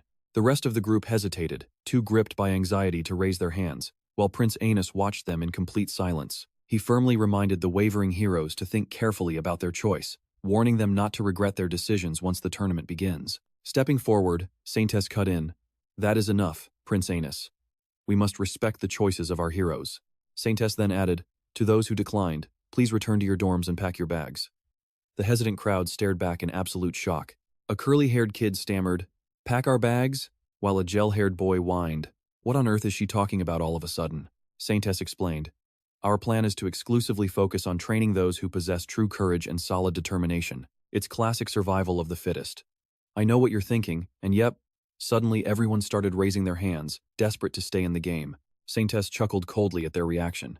A true hero possesses genuine, unwavering courage, but those who only chase selfish benefits are really no different from greedy mercenaries. A long-haired brunette, with tears in her eyes, cried out, "But the winner of this tournament is already a done deal." A curly-haired boy added, "Exactly. We are just being realistic here, not because we lack courage or determination." Saintess smiled and flatly rejected them. "We have absolutely no use for heroes who hide behind realism just to escape a fight." Gritting his teeth in frustration, the curly-haired boy could only walk out. The heavy temple doors slammed shut. As the remaining heroes looked up, Saintess spoke. "Now," she announced, "everyone still standing in this room has officially passed the very first round." With a gentle smile, she said, "As for the next stage, may you receive the goddess's blessing." Meanwhile, Oh Han-woo, still stuck upside down, raised a hand to cheer. Meanwhile, out on a quiet path, a boy carries someone on his back. It's Kang Han-soo, carrying a sleeping Diaroka. Kang Han-soo grumbled, "That arrogant jerk. I doubt this is over." He recalled the parting threat from last night. "I'll return even stronger, and be worthy of Diaroka. Just wait." The god hovering beside him looked totally annoyed. The system popped up, stating a god claimed she was acting like an outsider. A system notification popped up with the god suggesting he ditch the slave demon. Smiling, Kang Han-soo replied, "Relax. Just calm down." Glancing at Diaroka sleeping soundly behind him, he added, "The translator has switched to a female anyway, so she's the one." The god began radiating a dark, gloomy aura, and the system notified him that the god absolutely hated this turn of events. Hearing that, Kang Han-soo thought it was total BS. With the god's pout intensifying, the system spammed, "God dislikes this, God dislikes this, God dislikes this." Following that long, annoying spam of notifications, the god flew away. The system then bluntly announced that the god had left. Shocked by the sudden exit, Kang Han-soo stammered, "Wait, she really left?" He looked around frantically but saw no sign of her anywhere. Confused, he muttered, "Hello? God? Are you still here?" But only cold silence answered him. Sighing in utter frustration, Kang Han-soo groaned, "Are you kidding me?" Just then, the god peeked out, with the system announcing she was actually watching the temple. At the temple, Prince Anus declared, "I can confidently say that he has matured quite a lot." Suddenly, Oh Han-woo's loud voice echoed, "I'm coming." Tilt-shifting her head, the god glanced around. The system reported she was looking left and right just as Oh Han-woo got blasted backward, rolling miserably. The system notified that the god was spectating the match, as a blue holographic window popped up before her. The screen detailed the grand prize for the tournament winner, the Sword Saint title, along with admission to the prestigious How Magical Academy for the top rankers. The god began imagining two powerful mages blasting spells at each other. She seemed absolutely thrilled and entertained by the exciting prospect. At a quiet inn, Kang Han-soo tucked Diaroka into bed. Looking at her face, you and I can already tell his next adventure is going to be completely wild. She actually looks pretty peaceful asleep. But stick with me, check out Kang Han-soo's system panel. His outsider status has reset everything except death itself. If a lone wolf wanders into the wilderness, terrifying things will happen. After reading that, Kang Han-soo quietly mutters to himself in deep thought. Kang Han-soo says. "My blessings are still active, which means the god hasn't completely abandoned me just yet." Just then, the innkeeper opens the door. "Excuse me, sir?" Kang Han-soo looks up, completely puzzled. Now what could this lady possibly want? She awkwardly smiles, saying other guests reported a demon might be nearby. Suddenly, she freezes in sheer terror, realizing it's his terrifying massacre stat in play. To her, Kang Han-soo looks like an absolute monster right now. An oppressive, bloodthirsty aura leaks from him, surrounded by illusions of wailing souls. Panic-stricken, she stammers, "I will not disturb you any longer, so sorry." Kang Han-soo stands there utterly clueless, having absolutely no idea what just happened. Confused, he pulls up his system screen to check on his massacre stat. It warns that people nearby will feel fear and avoid him. Or worse, they might even band together to attack him. It all clicks for Kang Han-soo. Ah, so it was because of this. He chuckles softly. Lately, it just felt like a tingle, but now it is starting to itch with a really strange sensation. Sitting up, Kang Han-soo sighs. Well, it is no big deal since it doesn't really get in my way. He walks over, leaning against the window frame to look outside. He smirks. By the way, this seems like the perfect hour for those pesky thieves to do their dirty work. Staring out at the quiet streets, don't blink, because he is about to clean up every single thief before leaving this city. Suddenly, the outsider god sneaks in, though the system alerts completely expose him. As the god tries to creep back home, Kang Han-soo chuckles. Oh, you are back earlier than expected. The god proudly puffs his chest.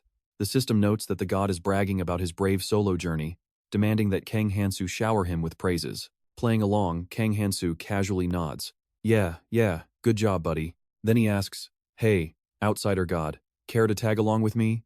The system instantly translates the god's reply, asking if he has finally ditched that demon girl. Looking back at Loca fast asleep on the bed, Kang Han-soo replies, yeah, she is out cold. The system shows the god asking where they are going. Kang Han-soo flashes a sinister, wicked grin. We are going to drag those filthy thieves out by their hair. We have to leave them a proper farewell gift before we pack up.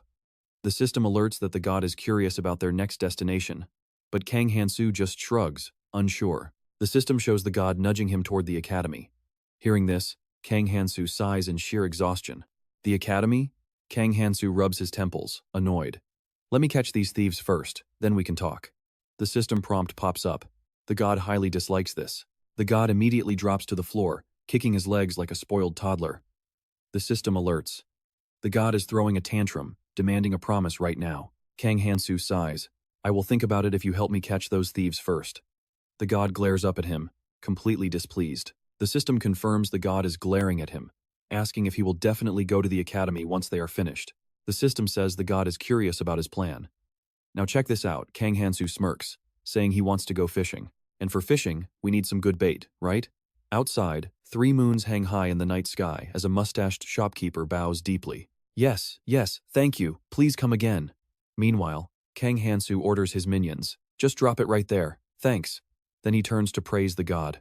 Outsider god, I seriously need a translator here. The system prompts that the god is wondering if he wants to recruit more slaves. Kang Han-soo scratches his head. Haha, everything has its uses. He glances over. Still, we've got a wizard's daughter and a knight's son here. Staring down at the tied-up captives, he grumbles. Bounties for low-level targets are always trash, no matter their high-born status or flashy classes. Thinking about it is seriously giving me a massive headache. Haha. The system chimes in with the god's wisdom, claiming visible levels mean absolutely nothing. True competence and inner strength are what actually matter. Kang Han-soo nods. Yeah, I completely agree with that. Suddenly, a projectile comes flying straight at his back from the shadows. Already anticipating the attack, he spins around with a smug grin. He casually raises his hand to block the strike, leaving his tied-up captives staring in utter disbelief. Up on the roof, a sniper holding a crossbow cheers excitedly. Did I hit the bullseye? His blue-clad partner snaps. You idiot. He's just a level 1 weakling escorting a bunch of slaves. Kang Han-soo smiles. Spot on. The 2 snipers gasp in shock, the blue-clad one stammering. Wait, what? With a simple flick, Kang Han-soo snaps the arrow into pieces. Your tricks are incredibly basic. Are you sure these guys are your accomplices today? The parted-hair sniper snarls. Don't you dare look down on me. Suddenly, a massive, muscular hand drops heavily onto the sniper's head, accompanied by a booming voice. The blonde sniper nervously turns around. B-Boss. Standing behind him is an absolute beast of a man with long, wild hair. Kang Han-soo smirks as even more silhouettes materialize across the surrounding rooftops. Kang Han-soo chuckles. Gathering your little crew, are you? The massive leader leaps down. The system shows the god begging him to head to the academy. Ignoring the alert, Kang Han-soo murmurs, this giant must be their boss. The boss slams onto the ground, shattering the pavement in a cloud of dust. Trust me, you and I are about to see an absolute beatdown. Alright, stick with me as the system alerts him that the god is demanding an answer. But Kang Han-soo just plays dumb and says, sorry, I'm too busy slaughtering right now. The proctor is extremely annoyed. Meanwhile, the bandit leader's eyes widen as he lets out a booming, arrogant laugh to get everyone's attention. Flustered and throwing a tantrum, the god sends another message complaining that our main character is taking way too long. Han-soo tells the proctor he gets it. Suddenly, his slaughterer skill screen flashes open. Han-soo charges forward with a sinister red and black energy crackling in his hand, coldly muttering that he will end this right now. The terrified leader watches in utter disbelief as Han-soo effortlessly slices through his squad. He dances through them like ghosts, leaping right behind a bandit in a blue tank top and smashing his neck. The thug groans and drops cold.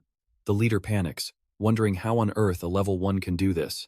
Han-soo sighs, thinking it feels weird to crush these guys barehanded. Meanwhile, the god is having a blast, literally skipping and dancing around the unconscious thugs. A system alert shows the proctor spinning and dancing, urging Han-soo to hurry up and wipe them all out. Han-soo approaches the terrified leader and smiles. "So I found you, the boss of this gang." The man can only squeal in pure terror. The boss gasps, but Han-soo chuckles, telling him that standing his ground was smart. Now watch closely, because he promises he won't kill him. But the leader's mind breaks. He screams in panic and tries to run, only for Han-soo to fly forward and plant a brutal double kick right into his back. Han-soo snaps, "How dare you run?"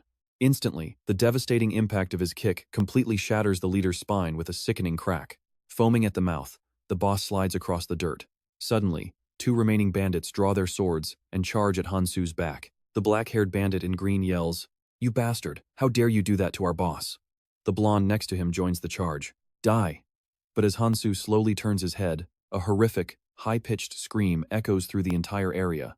The next morning at the exact same spot, a soldier arrives and looks down in utter shock, asking, "Are these guys even still breathing?" He stares at the tightly bound bandits and praises Han-soo, before handing over a heavy bag of coins as his well-earned reward. Han-soo takes the money with a polite thanks, but the soldier insists they are the ones who are grateful as his squad hauls the bandits away. Han-soo dismisses it, but the soldier mentions that the slimes will clean up whatever is left over. Peering over the soldier's shoulder, Han-soo spots a peculiar white bone that the slimes completely ignored, wondering if those bandits had dropped it earlier. The soldier follows his gaze, and is surprised the slimes didn't touch it, gasping in realization, "Wait, that is a soul-infused bone."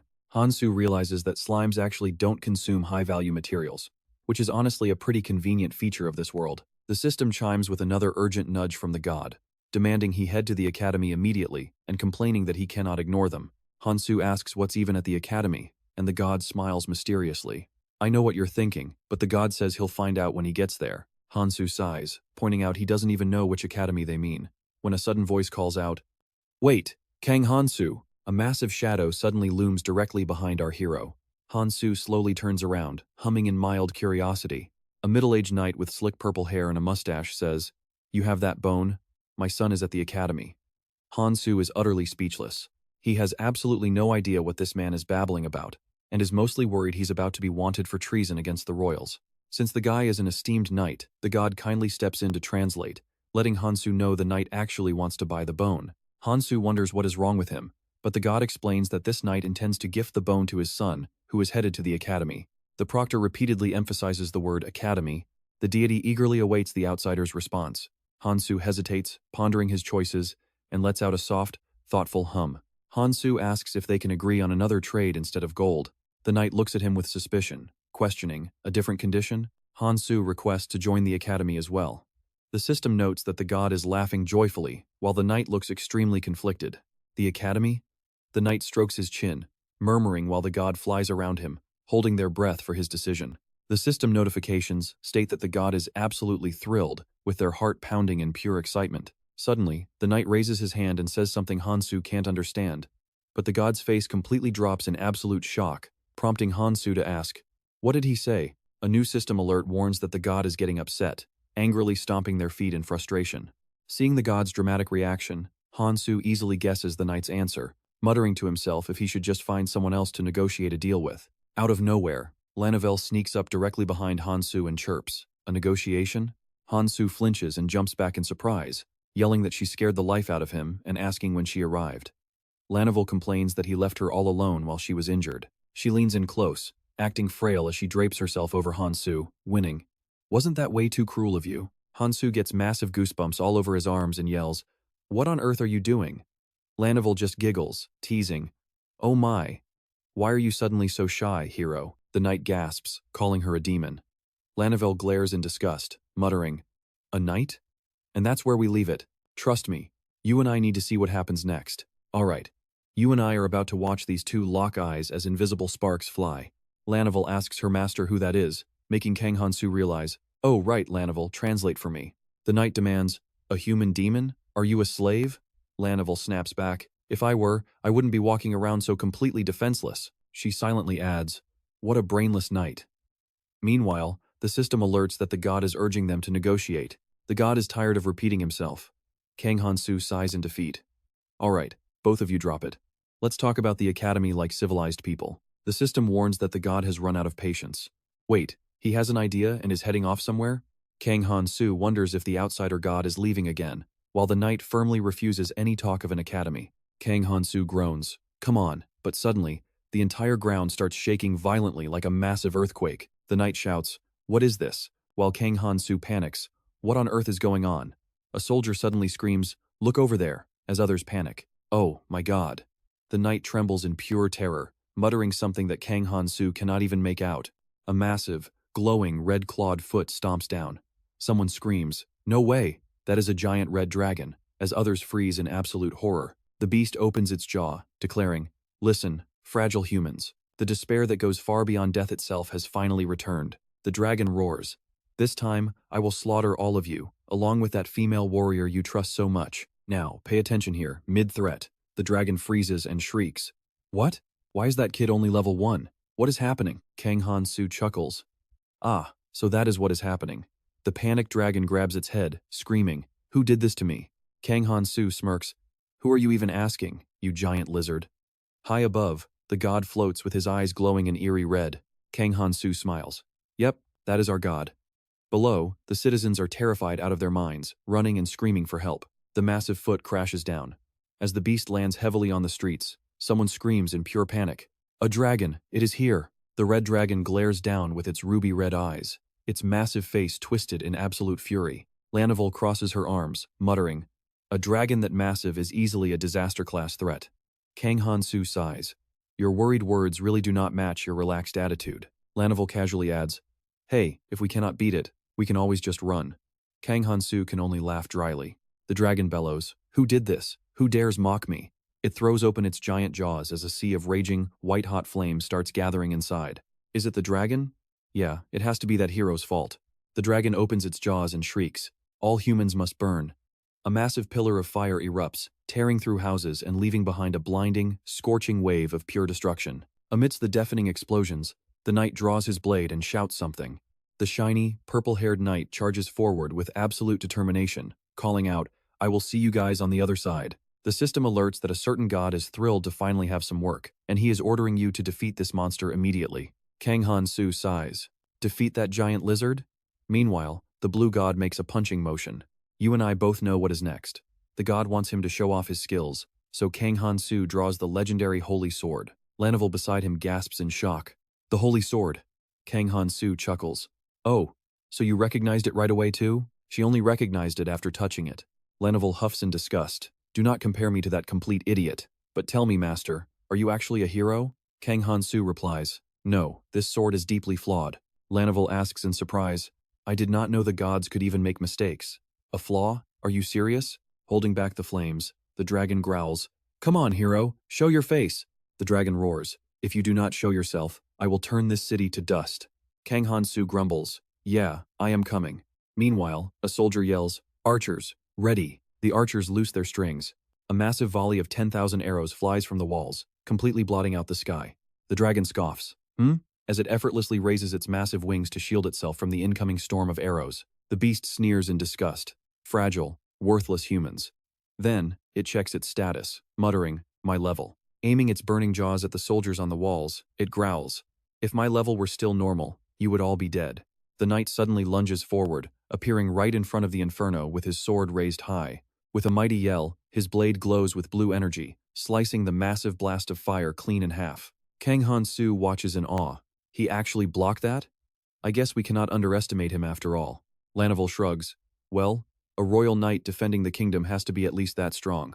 Kang Han-soo mutters. At least that strong, huh? Lanavel boasts. Yeah, even I could block that. Plus, that dragon is clearly not in its peak condition right now. Kang Han-soo leaps onto a rooftop as Lanavel calls out in confusion. While he smirks, "Is that so? Trust me, this is getting interesting." Meanwhile, the dragon swings a massive claw. The knight quickly leaps back to dodge, but the blow smashes directly into the two poor soldiers behind him. "Stick with me, we're about to watch a massive dragon gain levels like crazy as it laughs, saying, 'Oh, so I can regain my levels just by hunting?' The system warns him that a certain god thinks he should beat it quickly. Kang Han-soo guesses he'd better take it down before its level rises even higher. Is that even possible? Loca flaps her wings and flies up to ask, Master, who on earth have you been talking to this whole time? Kang Han-soo says, the one who resurrected that dragon. Loca asks in confusion, what was that? Watching the dragon wreak havoc in the distance, Kang Han-soo says, since this is a mandatory command, I need to get ready. Go up there and buy me some time, will you? Loca replies, as you wish, master. She then flaps her wings and charges straight toward the rampaging dragon. The dragon glares up at her and sneers, oh ho, level 27? What is an archdevil doing on the western continent? This is absolutely perfect. Now become my prey, and help me level up. Loca presses her hands together, channeling a dark sphere of raw energy. Then Loca unleashes a devastating beam to attack. In your dreams, she yells as the beam pierces its wings and strikes the dragon's body. It shrieks in pure agony. Furious, the dragon roars, how dare you, you mere insect. Then it sneers. Very well, flames erupt around its feet. In the name of the Fire Dragon King, burn to ashes. The dragon screams as violent, scorching fire bursts from its body. The blazing inferno crashes right into Loca. She desperately blocks with both hands, crying out in struggle. Now, watch closely. A certain god raises their hand in frustration, and the system asks what the heck you are doing. The god keeps nagging and calling him a stubborn outsider. Kang Han-soo just puts a finger to his lips. Quiet down, I am gathering my strength right now, so give me some peace. The system says the god is covering their mouth. The system shows the god asking if everything is okay. Kang Han-soo snaps back. What kind of question is that? Dark red aura spirals around Kang Han-soo as the system displays his attributes Celestial Race, Outsider, and Holy Sword. Stomping his foot down, Kang Han-soo mutters to himself, alright, I guess this should be more than enough. Then he launches forward like a bullet, while Loca is still desperately blocking the intense torrent of flames from the dragon. Kang Han-soo screams from behind, Loca, get out of the way! She turns around in shock as a blade wrapped in blood-red energy swings forward. The blade slices clean through the dragon's neck. Blood sprays everywhere as the massive head rolls off, instantly killing the beast. Loca looks completely terrified by this sight. While the system alerts that a certain god is also deeply shocked, Kang Han-soo grins with pure excitement and says, haha, how about that? With one clean strike, he decapitates the dragon and lands smoothly on the ground. As the head crashes down, the system states a certain god is praising the outsider. Kang Han-soo says, haha, thanks. But suddenly, the severed dragon head starts talking. Surprised, Kang Han-soo spins around. Huh, I cut off your head and you can still talk? The dragon gasps in disbelief. How was I defeated by a level 1? But get this, Kang Han-soo just replies. Well, you were level 1 too. Loca lands and complains that he used her as bait. Kang Han-soo replies naturally. So what? Of course I had to do that. I mean, that dragon was huge. But hey, you did a great job. Loca is completely speechless at her master. Holding his wounded arm, the knight stammers in disbelief. Did you really? Spotting him, Kang Han-soo says, oh, you're still alive? Loca steps in front of him and tells the knight, are you still doubting your own eyes? Should I just gouge out those useless eyeballs of yours? Kang Han-soo says, please don't. The knight gulps hard while the dragon mutters, what on earth? The knight gasps in terror. Ah, the dragon head grumbles on. To think that. The Fire Dragon King was slain by some brat who isn't even a hero. Kang Han-soo shrugs. Well, it's done. No need to feel ashamed. The head growls. I swear on my soul, you have humiliated me. This humiliation is far worse than just losing the fight.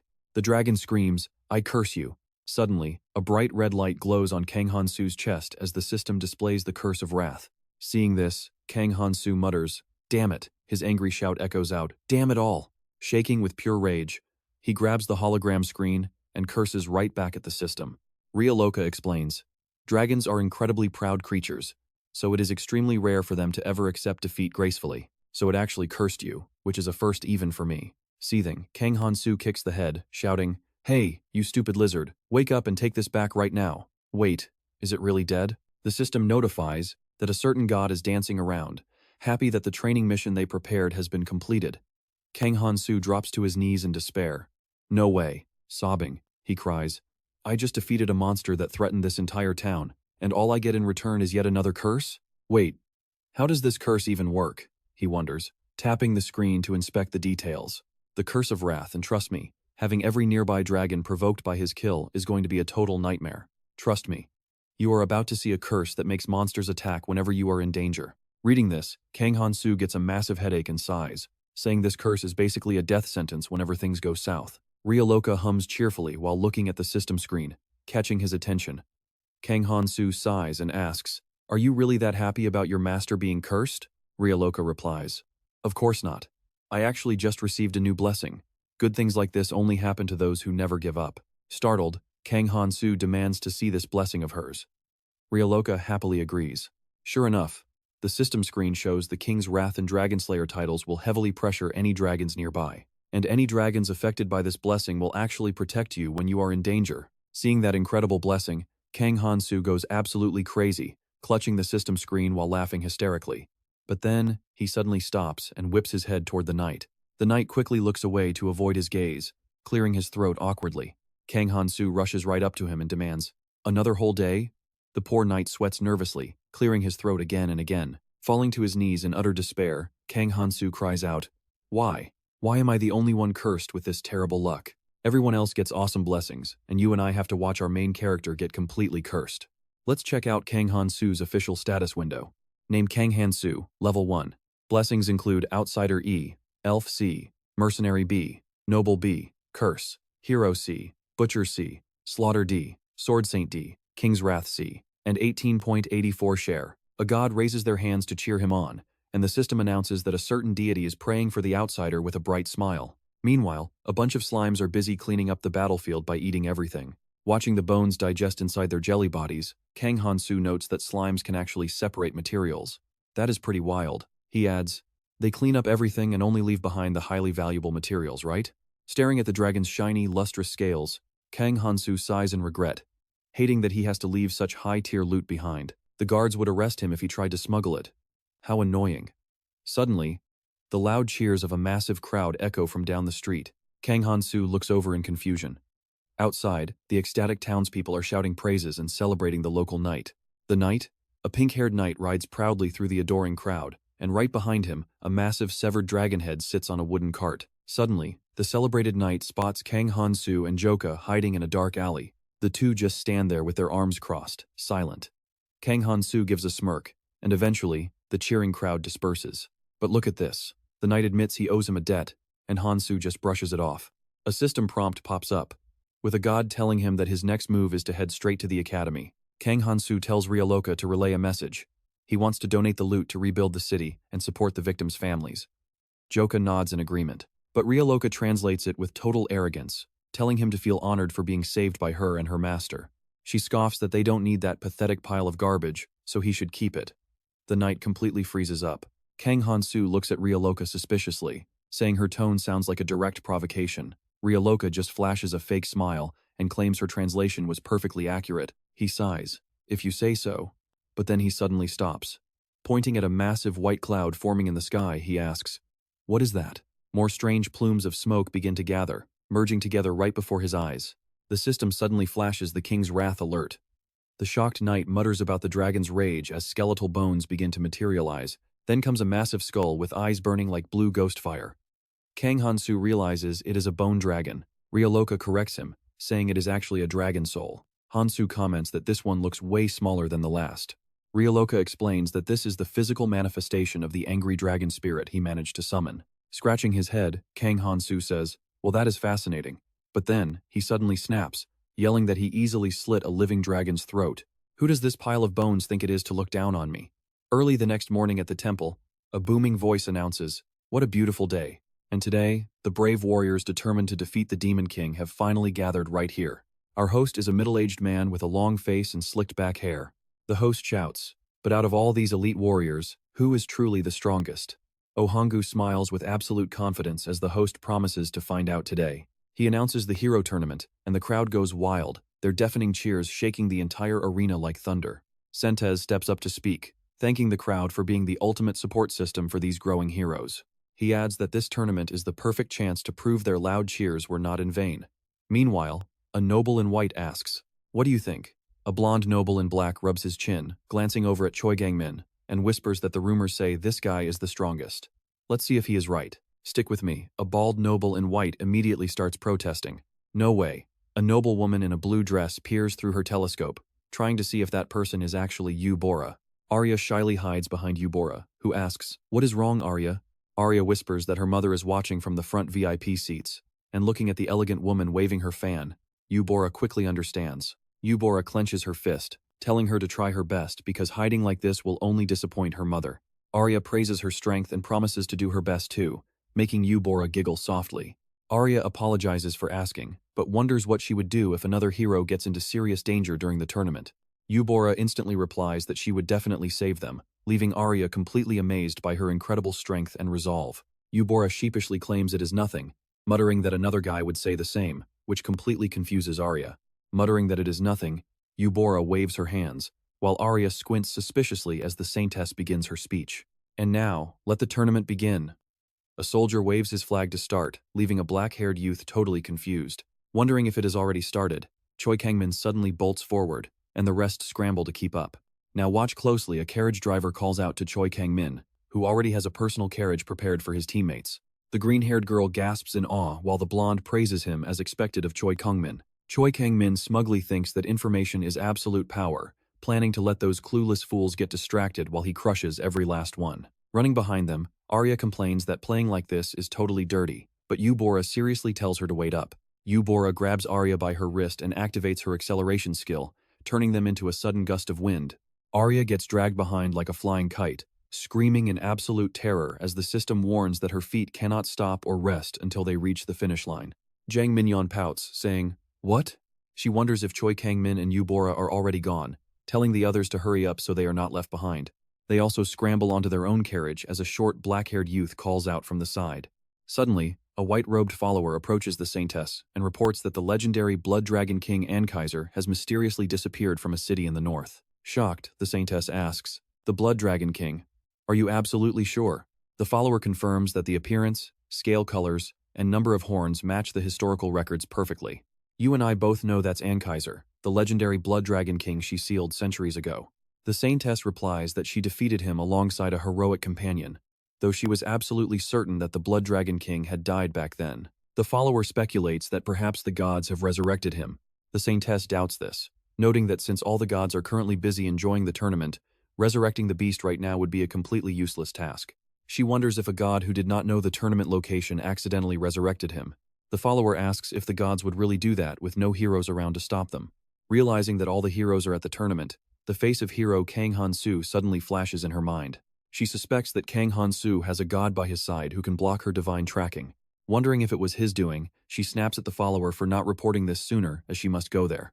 She says he must be sealed before causing chaos, but the follower quickly stops her. The follower reports that the Blood Dragon King has already been defeated, leaving the Saintess frozen in shock. She demands to know who on earth could achieve such an impossible feat, and the follower replies that rumors claim a single royal guardian knight managed to block the dragon's breath. The Saintess sighs in relief. She concludes it was not him, since no one can block his devastating breath alone.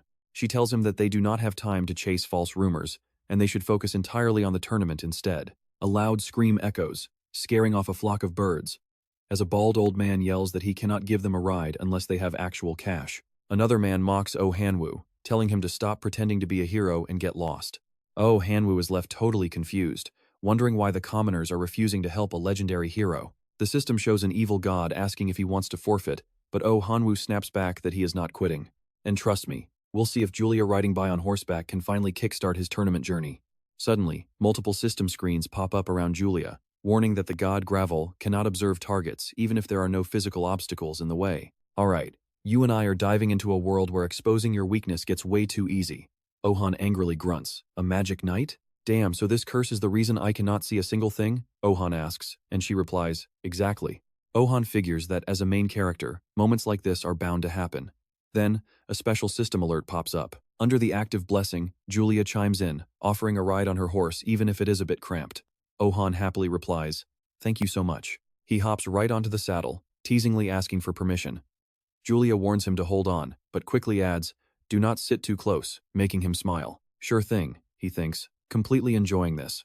Julia promises she will get him to their destination as fast as humanly possible. He tells her there is no rush at all. Ohan silently realizes riding with a beautiful female night beats traveling with smelly old geezers, and wonders if he should recruit her to his party. Meanwhile, over in the city where Kang Han-soo is staying, the entire landscape lies completely ruined. Buildings are crushed to rubble, sending thick smoke swirling into the air. Loca kneels in defeat, while the other knight lies completely knocked out nearby. Loca gasps in absolute terror, asking her master what that thing is as a bone dragon exhales white smoke. Up above, two giant bone dragons rain down fire. While below, Kang Han-soo is absolutely burning with rage, screaming about what on earth is happening. Staring up at the skeletal beast hovering in the air, Kang Han-soo starts planning. He grits his teeth, realizing that as long as he can put down that bone dragon, everything should still turn out fine. Now here is where it gets crazy. Pay attention. The system endlessly spams alerts about the outsider and the king's wrath as he shatters its skeletal frame. Kang Han-soo groans in confusion. Suddenly, a massive bony claw erupts from the dirt, followed by a horde of bone dragons rising and roaring. "We will kill you. We will destroy you, pathetic humans, bringing only chaos, destruction, and absolute death." Kang Han-soo is completely lost, wondering what the hell is actually going on. Suddenly, a massive skeletal beast charges directly at him, screaming its deadly threat. Kang Han-soo marvels at yet another giant monster. A fierce gust of wind sweeps by, forcing the knight to block his face and question this sudden dragon horde. Out of nowhere, a massive skeletal beast sneaks up right behind the flashy, pink-haired knight and speaks. It vows to slaughter the humans. The shocked knight spins around with a curse, only to get brutally whipped away by the monster's tail. The pink-haired warrior slams hard into a stone wall, sliding down to the ground while groaning in intense agony. As white smoke rises from his chest, the system alerts that his famous title, Dragon Slayer, is triggering the king's wrath, heavily pressuring all nearby skeletal beasts. These furious dragon monsters are forced to protect him while his life is in critical danger. Suddenly, a tiny skeletal claw steps onto the knight's shoulder armor. This glowing green-eyed bone dragon opens its massive jaws, vowing to protect his human brother at all costs. The green-eyed dragon charges forward to shield him, screaming its absolute desire to protect.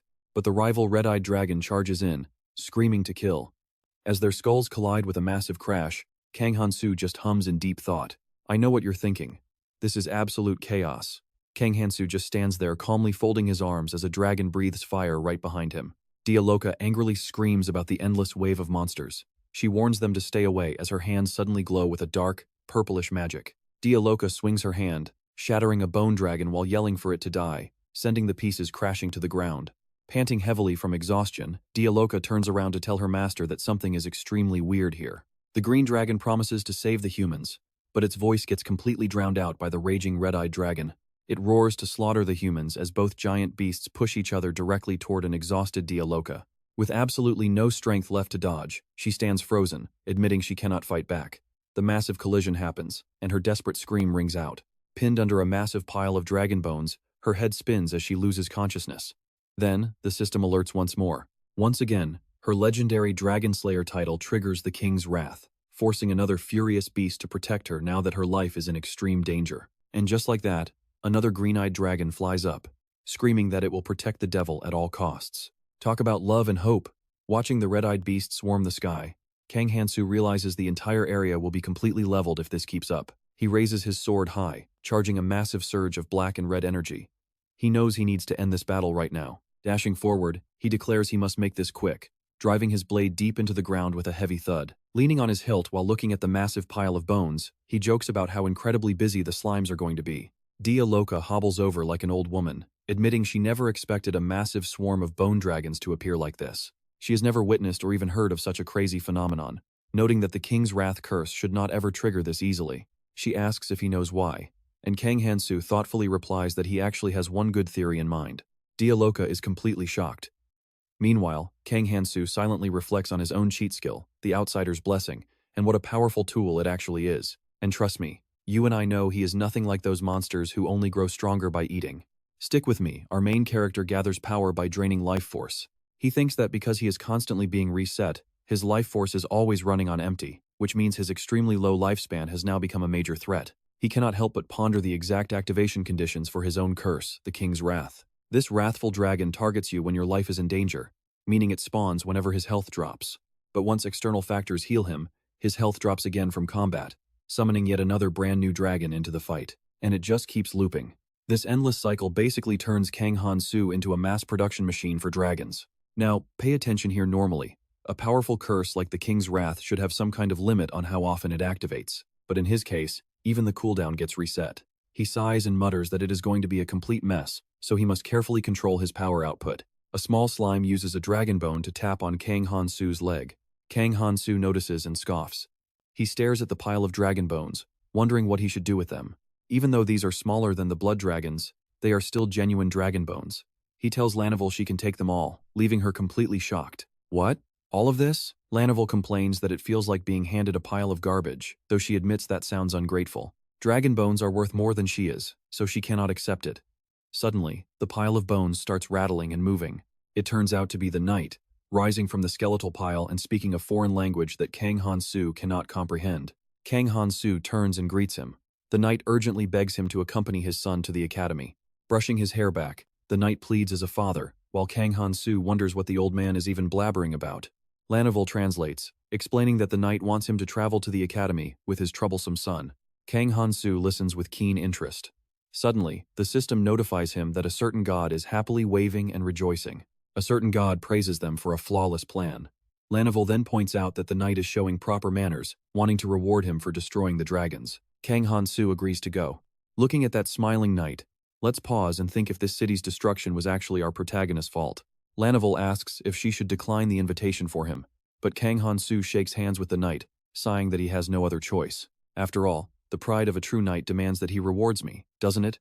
Suddenly, someone spots the pile and screams, calling for others to come over and help carry the massive bones. Kang Han-soo watches them, warning that a massive crowd will only get in the way of the cleanup. Grabbing some bones, Lanavel urges him to get out of there. Kang Han-soo notes how excited she looks, but Lanavel quickly claims he is just imagining things. The knight leads them forward to their destination. Looking around in absolute shock, Kang Han-soo gasps, wondering how a place like this exists on the city outskirts. Lanavel claimed this was a humble home, yet they are staring at a massive, ultra-luxurious mansion with a gorgeous garden and a giant courtyard. Kang Han-soo can only stare. Humph. Is this really what they call humble? Being a knight beats mercenary work any day. By the way, why are you still following me? I am the actual guest here. Lanavel argues that without her translation skills, he would probably make a terrible mistake. Kang Han-soo snaps back, asking if she doubts him after he already explained his great relationship with the prince. Lanouvelle dryly replies that she knows exactly how good it is. That is probably why he ended up as an escaped prisoner.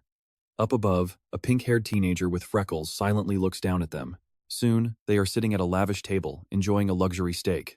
Lanavel watches Kang Han-soo stuffing his face and asks if he understands, while he just twirls some noodles into his mouth. Chewing, Kang Han-soo asks if the knight wants him to accompany the eldest son instead of the youngest, glancing over at the pink-haired boy. Lanavel explains that the youngest son already has a party, whereas the eldest is a dropout who needs to return to school. In other words, the knight wants him to look after this dim-witted guy and ensure he makes it back to the academy. Lanavel points at the pink-haired boy, making Kang Han-soo complain that he feels like nothing more than a spare tire. What did they actually say? Lanavel explains that the father wants him to act as a powerful and trustworthy companion to his son. Kang Han-soo slams the table and demands to know how she is translating. Lanavel casually changes the subject, muttering gibberish, before Kang Han-soo turns back and agrees to the job. As a god raises their hands, the system alerts him of their absolute joy. Meanwhile, the knight's orange-haired wife clings to his arm, asking if this miracle is actually real. The pink-haired knight mutters that it is unbelievable, overwhelmed by pure, unmatched joy. The knight speaks, and Lanavel translates.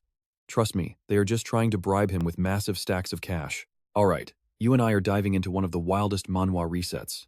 Kang Han-soo asks, are you just translating whatever you want? Lila replies, I only filtered the useless details. Kang Han-soo groans, distorting the truth is more like it. Suddenly, Lila stands up and says, listen closely, noble knight. My master wishes to see the face of your shameful son, the coward who always hides away whenever guests visit your home. Kang Han-soo panics. Wait, hold on a second. What on earth are you saying? Watching the poor knight and his wife break down crying, Kang Han-soo asks, why are they suddenly sobbing like that? Lila shamelessly lies. My translation was simply way too profound for them. Kang Han-soo snaps.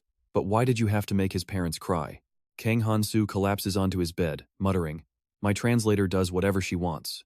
Now those poor parents are probably even more worried about me. Kang Han-soo sits back up and asks, anyway, Lila, do you know anything about the academy? Lila answers, it is one of the 4 academies founded by those lowly humans, designed specifically to stand against us. She adds, they mostly teach savage violence, but no matter how hard they try, they are still just weak humans. That is why it has simply become a place for making connections and forming factions. Kang Han-soo sighs. That sounds like a pain. Now, pay attention here, because right then, his Mohawk brother slams open the locked door. Hey you country bumpkin, the Mohawk punk roars, looking down at his level 1 sibling. Tiger spits, my father told me to take you in. Lila asks. Should I translate this for you, master? Kang Han-soo replies. No, it is fine.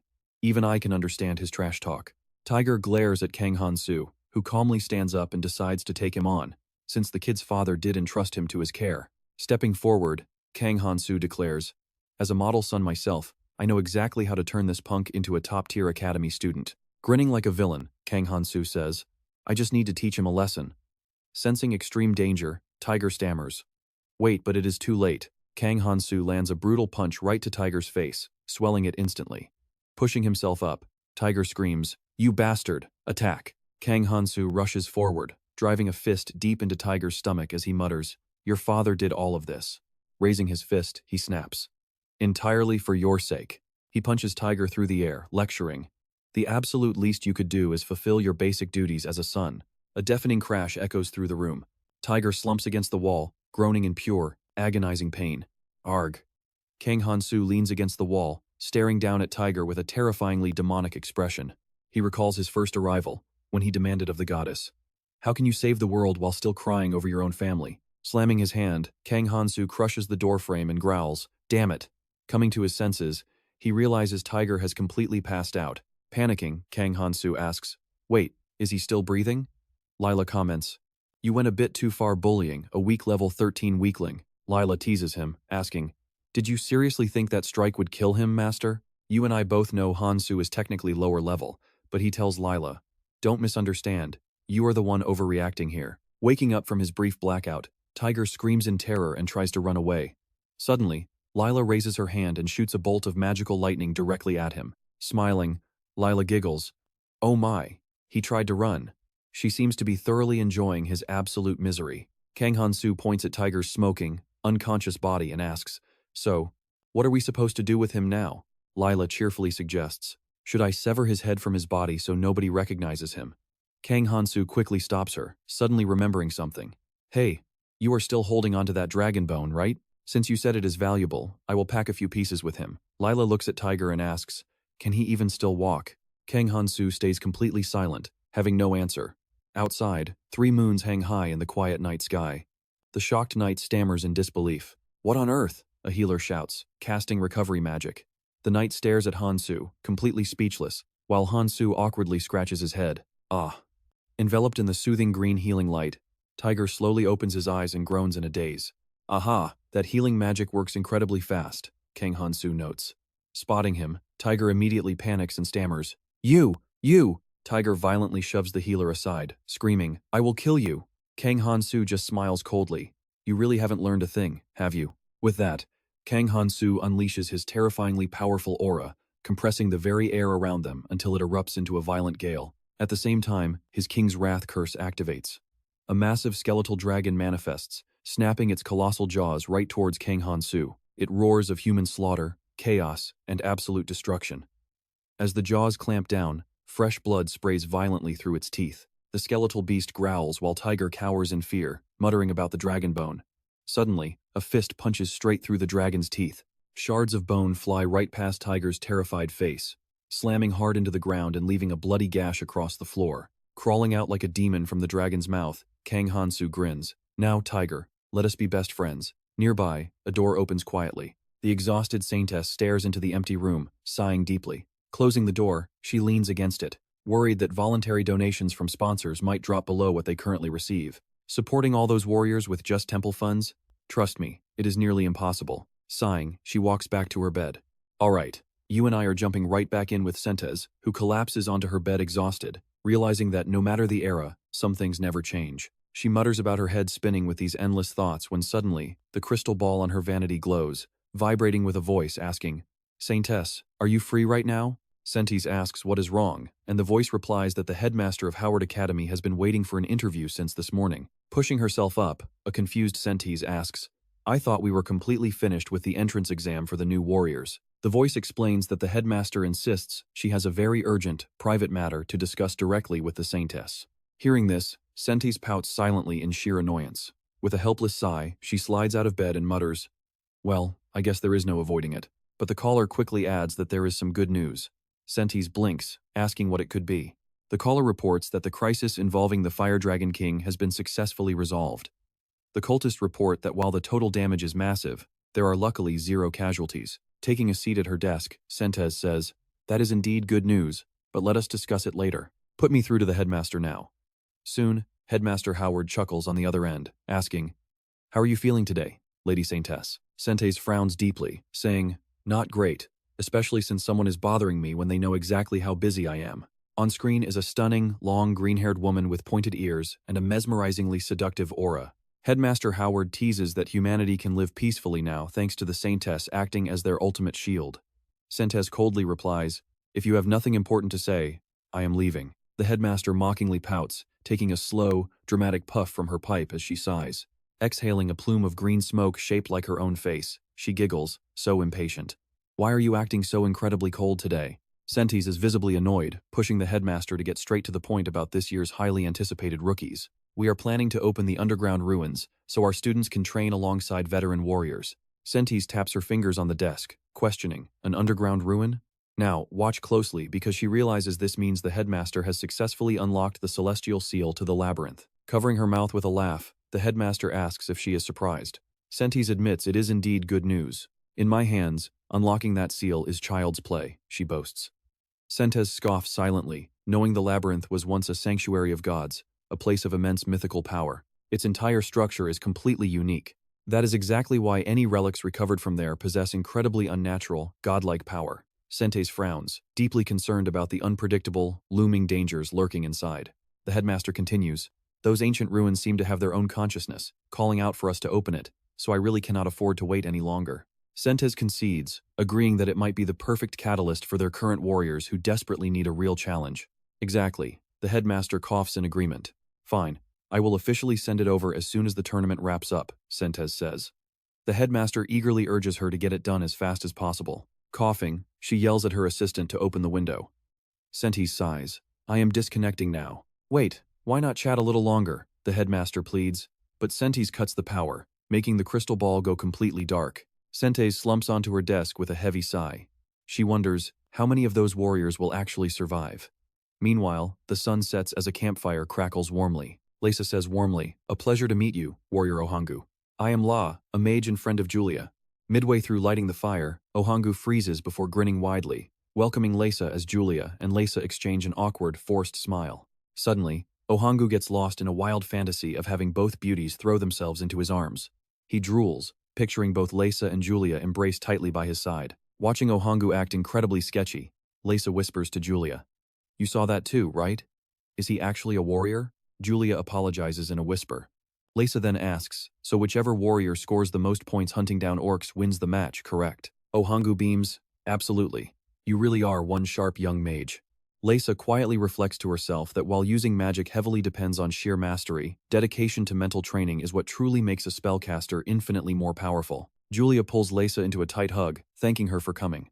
Suddenly, Lesa's eyes glow with a bright green light. She is casting magic. Lesa insists the honor is all hers, getting to meet such a capable warrior, while secretly scanning Ohangu as his status screen pops up. Name: Ohangu. Level 6. Warrior Blessings. F. Rank. Special. F. Mercenary Magic Defense. E. Rank. Survival. F. Superhuman. F. Tempest.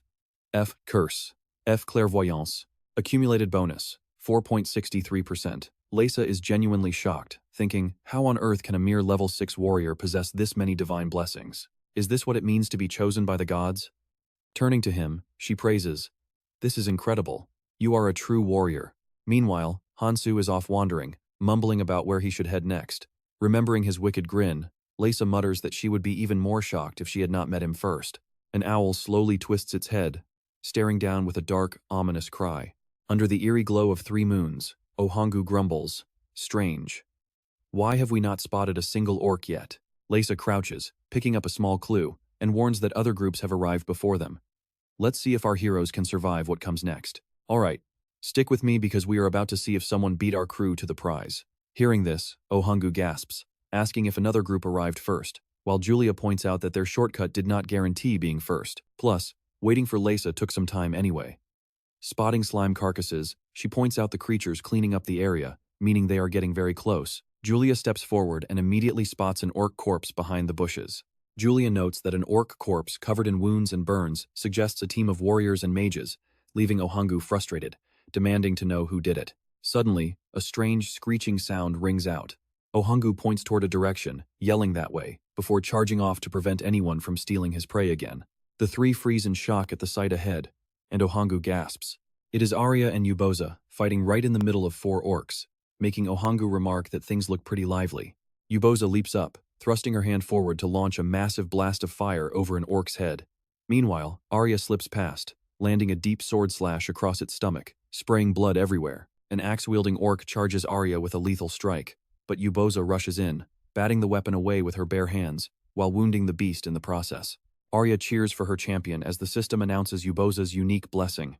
The gauntlet on Yuboza's wrist begins radiating a sharp orange-gold aura as the system details her weapon traits. Your body becomes a lethal weapon, adaptable to any situation, and every weapon you possess will automatically heal itself just like your own flesh. Now, watch closely here. This is where she unleashes total dominance. The orc roars in frustration, but Yuboza continues her relentless, powerful assault. Flames ignite on Yuboza's hands as she declares this is the last one. Yuboza slams her hand onto the orc's head, unleashing a burst of fire that incinerates it instantly, leaving the headless monster to collapse onto its knees. Ohangu yells out to class president Yuboza, who turns and remarks that he arrived sooner than expected, though Ohangu insists he should be the one saying that. How did my gentle class president become this insanely strong? It makes absolutely no sense. Yuboza shrugs, saying she doesn't get his point. Since back at school, the class president was always the top student with all-around perfect marks, and it's no different here. She adds that the only real difference is that this is a magical world, which makes Ohangu scream in agreement, saying that's exactly his point. In a world of magic, studying doesn't let you level up. But Yuboza, confused, replies that all-around high marks naturally included physical education class. A class president has to top every practical exam, leaving her clueless as to what he is complaining about, which only irritates Ohangu further. While he mumbles about how fantasy novels work, the system suddenly announces a certain male god, shaking his head, while an innocent deity gently approves. Before Ohangu can argue, Yuboza turns to leave, telling her teammate to ignore him as they move on, urging everyone not to get in each other's way. Ohangu shouts back, mockingly wishing her second place, because he claims he is definitely taking the #1 spot. Yuboza sighs, saying second place is perfectly fine, wishing him luck on getting first, which leaves Ohangu whispering in total confusion at her response. Did she just cheer for me? In his wild delusions, Ohangu convinces himself that he is the main character, and she must be the female lead. She definitely likes me, he thinks, as the system chimes in. And yeah, I know what you're thinking, but the system actually reports a god considering a curse, while an excited goddess blushes as Ohangu claims Yuboza is his heroine. Suddenly, two dark green shadows loom behind them. Julia turns around suspiciously and gasps, identifying them as two massive orcs. One grunts, sniffing the air, saying he smells females, and barks at the others to leave them behind if they want to live. Julia and Loca instantly assume defensive stances, gasping in shock, but Ohangu steps up, refusing to leave them behind. He yells for Lady Loca and Julia to stand back, raising his hands to summon a massive, roaring fireball. He screams to take this, throwing the fire at the orc, as the system activates a hunter status, while the orc squints through the bright blaze. The monster growls in confusion as the curse effect triggers, which ironically boosts the strength of all nearby prey. This greatly increases trap failure rates, meaning, in a hilarious turn of events, the orc remains completely healthy and unharmed. Ohangu stares blankly at the massive shadow looming over him and gasps as the orc swings its weapon down, roaring for him to die. Ohangu dodges, but the next moment, the orc swings its massive club and launches him away like a baseball. Ohangu screams as he crashes hard, bouncing across the ground and skidding away in a massive cloud of dust. Fortunately, the system announces a miraculous survival, meaning Ohangu is only knocked unconscious rather than being killed on the spot. Lisa sighs, muttering that the so-called hero is utterly useless, pointing out how completely different he is from someone else. Julia agrees, calling him truly special because at level 1, he managed to slay a level 6 orc, leaving Lisa to wonder if they will ever meet him again. Julia assures her that if he goes to the academy, their paths will cross. As Lisa summons fireballs and Julia charges forward with her sword, the system registers the hunter status, and the orc's wooden club is instantly sliced into multiple pieces. The orc gasps in shock as Lisa sweeps her hands out, completely engulfing both monsters in a raging torrent of fire. Looking at the defeated beasts, Julia notes that even with a hunter's curse boost, they were no match and were definitely ready for what's next. Let's dive into this as Leisha tells Julia it's fine, while Julia just looks over and scoffs. Leisha points at the unconscious Oh Han-woo, sighing in annoyance. What are we supposed to do with this passed-out hero, Han-woo? She groans, then asks, Julia, want to carry him on your back? Julia immediately shuts it down, claiming, sorry, my back has been killing me lately. Leisha quickly replies, what a coincidence, my back is acting up too. Both of them stare at each other in dead silence, making the atmosphere incredibly awkward before the system alerts them. A certain evil god is laughing hysterically, while some innocent god giggles, along with another god who is, with 3 moons hanging high above, heavy boots step onto the dirt as Choi Kang-min looks around. That's when Choi Kang-min spots Jang Mi-yeon and her group stepping off their carriage. Jang Mi-yeon thanks the driver, saying, thank you so much, we got here so fast because of you. The driver chuckles, haha, don't mention it. Helping the great hero Mi-yeon is my absolute honor. Safe travels, Jang Mi-yeon calls out. Choi Kang-min scowls, muttering under his breath, what a bunch of cowards. Jang Mi-yeon scoffs, look who's talking. Weren't you the first one to take a carriage? Kang-min snaps back with a warning. He warns her not to interfere with his hunt, but pay attention to how easily she mocks him, acting completely terrified of the self-proclaimed strongest hero. Jang Mi-yeon gives a teasing smile, making Choi Kang-min grind his teeth as virtual sparks fly between them. Ju-yeon turns to leave, telling her team to move. Choi Kang-min does the exact same, ordering his squad in the opposite direction. Choi Kang-min's face is completely twisted in pure, burning anger. An orc roars, hand over the female pig tomorrow, you weaklings. Choi Kang-min orders his teammates to take them out immediately. Flames erupt from Ju-yeon's hands as she charges forward. Telling Kang-min to be careful, she teams up with another girl to unleash a massive fire blast at the orcs. The powerful explosion of fire halts both monsters in their tracks, giving Choi Kang-min the perfect opening to charge with his sword. The startled orc turns around to react, but it's already too late as sharp blades slash down on it repeatedly. Choi Kang-min suddenly appears behind his foe. Deep wounds cover the monster's body, spraying blood everywhere as Kang-min lets out a heavy breath. Choi Kang-min claims the top spot belongs to him under the 3 moons hanging quietly in the night sky. An orc raises a massive wooden club, roaring for them to die, and smashes a brown-haired hero backward, making him scream in pain. The 3 of them are completely surrounded by a massive horde of orcs. Baek Woo-man panics at their overwhelming numbers, while another teammate groans that they are definitely going to die. The chubby hero with glasses screams for the goddess to run away, while Baek Woo-man turns to look in panic. Over in the distance, Jang Mi-yeon is completely cornered by several orcs. The chubby guy screams her name as a beast licks its lips greedily. She screams in confusion, asking why they keep targeting her. And yeah, I know what you're thinking, it is her beauty skill. It explains that while beauty is usually subjective, her looks are a total exception, completely transcending any racial barriers or physical differences. Thanks to this absurd blessing, the savage orc stares at Jang Mi-yeon with literal pink hearts sparkling in its eyes. What a gorgeous female pig, the monster drools, slowly crawling closer to her. Terrified, Jang Mi-yeon starts sobbing and screaming for absolutely anyone to save her. Hearing her, Baek Woo-man desperately rushes over to help, but his luck runs out when he trips over a dead orc's foot. He faceplants hard onto the dirt with a painful groan. To make it worse, the system reveals a local earth god deeply pities him. Suddenly, the orc grabs her by both hands as she desperately screams to be let go. Meanwhile, the system notes a great god of beauty is highly amused. The orc keeps drooling over his beautiful female pig. Baek Woo-man watches in horror, screaming no, while another system alert pops up. Out of nowhere, the messy-haired hero tells Jang Mi-yeon that they only got dragged here because of her, so she should just sacrifice herself for them. Both Baek Woo-man and the tearful Mi-yeon are left completely speechless by this cruel, heartless demand. Mi-yeon can only whisper, "What did you say?" Lowering his sword, the coward argues that the entire team shouldn't have to die just to save one single girl. He suggests that if she acts as bait, the rest can escape safely with the saintess, reassuring her that she probably won't die. Even the guy with glasses apologizes, begging her to take one for the team. Mi-yeon cries out in pure disbelief at their betrayal. The shameless guy has the nerve to remind her that she promised to do anything. Hanging her head in bitter silence, Mi-yeon realizes she made a colossal mistake. Looking up at the sky with tears streaming down, she wishes she had just returned to Earth alongside Kang Han-soo when she had the chance. Pushing himself up, Baek Woo-man desperately screams for her not to give up, promising that he will find a way to save her. Out of nowhere, she violently yanks her hands free from the monster's grip. Shaking and crying, she resolves to lure the beasts away herself. Telling them to run, she backs away and actively activates her legendary charm blessing, causing a massive system alert to pop up. Glowing pink hearts materialize all around her as she sprints away, screaming at the top of her lungs to draw the monster's attention. The entire pack of orcs chases after her in a frenzy, leaving a helpless Baek Woo-man screaming in despair from the ground.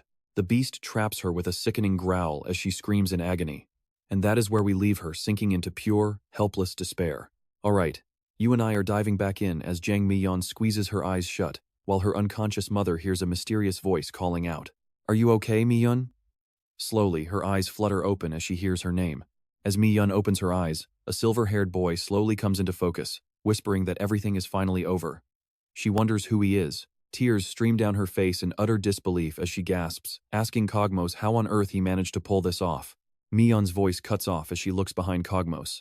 Scores of dead orcs lie scattered across the ground, and beyond them, the coward hero who abandoned her. Stunned, Mi-yeon asks what happened, but Cogmos only smiles, saying he is glad she is safe.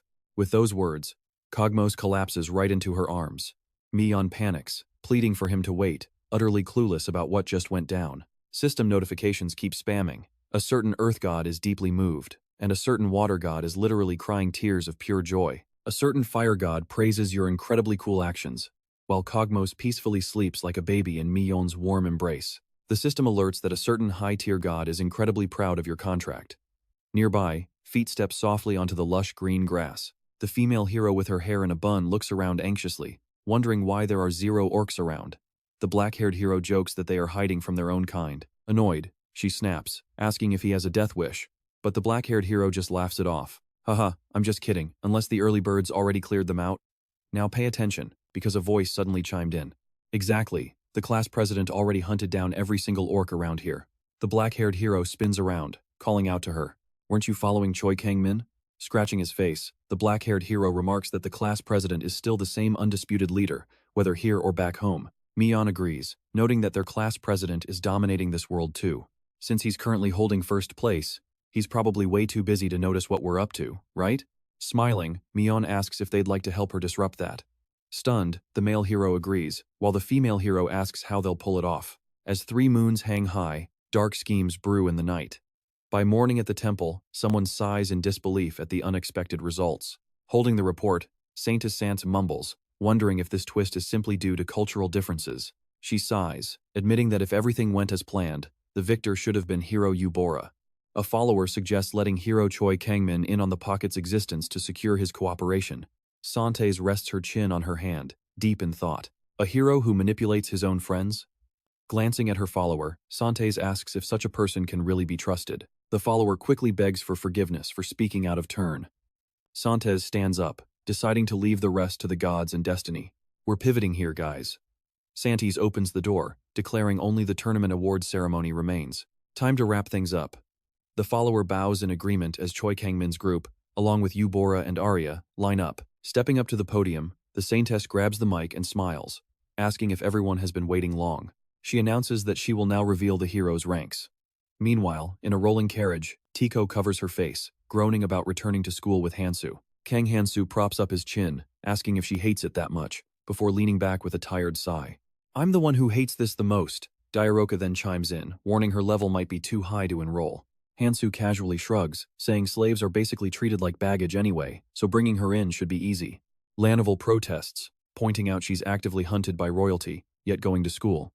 Outside, a god acts silly, as the system confirms everything is fine. Since a certain god is so absolutely sure about it, Han-soo decides he has no choice but to trust them. Han-soo whispers, asking for a private explanation, which immediately sends a certain god into a state of total panic. He demands to know the real reason they must attend the academy, promising he won't run away, even if he hates it.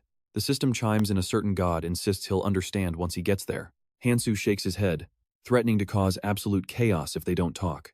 The system reports a certain god crying foul over his savage threats. Left literally in tears by his warning, the god sulks while the carriage rolls steadily onward. Han-soo peers outside and asks Diaroka what the sign on that bridge says, prompting her to turn around and ask where. Looking at the pristine white road ahead, Diaroka answers how. A guard stops them, welcoming them to How Academy and demanding to see their permits. A handsome young knight with swept-back hair steps forward, offering a sealed letter to the guards. He requests enrollment, and the red-haired guard approves his letter. Nearby, Tiko clutches her head in absolute despair, screaming that she's returning to literal hell. Han-soo looks out at the god slacking off outside and calls out, "Hey, certain god, am I seriously here to study?"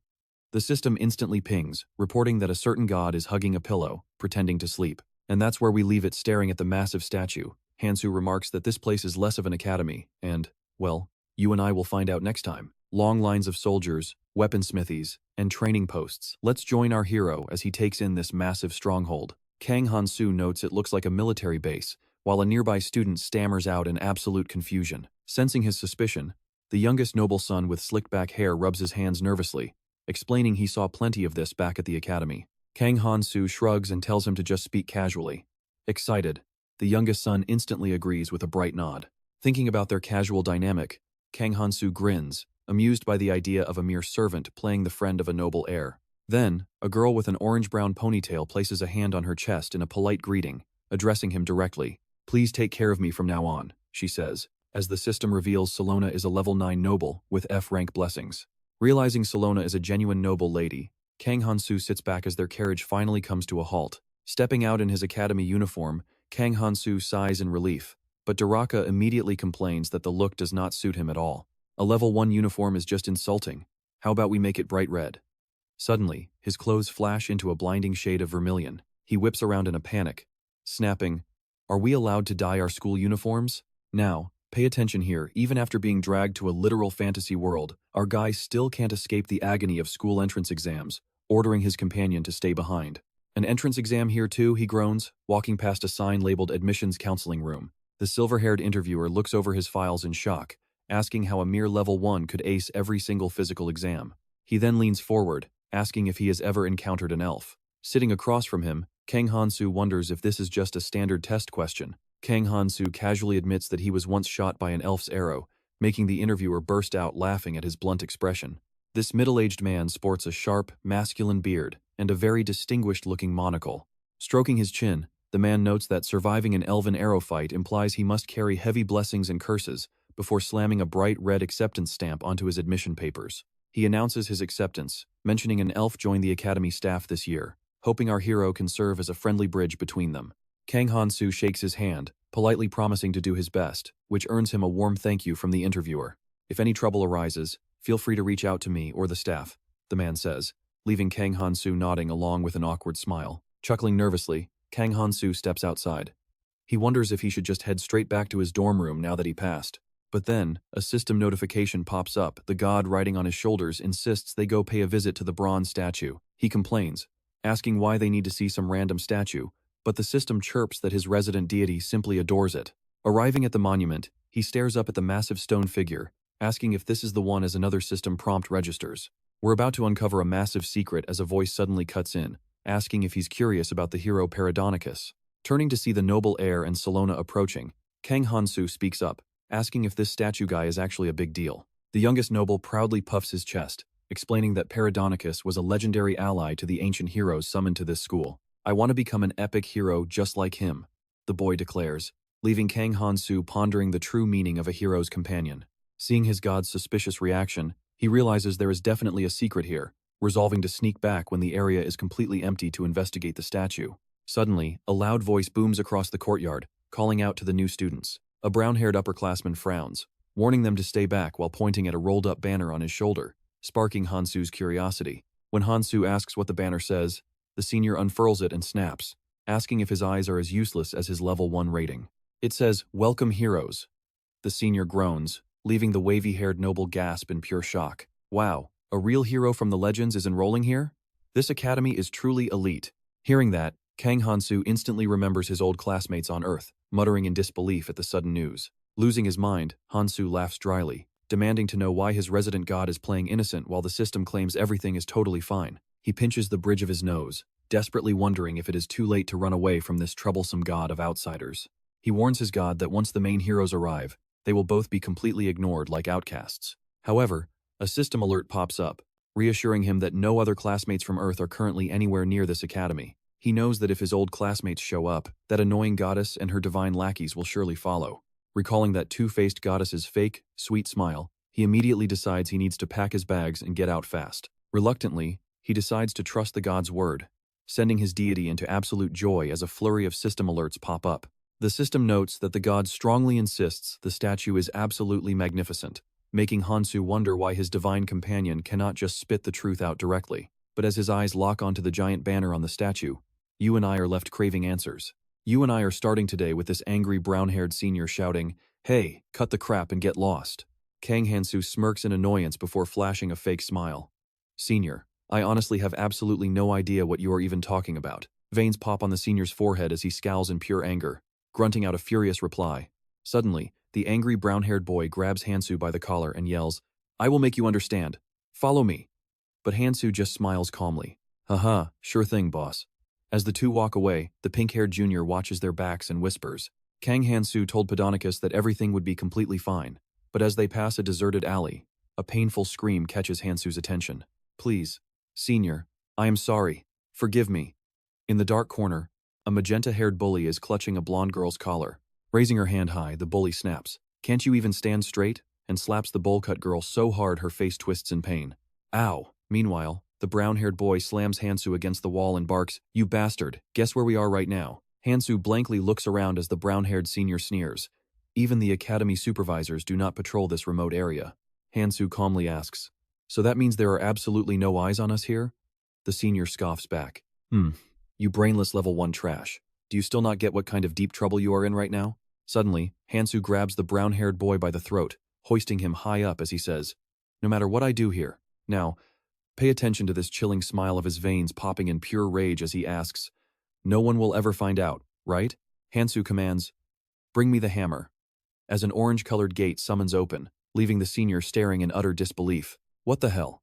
Han-soo grips the gleaming black iron hammer and mutters, I would love to bury you right here, senior. However, Han-soo flashes a far from friendly smile and says, Out of respect for being schoolmates, I cannot do that to you, right? The choking senior gasps out, You bastard. Han-soo casually releases his grip, sending the guy crashing butt-first hard onto the dusty ground. The boy groans in pain, rubbing his incredibly sore rear end, while whining about how much it hurts.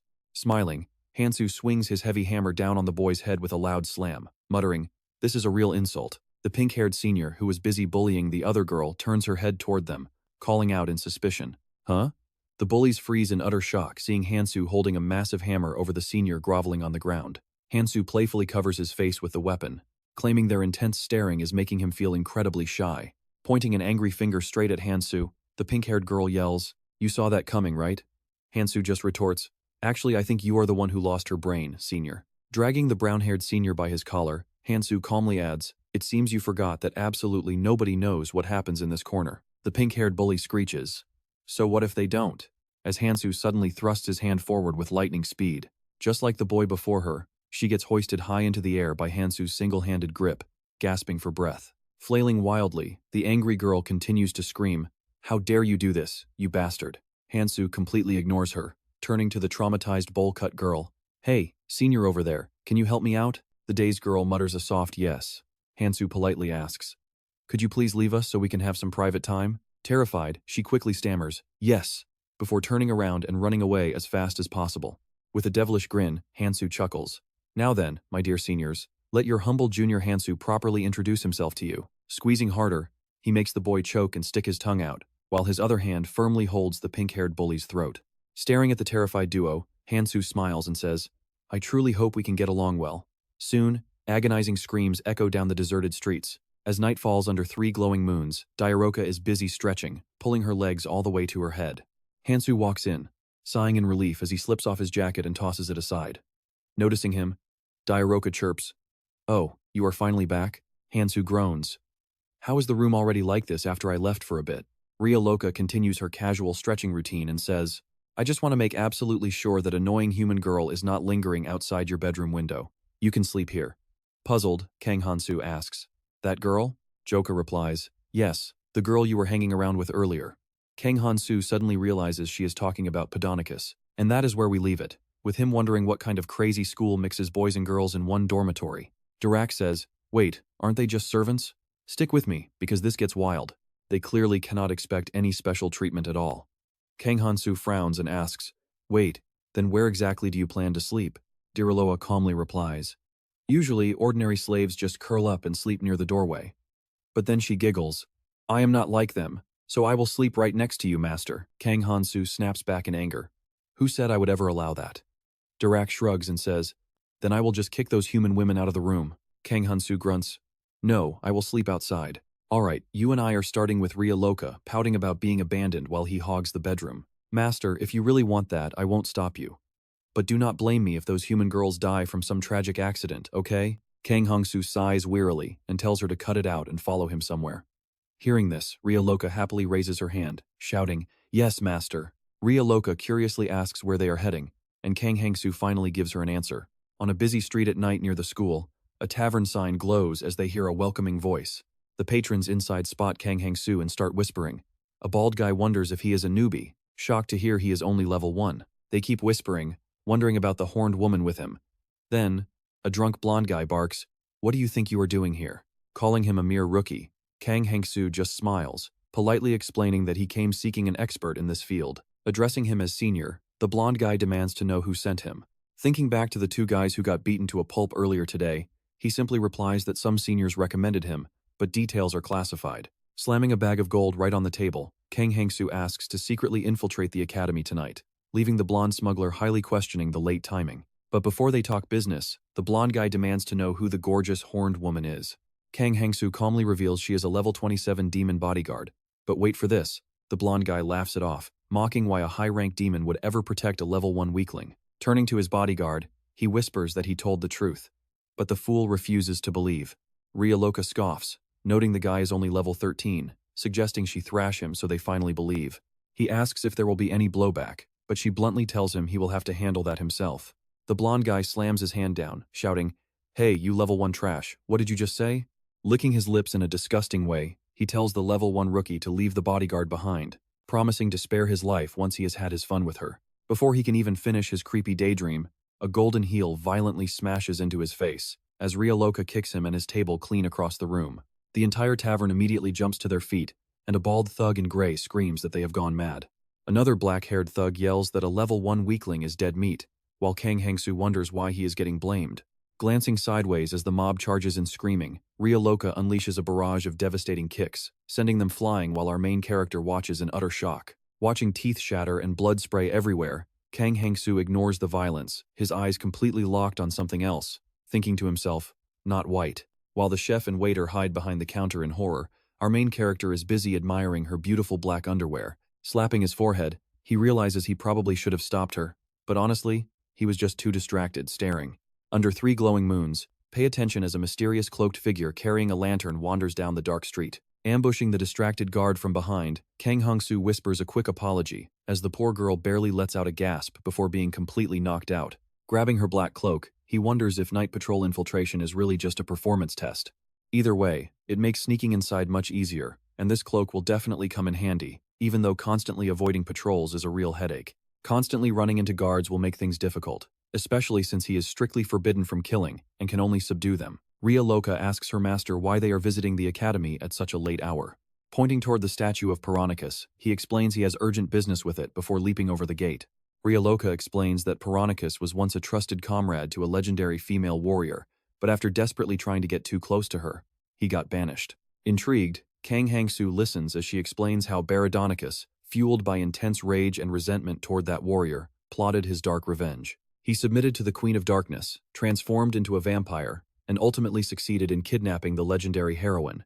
Impressed by her knowledge, he compliments her, but she casually waves it off as basic trivia for someone of her stature. Shifting focus, he mentions a god claimed this statue hides a crucial clue, asking if she knows what it could be. Teasing him, she wonders aloud if she should actually tell him, prompting Kang Han-soo to eagerly beg for the answer. Urging her to speak, she tells him to look closely at Piranhacus and his kidnapped victim, noting there is no clear path built between them. Yet, she points out how incredibly strange it is that absolutely 0 obstacles stand directly in their path. Even more curious, while Piranhacus stares intensely at his prisoner, her gaze points elsewhere, almost as if she is directing them toward a secret. He gets the hint, asking if they should head in the direction the stone warrior is looking. Deciding to investigate, they push past the thick, overgrown bushes until Kang Han-soo suddenly spots something hidden in the dirt and eagerly calls out. Bending down, he uncovers an old map, wondering if this is the exact location they are meant to find. Pointing to the lake, she notes the massive search area, leaving you and me wondering how on earth they will ever locate the hidden secret. Stick with me, we are about to solve a legendary puzzle. Kang Han-soo grunts in thought, but Joka chimes in. Wait, there's a legend about an eel in a nearby lake turning to stone while waiting for Petinar. Kang Han-soo frowns. What kind of creepy legend is that? Joka suggests. Should we point you toward Petinar like in the legend? Kang Han-soo replies. Okay, now that is a bit too much. But then, they stumble upon a real mermaid statue. Kang Han-soo gasps in shock. No way, it actually exists. Kang Han-soo is confused. Wait, a mermaid statue? I thought it was an eel. Diaroka excitedly chimes in. Hey, should we try smashing this thing open first? Kang Han-soo quickly objects. Don't do that. Why would you destroy our only clue? Diaroka mutters. But this isn't even the legendary fish. Staring at the statue, seeing the carved tears on her face, Kang Han-soo whispers. She's crying. But if this mermaid wasn't actually abandoned, why does she look so sad and tearful? Searching the base of the statue, Kang Han-soo murmurs. Her gaze leads right here. So this spot must be. Suddenly, he stops in confusion. Raising his glowing hand, he gasps. Wait, what in the world is this? A ring made of pure light is wrapped around his middle finger. Kang Han-soo mutters. A ring? Diaroka explains. It's an ancient light magic mages used to propose. Kang Han-soo groans in absolute disgust. Wait, that is really it? Nothing else? And right then, pay attention, because the system alerts pop up. Forgiveness. Anyone who looks at your merciful face will immediately want to confess their sins. Meanwhile, looking at your sad face will make them desperately want to hide their crimes. Kang Han-soo flinches. A system alert pops up. A certain god is furious after taking a massive blow. The god demands that you reject this immediately, but Kang Han-soo happily cheers, awesome, a blessing. Finally, I get a useful blessing instead of another annoying curse. The system alerts that a certain god is stomping their feet in pure anger, but his loud celebration alerts the guards. A blonde-haired woman in glasses spots Kang Han-soo and steps forward. Since a practical exam is currently underway, unauthorized entry is strictly banned. The long-haired girl in glasses mutters, Kang Han-soo. Who is this guy? A nearby soldier whispers. Since he is traveling with a high-ranking demon, he's definitely not a normal person. Kang Han-soo quickly raises his hands. Wait, I am. But a guard cuts him off, shouting, Freeze! Don't move if you want to live. Kang Han-soo stops. And you know what he's thinking. He remembers his new blessing. So he puts on a pitiful, fake act, whimpering, Okay, I won't move. The system prompts. Forgiveness activated. Seeing your pitiful face makes others want to confess their deepest sins, and seeing your gloomy, downcast expression makes them want to hide their dirty secrets. The glass-wearing girl softens instantly. Fine. Just make sure to follow Howen Academy's strict rules from now on. A guy with spiky hair and a goatee chimes in. He's probably a freshman. We are too busy with the opening ceremony, so let's let him slide. Kang Han-soo replies, Got it, thank you. Bye. Diaroka frowns. Master, please don't use that creepy tone with me. Kang Han-soo blinks. Wait. Why? Diaroka huffs, because even without magic, I would always forgive you. Kang Han-soo smiles. Oh, really? Alright, then take this as my apology. Diaroka looks confused. Wait, why? Did you do something bad to me? Kang Han-soo waves it off. Let's just say I did. Internally, he shudders. He definitely can't tell her about the horrible blackness he saw. The next morning, fireworks light up the sky. A pink-haired kid grins. So, we actually got admitted into Howen Academy. What a perfect morning. But Tyr groans in irritation. Going back to this absolute hell? This is the worst morning ever. Suddenly, a loud voice echoes. Congratulations on your admission. The pink-haired kid looks up, saying, It is starting. Beside them, a silver-haired man nods. First, we will introduce the faculty, followed by an address from our esteemed dean. Hearing this, Kang Han-soo mutters. Is cheering for these teachers supposed to be a joke? Joka replies, Well, judging by the raw power they are giving off, they must be legendary. Kang Han-soo blinks in surprise, asking, Wait, why are you here? How did you even sneak in? Diaroka smiles. The dorms were super boring, so I decided to join. How do I look in this uniform? Kang Han-soo sighs. Just try not to cause a scene. Up on stage, the announcer shouts, Introducing the head of our new course, the legendary fire, guardian, and leader of the Elf Kingdom. Please welcome Professor Celebreth. Smiling gracefully, Celebreth steps up to the stage. Celebreth says, I look forward to teaching you all. Kang Han-soo stares at the fiery bird perched on her shoulder. Wait, is that a phoenix? Instantly, traumatic flashbacks of that white-haired girl flood his mind, making his eye twitch. Phoenix. Seriously, why does every bad memory have to involve them? The bird tilts its head, staring straight at him. Shit, did we just lock eyes? Kang Han-soo tilts his head in confusion. Maybe I am just overthinking this. Tyr gasps. Oh my god, we get to learn from the Fire Guardian? Maybe returning to school was actually worth it. Kang Han-soo dryly retorts. Really? Weren't you acting like you wanted to die literally 2 seconds ago? Looking up at Celebreth, Kang Han-soo asks, Is she really that strong? Tyr yells in sheer shock. Are you serious? You honestly know nothing. The announcer barks. Now, a word from the dean. Soft footsteps approach. And trust me, you and I are about to see things get wild. All right, you and I are about to watch the headmistress of How Academy welcome some very doomed new students. The headmistress proudly announces that a highly respected figure is on their way to help them, and that elite warriors are also about to enroll at their academy. Hearing this, the students immediately start whispering in confusion. Warriors? Wait, what is she talking about? Suddenly, a screeching noise rings out, forcing the miserable students to cover their ears in pain. She warns everyone to be quiet if they do not want to be punished on day one. Meanwhile, Kang Han-soo, with blood pouring from his ears, calmly remarks that she has a fiery temper. The headmistress smiles and says, "Well then, to all of our newly enrolled students, from this moment on, we are splitting you into upper and lower classes. The rule is simple, just fight until half of you are knocked out cold." Raising her hand, she commands them to get ready, then yells, "Fight," sending the terrified students charging straight into a massive brawl. A green-haired girl panics at the sudden announcement, while a brown-haired boy throws a punch, yelling that he did not mean to do it. The hall devolves into absolute chaos as students violently beat each other down. A ponytail girl throws a punch that looks like she is raising her hand, while Kang Han-soo notes that savage violence actually gets things done. The system suddenly alerts everyone that a certain god is thoroughly enjoying this chaotic atmosphere. Stretching his arms, Kang Han-soo decides he should probably put in some effort too, stepping forward to politely ask everyone to forgive him for wrecking them. A spike-haired boy is about to strike when he suddenly freezes, looking right at Kang Han-soo. Kang Han-soo flashes a devious smile, and a massive explosion of dust instantly sends people screaming. Now watch this. Our main character dives in like a god of war, savagely shouting for everyone to drop to the lower class. Panicked cries for help echo everywhere as the system announces a certain god is literally praying for their endless suffering. Crawling on the floor, Tiger mutters to himself that this entire school has gone absolutely insane. He realizes that the elite class is probably way too much work, deciding it is better to play dead and slide into the lower class for a peaceful life. A brown-haired woman with glasses welcomes Harpy, who made it to the elite class. She casually adds that the power dynamics in their class this year are a total mess and incredibly difficult to manage. Adjusting her glasses, she warns them that anyone with poor grades can be brutally demoted to the lower class at any moment. She then notes that there are a few extra rules they need to keep in mind. First off, they must choose between the knight or mage path, depending on their personal strengths and talents. Secondly, she reveals that the elite class president position has already been assigned to none other than Prince Rachel. A handsome boy with sunny golden hair steps forward, politely asking his new classmates to treat him well in the future. Let's pause here. Kang Han-soo silently wonders why the prince wants the leader spot and what he is plotting. Meanwhile, at a grand temple ceremony, Sentes calls the tournament winner, Choi Kang-min, to step forward and receive his prize. Congratulating him on his hard-fought victory, Sentes announces that Choi Kang-min will be gifted a sacred sword kept deep within the shrine. The glowing, divine sword is presented to Choi Kang-min as Sentes continues.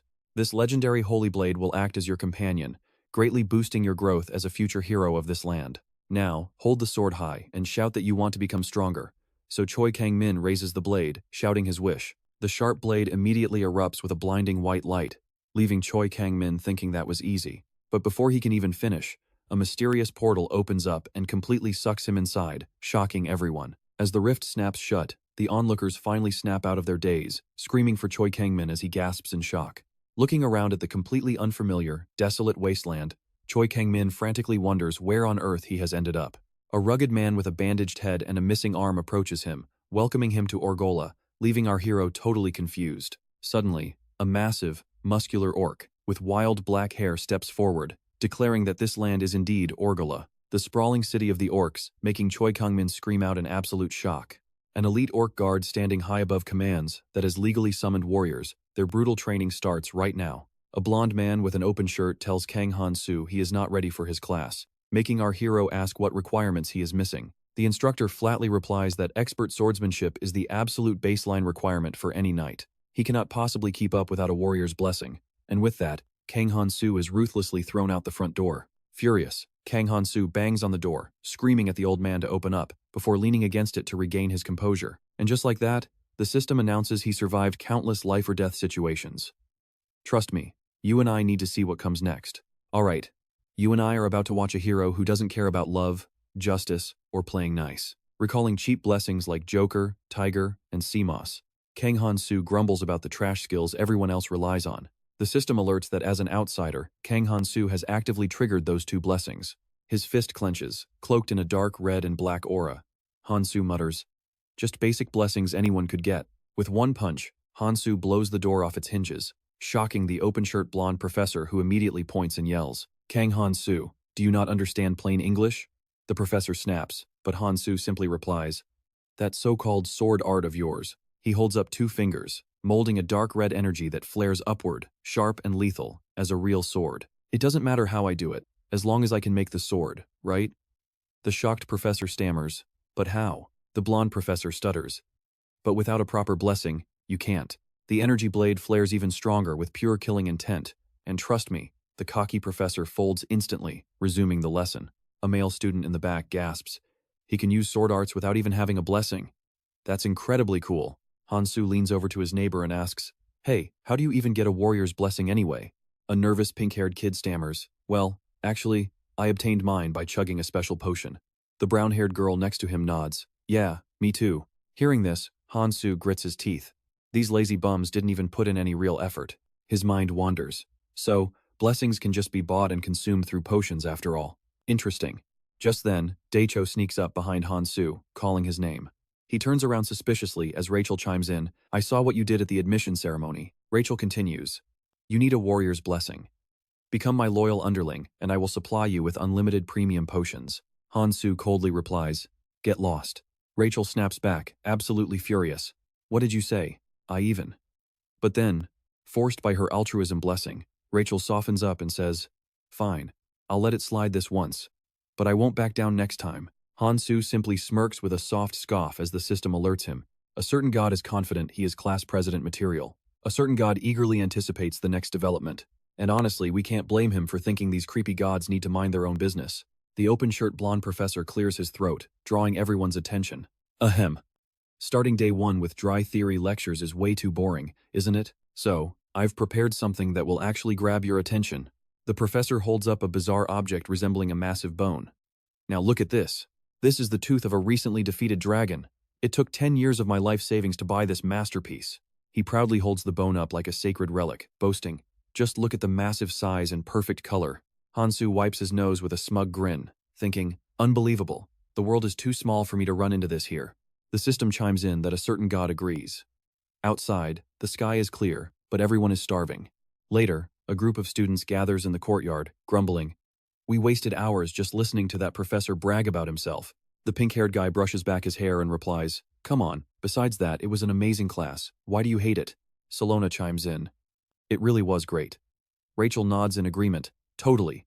It was a fantastic lecture, don't you think?" Han-soo glares inwardly. "This guy keeps acting like we're best buddies.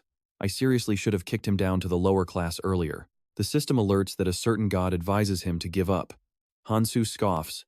Give up on what, exactly? Suddenly, a hostile student stomps over and barks, "Hey, punk. Come over here, we need a word with you."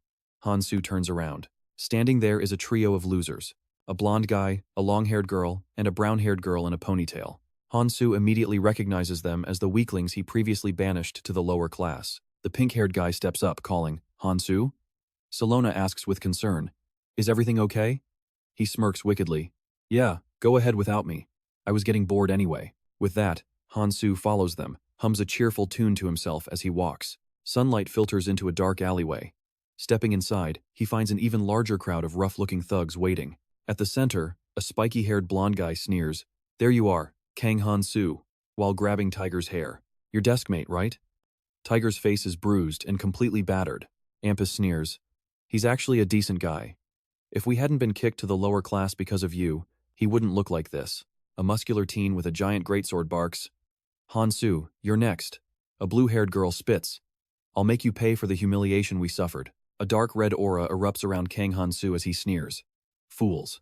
We know they're doomed. Alright, you and I are diving into this showdown as Han-soo confronts Ampus, asking if he thought hiding in the lower classes would save him. Kang Han-soo looks up and calmly says, "Just lie down here and rest, buddy." Staring at the gang, Han-soo realizes these fools actually dared to mess with the guy entrusted to him by the lady counselor. With a cold snort, he summons his weapon, Dragon Bone. A small spatial rift tears open as he grabs a blood-stained, pale white bone. He sighs, declaring that to make things right, he will take full responsibility and avenge his friend. A sword-wielding student reaches back to grab his hilt, mocking Han-soo. "Huh, you seriously think you can fight all of us with a cheap toy like that?" He claims he was just caught off guard during entrance day, but in a flash, something heavy smashes directly into his face, making him scream in agony. His scream echoes as he crashes backward through the crowd. The remaining bullies turn around, completely dazed and clueless about what just happened. Han-soo, still holding his batting stance with the bone, calmly says he has another class to attend anyway.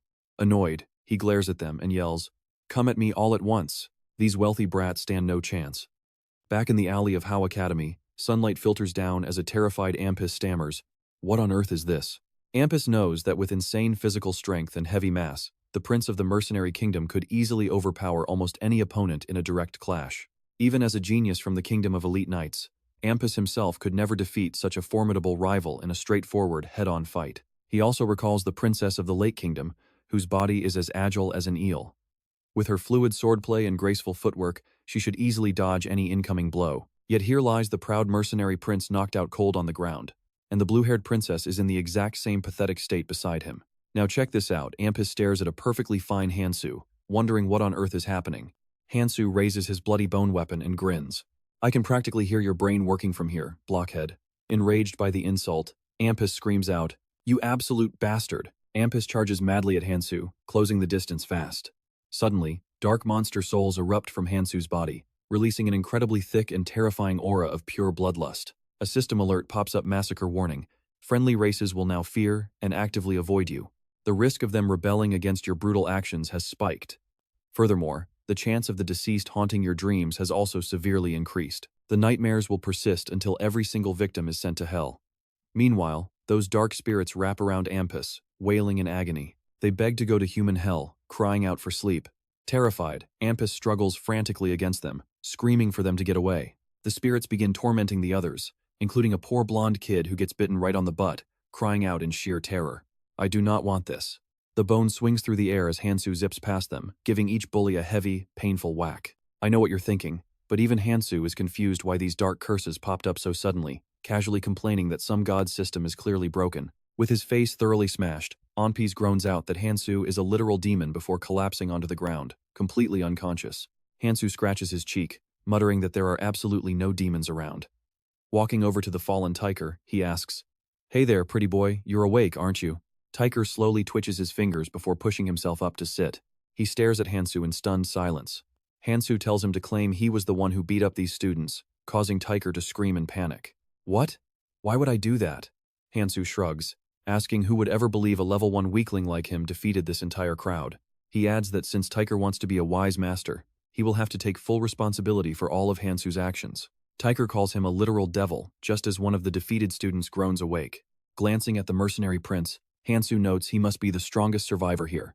It is perfect timing, though the dazed prince just stares back blankly. Han-soo approaches him with a wide grin, saying, "Hey there, buddy," making the guy flinch. Leaning in close, Han-soo whispers that he needs to get back to class, so he kindly asks the prince to drag this unconscious pile home. Sweating bullets, the guy quickly nods. Han-soo pats his shoulder, laughing that thanks to the goddess, all misunderstandings are happily resolved. Just then, another system notification chimes in. A certain god is staring at you with narrow, suspicious eyes, questioning your absurd attitude. Han-soo simply flashes a confident grin. Hey, this was a proud act of self-defense. Amazingly, the system notifies him that a certain god actually admires his shameless attitude. Lifting the brutal, blood-stained weapon, Han-soo remarks that while he has no clue what to use it for next, it is certainly a high-quality bone. Staring at the bone, Han-soo wonders if that annoying elf is secretly spying on him. He felt a strange sensation the exact moment he started wielding it. The system states that a certain god is asking for his opinion, making Han-soo chuckle and ask, "Wait, what? There's no way that deity will hand over another weapon just to beat people up, right?" Han-soo mutters, "Surely not. After all, he did strictly warn everyone that absolutely nobody is allowed to touch anything within that sacred territory." As twilight falls over some ancient ruins, Kang-min is violently blasted backward, groaning in pain. Coughing heavily, he struggles to stand using his sword. The guardian flexes his hand, muttering that controlling his raw power with bare fists is incredibly difficult. He claims he lacks fine control, meaning things are about to get brutal. "Trust me, you and I need to stay tuned for what's next." Alright, let's look at Kang-min, trembling while leaning on his sword, gasping for air against this overpowered monster. He realizes the goblins he faced before were absolute jokes compared to this beast, but he raises his blade once more. Reminding himself this training is the only way to grow stronger, he resolves that a legendary hero would surely fight on. Winning is the only option. The orc guard smirks and agrees, explaining that since this ancient training ground has lost its power, he is personally stepping in to guide the hero. The guard warns that Choi Chang-min cannot leave this place until he finally manages to defeat him. With that, the monster charges forward. Choi Chang-min freezes in fear as the giant orc thrusts his hands out and grabs both of his shoulders with a brutal grip. Squeezed so hard he coughs up blood, the hero is left in agonizing pain. The orc guard chuckles mockingly, telling the legendary hero to relax because getting beaten to a pulp is the fastest way to learn. Choi Chang-min desperately tries to gasp out a plea, but before he can even finish, the brutal orc headbutts him straight in the face with an earth-shattering smack. His face is crushed and blood gushes from his nose, while the orc tells him not to dare pass out.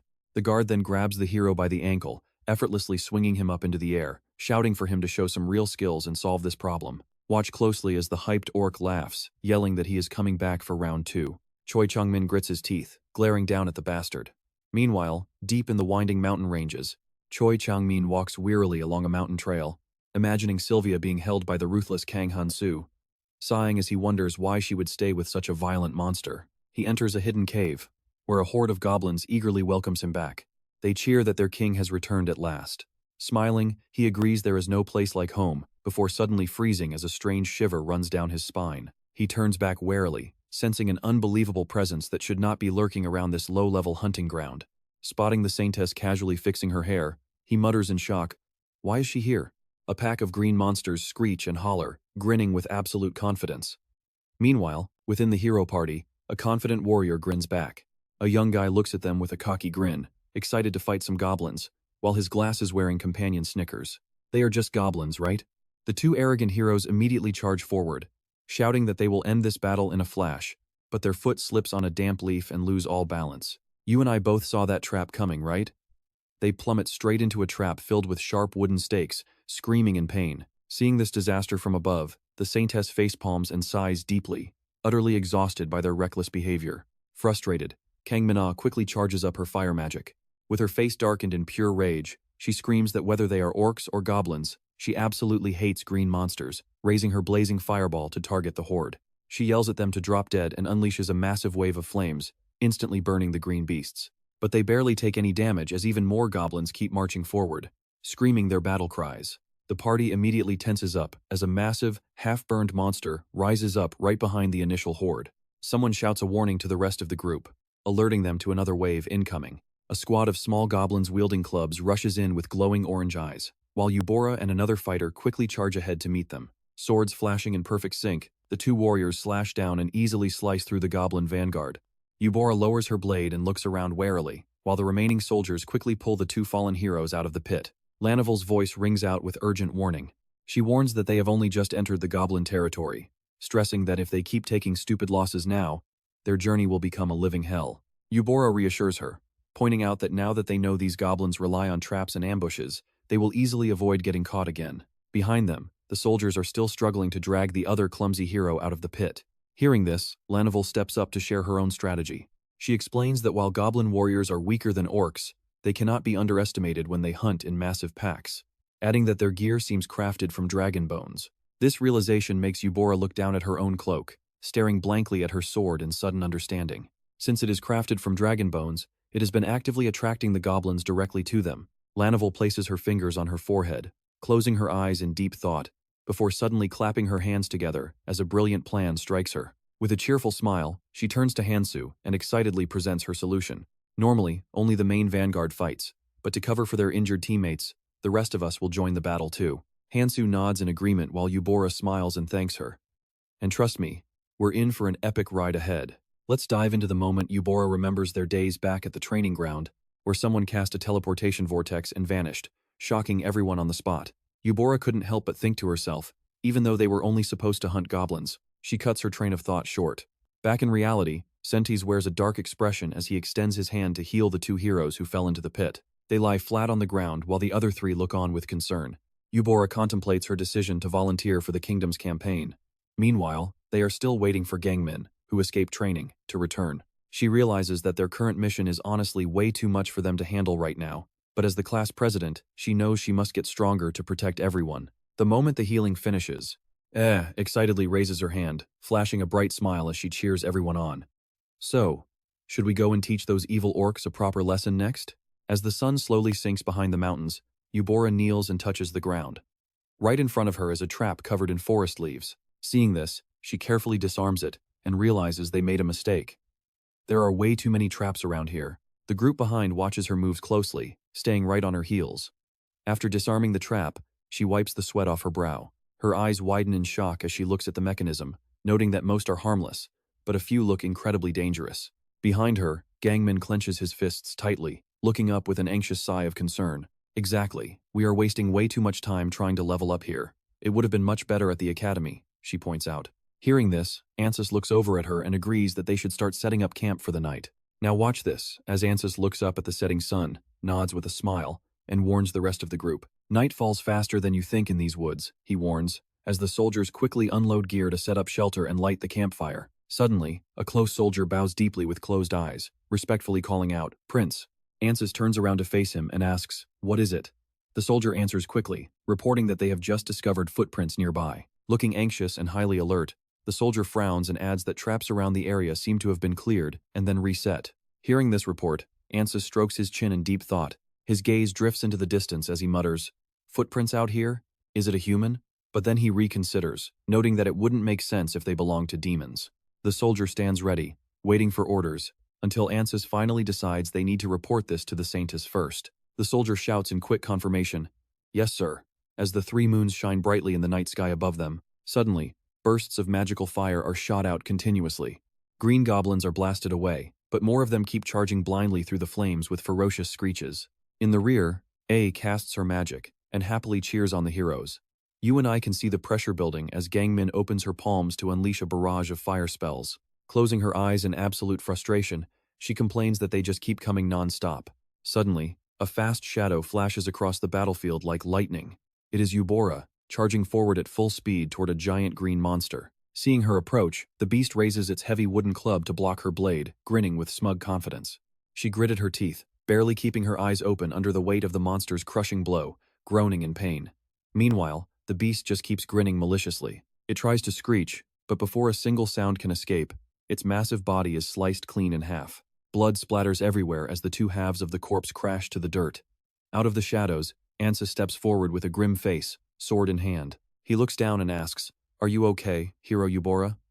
She merely bites her lip and glances back at him. With her sword still drawn, she nods in confirmation, and immediately rushes back into the heat of the battle. Behind her, Han-soo watches the chaos and analyzes the situation. With these constant nightly ambushes, he notes that this is becoming far too brutal for such inexperienced heroes. Ansys immediately turns back and looks at the soldiers waiting behind him. He shouts a loud order, "Knights, draw your swords and assist the heroes." Then, scanning the dark forest with highly alert eyes, he reminds himself to stay on guard. Things are going well, but you can never be too careful.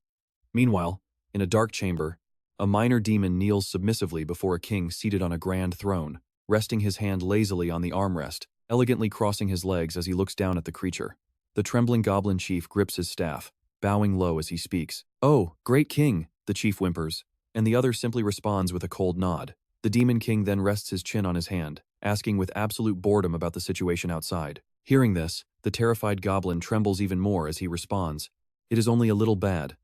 Startled by this, his eyes widen in pure shock as he sits up straight, dropping his hand and screaming in his mind. "A little? They aren't fully defeated, just slightly bad? Trust me, you and I are about to see how he handles this disaster." Alright, let's dive back in as Cogmos realizes the Saintess is too strong for these weaklings to ever survive against. Suddenly, a chilling realization hits him, causing his pupils to shrink as he screams to himself, "Oh right, the hero." Instantly, he pictures Kang Han-soo's smugly grinning face, flashing a peace sign with both hands while giving a mocking smile. Cogmos realizes that because Kang Han-soo wiped out all the goblins and orcs, they had to travel all this way to find new hunting grounds. Clenching the armrest until his hands tremble, he internally screams with pure, unadulterated rage, "Damn it. Are they hunting monsters just to farm experience points for those pathetic heroes?"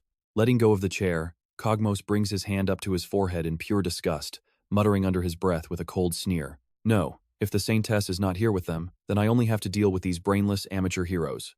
Fuming with anger, his eyes quickly scan the surrounding room. Then, Cogmos smirks with wicked excitement, realizing he has a perfect chance to finish them off once and for all. Without hesitation, he leaps up from his throne, stretching his hand forward to bark out orders. "Get moving and summon every single goblin here right now." Below, The loyal goblin messenger quickly bows to confirm the command, answering, "Yes, my king." Kogmos smiles triumphantly, narrowing his eyes with a dark smirk, his hand still pointing outward as he speaks. Now pay attention, because as 3 moons shine brightly, their counterattack is finally about to begin. Down below, the rowdy goblin horde keeps smashing through supply crates with the blunt clubs in their hands. Spotting this, Yu panics and shouts the alarm. Those goblins are destroying our valuable supplies again, and they are only getting wilder by the second. Meanwhile, Yubora remains completely frozen in place, prompting another teammate to yell out, "Are you just going to stand there and watch?" "Hey, Yubora!" Right after, a blazing fireball shoots across the field, instantly roasting a nearby goblin's head to ashes. The goblin standing right next to him looks up, totally dazed. From behind, Jang-min waves her hands to cast more spells, shouting with a dead serious face, "If we do not protect these goods, we will end up sleeping on the cold, hard floor." Hearing that, Yubora snaps out of her daze and looks over, while Jang-min complains loudly once again. When will these pests finally stop attacking? High up on a nearby cliff, a mysterious figure steps forward, observing the chaotic battle of the heroes below. It is Kogmos, surrounded by a massive crowd of monsters behind him. I know what you're thinking, but watch how Kogmos confidently steps onto a rock, slips his hands into his pockets, and claims his final strike is starting now. Grinning deviously with wide, contemptuous eyes, he mockingly sneers under his breath. What a bunch of completely clueless rookie heroes. Beside him, a massive monster glares and grinds its teeth, repeating the insult, "Those stupid rookie heroes." Meanwhile, Jang-min quickly moves toward the raided supplies, her hands glowing as she continuously summons bursts of fire magic. The pesky goblins turn to glare at her. As she fires multiple flame bursts their way, they effortlessly dodge every single blast, laughing hysterically and mockingly making fun of her. One goblin grins widely, sticking its tongue out while clenching its fist. Its eyes narrow as it treats the battle like a mere game. This mockery completely infuriates Jang-min, who glares back with clenched fists, screaming out in absolute frustration, "Damn it." Suddenly, a blue-skinned monster jumps forward, barking loud orders to the surrounding goblin pack. Hearing the signal, the club-wielding beasts immediately pivot toward the direction their leader is pointing. They turn and sprint away, completely bypassing Jang-min and Yubora, leaving both girls frozen in total confusion. Jang-min watches them run with furrowed brows, stammering, "What in the world?" Beside her, Yubora watches them go as well. With a tense frown, she realizes, he's issuing orders. That guy is their commander. Without a second thought, Yubora dashes after the fleeing monsters, shouting, "We cannot let that leader escape." Startled, Jang-min quickly glances over and chases after her, calling out, "Hey, wait up for me." Up front, the blue monster runs with a wide, toothy grin. Hidden inside, Kogmos gloats with a smug smirk, looking back while running as he excitedly celebrates his perfect plan. Perfect. The bait worked like a charm, he confidently recalls in his mind. To make my physical vessel even stronger, I conducted countless brutal, relentless experiments on my helpless goblin slaves. Kogmos stands leaning against an operating table, where a lime-green beast lies strapped down. As nurses stand around holding clipboards to monitor the strange green beast, Kogmos rejoices internally, knowing his painful research is finally paying off in a crucial moment like this. Suddenly, the blue beast tilts its head back, taking a massive breath that puffs up its cheeks. It opens its jaw wide to let out a deafening screech, its body glowing with blue energy. Jang-min covers her ears behind it, grimacing in agony as the sound waves hit her. Ah! Beside her, Yubora also covers one ear, gritting her teeth as she lets out a pained groan. Right then, an urgent voice yells out, "Stop the goblins and protect our warriors," and that's where we leave it, with Yubora's ears ringing as she completely loses her hearing. Let's dive right back into the story, as he clutches his head in deep confusion, trying to piece his scattered thoughts together. Every single time I hear that bizarre sound, my head splits open. But back in reality, a massive wave of fierce green goblins is already rushing forward, snarling savagely. Watching the horrific scene unfold, the monsters grit their teeth as their eyes light up with pure bloodlust. Meanwhile, the hideous monsters continue their fierce and relentless charge toward Yuboza and Jang-min, while he inwardly screams for them to die. Just like that, the battle ends, and morning arrives. But a grim announcement suddenly breaks the silence. We are completely out of supplies. While wrapping bandages around Yuboza, Arya speaks up with a tense, incredibly worried expression on her face. Worse yet, our food supplies are totally depleted. Covered in bandages nearby, Jang-min throws her hands up and screams in frustration. Just how many days has it actually been? She sits cross-legged on the dirt floor, venting her pure exasperation. They keep attacking non-stop, and we cannot even get a single moment of real rest. Looking completely drained with dark, lifeless eyes, Yuboza can only sigh and ask, "We have hunted down a massive number of them already, so how is their army not shrinking at all?" Standing just outside the tent, Anus folds his arms, looks back at the exhausted group, and finally speaks up. The total number of goblins we have slain so far already equals last year's entire hunt. But he hesitates before adding another grim detail. But watch closely, these newly mutated green-skinned variants are somehow extraordinarily powerful. Glancing away with a deep frown, he continues, at the very least, to honor our fallen comrade Louis, we absolutely must find a way out of this. Anus grips his own arm so tightly his hand begins to tremble, his inner rage boiling over. To think we lost a highly seasoned knight to something as trivial as a simple goblin hunt. Suddenly, Princess E waves from a distance and runs over, shouting with excitement, "Hey everyone!" Anus looks over as E breathlessly delivers the news that the Saintess has finally uncovered the true identity of their enemy. It is a demon! A demon? Hearing this shocking news, Jang Myeon and Yuboza immediately peel back the tent flap and step outside. Yuboza asks in disbelief, "A demon?" Beside him, Jang Myeon reacts instantly, turning her gaze directly toward Princess E. Nodding fiercely, E points her finger and shouts back, confirming that the demon hiding behind the rocky cliffs is the mastermind behind this. Meanwhile, Senti stands silently on the edge of a high cliff, letting the wind pass as she gazes down in deep thought. Right then, her trusted subordinate quietly approaches from behind to deliver an important update to the Saintess. "Saintess, we have successfully sent the message to our warriors via Princess Athena," reports the cloaked attendant whose eyes are completely bound by cloth. Hearing this, Sentes calmly turns around and nods her approval with a simple, "Very well." And you can see it in her eyes, as she turns back toward that distant, dark mountain to evaluate their next move. "We absolutely cannot afford to suffer any more losses," she then adds solemnly. "I had fully intended to push our warriors' growth through this simple goblin hunt, but now, we have not only lost a high-ranking knight, but the mysterious thunder curse still has not been found." Looking back at her loyal companion, she smiles with absolute calmness as she begins to share her true thoughts. "Although this loss is deeply tragic, it will serve as a vital lesson for our surviving warriors," Sentes says, turning back to the cloaked figure. "Please pay much closer attention to the safety of our warriors. We can easily revive their fallen physical bodies, but we can do absolutely nothing for a broken mind." Nodding in agreement, the cloaked figure responds, "We have already warned the warriors about the severe consequences of repeating death," before watching Sentes and delivering one more piece of news. But unfortunately, the warrior named Boa still seems to remember the exact moment of her death. Hearing this, Sentes smiles warmly, turning around to walk away while observing. That is indeed an incredibly resilient will she possesses. Someone with that level of spirit is highly likely to be chosen as a true warrior. Right after that, the two of them descend the stone steps, leaving the cliff behind to reach a wide-open clearing. Stretching out before Sentes is a desolate wasteland, filled with dead trees and dry dirt, completely devoid of life. Stepping forward, her eyes glow brilliantly as her face turns serious, and her hands begin to radiate a blinding light. Underneath that brilliant glow, shining as bright as the sun above, a tiny green sprout begins to push through the dirt, rapidly growing and stretching skyward. Finally, a vast, lush garden materializes right before the Saintess, bathed in constant warm sunlight as a rich variety of edible plants quickly bloom everywhere. Turning around with a confident smile, she proudly speaks to her cloaked subordinate, standing right behind her. "With this, our critical food shortage problem has officially been solved, but leaving things just like this would be entirely pointless," she adds. As the silent, cloaked companion looks on and attentively listens to her words, then the Saintess delivers her final order: "Command the warriors to prepare themselves so we can finally eliminate that demonic mastermind." Meanwhile, a demonic foot steps out of that fresh forest, growling in his mind, "Saintess, trust me, you won't want to miss what comes next. Stick with me here," he is gritting his teeth in absolute rage, glaring at Sentes while screaming internally about how hard it was to cut off those supplies. Furious, Cosmos tightly clenches his fists, gritting his teeth in sheer frustration.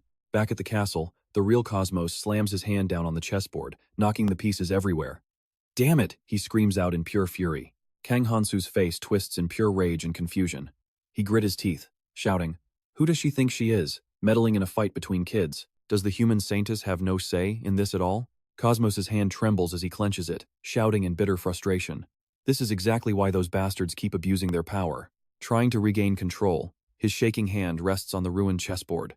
"Damn it," he mutters under his breath, still trembling with rage. The only option left is... Before he can finish, a long-haired female prisoner glances up at Cosmos.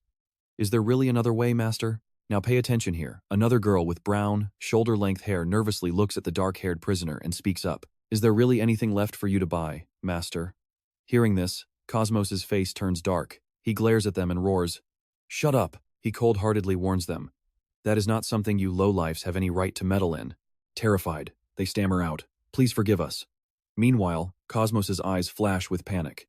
His face completely darkens as he screams internally, paralyzed by a creeping dread. No matter how hard we try, at this rate, the goblins and even I will end up dead. Cosmos turns his gaze back to the two women, both bound by heavy chains around their necks. They whisper to each other, discussing their options, realizing they might still be able to save those humans. As they hold hands, Cosmos watches them, letting out a deeply twisted, sinister grin. These three survivors always place their own selfish desires far above anything else. He lowers his head, scowling in pure self-mockery. Sacrificing their own lives to save lowly humans? It is utterly pathetic. Anyone who heard of this would laugh their heads off in pure disbelief. Shaking off the thought, Cosmos commands the brown-haired girl to bring the elder goblin inside immediately. She looks up at him obediently. With a dark face and a heavy frown, Cosmos speaks with absolute seriousness. "I am about to issue your next instructions." Meanwhile, over on the hero faction's side, a hand shoots up into the air with a joyous shout of victory. Minna stares at her status screen, grinning with pure excitement. Reaching out, she confirms she's finally hit level 13. She can't believe she actually did it on her own. She keeps walking, keeping her eyes glued to the system screen to check the stats. Wait, Yuri is already level 14? Just you watch. I'm going to catch up to her in no time. All around her lie the charred, smoking corpses of defeated goblins. But reality suddenly kicks in. She is completely out of mana, and she has wandered far too deep into the forest. Glancing nervously over her shoulder, she makes a quick decision. She thinks, time to turn back. But wait, watch what she spots next, sending chills down her spine. A fresh pack of goblins, holding heavy wooden clubs, are grinning and sticking their tongues out at her. Startled, she watches as they suddenly charge forward without hesitation. Panic washing over her face, Minna thrusts her hands forward, desperately backing away in pure terror. Her terrified scream echoes through the dark forest. In a sudden flash of dim light, a mysterious gust of wind sweeps her away. Behind, the scorched remains of the goblins lie scattered across the dirt as the sunset slowly begins to fade. Carrying a bone staff over his shoulder, Kang Han-soo turns back with a smug smirk. "Well then, I will leave the messy cleanup duty to you." Behind him, the sole survivor left standing raises his head, flexing his muscles with a bright grin as he enthusiastically shouts back. "Understood. I will do my absolute best." Hand shoved deep into his pocket, Kang Han-soo carries the massive bone frame on his shoulder, walking away without a care. Right beside him, the transparent god raises her hand, laughing with pure excitement. A system notification pops up for Kang Han-soo. A certain god is eagerly urging him to go explore. Looking up with a calm smile, he replies, "Once tomorrow's classes wrap up, we can finally begin our little expedition." Sure enough, right after school, the ring on his middle finger starts to glow. Kang Han-soo keeps his cool, quietly scanning the area around him. Humming quietly, the god floats behind him, keeping a close eye. As he walks, Kang Han-soo can't help but sigh. "I followed the ring's direction, but I have absolutely no idea where I am." Suddenly, the ring on his hand stops glowing, leaving him to stare down at it in confusion. He grunts, shaking his finger before raising it up. Staring with wide, bewildered eyes, he wonders, "What is this? Is this thing broken?" Floating next to him, the god tilts her head, resting a hand on her cheek. Placing his hands on his hips, he looks up at a white pillar in front of him. Or is something hidden here? The god peers up alongside him. Stroking his chin thoughtfully, Han-soo narrows his eyes in deep deduction, convinced there's definitely a secret here. But pausing, Kang Han-soo admits to himself that he does not have a single clue what it is. Just then, the god taps his head, and trust me, you and I need to see what the system says next. Alright, let's jump into another wild day with our hero, as a certain god warns him that danger is flying straight at him. God, what exactly is flying towards us? Before he can even finish, ice arrows and blazing fireballs come charging right at him. Seeing the chaos, Han-soo runs for his absolute life, dodging in sheer panic with a loud scream. His legs buckle, sending him crashing face first onto the dusty ground. Right in front of him, a raging fire burns beside two sharp ice pillars piercing the dirt. Quickly regaining his composure, he snaps and yells out in pure anger, swearing at them.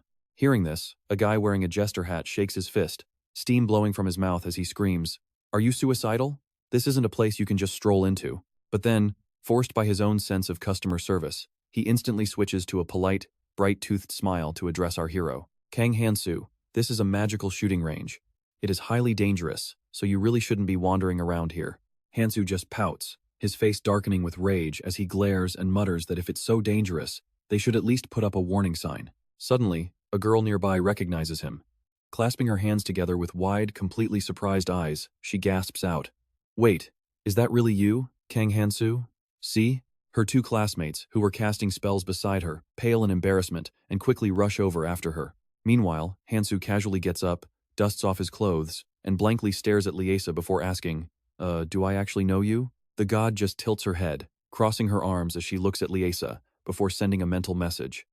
A certain god says, you don't need to remember. Now, pay attention to Liesa as she awkwardly looks away and stutters her name, hoping he remembers. But our guy responds instantly, never heard of you. But then, Han-soo awkwardly scratches his head, walks over with a forced smile, and extends his hand to double-check. Ah, Miss Laya, now I remember. It's been so long.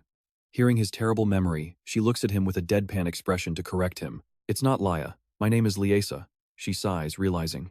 So you actually didn't remember me at all. Faced with this awkward situation, Han-soo forces another fake smile, scratching his head as he realizes he has walked into another annoying mess. Cut to a bright, breezy day where the two of them sit on a bench, with Liesa talking his ear off non-stop. She is blabbering about gibberish. Han-soo has absolutely no clue what she's saying, lazily resting his chin on his hand with a half-hearted, ah, right. Then she smiles, noting his progress. Kang Han-soo, you've actually gotten a lot better at understanding our language. Hearing this, Han-soo, who was staring off into space with his chin resting on his hand, suddenly blinks in surprise. Turning back to her with a gleeful look on his face, he proudly boasts, I've been studying incredibly hard. She happily nods in total agreement. Pressing her fingertips together close to her chest, she smiles excitedly and asks him, by the way, what brought you to the magic shooting range? Did you want to learn magic? Seeing her enthusiasm, he scratches his head with a strained grin and admits the truth. Haha, exactly. I can't use magic at all. Beside him, she keeps smiling with pure warmth and friendliness. You and I both know Han-soo has an ulterior motive. He is way more interested in what they're hiding there. Then Liesa offers to teach him magic. Hearing this, his eyes go wide as he squints at her in disbelief. Wait, is that really okay?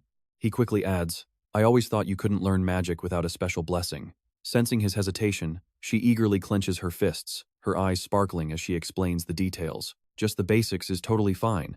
She points out that he needs this knowledge to defend himself against other mages.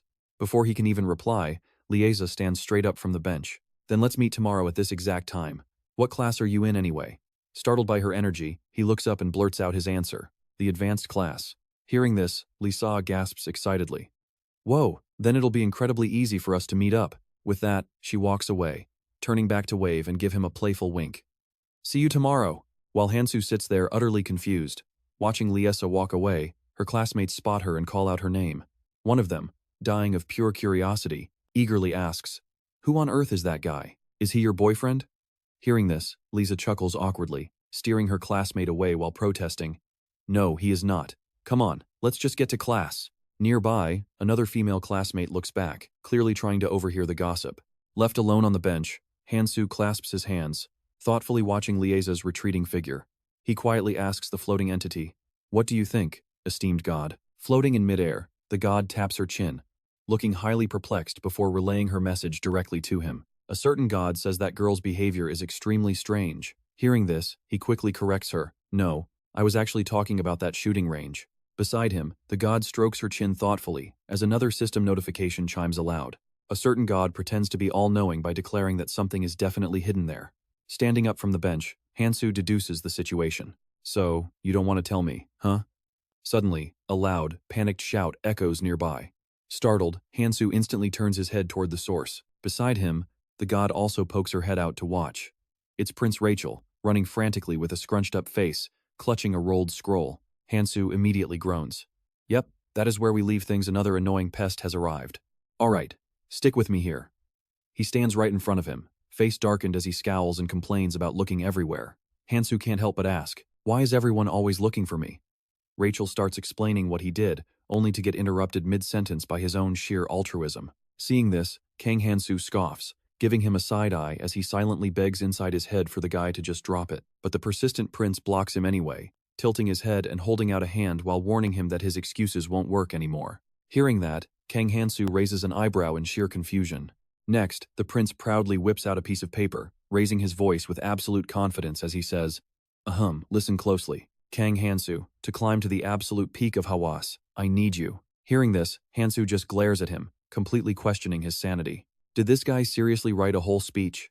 Han-soo pouts in pure annoyance, thinking back to his system selection screen with deep frustration. Did he prepare this pitch after looking at my status window?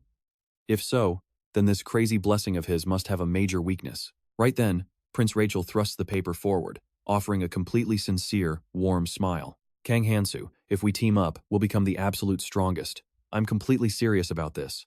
Hearing this, Han-soo just glares silently, thinking to himself, a team? Seriously?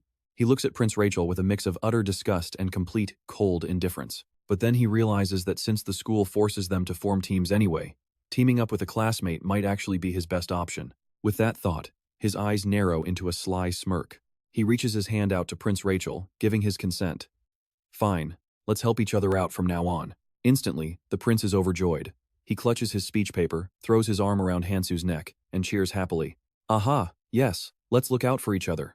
Locked in that sudden embrace, Kang Han-soo just scowls, looking away while tightly clenching his fist in anger. Meanwhile, some god watching them is also furious, clenching their fists as their face darkens in pure annoyance. Now watch this.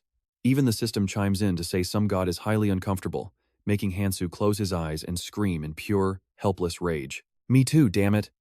Han-soo glares aside, while Prince Rachel remains completely oblivious, happily blabbering on with his arms still locked around his neck. Han-soo starts wondering if he should ask Loca if there is a way to hide his status window. That night, in a quiet room, a voice echoes, "Is that all?" A small knife carefully carves and sharpens a piece of bone. Loca strokes the bone, crossing her legs on the table as she smiles slyly, teasing him that she won't give up secrets that easily. Closing her eyes with a mischievous giggle, she reminds Kang Han-soo that if he officially orders her, she has to speak. Hearing this, Han-soo casually pulls up a chair, sits down, and simply commands her to speak, triggering the system's slave contract authority. Hearing the order, Loca puts her knife down with a respectful bow. She then forms an O shape with her fingers over her demon eye, closing the other tight. I know what you are thinking, stats should be private, but Loca explains that viewing a status window requires a special blessing, and blocking it requires a blessing of your own. Loca further explains. Han-soo rests his chin on his hand, rubbing it thoughtfully as he asks, a blessing, huh? So, which one is the easiest to get? Loca nods, confirming the details for him. Well, the blessing of secrecy is impossible to obtain quickly, and the blessing of fairness exposes both of your stats to each other, so neither of those will work. She continues, there is also the blessing of marriage, which only lets your spouse see your stats, but to actually obtain that, you must marry under the direct blessing of the gods. Alternatively, the blessing of deception lets you fake your entire status window, but if anyone exposes the lie, it turns into a curse and backfires. Then there is the blessing of disguise, which hides your stats only when you fake your death. Though, I doubt you want to hear the annoying conditions to actually unlock that. Finally, the blessing of humility downranks all your active blessings, but actually obtaining it requires an extreme, almost impossible amount of patience. Overwhelmed by this massive info dump, Kang Han-soo rubs his chin, desperately trying to make sense of all these options. Finally, looking like he just stepped in garbage, his eye twitches as he forces a fake smile and asks Loca, "Are you finished yet?" Meanwhile, she giggles with sheer glee, resting her chin on her folded hands on the table as she confirms, "Yep, that is everything I can think of." With the carved bone and knife still sitting on the table, Salona's voice suddenly cuts through the room, asking, "Kang Han-soo, does it have to be a blessing?" Casually stepping out after a fresh bath, she has wet hair and a towel wrapped snugly around her head. Wrapping the towel around her neck and grabbing both ends, she asks with a curious tilt, "Wouldn't a curse work just as well, even if it is a bit risky?" Hearing this, Han-soo leans back in his chair, casting a curious glance her way. He places his hand on the table, eyes lighting up as the idea clicks. Blocking status, reading blessings with a dark curse? He grins, muttering, "Now that sounds incredibly interesting." Meanwhile, Loca just glares daggers at Salona.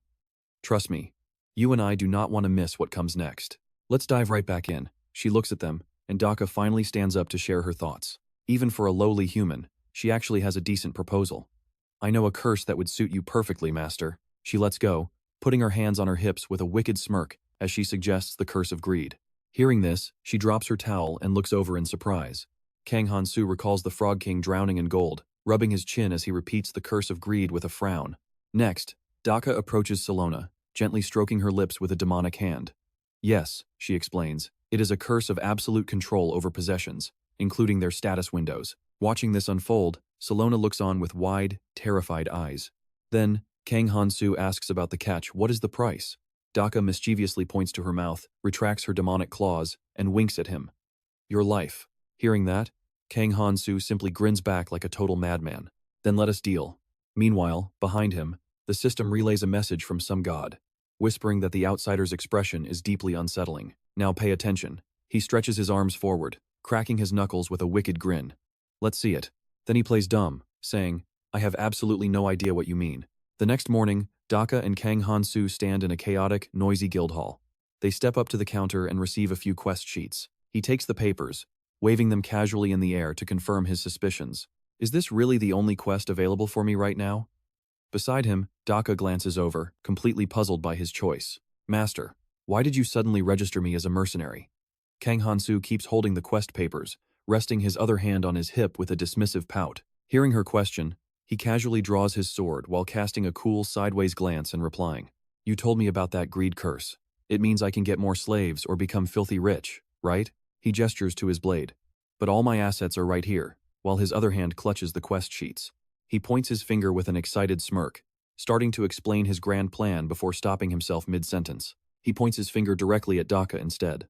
Confused by this, she clasps her hands behind her back and stares. Then he poses a fascinating question. What if we raise your rank so high that I can no longer ignore your status? Loca frowns, nodding in agreement. That might actually work, but she hesitates, feeling unsure about the risks. Kang Han-soo cuts her off. I know. He closes his eyes and scratches his cheek before continuing. You and I both know what she's worried about her hunting curse. Loca steps up to warn him. You really shouldn't underestimate this hunting curse. She looks completely panicked, gesturing wildly with her hands to explain the danger. It is a curse so insanely powerful, it can turn a normal orc into something as strong as an orc lord. She imagines those tusked, pig-faced beasts. Hearing this, he rubs his chin, closing his eyes to ponder the situation deeply. With my level, I should easily be rank A, but I'm still stuck at rank D because of this curse. Kang Han-soo opens his eyes, confidently promising Loca that they will rank up her mercenary status later down the road. But then, he pauses to ask, are orcs really that strong? Beside him, Loca doesn't hesitate to confirm it. She recalls that brown-haired knight named Rhea, comparing him to the beasts. They might actually be on par with that knight we met the other day. Kang Han-soo turns around, casually waving the sheets of paper in his hand. He rests his other hand on his hip and asks, wait, is that it? Behind him, Loca sighs in absolute frustration, warning him. You will regret this. Her face twists in distress as she points at herself, stating flatly, in my current state, I cannot even fight 3 orcs at once. Hearing that, Kang Han-soo simply smirks. He glances at her, waving the paper right in front of her face. Don't worry. The quest only wants us to deal with some goblins. Just put your trust in me. That night, under 3 glowing moons in the sky, a pack of beasts charges directly at Loca, screaming for female flesh.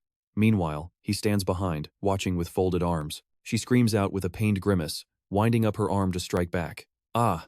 Her claws slash a wolf monster, wounding its shoulder as the beast growls in pain through its gritted teeth. Suddenly, the hunting curse is triggered. The wolf's eyes widen, its pupils shrinking as angry red veins appear. The system explains that hunting massively boosts the power of all nearby prey. Furthermore, your chances of successfully setting traps will decrease drastically.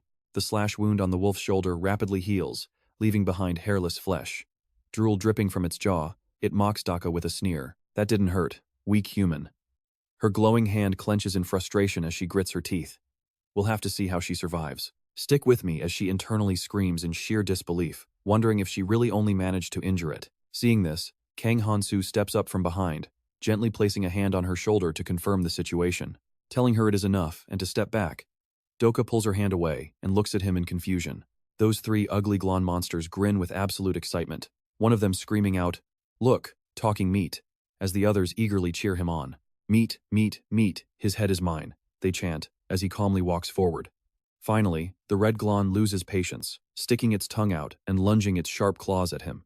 This meat belongs to me, it screams, but our hero just draws his sword, glaring at the beast with absolute disdain. Complaining about them getting too friendly too fast, Kang Han-soo delivers a single, effortless slash of his sword. Before the 3 monsters can even realize what is happening, their bodies are instantly sliced completely in half. The red one dies in total shock, eyes wide open, while the brown one is still smiling with its tongue sticking out. Standing behind, Loca stares at Han-soo in pure shock, her eyes wide with confusion.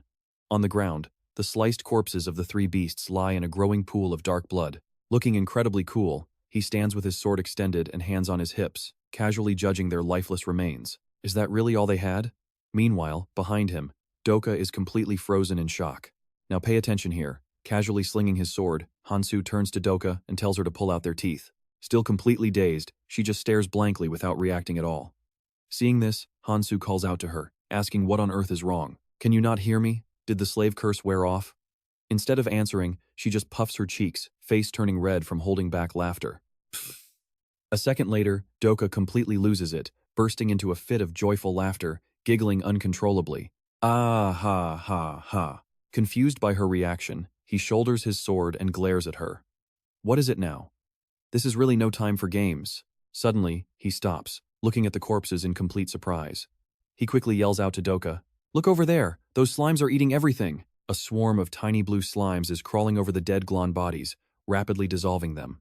Han-soo snaps at Doka, asking why she did not give them clearer orders. Frowning deeply, he points a finger at the dissolving corpses and commands her to go. Go get the loot. Hearing this, Doka smiles excitedly, saluting like a soldier before running forward to secure the goods. Yes, master. With a bright smile on her face, she happily dashes ahead to complete her mission. Seeing her go, Han-soo reminds her that those parts are proof of their quest, so she must not leave anything behind. Under the glow of 3 moons lighting up the forest, Doka happily shouts back to confirm she understands his orders. Yes, boss. The next morning at school, Han-soo and Siona are walking down the path, looking around the campus. Suddenly, a loud voice calls out to him. Hey, Kang Han-soo. Hearing this, our main character turns his head with a sigh. It is Tiger, pointing an angry finger right at his face. Damn it. Because of you, we have to clean toilets for 15 whole days. Beside him, a much friendlier classmate smiles and greets him with a warm morning wish, leaving Han-soo and Siona quite surprised by the sudden contrast. With his hands casually tucked in his pockets, Han-soo smiles and teases him. Hey Tiger, I see you still haven't changed a bit. You wouldn't have to redo it if you actually did a good job the first time. Need my help? Furious, Tiger stomps his foot and screams back. While Tiger screams that he'll clean perfectly, you and I can see someone special walking toward them from afar. She sweetly calls out to Kang Han-soo. Hearing this, he turns around, while Tiger freezes in complete shock as the beautiful Lessa approaches them with a warm, friendly smile. Good morning to you. The entire schoolyard immediately falls dead silent, stunned by her incredibly radiant, pink-hued beauty. Turning her big, round eyes toward him, she speaks up with a shy look. Oh, are you with your friends?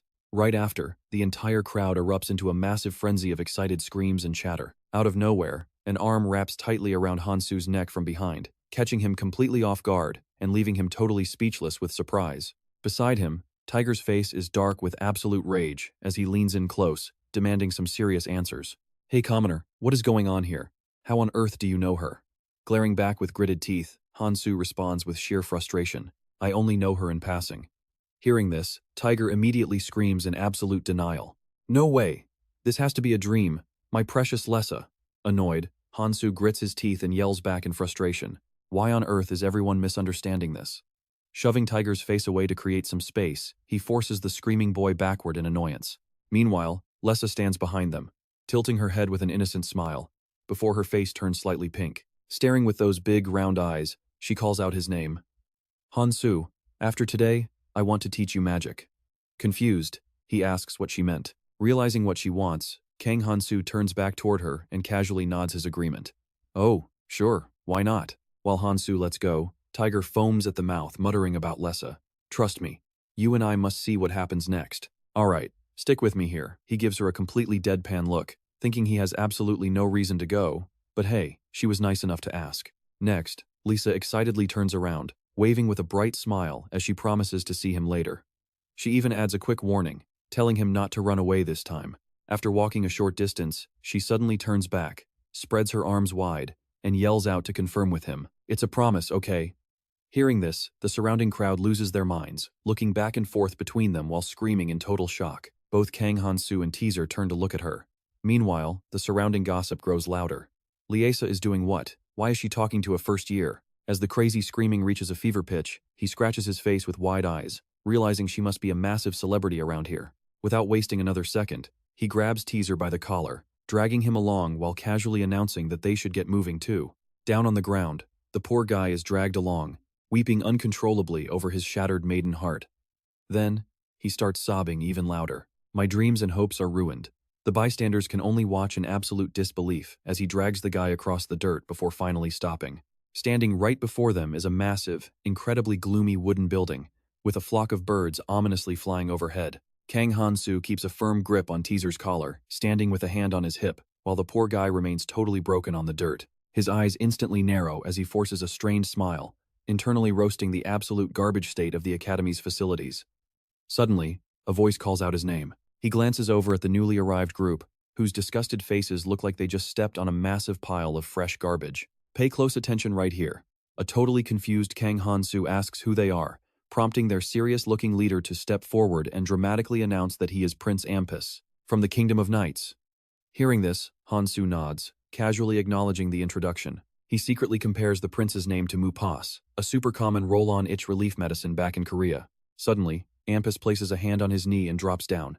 In an instant, the entire group kneels on the dirt, bowing their heads in deep regret.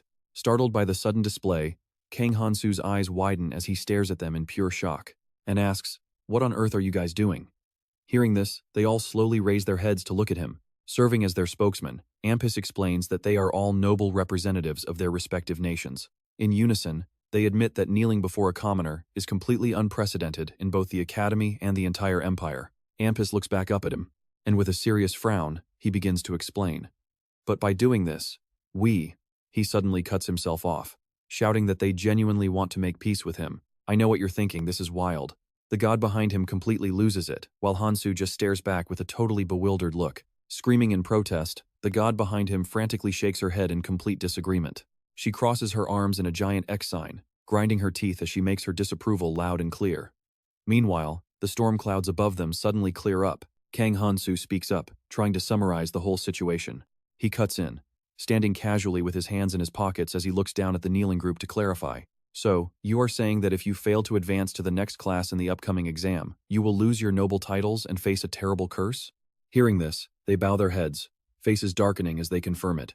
Down at his feet, Teaser remains completely slumped on the ground in silence. One of them adds that they do not know if this penalty affects only newly acquired experience points, or if it also drains their existing pool. But Ampes quickly interrupts, as an information window from the system pops up right next to Han-soo to clarify the terms. Nobility penalty. Since you failed to fulfill the duties of your noble bloodline, any experience points you earn will be distributed to other members of your family lineage instead. After reading the details, Kang Han-soo shifts his gaze from the system window back to the kneeling group and casually speaks to them. So leveling up is basically going to be a nightmare for you, huh? Fine then. I will not stand in your way. Do whatever you want. Deep down, he starts reflecting on the situation. Honestly, he really does not see why failing to level up is such a massive deal. Hearing his indifferent answer, a thrilled Ampus raises his head with wide eyes, shouting in joy, "So you really forgive us?" Seeing this, the entire crowd behind him rushes forward, grinning from ear to ear as they surround him with grateful cheers. One of them smiles, remarking that he is way nicer than they expected, leaving Han-soo standing in the center, completely baffled by their reaction. Finally, his face twists in pure annoyance, grinding his teeth as he angrily rants inside his head. "Did you guys seriously have such a terrible impression of me?" Right above him, the god throws a massive tantrum, triggering another system warning. A certain god strongly objects, claiming that making nice with these people is not something an outsider should ever do. She continuously rants, with the system noting that a certain god warns they are absolutely not to be trusted. Looking up at the notifications, Han-soo's jaw drops in utter disbelief before he closes his eyes and lets out a tired, dramatic sigh, swearing he is completely innocent. And that's where we leave it. Han-soo stomps away in absolute frustration, denting the very ground with every single step. Stick with me, because our main character is currently fuming and pouting, stomping away while screaming in total frustration. Now everyone is staring at me like I am some kind of absolute freak, all because those nobles randomly kneeled right before me. Walking right beside him, Leisha smiled as she listened to his story and confirmed it. She could not help but cover her mouth and giggle, happily teasing him about the whole bizarre situation. "You always seem to get dragged into the most interesting trouble, do you not, Kang Han-soo?" Calming down a bit, he let out a tired sigh and looked over at Leisha. "By the way, where are we even going right now?" Leisha just smiled and gave a playful reply, saying that they were headed to a secluded spot where absolutely nobody would disturb them. Hearing those suggestive words, both the god and Kang Han-soo felt like they had been struck by lightning, freezing in utter confusion. He quickly looked away, shyly admitting to himself that his brain had completely short-circuited for one solid minute. But where exactly is she taking me? Up ahead, Leisha kept walking, gently asking if a quiet, peaceful training area was not the perfect place for them. Now watch closely, because she is about to reveal that she actually worked as the hero's former companion. Hearing this, Kang Han-soo's eyes widened in sheer panic as he shouted back, "Wait, you were actually the hero's companion?" Seeing his dramatic reaction, she glanced back at him with a smile and teased, You seem awfully interested in heroes, are you not? Kang Han-soo, she said, before adding that she had briefly teamed up with the hero, Oh Han-woo. He was always overflowing with confidence, she recalled, as a smug image of Oh Han-woo flashed in her mind. Then, Leisha rubbed her face and looked away with a forced laugh, admitting that his extreme selfishness made him completely impossible for her to manage. She then added, how should I put this? Compared to that crazy guy, you seem way more like a normal person, Kang Han-soo. As she spoke, he pictured Oh Han-woo sitting casually on top of a slain monster, holding his sword with a wild, reckless grin. Kang Han-soo silently realized to himself. She said Oh Han-woo was impossible to work with, picturing Leisha crying and screaming in fear as that absolute madman hunted. Shaking off the thought, he snapped back to reality. Rubbing his chin, he glanced around the area and muttered a sudden question to himself. Wait, so is Oh Han-woo actually a far more reckless hunter than I am? Then he remembered. Back in school, that guy used to read fantasy novels and manga every single day, completely lost in his own world. Recalling Oh Han-woo happily glued to his books at his desk, he figured that the guy must have had a massive advantage with his deep knowledge of fantasy worlds. It actually makes total sense why he adapted so fast. Back in reality, a certain god scratched their face and tilted their head in complete confusion, sending over a message to question his weird logic. And yeah, you and I both know those gods love watching his misery. Moments later, they arrive at a secluded garden. Leisha turned around with an excited smile and happily announced, we are here. Now, are you ready to try learning some magic? He took off his coat and laid it on the grass to sit down, while Leisha stepped behind him, placing her hand on his back. Calling his name, she leaned in incredibly close to his ear, whispering her instructions with a soft smile. To tap into magic, you must cleanse yourself of all past karma. Hearing this, Kang Han-soo closed his eyes, listening very seriously. Keeping her hand on his back, she added, it is just like a newborn baby coming into the world after a man and a woman connect. Suddenly, his lower abdomen began to glow with a warm golden light. He closed his eyes, thinking, oh, I can definitely feel something hot rising inside me. Off to the side, a certain jealous god was practically throwing punches in disapproval, feeling extremely uncomfortable. A certain god is feeling very uncomfortable, and another is feeling absolutely, utterly disgusted by this close contact. Seeing their childish reactions, Kang Han-soo just pouted in complete defeat, totally speechless. Then, Leisha gently gripped his shoulders, whispering with a soft smile, Kang Han-soo, did my explanation actually make sense to you? Covering his face, he sighed and replied, yes, I get it. But suddenly, Leisha spotted something on him and gasped in shock. She frowned, staring intently as she asked him, that ring, who exactly did you get it from?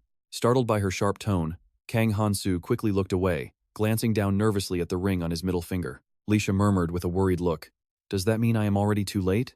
Puzzled, he turned back to face her, his eyes wide with confusion.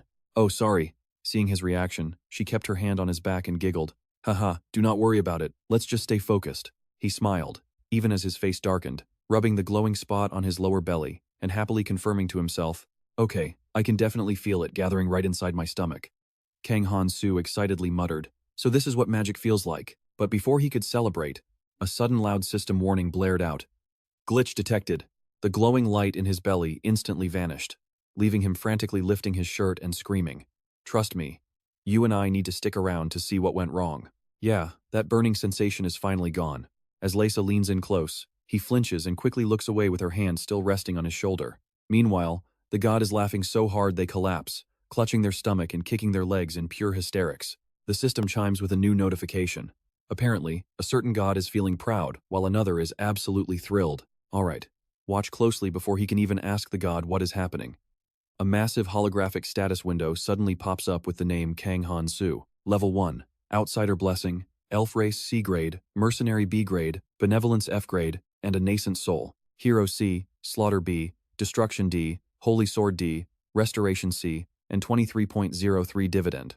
Shocked, Kang Han-soo mutters, did my Outsider Blessing just level up? Suddenly, an intense wave of pain hits him, making his face darken as he grimaces and screams in agony. He collapses forward, bracing himself on the ground as thick, pitch-black energy starts erupting from his body, making him scream out in pure agony. He groans in pain while Leisha quickly places her hand on his back, crying out in absolute panic. Are you okay, Kang Han-soo? Now stick with me, because inside he is swearing as the system reset happens way too fast. He furrows his brows, bending over in sheer agony while his body trembles as he grits his teeth in determination. If I try to force control like I always do, my entire power balance is going to completely collapse. Desperately trying to hold on, Kang Han-soo grips the ground tightly, his voice trembling as he gasps for air. I am fine, maybe, he wheezes, as pitch-black energy continues to pour from his hand. Staggering to his feet as the pressure intensifies, he makes a crucial decision in his mind. That is it, I just need to release all of this overflowing energy. Below him, Loca reaches out with trembling hands, shouting his name, right as Kang Han-soo activates his outsider skill. Kang Han-soo raises his hand high, palm facing upward, as a swirling sphere of energy forms from the excess dark aura. Grimacing and gritting his teeth in pain, he braces his arm with his other hand and screams out, "Please, just let go." Instantly, a massive beam of energy erupts from his palm, triggering a colossal, earth-shaking explosion. Beside him, Loca covers her ears and crouches down, screaming in terror as an intense wave of heat begins radiating outward. As the massive blast finally subsides, Loca looks at him in utter confusion, whispering, "What just happened?" She slowly lowers her hands from her ears, staring blankly up at the sky where that massive energy disappeared, completely frozen in shock. Meanwhile, Kang Han-soo simply wipes the sweat from his forehead, laughing heartily with his hands resting on his hips. Phew, I feel so much better now. That was so refreshing. I know what you are thinking. And yeah, Loca is still kneeling there in absolute disbelief. Then, her eyes widen in shock as she covers her mouth, trembling while asking him, Kang Han-soo, how did you use magic? Hearing this, he looks totally confused, turning around to ask her, magic? Her panic only intensifies at his blank reaction. She covers her mouth and stares at him, screaming, "You do not even know what it is, yet you just cast it?" Immediately, Kang Han-soo turns back around, striking a cool pose with a smirk as his eyes flash, repeating, "Magic, huh?" He thinks to himself, that is right. I could even replicate legendary swordsmanship using the power of those wild beasts. Down below, Loca can only stare up at him, completely dazed. Next, the system registers his outsider skill from the elf race, and a small energy sphere begins forming in his palm. In his mind, Kang Han-soo shouts, "If that worked, then why would magic be any different?" He begins firing endless energy blasts into the sky. Far off in the distance, a man watches this display, his jaw dropping in absolute speechlessness. Back with Kang Han-soo, he enthusiastically raises his hand, laughing. So this is what casting magic feels like? Standing up beside him, Loca clenches her fists excitedly in front of her chest, assuring him, I am absolutely certain that was magic. But how on earth can you cast magic without having a proper magic blessing? Suddenly, the man who is watching them rushes over, grabbing them as he screams in anger. Which one of you dared to cast such dangerous magic on Academy grounds? Shocked, Loca quickly turns around with a pale face, stammering in absolute terror. Professor! Behind her, Kang Han-soo grimaces in shock upon hearing that terrifying title. With his hand still raised, he slowly turns his head toward the professor, who is shaking with rage, growling, Kang Han-soo, is it you again? He furiously lists the boy's crimes, skipping his swordsmanship class and breaking school rules. Suddenly, the professor swings his arms, causing his shirt to rip apart into absolute shreds. His eyes flash as he laughs in pure madness, screaming, if you think you can escape me this time, you better forget it. In response, his eyes pop wide as he panics and desperately begs, Professor, please spare me. His body completely freezes in fear, automatically triggering his benevolence skill to save himself. The professor's veiny face twists as he laughs, and trust me, you and I know he's not safe when he screams, I will spare you. So just get over here. Alright, you and I are jumping right back into the madness as the skill notification shatters. Kang Han-soo panics and screams, what the hell? Even my blessing doesn't work. Suddenly, the professor leaps into the air and charges straight at him, kicking up a massive cloud of dust from the ground. Meanwhile, the other two stand completely frozen, unable to move a muscle. With a dark expression and a furious grin, the professor glares at him and speaks up. We're going to make up for all those missed classes with some real swordsmanship lessons. Hearing that, Han-soo grins right back at him, his face twisting into a mocking smile. Kang Han-soo points his energy-charged palm directly at the professor, and boldly speaks his mind. Sorry, Professor, but I think my talent lies in magic instead. Suddenly, a massive blast of energy flashes, forcing the stunned instructor to freeze and stare in pure disbelief. Immediately, an overwhelming surge of raw power erupts, blasting straight toward the professor and shredding his clothes into tiny tatters. Standing helpless in the energy beam, the instructor screams out in pure rage. Ah, F-class Kang Han-soo. Below him, Han-soo just smirks and laughs out loud, thoroughly enjoying himself while keeping his palm locked on the target. Beside him, Loca watches his childish behavior with narrowed eyes, completely speechless. Cut to a beautiful indoor botanical garden, where bright sunlight streams down elegantly. Pay attention here, Han-soo sits in a lecture hall with other students, muttering complaints about his surroundings. Why does this classroom look like a greenhouse? He then folds his arms, closes his eyes, and tilts his head, deep in thought. Seriously, It's not like I actually planned on listening to lectures anyway. Flashback to yesterday, where the headmaster in a clown hat stands over the unconscious swordsmanship professor left in nothing but his underwear and furiously scolds Han-soo. F-class Kang Han-soo, I can overlook this incident. Across from him, the hero awkwardly places his hands on his hips and scratches his head, smiling sheepishly. Next to him, Lisa bows her head in deep guilt, while the clown hat professor points directly at Han-soo's face, angrily shouting his ultimate condition. But this time, you had better behave and attend your classes. He then sternly warns Kang Han-soo that causing trouble or performing unauthorized magic around here is strictly forbidden. Back in reality, he shuts his eyes and crosses his arms, letting out a frustrated groan. How are these useless classes supposed to help us at all? Do they seriously expect us to just slaughter domesticated monsters? He wonders. Looking ahead, he spots two classmates sitting together and makes a quick observation. Well, it looks like everyone else already has a study buddy. He then murmurs, realizing that the class rep is nowhere to be found. Suddenly, Kang Han-soo spots Anpi sitting right in front of him and gasps in surprise. He quickly slides over, eagerly pulling up a chair to sit beside him, and flashes a gentle smile. Hey mob, you're in this class too? Let's sit together. Startled by his sudden presence, the boy panics, his eyes bulging as he shrieks. Kang Han-soo! He quickly tries to calm down and explain himself. I didn't take this class to listen to lectures. I just wanted to be alone. But before Ampus can finish his explanation, Han-soo slams his hand onto the desk, his expression twisting into a menacing, shadowy smile. Gripping the boy's arm, he drops a line you and I know all too well. Are you really rejecting my sincere proposal? Then comes the threat. Do you really want to repeat this grade? Defeated, the boy turns away, crossing his arms and clearing his throat. Ahem. Fine, I accept. Hearing this, Han-soo grins happily and pats him on the shoulder. Haha, now that's what I call a smart choice. Right after, he looks up with curiosity at the new arrival. It is a brilliant, flaming red phoenix chirping loudly. A smiling woman walks in and warmly greets the class. Wonderful to meet you all, while holding a colorful, glowing slime in her hand. The teacher approaches with a smile as an eagle circles above, screeching softly. She addresses the students, calling them the chosen ones who will carry humanity's future. She looks down at the eager students gathered before her. She confidently introduces herself with a bright smile. I am Cerebret, and I will teach you about beasts. She then warmly adds, I hope to walk alongside each of you as we move far into the future. Though she stands at the podium, her voice echoes clearly throughout the entire classroom. The fiery phoenix screeches and circles above. Watching this, Kang Han-soo crosses his arms and mutters a quiet observation. Even back at the opening ceremony, she seemed like a pretty famous fairy around here. Suddenly, the flaming phoenix lands right on his desk. Shifting his gaze down in confusion, Han-soo lets out a puzzled grunt.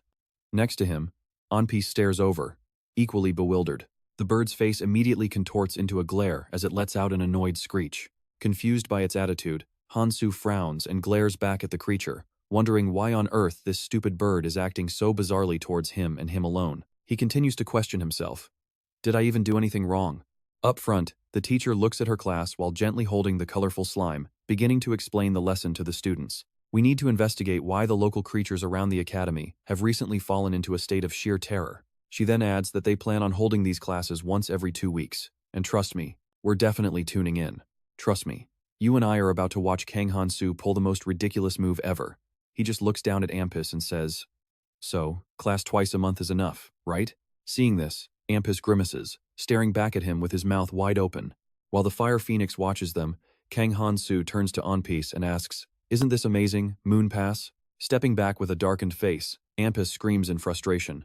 My name is Ampus. Why do you keep making up stupid nicknames for other people like that? As Ampus fumes, Han-soo just leans over laughing happily. Because of Ampus's loud shouting, every single eye in the classroom turns to look right at him. Right then, Sylvia Brad scowls in anger and snaps at them. You boys, keep it quiet. If you disrupt my class again, I will. Even the little slime in her hand frowns and squeaks along in agreement.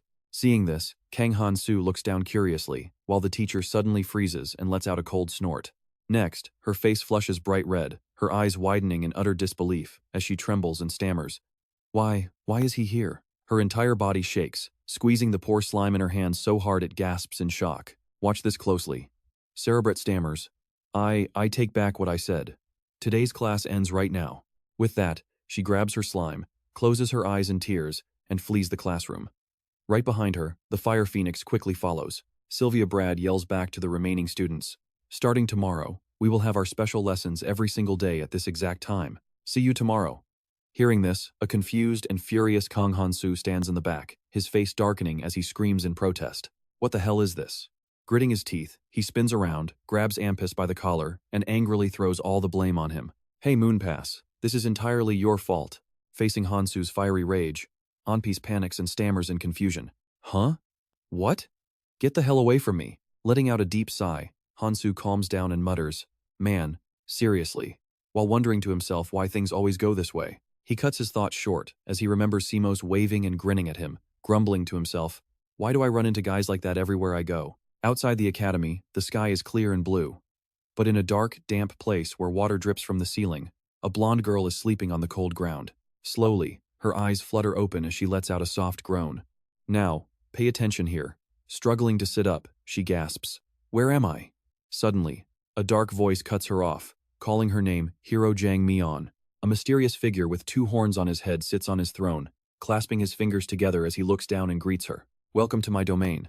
Down below, Jang-mi-on gets onto her knees, looking up toward the ominous voice. Quickly standing up on high alert, she glares at Simos and asks, Who the hell are you? Simos calmly looks down, keeping his fingers interlaced as he replies, Even after seeing me face to face, you still do not recognize who I am? He then introduces himself, I am the 14th son of the Dark King, Kamos.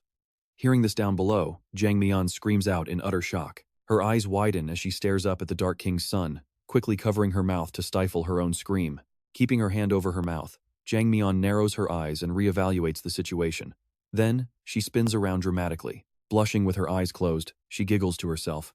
Now that I look closely, he is actually pretty handsome, and his voice is super hot too. Up on his throne, Simos watches her with a completely deadpan expression.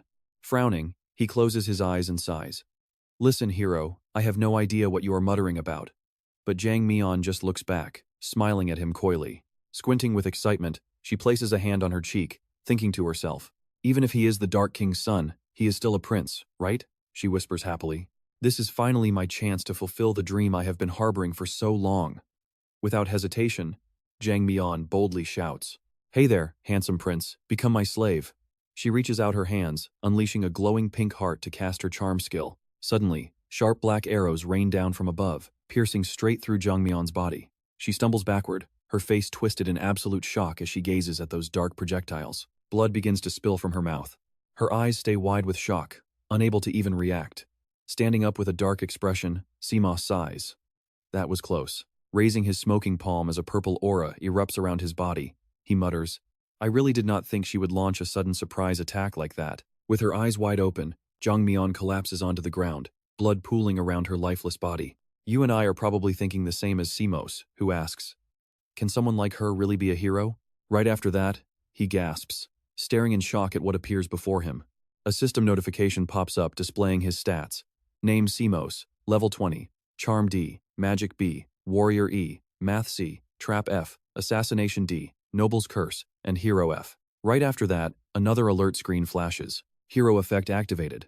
All languages of hostile races are now automatically translated for the hero. All experience and achievements gained through hunting have been reduced. Seeing this, he screams out in pure frustration. All right, you and I are about to watch Choi Kang-min lose his absolute mind. A hero's curse? He slumps into his chair, clutching his head and swearing. Damn it, she was supposed to be a bargaining chip, and I just killed her with my own hands. Kang-min slowly lowers his hands, gritting his teeth and frowning as he mutters, If I cannot get any stronger, there is no way I can rescue Lady Diaroka from the clutches of that absolute bastard, Kang Han-soo. Immediately after, his mind flashes back to Kang Han-soo's slaughter, using it to analyze the current situation. Just like him, I need to find a different way to grow other than relying on fake levels. Suddenly, a system notification rings out. Sire, you have received a brand new quest. Hearing this, Kang-min glances over, his hand resting on his head. Frowning as he reads the text, his eyes fill with determination. You are finally here. Slowly, the heavy doors ahead begin to open, revealing Eubora standing on the other side. She peers inside with extreme caution, but her eyes immediately widen in sheer horror. Gripping her sword, Eubora stares at Jang-mi-on's corpse lying on the ground and screams. Minyan. Up above, Kang-min sits cross-legged, looking down completely unfazed. His gaze darkens as he stares down at them and casually delivers his verdict. You followed the trail the goblins left behind, didn't you? Stick with me here, let's look closely at Kang-min's reaction to Eubora. Reaching out with a smirk, he mockingly welcomes her and asks if she dared enter alone. From the shadows behind her, a dark-faced man steps through the door and replies, "Of course we would not send a single warrior in here alone." Yubora glares up at Kang-min with intense caution, but suddenly, his own pupils contract in surprise. Gritting his teeth, his eyes flash as he activates his appraisal skill. In an instant, the system screen reveals a level 33 fighter named Anus. Noble Blessing A, Spirit Power E, Language D, Blessing B, Gladiator A, Courage B, Bravery A, Observation B, Divinity C, Trust D, and Berserk Curse F. A blond young man, wielding a sword, steps into the room, looking at Kang-min calmly and asking, "Are you the demon ruling this mountain?" Hearing this, Kang-min flashes a wide grin and replies, "Indeed I am." His eyes glow with a piercing golden light as he stands before his throne. Smirking eerily from the shadows, he proudly adds, "I am the lord of the goblins on this mountain." By now, Anus stands directly before Kang-min, and adds to his introduction, the nightmare of all warriors, the demon Kang-min. Instantly, the demon smirks down at them, utterly pleased with his own reputation. Below him, Anus glares up with a dark, grim expression. Right behind them, Archmage Athena steps in, looking up at Kang-min in sheer panic. Trembling as she frowns, she gasps, "These traps are absolutely disgusting, so all that is left is to defeat this demon, right?" she asks. Meanwhile, Anus stands in dead silence, keeping his eyes locked onto Kang-min. Hearing this, the demon's face contorts into a dark, twisted grin as he bares his teeth, staring down with absolute glee. "And yeah, I know what you are thinking. That is a pretty sick gift." Disgusted by his words, Anus draws his blade and shouts, "You vile demon! Just how many warriors and knights have you slaughtered?" With burning determination in his eyes, Anus charges forward, swinging his mighty sword and roaring at the top of his lungs. "Now I will make you pay for your sins." As Anus rushes him, Kang-min calmly steps on a hidden floor trigger, sinking it down, and casually mocks his opponent. "Hey, there is no need to get so angry." Right on cue, a massive boulder begins to plummet from the ceiling. Yubora looks up in utter shock as she realizes the massive rock is falling directly toward the lifeless body of Jang Minyon. Kang-min yells out with a sadistic grin, "You can never resurrect someone if there is no body left to save." Across the room, Anus desperately reaches out, running forward in sheer panic, while behind him, Yubora readies her stance. He stretches his hand forward, his eyes shrinking in sheer terror as he sprints toward the falling rock, screaming out, "No!" But Yubora is already on the move, gritting her teeth as she activates her special skill, Acceleration. In a flash, her body shoots forward like a rocket with a determined glare. Anus glances over in absolute shock, his hand still desperately stretched out. Watching this desperate rescue attempt from above, Kang-min sneers and mocks them. "Haha, you are far too naive, little lady." With a sharp motion, he yanks back on a thin purple thread. The thread wraps around Jang Minyon, pulling her high into the air. Retracting his hand, Kang-min laughs. "I would never let a precious bait like a warrior's corpse get destroyed so easily." Yubora continues her desperate dash, reaching for Minyon in vain. Right above her, the massive boulder is still plummeting at high speed. Seeing this, Anus runs as fast as he can, screaming a desperate warning. "Stop, Yubora. It is too dangerous." She hears him, but her legs refuse to stop as she runs forward, crying out in terror. My body is moving entirely on its own." Suddenly, the system interface pops up with a warning. Acceleration. The user's legs are enhanced to run beyond their limits, unable to stop before the destination. And that is where we leave it for today. Alright, stick with me as this giant boulder comes crashing down. From behind, Ansus rushes forward to push Yuboza out of the danger zone, his face twisted in panic. Up above, Yuboza looks back at him in sheer shock, her eyes widening as she gasps out a desperate question. "What?" In the distance, Itena the Archmage screams a reassurance, shouting for warrior Yuboza to keep looking ahead while she handles the rest. With those words, she quickly stretches out her hands, summoning a spark of fire between her palms to cast her magic. Her face is filled with absolute urgency, brows tightly furrowed. And under her magical impact, the massive boulder shatters into countless sharp fragments flying everywhere, sending Yuboza crashing back with a painful cry. "Ah!" Ansus raises his sword to block a falling rock overhead, gasping heavily as his face darkens, and fresh blood begins pouring down from the top of his head. Once he regains his bearings, Ansus stares ahead, his eyes wide with pure shock. On the other side, Kimos jerks the rope in his hands and smirks, shouting down in mocking praise, calling the prince a very good boy. Then he immediately adds that the prince still has not done enough to stop this warrior. Jang Myon is pulled high into the air, her bindings controlled entirely by Simos. He then extends his hand, firing a barrage of arrows directly at the advancing Yuboza. She twists her body to dodge the deadly arrows, her face contorting in pain as she struggles and grinds her teeth. Realizing she cannot dodge them all in time, she screams internally before leaping fiercely off the ground. Immediately, she reaches out to grab Jang-myeon up above, hugging her tightly as they both crash down together. Now, watch this closely, because as they land, Jang-myeon collapses, leaving Yuboza staring in absolute horror with her mouth wide open. She confusedly calls out for the prince, whose hand is still stretched forward, his shadow-covered body pierced by multiple sharp arrows. Looking down at this tragic sight, Seemos scowls and grinds his teeth, muttering a dark commendation at them. Prince Ansus, you really do command respect from others. Staring at Ansus's lifeless body, dripping with blood and covered in arrows, he points out that the foolish prince sacrificed his own life just to save a mere warrior. Down below, Etena the Archmage looks up in utter panic, her brow furrowed as she screams in agony. Crying out for Prince Ansus, she reaches her hand forward, conjuring a raging fireball within her palm.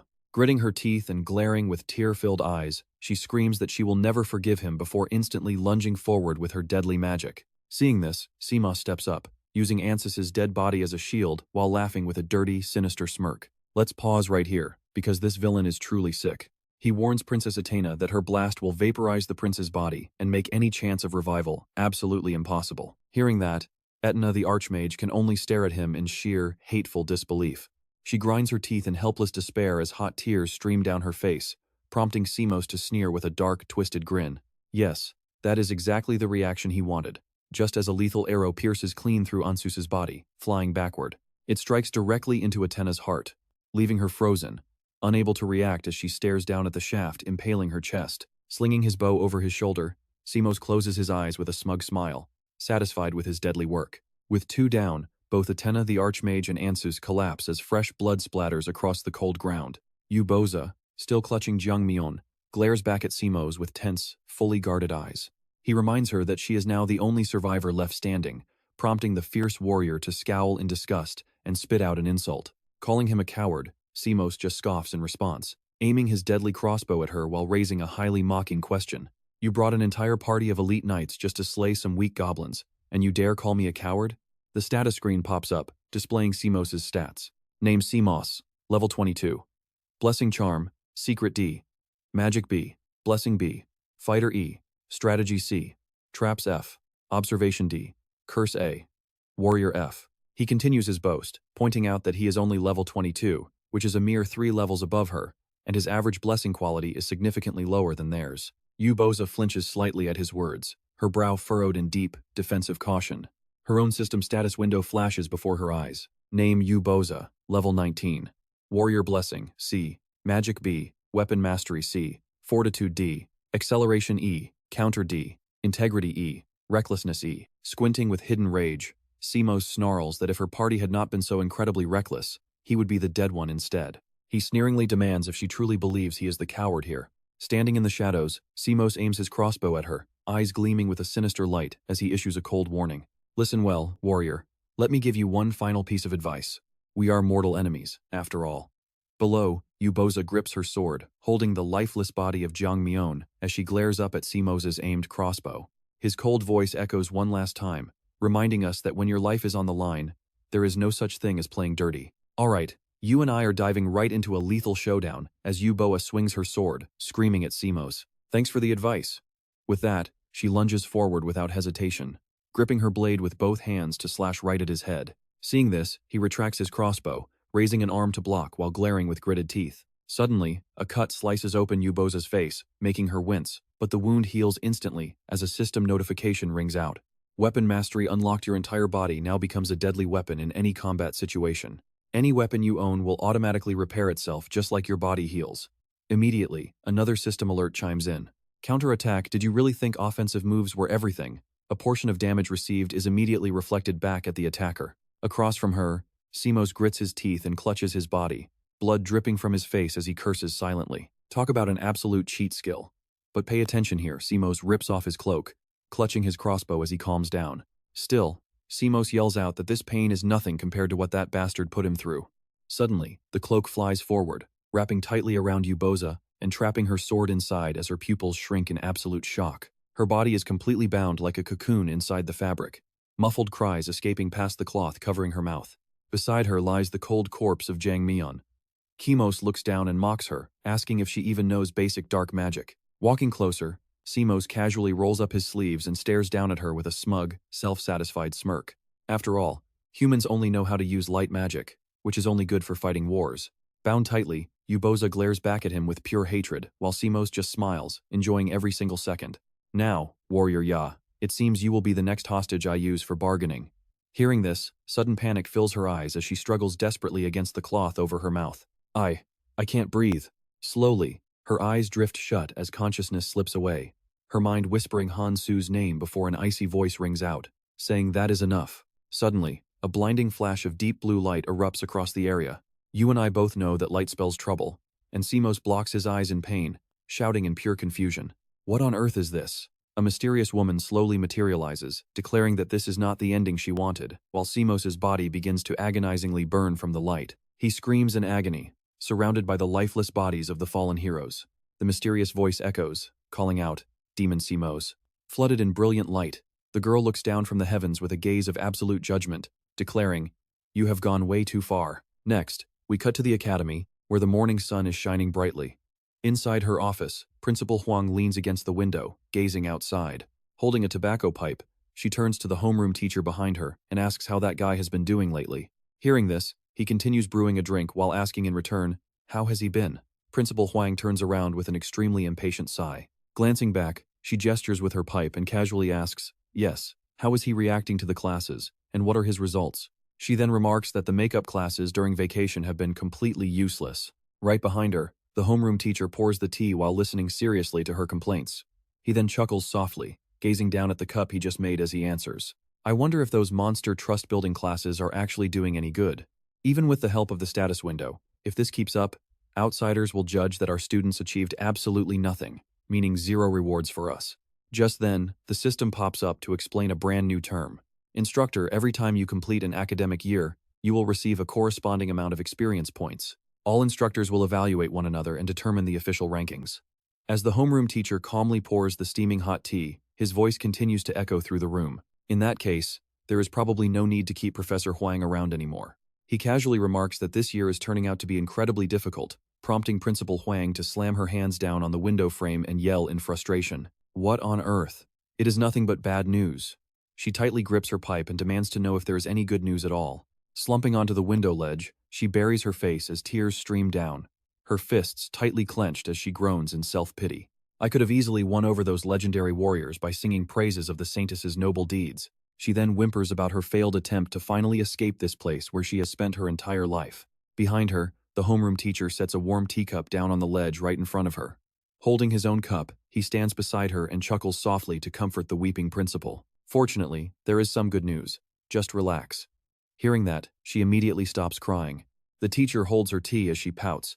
But trust me, you and I need to hear this next update.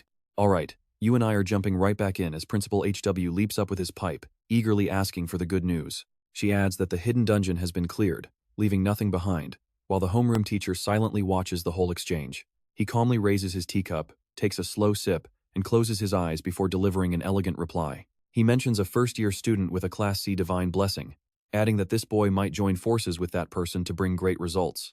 Inside a beautiful, sunlit glass greenhouse filled with lush greenery, Celebrate stretches her arms wide with a bright smile, cheerfully calling out to welcome Kang Han-soo, who warmly replies with a friendly "Hello, Professor." Upon hearing that, she points a finger at him, pouting playfully with a mock-angry expression to complain. "Not again. I told you not to use such formal titles when it is just the two of us." Feeling awkward, Kang Han-soo pouts and looks away. Celebrate quickly chimes in, insisting that how they address each other is crucial, so he needs to try again. This time, call me what you would call someone you want to kiss. Hearing this, Han-soo closes his eyes with a forced laugh. Haha, right after that, he screams in pure desperation inside his own head. Now, stay with me here, because Han-soo is realizing he completely misread her intentions as memories of the slime class flood back. The first class was supposed to be about bonding with slimes, but the panicked students chasing them ended up getting completely overwhelmed by the creatures. One student reaches out desperately, shouting to the others that they are running this way and to catch them. Then, a bone is raised high, and the entire pack of slimes immediately rushes over to cling to Han-soo. Seeing this incredible scene, his classmates freeze completely in shock, while Celebrate lets out a loud, enthusiastic cry of praise. "Spectacular job, Kang Han-soo." She cradles a slime eagerly, her wide, starry eyes locked onto him as she continues showering him with praise. "You captured all of their attention by utilizing the one thing these slimes love most." She admits she never expected to find such a brilliant student. before officially announcing she will set up a private, special class just for him. Hearing this, his eyes widen in pure panic as he lets out a stunned cry. With slime still bouncing happily on his head and shoulders, we snap back to reality where he stands before Celebrate, stuttering out his greeting. "Hello, Lady Celebrate." Seeing this, she happily clasps her hands together in front of her chest. With a blazing phoenix flying nearby and a slime looking up, Celebrate nods in satisfaction, praising him for finally getting it right. She shyly looks away, gently touching her blushing face as she sets up the next lesson. "I know what you are thinking, but this special class is actually about bonding with monster companions. Starting with a roleplay scenario. Han-soo, let me demonstrate." She picks up her slime, turns around, and calls for him to follow her. "This way." From behind, Han-soo obediently follows her lead as she gracefully kneels down onto the soft green grass. As the phoenix and the slime watch nearby, Celebrate pats her lap with a bright, cheerful, squinty-eyed smile, eagerly urging him to come closer. "Lie down right here." Before he even realizes it, Han-soo finds himself resting his head on her lap. His face remains completely frozen in sheer, speechless shock. Celebrate looks down at him, asking if she scared him and admitting she might have been a bit too hasty. He turns his head, offering a forced smile as he assures her that he is just a bit surprised but perfectly fine. Suddenly, the system alerts him about an outsider. Han-soo narrows his eyes, warily scanning the surroundings as he gathers his thoughts. "Without the blessing of the outer god, I definitely would have lost my cool by now." He questions what kind of class this actually is, just as another system notification pops up right in front of him. One god is watching you with narrowed eyes, while another stares back with heavy suspicion. Tae stands nearby with crossed arms, glaring down at Han-soo in pure annoyance, while he awkwardly glances back at her while still lying on Celebrate's lap. Meanwhile, Celebrate looks down at him, flashing a giant, delighted grin that makes Han-soo let out a nervous grunt of sheer disbelief. Recalling memories of Siona fresh out of the bath wrapped in a towel, he concludes this academy is absolutely insane. Then he remembers Lysa teaching him magic, and under the shade of the trees, he decides both of these worlds are completely nuts. Later that night, 3 moons shine brilliantly over the quest completion site. Loca stands with her hands on her hips, facing 3 wolf monsters as one of them howls with excitement. "That woman looks delicious. Her meat must be so soft." Loca just scowls, her eyes narrowing with absolute rage. Suddenly, a red wolf with glowing eyes lunges forward, slashing its razor-sharp claws while shouting for her to shut up and die. And that's where we leave things, with Rhea pulling off a deadly dodge and counter-move you, and I will have to wait to see play out. Let's watch closely as this beast looks back in utter, helpless confusion. With zero hesitation, she violently tears its arms straight off its body. Blood sprays everywhere as the monster lets out an absolutely agonizing, blood-curdling scream. Looking back with a completely indifferent expression, Roca remains entirely unfazed. She then casually tosses the severed arm of the red wolf monster right at its 2 companions. Next, a terrifying explosion blows those monsters to pieces.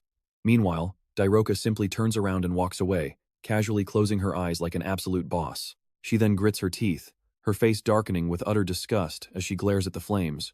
"How dare a mere beast like you touch my hem?"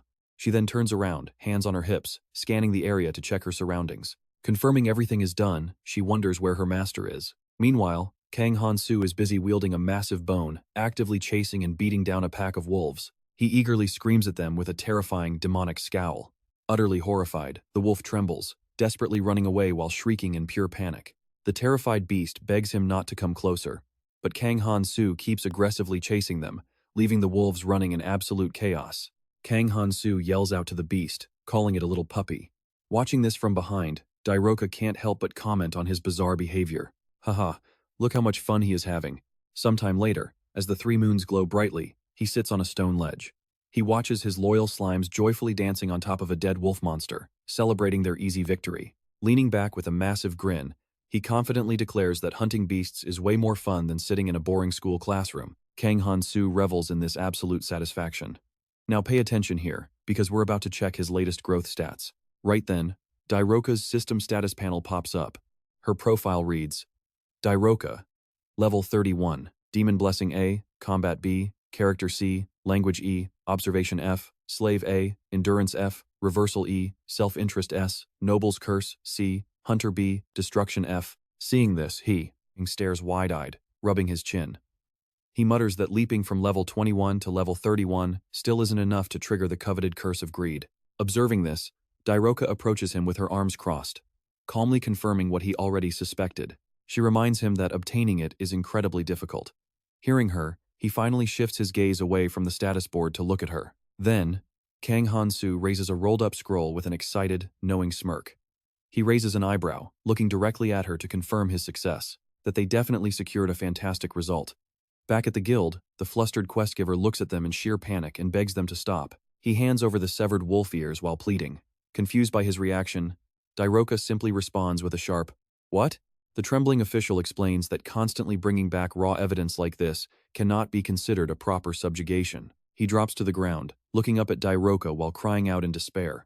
He explains that the branch vault is completely cleaned out, yet they still have nothing to show for it. Hearing this, she simply closes her eyes, crosses her arms, and lets out a sigh. She coldly tells him to change the quest details if it's an issue, narrowing her eyes to deliver a sharp, menacing warning. "I completed your request, so what exactly is your problem now?" Cowering under her intense pressure, the guild receptionist stammers in fear. Back in the present, Kang Han-soo rolls his eyes and mimics the man's whiny complaints. He complained that normal people don't just aggressively collect severed monster parts as proof. That's literally what he told me. Next to him, trainee teacher nods with a smile, delivering a system message from a god who agrees that his thinking is totally correct. Clenching the paper tightly, the frustrated client tries to mask his anger with a loud, forced laugh before making them an offer. "Fine, I will offer a completely different quest that you can actually handle." He then adds eagerly, "I know what you're thinking. An S-rank quest sounds awesome, right?" Well, back to reality. He carries a shovel on his shoulder, feeling totally hyped as he recalls that promise of an S-rank mission. But as he actually starts shoveling dirt, his excitement vanishes, replaced by pure rage as he digs furiously and screams. "Why on earth am I digging dirt?" He screams in agony, complaining that he only agreed to this because of the S-rank promise. So why is he stuck doing hard manual labor? Kang Han-soo mutters that he feels like a grave robber.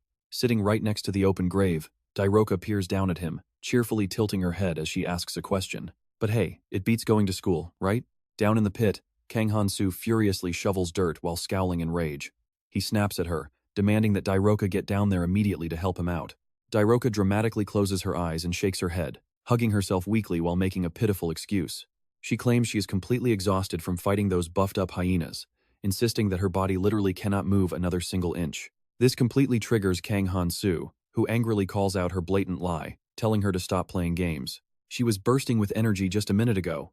Meanwhile, trainee teacher pops up to deliver a supportive cheer from a god for our lone wolf. She hilariously flexes her arm to cheer him on, which only makes Kang Han-soo explode in anger as he yells out in frustration. And that's where we leave it, under a bright moon shining on this creepy graveyard. Let's dive into this wild scene where Kang Han-soo has dug a massive hole in the yard, while Lariel just sits watching. Kang Han-soo grumbles, "This is gonna take forever. Should I just use one massive strike to blow this entire place to pieces?" Lariel quickly warns him, but doing that will also obliterate everything important, including the top secret items we actually need. She smiles calmly and adds, "Besides, if this whole investigation ends up in a pile of rubble, the mission will be considered a failure." Think about that. Kang Han-soo leans on his shovel and huffs. "So you're saying I literally have no other choice but to keep digging by myself? Man, it'd be so much better if we had some extra hands." He suddenly perks up, touching his sword with an excited grin. "Ah, right. Orcs, summon some physical labor to help me dig this up, and bring as many tools as you possibly can." Kang Han-soo draws his sword, and a glowing golden magic circle immediately expands right in front of him. Lariel panics, thinking, what on earth is happening? Right out of the center of the magic circle, a blond man pokes his head out. Soon after, a girl steps out along with a massive, muscular dude carrying a giant wooden crate over his broad shoulder. Several others follow right behind them. As the crew emerges, a bald guy bringing up the rear calls out to him, "Now watch closely, because Lariel can't hide her awe." She looks at Kang Han-soo and says, "Every single time. This is absolutely mind-blowing. Wait, is that actually orc magic?" Kang Han-soo chuckles. "Seriously, you're only asking about that now? Even the golem asked me the second he saw it." Lariel scowls. "Are you seriously comparing me to someone like him? I feel totally insulted." He jokingly replies that comparing her to the golem is just unfair. High above, 3 moons shine brightly. Kang Han-soo and Lariel just kick back and watch. The heavy digging is left completely to those burly, muscular workers. Sitting there, he laughs smugly. "Yeah, this is the life. Working smart instead of hard is always the way to go." A furious god suddenly materializes beside him. The deity scolds him, complaining that this lazy behavior isn't how an outsider should act. Kang Han-soo snickers mockingly, "Hey, while everyone else works together, I do absolutely nothing. If that's not a perfect outsider, what is?" The deity is taken aback. A certain god actually manages to find deep, accidental wisdom in those lazy words. He glances back over at the workers digging away tirelessly. Besides, there are way more people here than I expected. Did the population grow? Lariel looks up, surprised. Wait, didn't you dump a massive heap of slaves in there last time? Wait, I did? Kang Han-soo looks genuinely shocked. Did I really throw that many inside? And get this, a brown-haired girl steps out from the magic portal, bringing some snacks. Hero, please enjoy some of this delicious late-night food.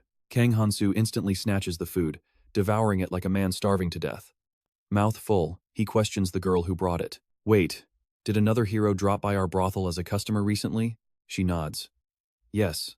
He said his goal is to become much stronger, and he kept training non-stop right up until we headed out. His eyes darted around schemingly. This is bad. If I visit the brothel alone, that goddess is definitely going to catch me. I'd better steer clear of that place for a while. He abruptly stands up, getting ready to make a move. Lariel follows him, asking, Master, where are you going? He looks back. Morning is coming, so I've got class.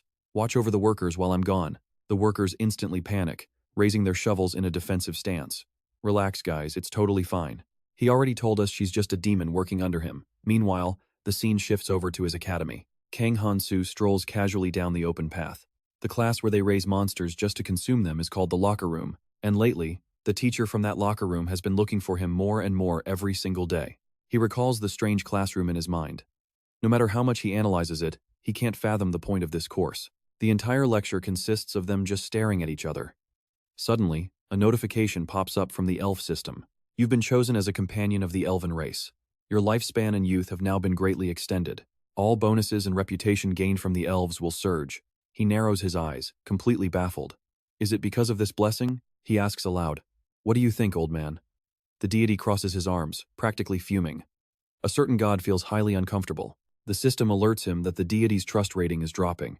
Kang Han-soo sighs in annoyance. Seriously, why are you like this again? Suddenly, a teacher approaches him from behind, calling, Ah, Kang Han-soo, there you are. Startled, he quickly spins around. Oh, teacher? The female instructor tells him, I have some important updates to share with you regarding the 10th midterm exam. You'll be promoted to the advanced class regardless of your actual score on the exam. She informs the stunned Kang Han-soo. Suspicious, he asks, what's the catch? Why am I getting this special treatment? Avoiding the question, she simply says it's for his own good. But trust me, we both know special favors are never free. The teacher just offers him a sweet, friendly smile. Let's dive right in. There's no way we can put you in a lower class. From now on, you will be the student of the senior elf, Han-soo. But the teacher has a catch. In exchange, you must take remedial classes to make sure you pass the upcoming midterm exams. Hearing this, Kang Han-soo panics. How could she dump such massive news on me right before the exams? The teacher loses it, grabbing Han-soo's arm while screaming at him.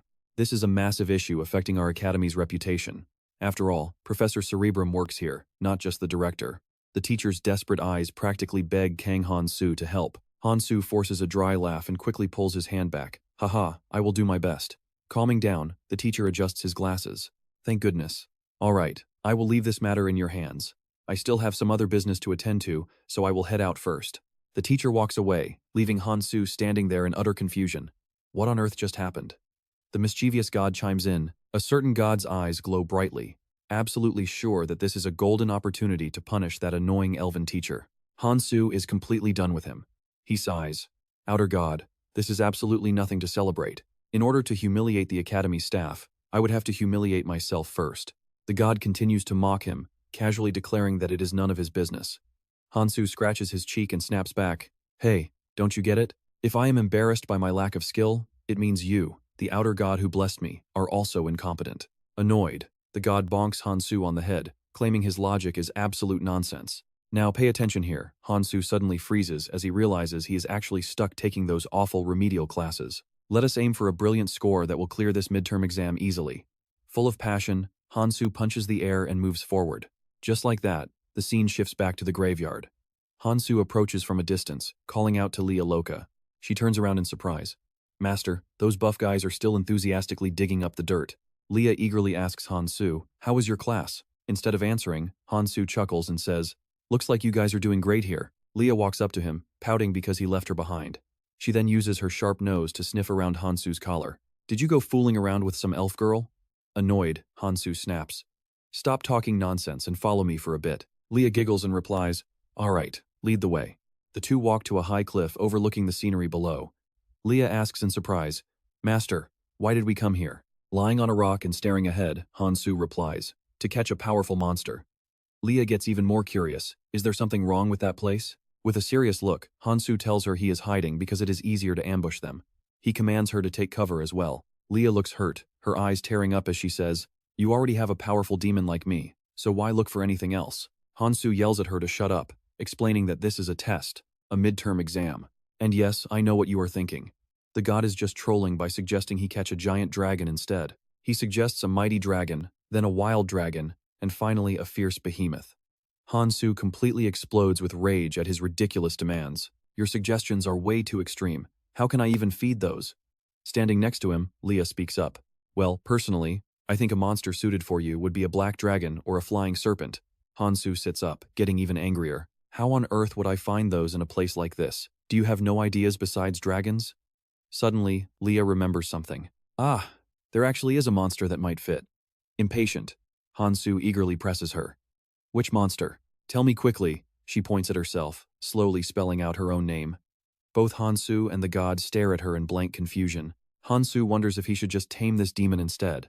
He and Leah sit on the high rock, observing the valley below. Han-soo frowns, thinking to himself that on Earth, any creature that does not exist in reality is called a monster. But monsters in this fantasy world are a bit different. Over there, a fierce lion aggressively attacks a slime. Yet, another beast happily plays alongside the slime, regardless of whether it actually eats slimes or not. Han-soo's train of thought is cut short by the arrival of a massive monster. It easily scoops up several tiny slimes. Watching from the high cliff, Han-soo spots it. He wonders if it is an elephant. Leah crosses her arms and says, Master, that is a Lamborghini. Han-soo is stunned. A Lamborghini? Why would they name it that? Leah explains. A knight riding a Lamborghini through enemy ranks is hailed as the absolute flower of the battlefield. Han-soo stops listening, knowing he wouldn't understand the logic anyway. But man, if those slime-loving teachers saw this brutal scene, they would probably pass out. The annoyed god shoves Han-soo, completely disappointed in his lack of ambition. He is furious that they missed a great chance. But trust me, you are going to want to see what happens when a giant serpent flies in to defend those slimes. Alright, you and I are watching this terrifying snake monster transform and ambush poor Lamborghini, who screams in pure terror. Kang Han-soo stands there completely jaw-dropped at the sight, while Lamborghini's eyes suddenly flash with bright energy, unleashing a massive counteroffensive against the snake demon. A massive explosion erupts, sending thick smoke everywhere. Through the rising dust, the snake demon's cunning face appears with glowing red eyes, smirk painted on her face as she gloats over her work. Looks like meat is on the menu. Her name is Lamia. But suddenly, she spots Kang Han-soo watching from the cliff above. Huh? A mere brat? Caught completely off guard, Kang Han-soo is startled by Lamia's sudden gaze. Lamia licks her lips hungrily and says, a tender brat, how rare. I will give you my special attention. Lariel just tilts her head, letting out a mocking sneer. Wasting no time, Lariel leaps straight down from the high cliff, declaring, I will handle this piece of trash myself. Kang Han-soo panics, unable to stop her in time, shouting, Lariel, wait. Meanwhile, the fierce snake demon Lamia lunges forward. I do not deal with women. But Lariel swiftly grabs Lamia's tail, leaving her with zero room to react. Lariel smiles calmly and replies, oh my, I was thinking the exact same thing. Trapped by her tail, Lamia struggles in vain. Watch closely, as Lariel winds up for a devastating punch, telling the beast, did you really think? My master is someone a lowly snake monster like you could ever lay a finger on? With that, Lariel unleashes a direct, crushing blow. The impact sends Lamia flying in agonizing pain. Lariel mockingly asks if she knows her place now, calling her a worthless worm trying to fly. Lariel then drives a brutal kick straight into Lamia's neck, forcing her tongue to slide out in agony. Stepping directly on Lamia, Lariel's face turns dark as her eyes glow menacingly red, growling, you arrogant piece of trash, learn your absolute place. As Lariel prepares to finish her off, Lamia desperately begs for mercy. But without letting her finish, Lariel simply raises her razor-sharp claws. Die. From up on the cliff, Kang Han-soo quickly stops her, calling out, wait, Lariel, she can talk, so why not train her instead? Lariel hesitates, asking, wait, what? But hearing this, Lamia's eyes instantly light up with ultimate malice. She triggers her high-speed hunt skill, throwing Lariel completely off guard, and quickly slithers away. Before escaping, she turns back to mock Lariel. You bitch, I will spare you today. Her eyes narrow as she glares at Lariel with absolute hatred. But get this, a shocking twist happens. Out of nowhere, blood bursts violently out of Lamia, leaving even Lariel totally stunned. Oh no. That is the target Master was looking for. Another beast with sharp eyes and razor fangs is tearing the snake demon apart. Kang Han-soo looks at the beast in shock, while the god pats him on the shoulder, saying, "A certain god is highly pleased right now. A certain deity wants you to know that this is actually a cute little dragon." Everyone watches silently as the dragon devours the carcass of the snake demon. Kang Han-soo immediately rushes down toward the beast. He asks the god, "You call that a dragon? It looks totally different from the red dragon I saw before," laughing out loud. Lariel chimes in with excitement. "It must be a different species than the red dragon Ankaiser. This one looks like a true dragon king." Right at this moment, Kang Han-soo receives a system notification. Slaying that crazy dragon earlier has triggered nearby dragons because your life is now threatened. A crazy dragon is about to attack you. Kang Han-soo is slightly surprised. The curse is active, meaning this really is a dragon. Lariel is utterly confused, asking, "What do you mean?" The dragon huffs and positions its claws, preparing to strike.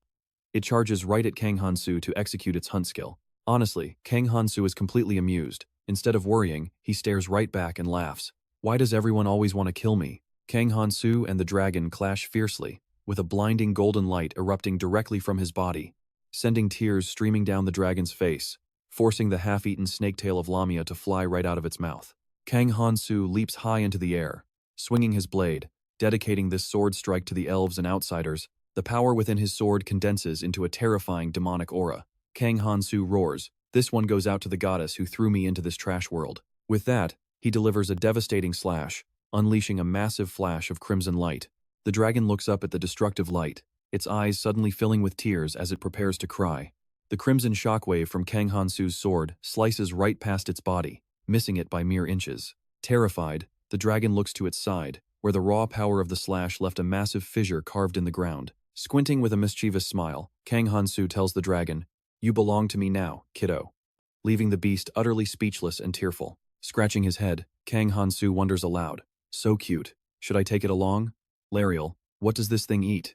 The dragon curls up, shaking with absolute terror. Lariel replies, "Dragons eat literally anything." She picks up the half-eaten snake tail, adding, "If they ever get sick, it's because they eat whatever they see. This junk is normal. Trust me. You and I will watch them chew through solid steel next."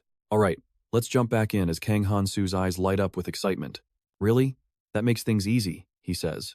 The dragon slowly opened its eyes, lifting its head to look at him. Kang Han-soo gently patted its head, reassuring it not to be afraid. Kang Han-soo coaxed the creature. "Come with me, okay?" The dragon actually seemed to understand. It stared back at him in absolute shock. Glancing at Loca, Kang Han-soo said, "Your name is Simas II. How is that?" J-La crossed her arms with a sigh. "I feel so bad for this sea dragon." Kang Han-soo smirked, a cunning glint flashing in his eyes. Mounting the dragon with Loca, he declared, "Now, let us head back to the academy. Chemos II, take off." The dragon roared, ready to fly. Set against the backdrop of a vast green forest, a girl named Cassandra was laughing and chatting happily with a heavily muscled guy, while a nearby voice muttered a curse. Oh Han-woo sat on a bench, staring in frustration. How much longer is this journey going to take? I need to reach Ward fast. Beside him, a male god sighed, feeling completely exhausted. Resting his chin on his hand, Oh Han-woo gloomily replied, "Same here." This was the bleak reality inside the Menery Guild. Oh Han-woo stood at the counter, flirting with a blonde receptionist. "Hello. You look as gorgeous as ever today." She slid a ledger toward him with a bright smile. "You can check all the active guild quests right here." Oh Han-woo smiled smoothly. "Let me get an escort quest. Maybe a noble or a merchant heading over to Ward Academy." The blonde girl quietly activated her observation skill, which allowed her to view a person's status window if unlocked. Now, pay attention here. The higher the target's level, the higher the failure rate. But she manages to see his stats anyway. Your level and rank are far too low. You cannot accept these quests, and even a legendary warrior cannot bypass this rule. Oh, Han-woo shouted in sheer shock. What the hell? Slumping his shoulders, he grumbled. I do not have time for this nonsense. Hands on her hips, Cassandra watched him. Maybe I can help, she said, holding a special trick of her own. She was the absolute boss of the Cassandra mercenaries, famously known as Cassandra, the dragon's daughter. Cassandra extended an offer to Oh Han-woo. My mercenaries are heading to Ward. Want to tag along? Oh Han-woo instantly perked up, completely thrilled. Oh yes, absolutely. But after traveling for a bit, Oh Han-woo started grumbling to himself in sheer exhaustion. I seriously expected this mercenary group to be a beautiful harem of gorgeous women. all led by a stunning female boss. A blonde guy suddenly wrapped an arm around Oh Han-woo's neck to tease him. Hey, Han-woo, why so lonely? Still acting shy? Haha. Another guy in a black headband laughed. Get used to it already. Warrior Oh Han-woo. Flanked by these two loud guys laughing in his ears, Oh Han-woo felt totally drained. If he knew it would be like this, he would have traveled alone. But don't blink, because a random bottle flies out of nowhere and hits the blonde guy's head. What on earth was that? The blonde guy, the headband warrior, and Oh Han-woo stared in absolute shock at the massive monster blocking their path. It was a troll. Its nameplate read, "A man who once protected his daughter." It was a level 19 creature with unique blessings and curses. The blonde guy quickly barked orders at Oh Han-woo. Hey Han-woo, cover us with support magic while we hold it back. Oh Han-woo nodded. Got it. The warrior in the black headband bravely charged forward, sword in hand. This was a surprise ambush from a level 19 troll. Everyone, get your weapons ready. A brutal clash was about to erupt as the headband warrior leaped forward and slashed at the troll, but his blade barely left a scratch, only getting stained with green slime. The headband warrior gritted his teeth in anger. Damn it, just as I thought. A basic attack like this won't even scratch this monster. Suddenly, the headband warrior's eyes widened in utter horror at what was coming next. The massive troll swung a devastating counterattack right at him. The warrior was blown back, unable to defend himself. Several burly fighters charged in, shouting, "If you are hurt, fall back right now." A bald, muscular warrior yelled, "We will coordinate and launch a combined counterattack immediately." The trolls roared aggressively in their own savage language, looking incredibly fierce. Two powerful human warriors immediately leaped forward to clash head-on with the beasts. We just need to hold the line until Warrior Oh Han-woo can cast his magic. Oh Han-woo watched in utter disbelief. Was that really a troll?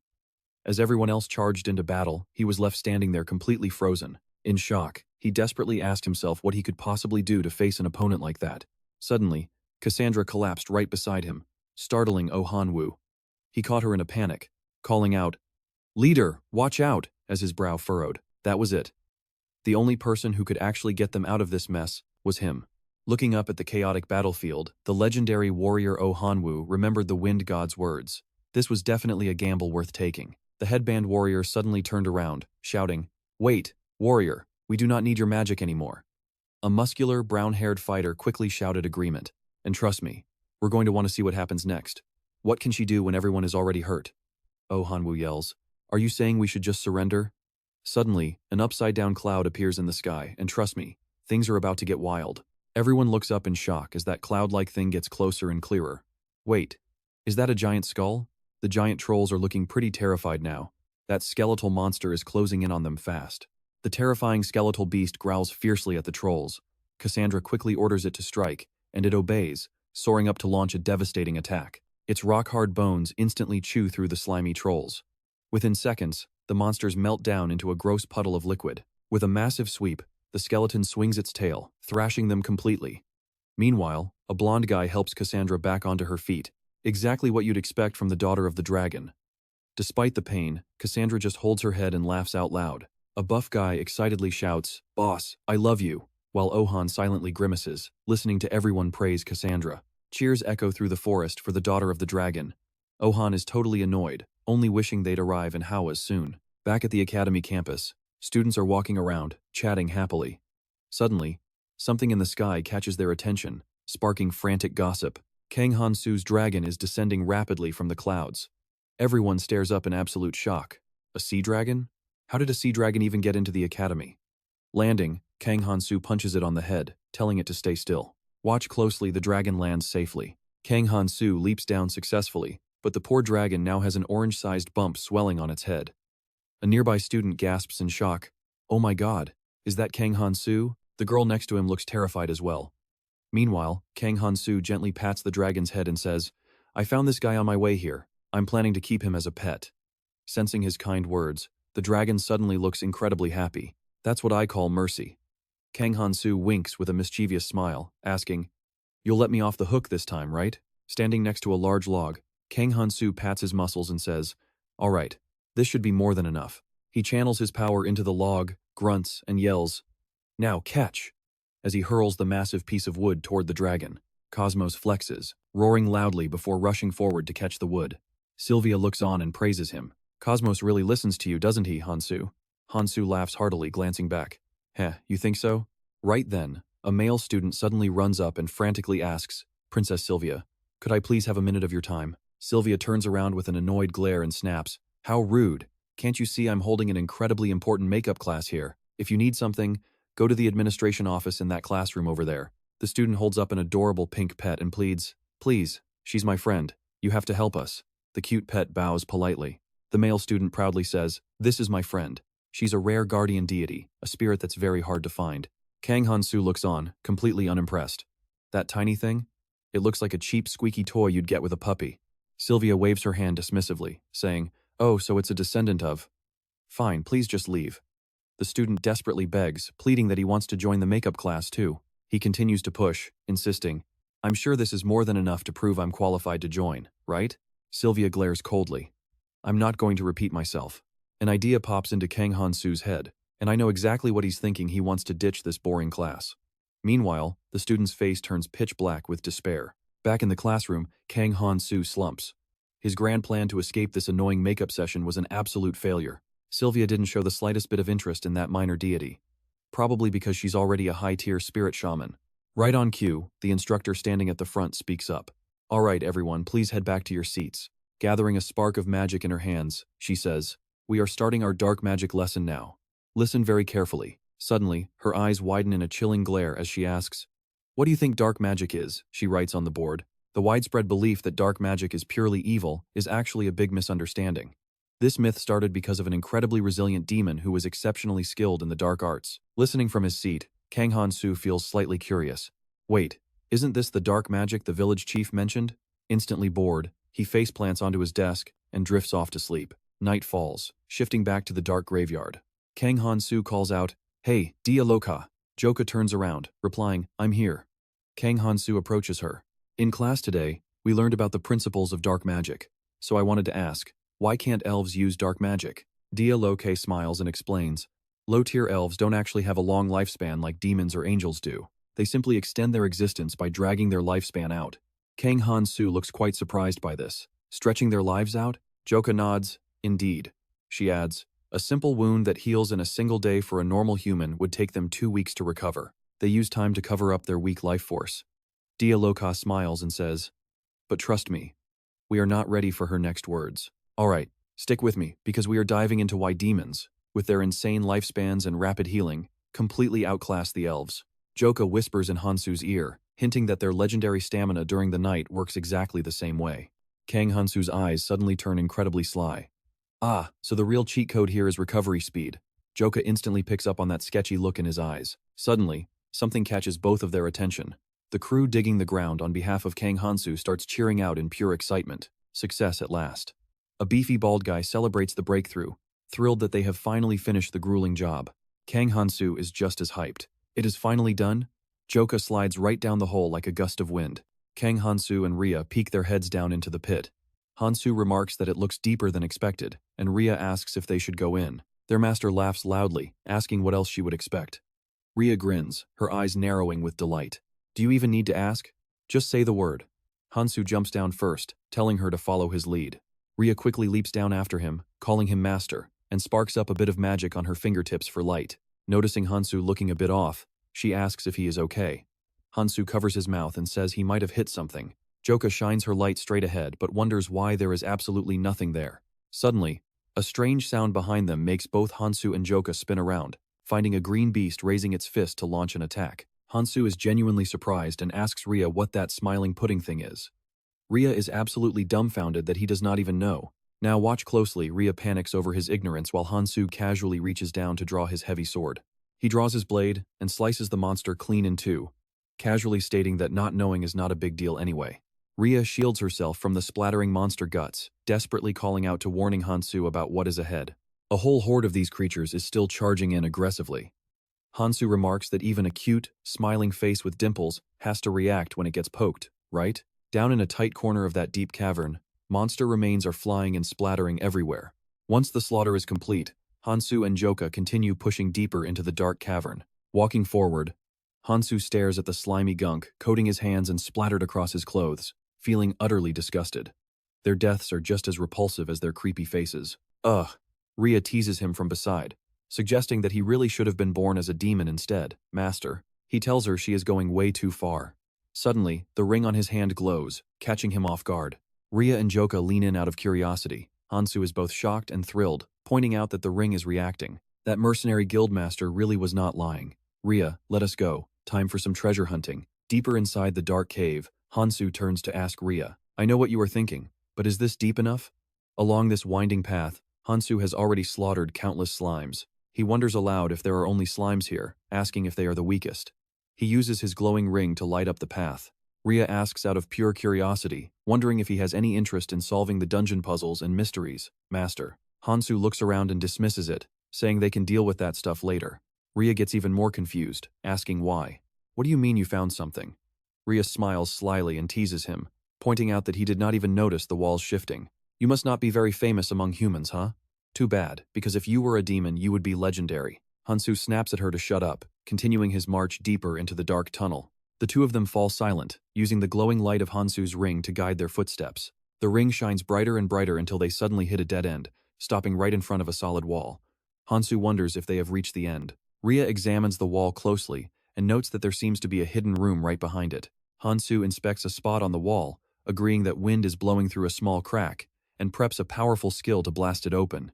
His eyes light up as he jokes about knocking before entering, launching a massive energy blast that shatters the stone wall into flying debris. Han-soo and Rhea stand back, watching the wall collapse to reveal a huge opening shrouded in thick, swirling dust. Peering past the rubble, Han-soo notes that with antique furniture and burning lamps, this place looks way too cozy to be a tomb. Rhea points out that it obviously is not a tomb anymore. Stepping inside, Han-soo humorously calls out, asking if any dead people are home. Joka sighs and burns him, saying that every time he acts this stupid, she feels embarrassed for the entire human race. Han-soo snaps back, complaining that she is crossing the line. But as he steps inside, a cold voice suddenly demands to know who they are. Han-soo gasps. Suddenly, a heavily chained hand erupts from beneath the ground, blasting rocks and dirt high into the air. Rhea dryly remarks that it seems this place actually has an owner. Startled, Han-soo steps back and apologizes for intruding, but Rhea just frowns and tells him not to apologize to a corpse. Trust me, you and I are about to see this go completely wild. Stick with me. A mysterious hand just emerged from the rubble, Han-soo shattered. Inside, glowing red eyes flash as a massive figure slowly takes shape. This giant, muscular man boasts a thick, wild beard and long white hair, completely draped in tattered rags as he steps out from the shadows. Glaring at Han-soo and Lilia, he demands, How did you get in here? Only a witch can unlock this hidden dungeon. The local deity appearing beside them looks completely stunned by this. Han-soo glances at Lilia and scoffs. He looks perfectly healthy for a corpse, you know. You'd better apologize. Lilia simply turns away, pretending she didn't hear a single word. The stranger's glowing eyes lock onto them, immediately identifying them as witches. He starts screaming and spitting insults at Han-soo and Lilia in a wild rage. Sweating, Han-soo mutters to Lilia, I think this guy is completely insane. What do you think? Lilia giggles and replies, Well, human minds are notoriously fragile, aren't they? Screaming at the top of his lungs, the man throws a massive punch, roaring, Answer me right now. Unfazed, Han-soo calmly stares back at him and asks, Is everyone in this place this incredibly aggressive? Han-soo and Lilia quickly leap to opposite sides, easily dodging the heavy blow. The angry giant snaps his head around, glaring daggers at Han-soo with absolute fury. Wretched witches! Han-soo draws his sword and points it at him, remarking, Well, now you've trashed this room far more than I ever did. The giant howls even louder in response. Ah, you witches!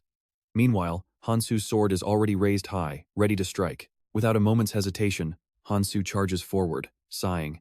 So, you don't want to talk. Unleashing his signature move, a brilliant golden flash erupts from Han-soo's blade. The giant frantically raises his heavy arms to shield his face from the incoming strike. Lilia giggles, praising him. Nicely done, master. Just then, the deadly blade slices cleanly right through the middle of the giant's torso. He's instantly sliced in half, his upper body flies back, his lower half collapses, and his arms fall severed. Talk about a clean cut. Lilia teases him once more. I've told you before. You suit being a demon far better than a human. Han-soo snaps back. Cut it out already. Pay attention here. A chilling wind blows as the sliced-up body slowly starts to regenerate. Han-soo is utterly shocked. Can this guy revive just like an orc? Immediately, he prepares to launch another devastating attack on the rubble where the giant first emerged. I'm not falling for the same trick twice. Die, Han-soo mutters as he lands, letting out a sigh of relief. All right, handled that before it turned into a mess. Lilia raises an eyebrow. Wait, that human might have had clues for us. Did you really just kill him? Han-soo scoffs. Just check his status using your observation blessing. Go on, focus and take a close look. Lilia wide opens her eyes, scanning the remains. You know I can't view the system windows of dead people, right?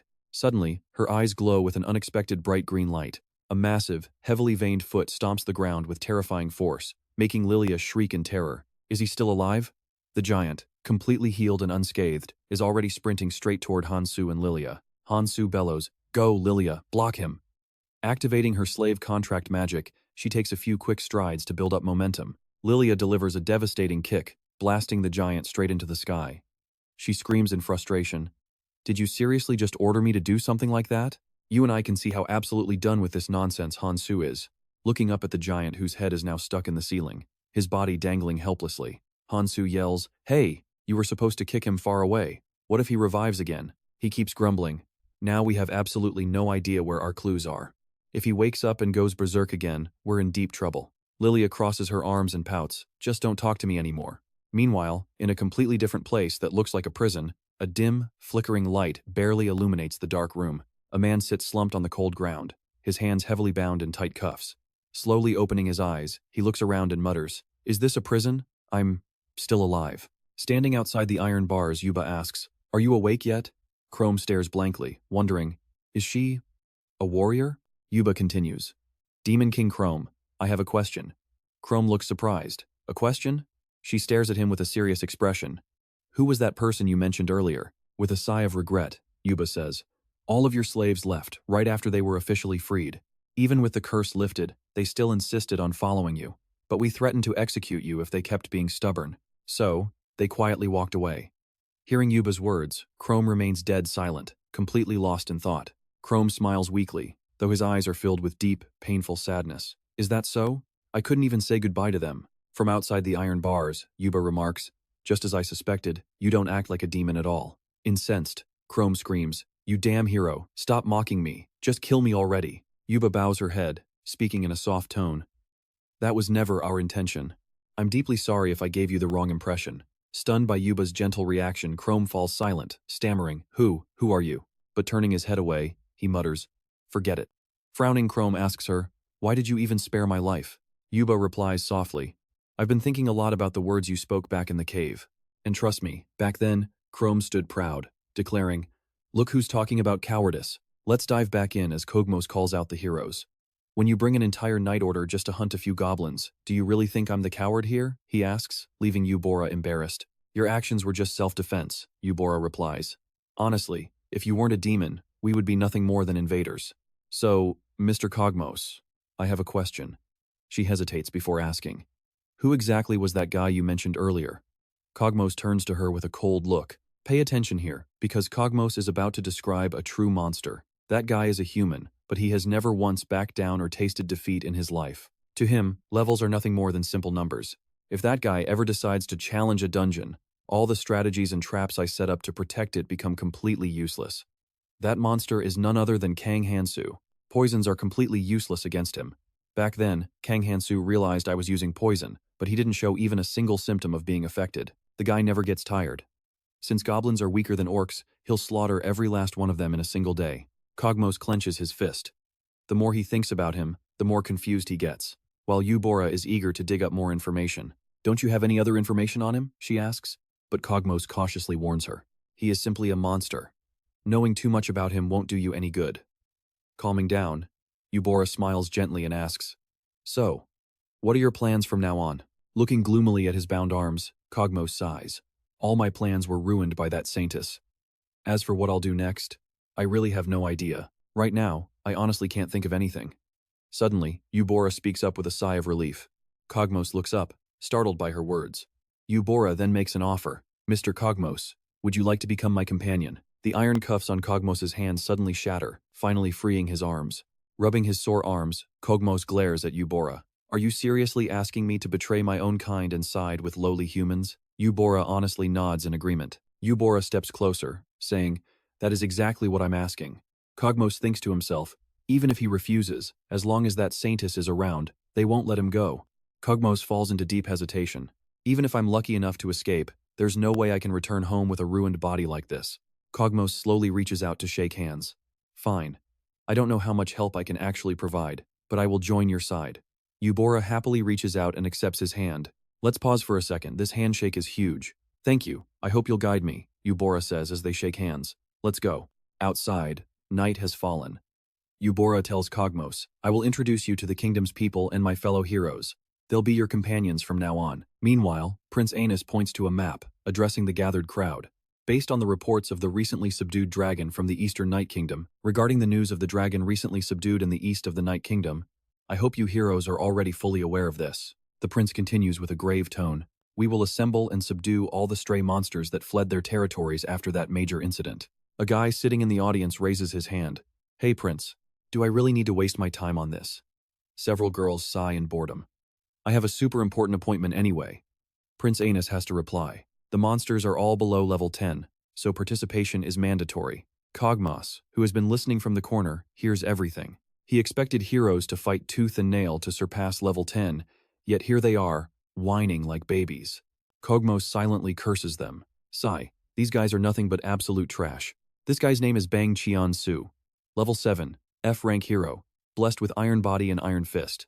But what exactly is this noble status of his? As a noble, you must protect your clan, and in return, your subjects will share a portion of the experience points they earn with you. Cogmos reviews Bang Cheon-soo's stats and scoffs.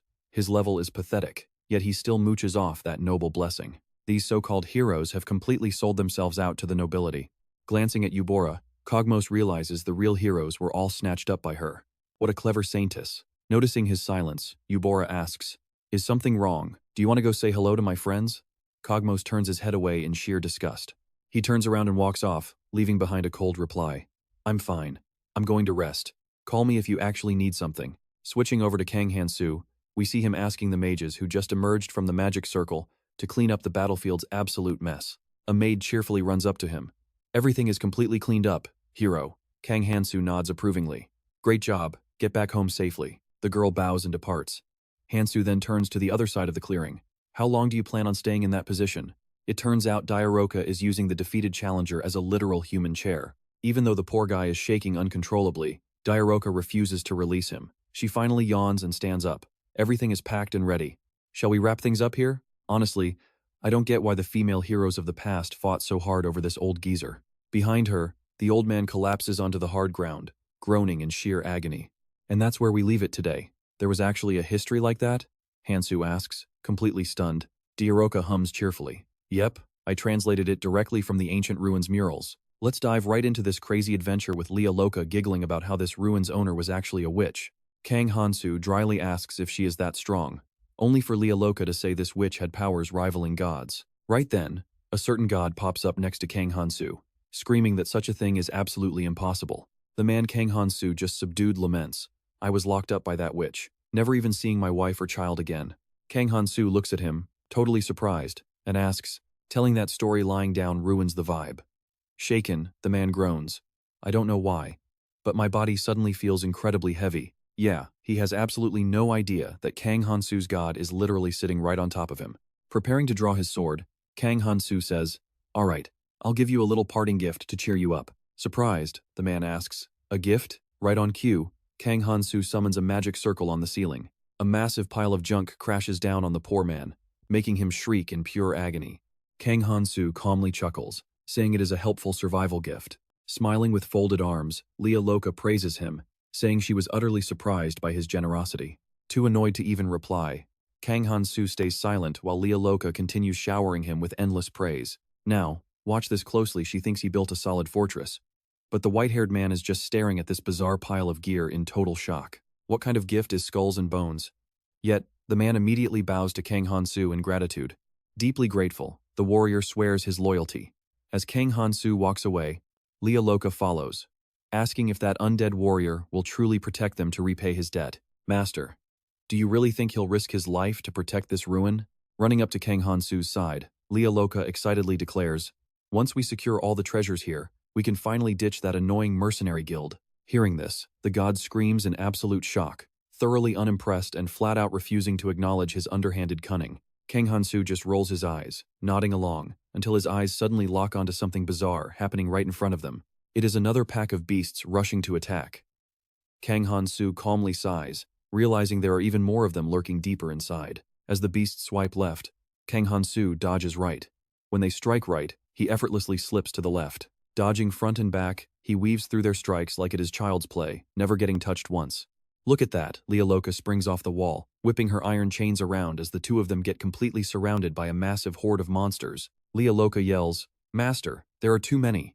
Taking them all down at once is going to be incredibly tough."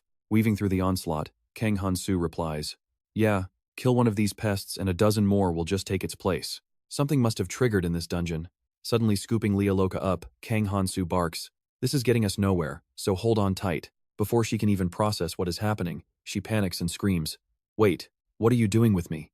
Kang Han-soo dryly shoots back, "I really do not want to lose another translator." Kang Han-soo gets a quick idea, thinking that controlling them might be a bit tricky, but he still goes ahead and activates his powerful outer clan skill anyway. Right after, he triggers his reverse skill, summoning a horde of aggressive skeletons to slaughter the beasts, surprising even himself. The summoned skeletons charge forward with insane bloodlust, leaving Loca and Kang Han-soo standing in a chaotic battlefield, wondering what kind of madness this is. As the skeletons go absolutely berserk on the beasts, Loca shrieks in absolute terror, while Kang Han-soo laughs like a complete maniac. "Haha, yes, die, all of you." Watching the chaotic slaughter unfold, Kang Han-soo suddenly grits his teeth, grunting, "Wait, this is way heavier than I thought. Loca, are you still alive?" For some reason, her face is burning bright red as she stammers, unable to answer him. Finally, she mutters that she is dead. Confused, Kang Han-soo blinks as she snaps, "I mean, my self-control is dead." It turns out Kang Han-soo had pressed his body directly against her chest, causing her to blush furiously. Completely losing all restraint, she grabs his collar, catching him off guard.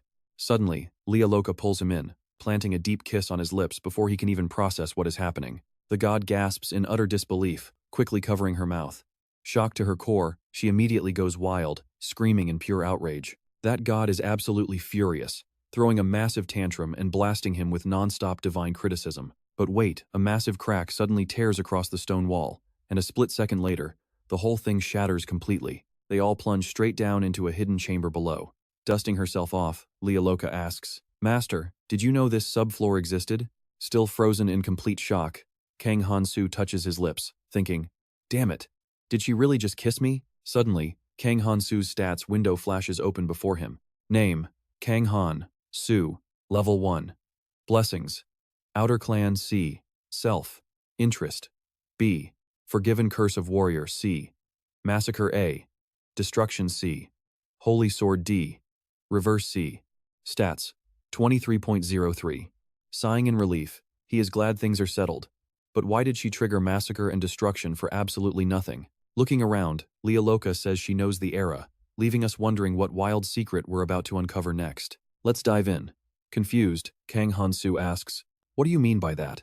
Loca looks up at the ceiling and says, "The ceiling we just broke is slowly repairing itself. It is a common phenomenon in mythological ruins." Kang Han-soo ponders this and says, "Like the guy trapped down here? And that total brainless idiot too." Loca nods in agreement. Yes, the saintess can literally reverse death itself. But Loca explains that even if a corpse keeps reviving over and over, she can't bring it back to life the same way you'd give life to a statue. When the physical body dies, it damages the soul too. Did you see that through your unique blessing? Master, Kang Han-soo asks, feeling quite surprised. My blessing? Are you talking about the outsider blessing? The outsider? For an outsider, every single stat resets, except in the case of death. Something terrifying always happens when a lone wolf leaves the forest. Now, pay attention here. Kang Han-soo wonders, wait, does that mean death? Honestly, I have been wondering about the description of my body and soul in the status window from the start.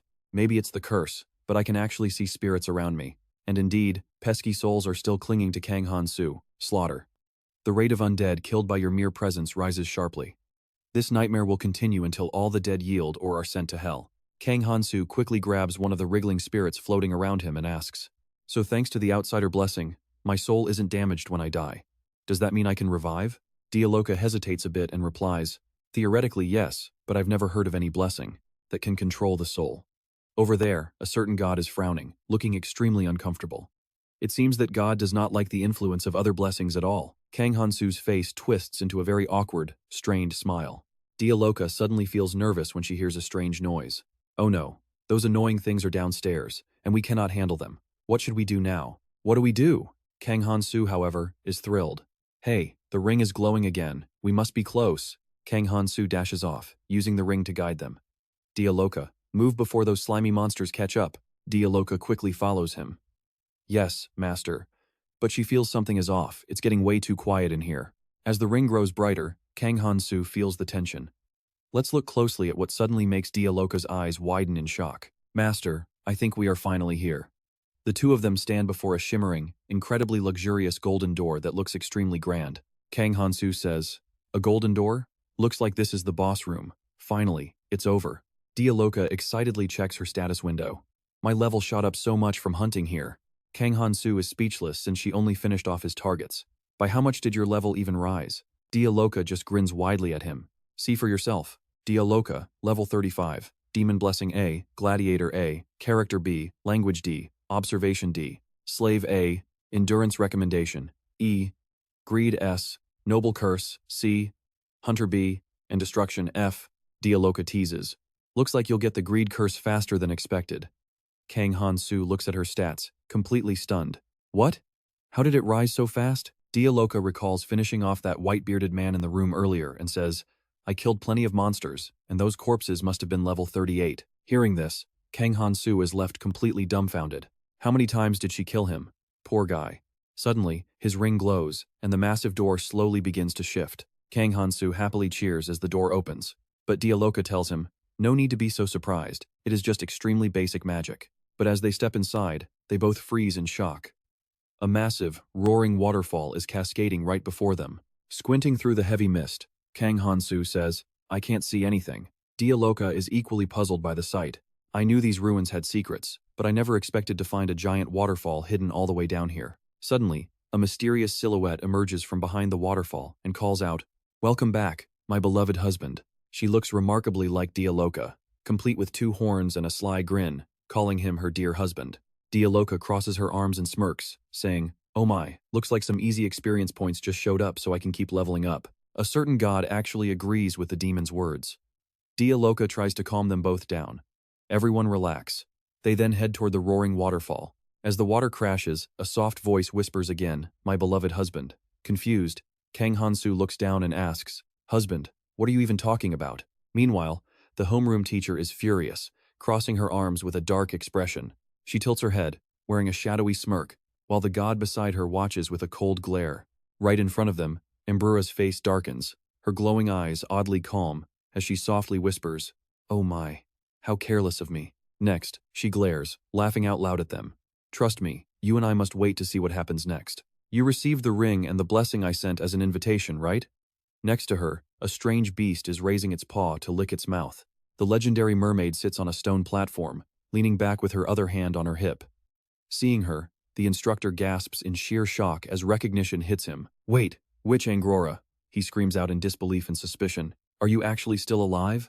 Seeing this, Kang Han-soo looks over at her suspiciously but calmly asks for confirmation. Wait, do you actually know who she is? Hearing that, the instructor quickly explains. She is the only person in the entire history of Fantasia who killed the Demon King all by herself, without even being a warrior. Meanwhile, Angrora gently pets the wild beasts gathering around her. The beasts cheerfully crowd around her as she giggles and splashes near the waterfall. But the instructor shivers, adding that she is nothing short of a real monster. Now, watch closely. Hearing this, she smiles with excitement, her eyes glowing brightly as she calmly confesses. Indeed, a woman who sacrificed everything for her departed love can never accept a single failure. Then, Angrora smiles gently and slowly adds another detail. I am a monster who betrayed my own warrior companion and stole their power, she explains, gently manipulating the lake water beside her as she speaks. The only way I can earn forgiveness is through a brutal death. The water below begins to swirl and splash violently. Suddenly, she looks up at him with a grin, calling out, So, my darling husband, and raises both hands. Behind her, 2 massive water dragons take shape, bearing their fierce fangs. Angrora continues to laugh in pure delight, her brow furrowed as droplets of water scatter onto the ground like shining pearls. Then, her playful expression vanishes, her gaze turning incredibly sharp. She smiles warmly and asks, So, can you be the one to finish me off? Hearing this, Kang Han-soo grimaces and looks at her, letting out a dry chuckle as he tries to make sense of this bizarre request. You and I both know fantasy worlds are weird, but wanting to get killed is suicide? That is next level. The massive water dragons roar, glaring down at him as foam sprays everywhere. The beasts instantly charge straight toward him. They merge into a massive column of water, crashing into the ground with explosive force and splashing in all directions. Kang Han-soo quickly slings the instructor over his shoulder and leaps high into the air, noting how incredibly fast her spell is. Up on his shoulder, she blushes slightly, looking at him sideways. Down below their feet, massive waves continue to surge and swallow the earth. Watching him flee, Angrora laughs so hard her eyes close in pure excitement. She clutches her stomach amidst the flying water droplets and cheers. "Darling, you are just too cute." She stops laughing, looking up at him as she shouts. "But you are airborne without any wings." She pauses, then raises her index finger toward the sky. With a smug grin, she asks him, "How are you going to dodge this next attack?" As she watches in curiosity, a powerful torrent of water erupts from the depths below, shooting straight upward. Water sprays everywhere with immense pressure. Suddenly, a pair of dark wings unfurl, and Kang Han-soo shouts, "Much appreciated, Loca." She grabs his wrist tightly, and he firmly grips her wrist in return. Hovering in the air with her demon wings, the instructor smiles warmly as she responds to him. "No problem." Below her, he looks up with a grin and yells, "Throw me over there. I am invoking our slave contract." Bound by his command, the instructor immediately acknowledges, "As you wish," and hurls him forward with incredible strength. Kang Han-soo grips his hilt, his face dark as momentum carries him forward. Rain pours down on him as his fingers tighten around the weapon at his waist. Without wasting a single second, Kang Han-soo unleashes his blessings, Outsider, Elf, and the Holy Sword. Drawing his blade, Kang Han-soo holds it firmly and lunges. Behind her, the wild beasts leap forward to shield her from his strike. Angrora gasps in surprise, stepping back as she floats in the deep water. Kang Han-soo delivers a clean horizontal slash straight through Angrora's body, leaving her wide-eyed in shock as water splashes everywhere. Suddenly, a bright light flashes, and Kang Han-soo glares in complete disbelief as he mutters a quick question. "Huh?" Angrora's severed body begins to reform from the ocean foam, her deep wound sealing up instantly. Angrora narrows her eyes and smirks at him, offering a playful compliment. "Not bad at all, my dear husband." Next, a vortex of water binds his body, wrapping him tight. "Trust me, you and I cannot miss what happens next." "Alright, stick with me," because Kang Han-soo's sword just got snatched, and his face instantly darkens as magical water binds his hands. Suddenly, the water whip wraps tightly around his torso, making Kang Han-soo grunt in pain as Angrora forcefully drags him closer to her. Even bound, Kang Han-soo smirks and asks if she has some weird hobby, pleading with her to let him go since he can't even move. Angrora just puts her hands behind her back, giving him a bright, mischievous smile before she happily answers. Calling him an idiot, she explains that's exactly why she bound him, muttering about how simple-minded warriors always tend to be. "Stick with me, because today we are watching Kang Han-soo deal with a crazy mermaid." He fake cries mockingly, calling her a hero, before clenching his fist to summon a dark magic orb right in his palm. He smiles harmlessly, narrowing his eyes at her to confirm it. "Unfortunately, I do not have that blessing." Hearing this, Angrora is completely shocked. Her eyes widen in pure panic as she stares at the light glowing inside his hand, asking, "What did you say?" Suddenly, a massive beam of energy blasts straight toward Angrora.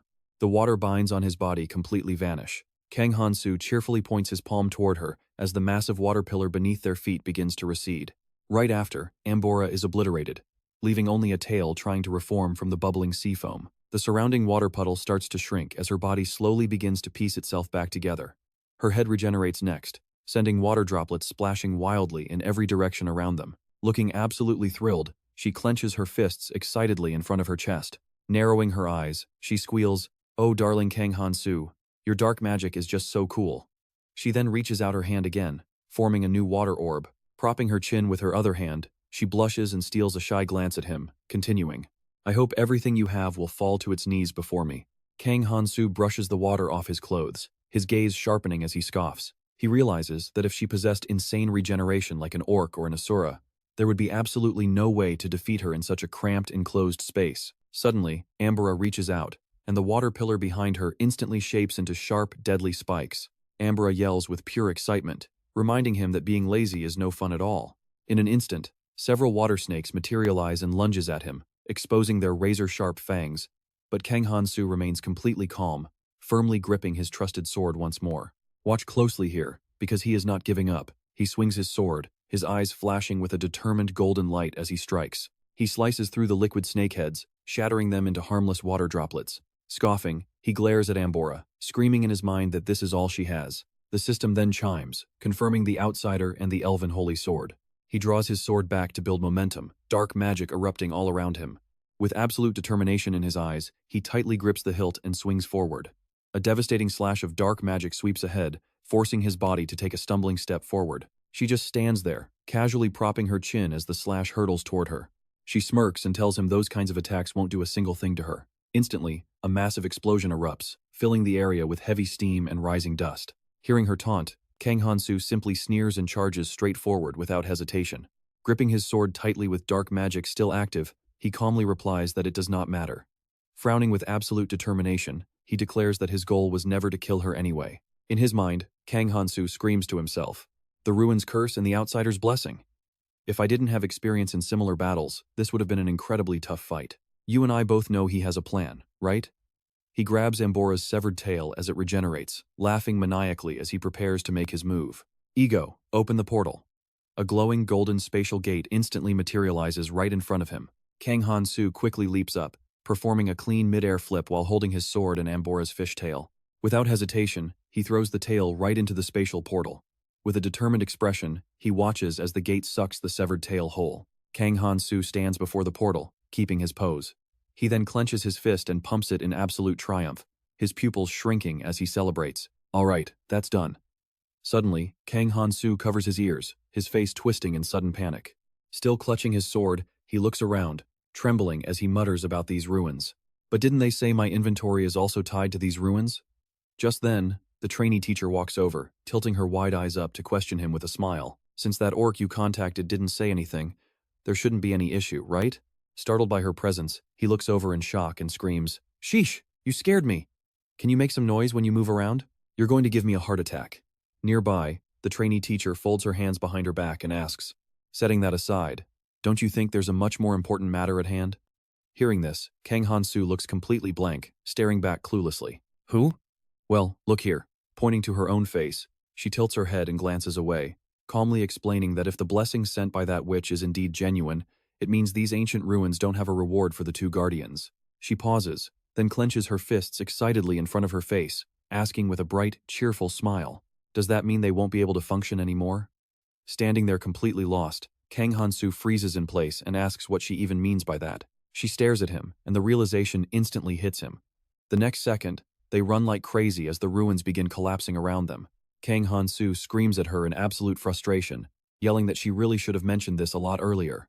Behind him, the trainee teacher runs while laughing sheepishly. Meanwhile, at another ruin, the orc guardian stands over a kneeling Choi Kang-min.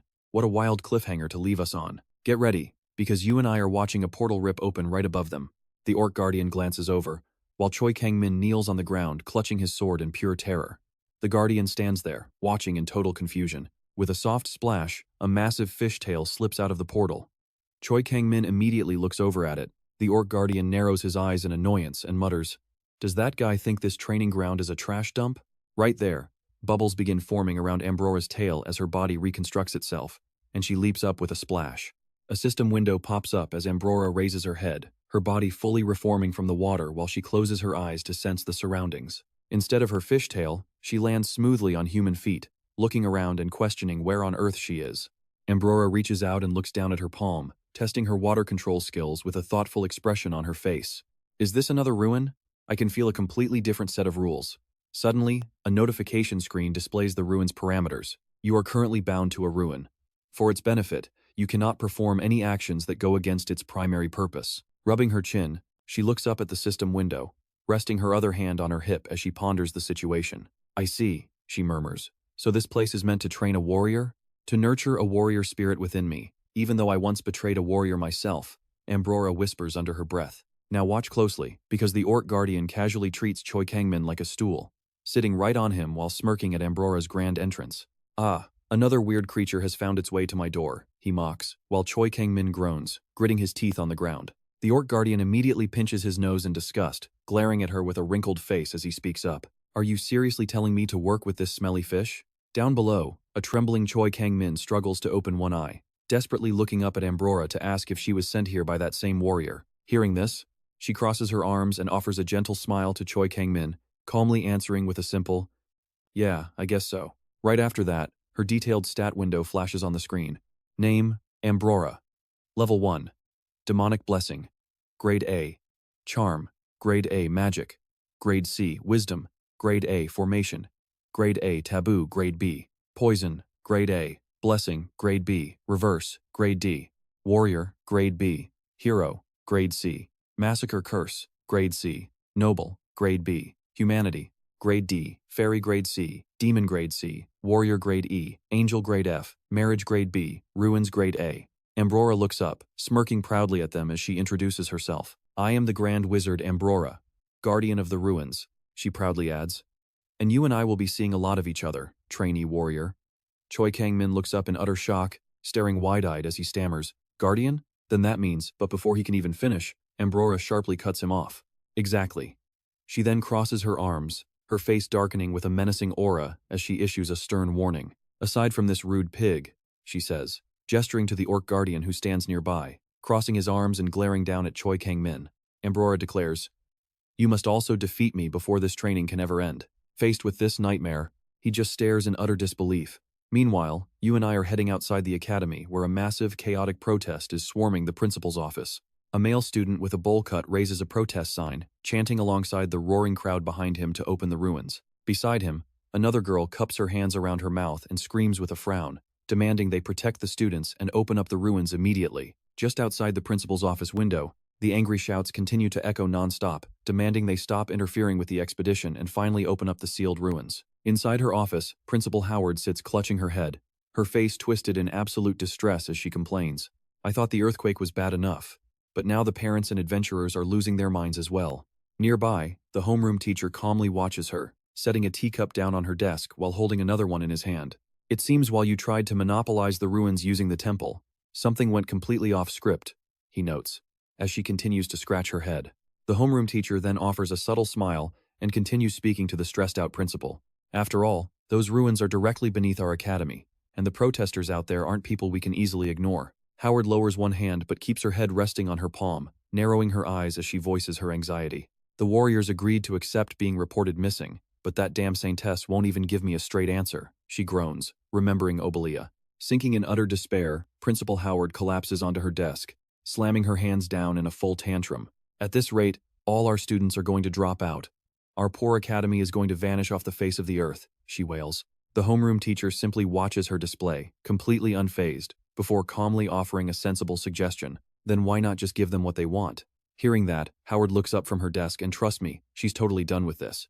Let's jump into a wild ride where she suddenly leaps up, slams her hands on the table, and screams in absolute excitement. Yeah, since we have to face this head-on anyway, there is really no avoiding it anymore. Next, she enthusiastically points her finger straight at him, smiling wide as she shouts, Vice Principal, go summon all the teachers immediately for a meeting to figure out how we can squeeze at least some minimum profit out of this whole mess. Hearing that, the homeroom teacher raises his teacup, smiling gently with his eyes closed as he mutters that survival is indeed what matters most. Somewhere else, a beast tilts its head up to roar. Then, the little dragon sits quietly, curls up on the ground, and goes to sleep. Right above it, the god stretches out lazily, while Han-soo stands below, glaring grumpily at his system screen as he complains about his luck. He was so busy preparing for midterms, but now the exam is postponed indefinitely, and the whole academy is in utter chaos. Next, he covers his mouth, tilts his head, and narrows his dark eyes to analyze the system screen. Putting aside what he got from the raid, Han-soo pauses to read the notification. The curse of avarice. Greed ruins you, but no one can steal your property, so take it all. Then, he wonders to himself if there is really nothing here besides the curse of avarice, and if his status window is actually protected by this very power. Han-soo looks over at the sleeping beast and the god happily sliding down its neck as he continues his train of thought. Now pay attention here, he knows that without the outsider's blessing, this whole life-threatening situation would have been a total disaster. Crossing arms in annoyance, he grumpily looks away, muttering that he only expected to level up Diaroka, but somehow ended up monopolizing the entire ancient ruins as well. While the god quietly creeps closer, he continues ranting to himself, wondering if he should just count his blessings for even being able to do this. Suddenly, a system message pops up, showing that a certain god has sent a compliment to the greedy outsider. Out of nowhere, a purple-haired girl approaches him from behind. She calls out to him, finally finding Han-soo, who turns around with crossed arms, looking highly suspicious. Gratuitous blushes slightly and smiles as she speaks up, asking Han-soo for a quick favor. She asks if he can accompany her to the research lab, and the two head off with the god trailing right behind them. Staring at the coffin placed squarely in the center of a magic circle, Han-soo questions the situation in his mind. Is that coffin really meant for a human? He wonders, standing beside Gratuitous and silently noting how incredibly creepy it looks. Meanwhile, she stares at the coffin and begins explaining with an excited, cheerful smile on her face. You and I both know a twist is coming as she excitedly explains how Han-soo's blessing can swap the backlash of dark magic, leaving him staring in shock. Gratuitous asks him for confirmation, and all he can do is nod and say yes. On the inside, he is screaming, realizing that his curse of avarice is finally working. She turns toward him, saying she has heard rumors about Kang Han-soo. Her eyes shrink, her face turns bright red, and she eagerly gasps, grabbing her chest as she practically screams, asking if he actually taught himself dark magic all on his own. Her hands are clenched tightly against her chest. Han-soo quickly puts on a polite, textbook smile and confirms it, laughing nervously as he says, "Yes, Professor." He then quickly adds that he can only use it now thanks to Senior Alexa from the second year. Hearing this, her face flushes even redder as she excitedly heaps praises on him. "You are so humble." She quickly calms herself, her eyes returning to a gentle but hesitant look, as she asks for his help specifically because he is Han-soo, before turning to walk ahead as she begins to explain the situation. The ancient ruins found at the Academy have been causing way too many problems lately. The Academy is currently in no position to turn down any requests, and Han-soo quietly listens from behind as she speaks. Han-soo rolls his eyes, thinking back to Ambrora, and wondering if she is talking about the ruins that Giant Fish was protecting. Standing before the coffin, she rests her hand on it, and leans down to look at the body surrounded by unwithering flowers. So, at the Royal Duke's request, we have to find the culprit behind the tragic death of his wife. She adds that she and the principal tried using dark magic, but the target passed before they could finish speaking. Han-soo steps forward as well, glancing down at the coffin with a clever smile as he puts the pieces together. So you want to use dark magic to temporarily reanimate the corpse and ask her directly who the killer is. As he confirms this, the curious god also leans in to stare at the corpse while rubbing its mouth. Seeing how quickly he catches on, Gratuitous looks up with eyes full of joy and confirms it. "Exactly. I will do my absolute best, and you just need to support me, all right?" Rolls up his sleeves, he eagerly smiles at the coffin and declares that they should get to work right away. And trust me, we are definitely going to see her get completely flustered as the god babbles and Han-soo eagerly gets to work. Let's dive right into a story where even our main character is caught completely off guard, as a system message pops up showing a god urging this outsider to hurry. Immediately after, he reaches out, places his hand on the coffin, and closes his eyes. Suddenly, dark magic glows from the center of the body inside. In that instant, he flashes back to that day, remembering exactly what was done to the village chief. The chief had reached out to him, recalling the spell that turned him into a sacrifice. Kang Han-soo snaps back to reality and mutters the incantation to resurrect this woman. Then, a bright light erupts from his hand. Keeping his eyes tightly shut, he murmurs, "I offer you my very own life force." Dark magic flares around the coffin. Forced to squeeze one eye open through the agonizing pain, he grits his teeth and lets out a strained cry. "Ah." His outstretched hand trembles violently as dark magic continues to pour out of it. Kang Han-soo thinks to himself that having your life force violently drained away always hurts like absolute hell. Beside him, Bruna struggles to brush back her messy, wind-blown hair. Her face darkens as she watches the rising energy, forcing a nervous laugh. Wait, there is no way all of her karma gets paid off at once like this. Suddenly, a blinding flash erupts, causing a massive magic explosion inside the coffin. Kang Han-soo quickly pulls his hand back and looks up to see the result. On the other side, Bruna clutches her head, ducking and screaming in sheer panic. The blinding light fades, leaving behind a thick cloud of smoke. Staring into the haze, Kang Han-soo furrows his brows and asks in disbelief, "Oh, so did we actually succeed?"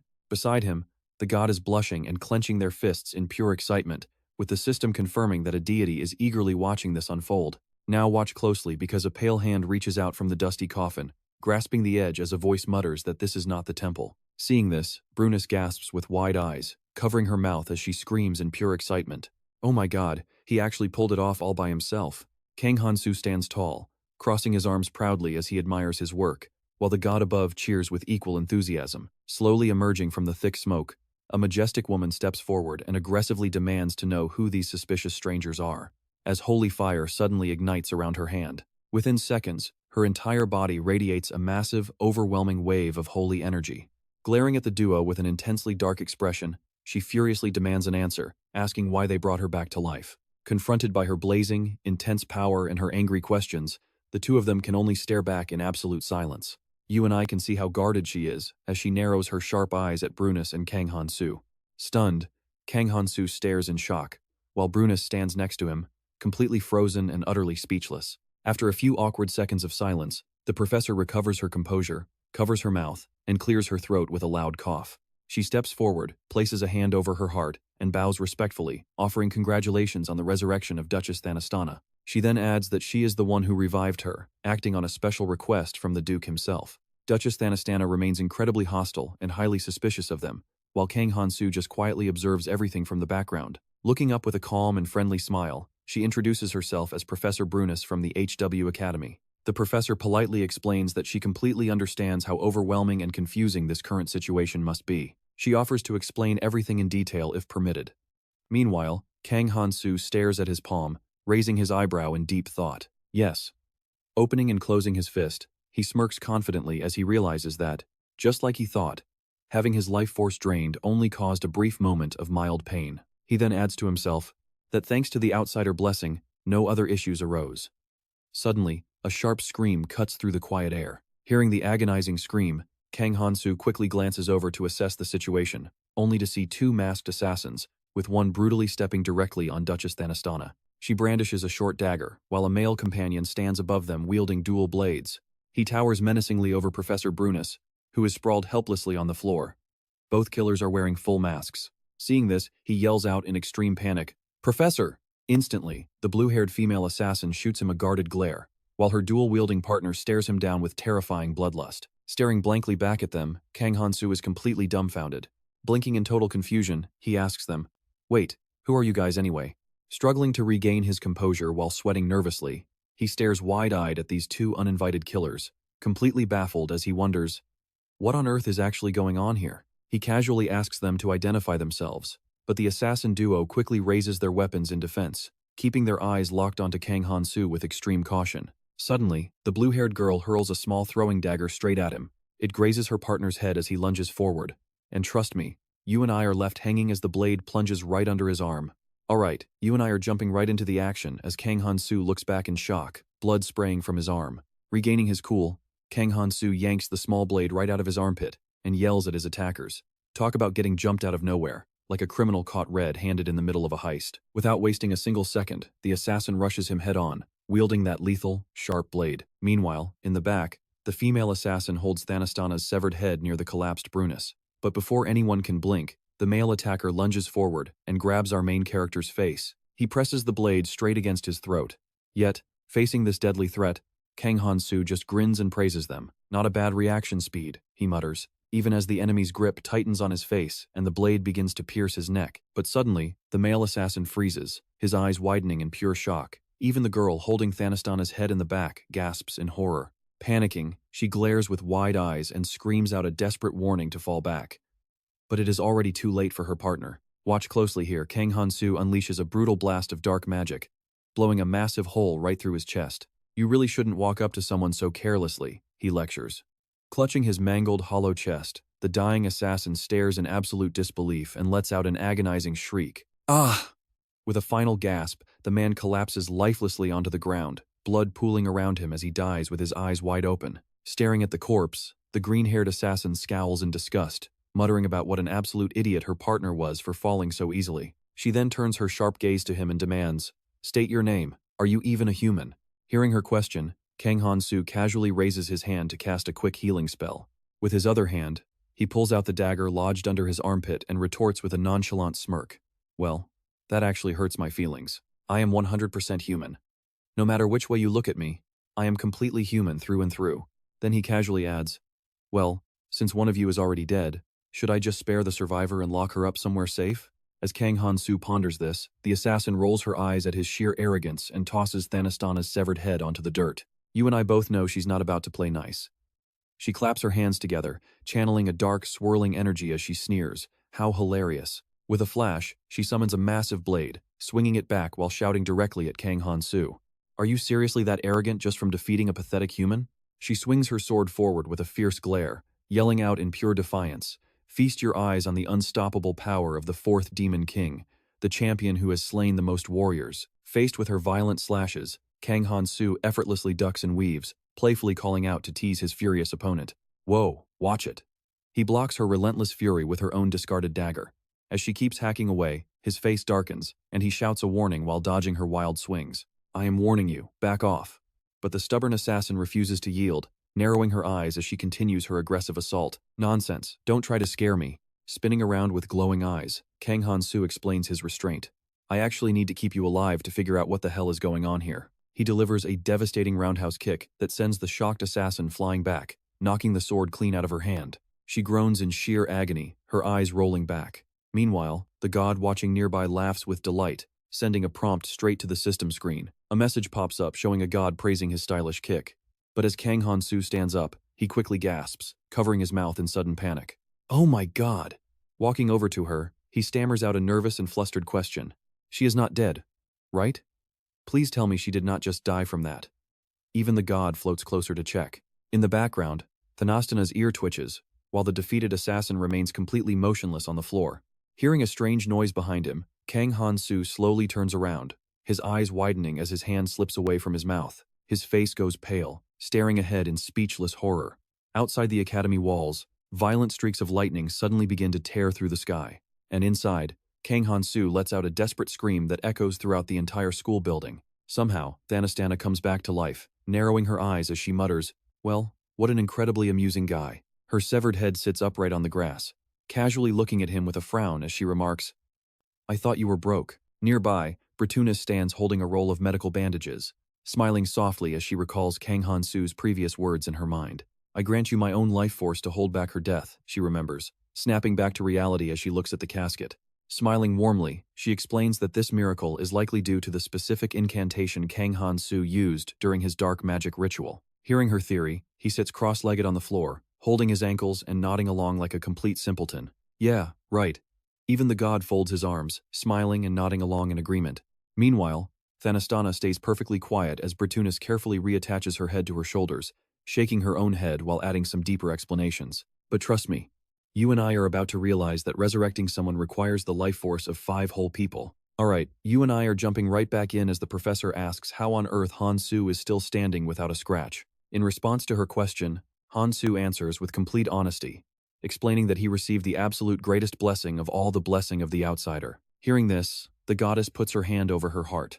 Letting out a proud sigh, she sends a system message showing that a certain deity is feeling incredibly smug right now. Hearing this, Professor Bratunis touches her chin in total confusion, raising her eyebrow to question this mysterious outsider blessing before adding her own thoughts on it. She marvels that, as a professor from Hawass, she has never heard of such a thing, proving the world is truly vast. Meanwhile, Thanastana has finally reattached her head, calmly looking at him with her hands behind her back as she speaks. She notes that through this outsider blessing, she now understands that he played a massive role in bringing her back to life.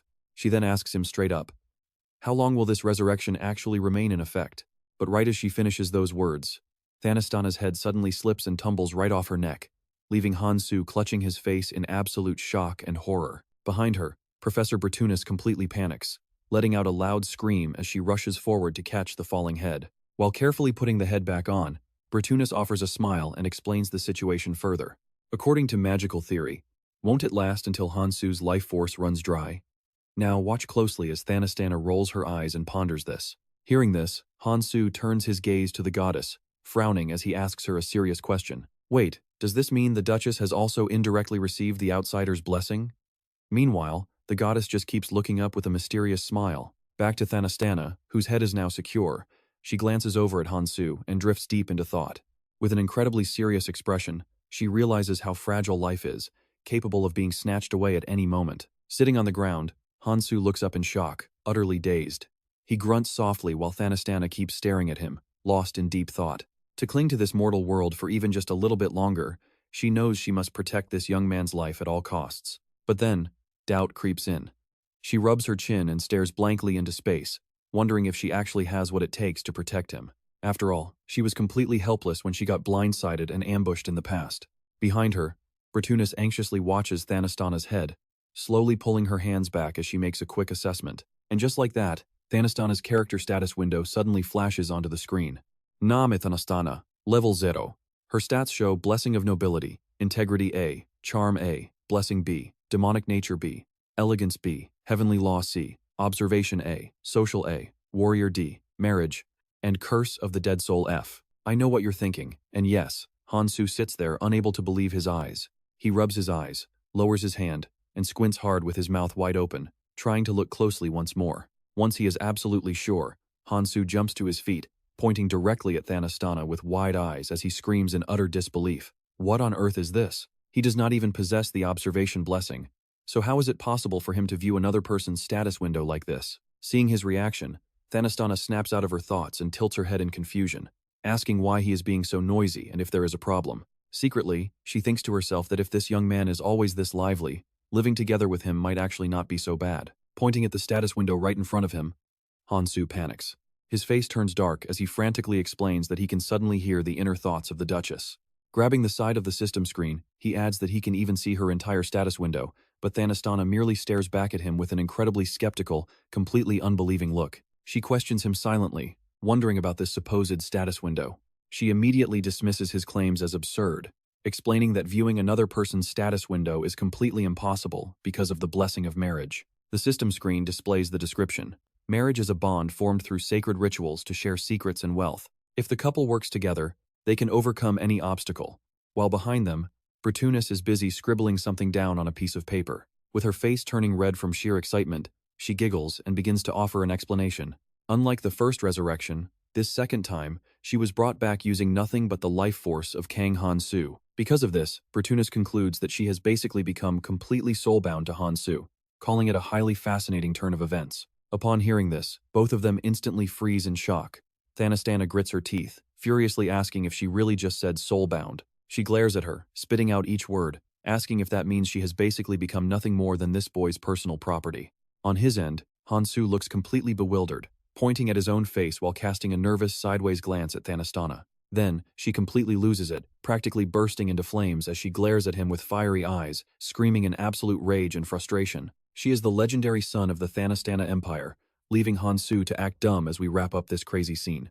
Alright, you and I are about to see things get wild as the flames flare up, making Kang Han-soo realize finding Loca would trigger pure chaos. But surprisingly, the entire situation is resolved without any drama. That night, under a star-filled sky, Kang Han-soo sits peacefully by the window, gazing outside.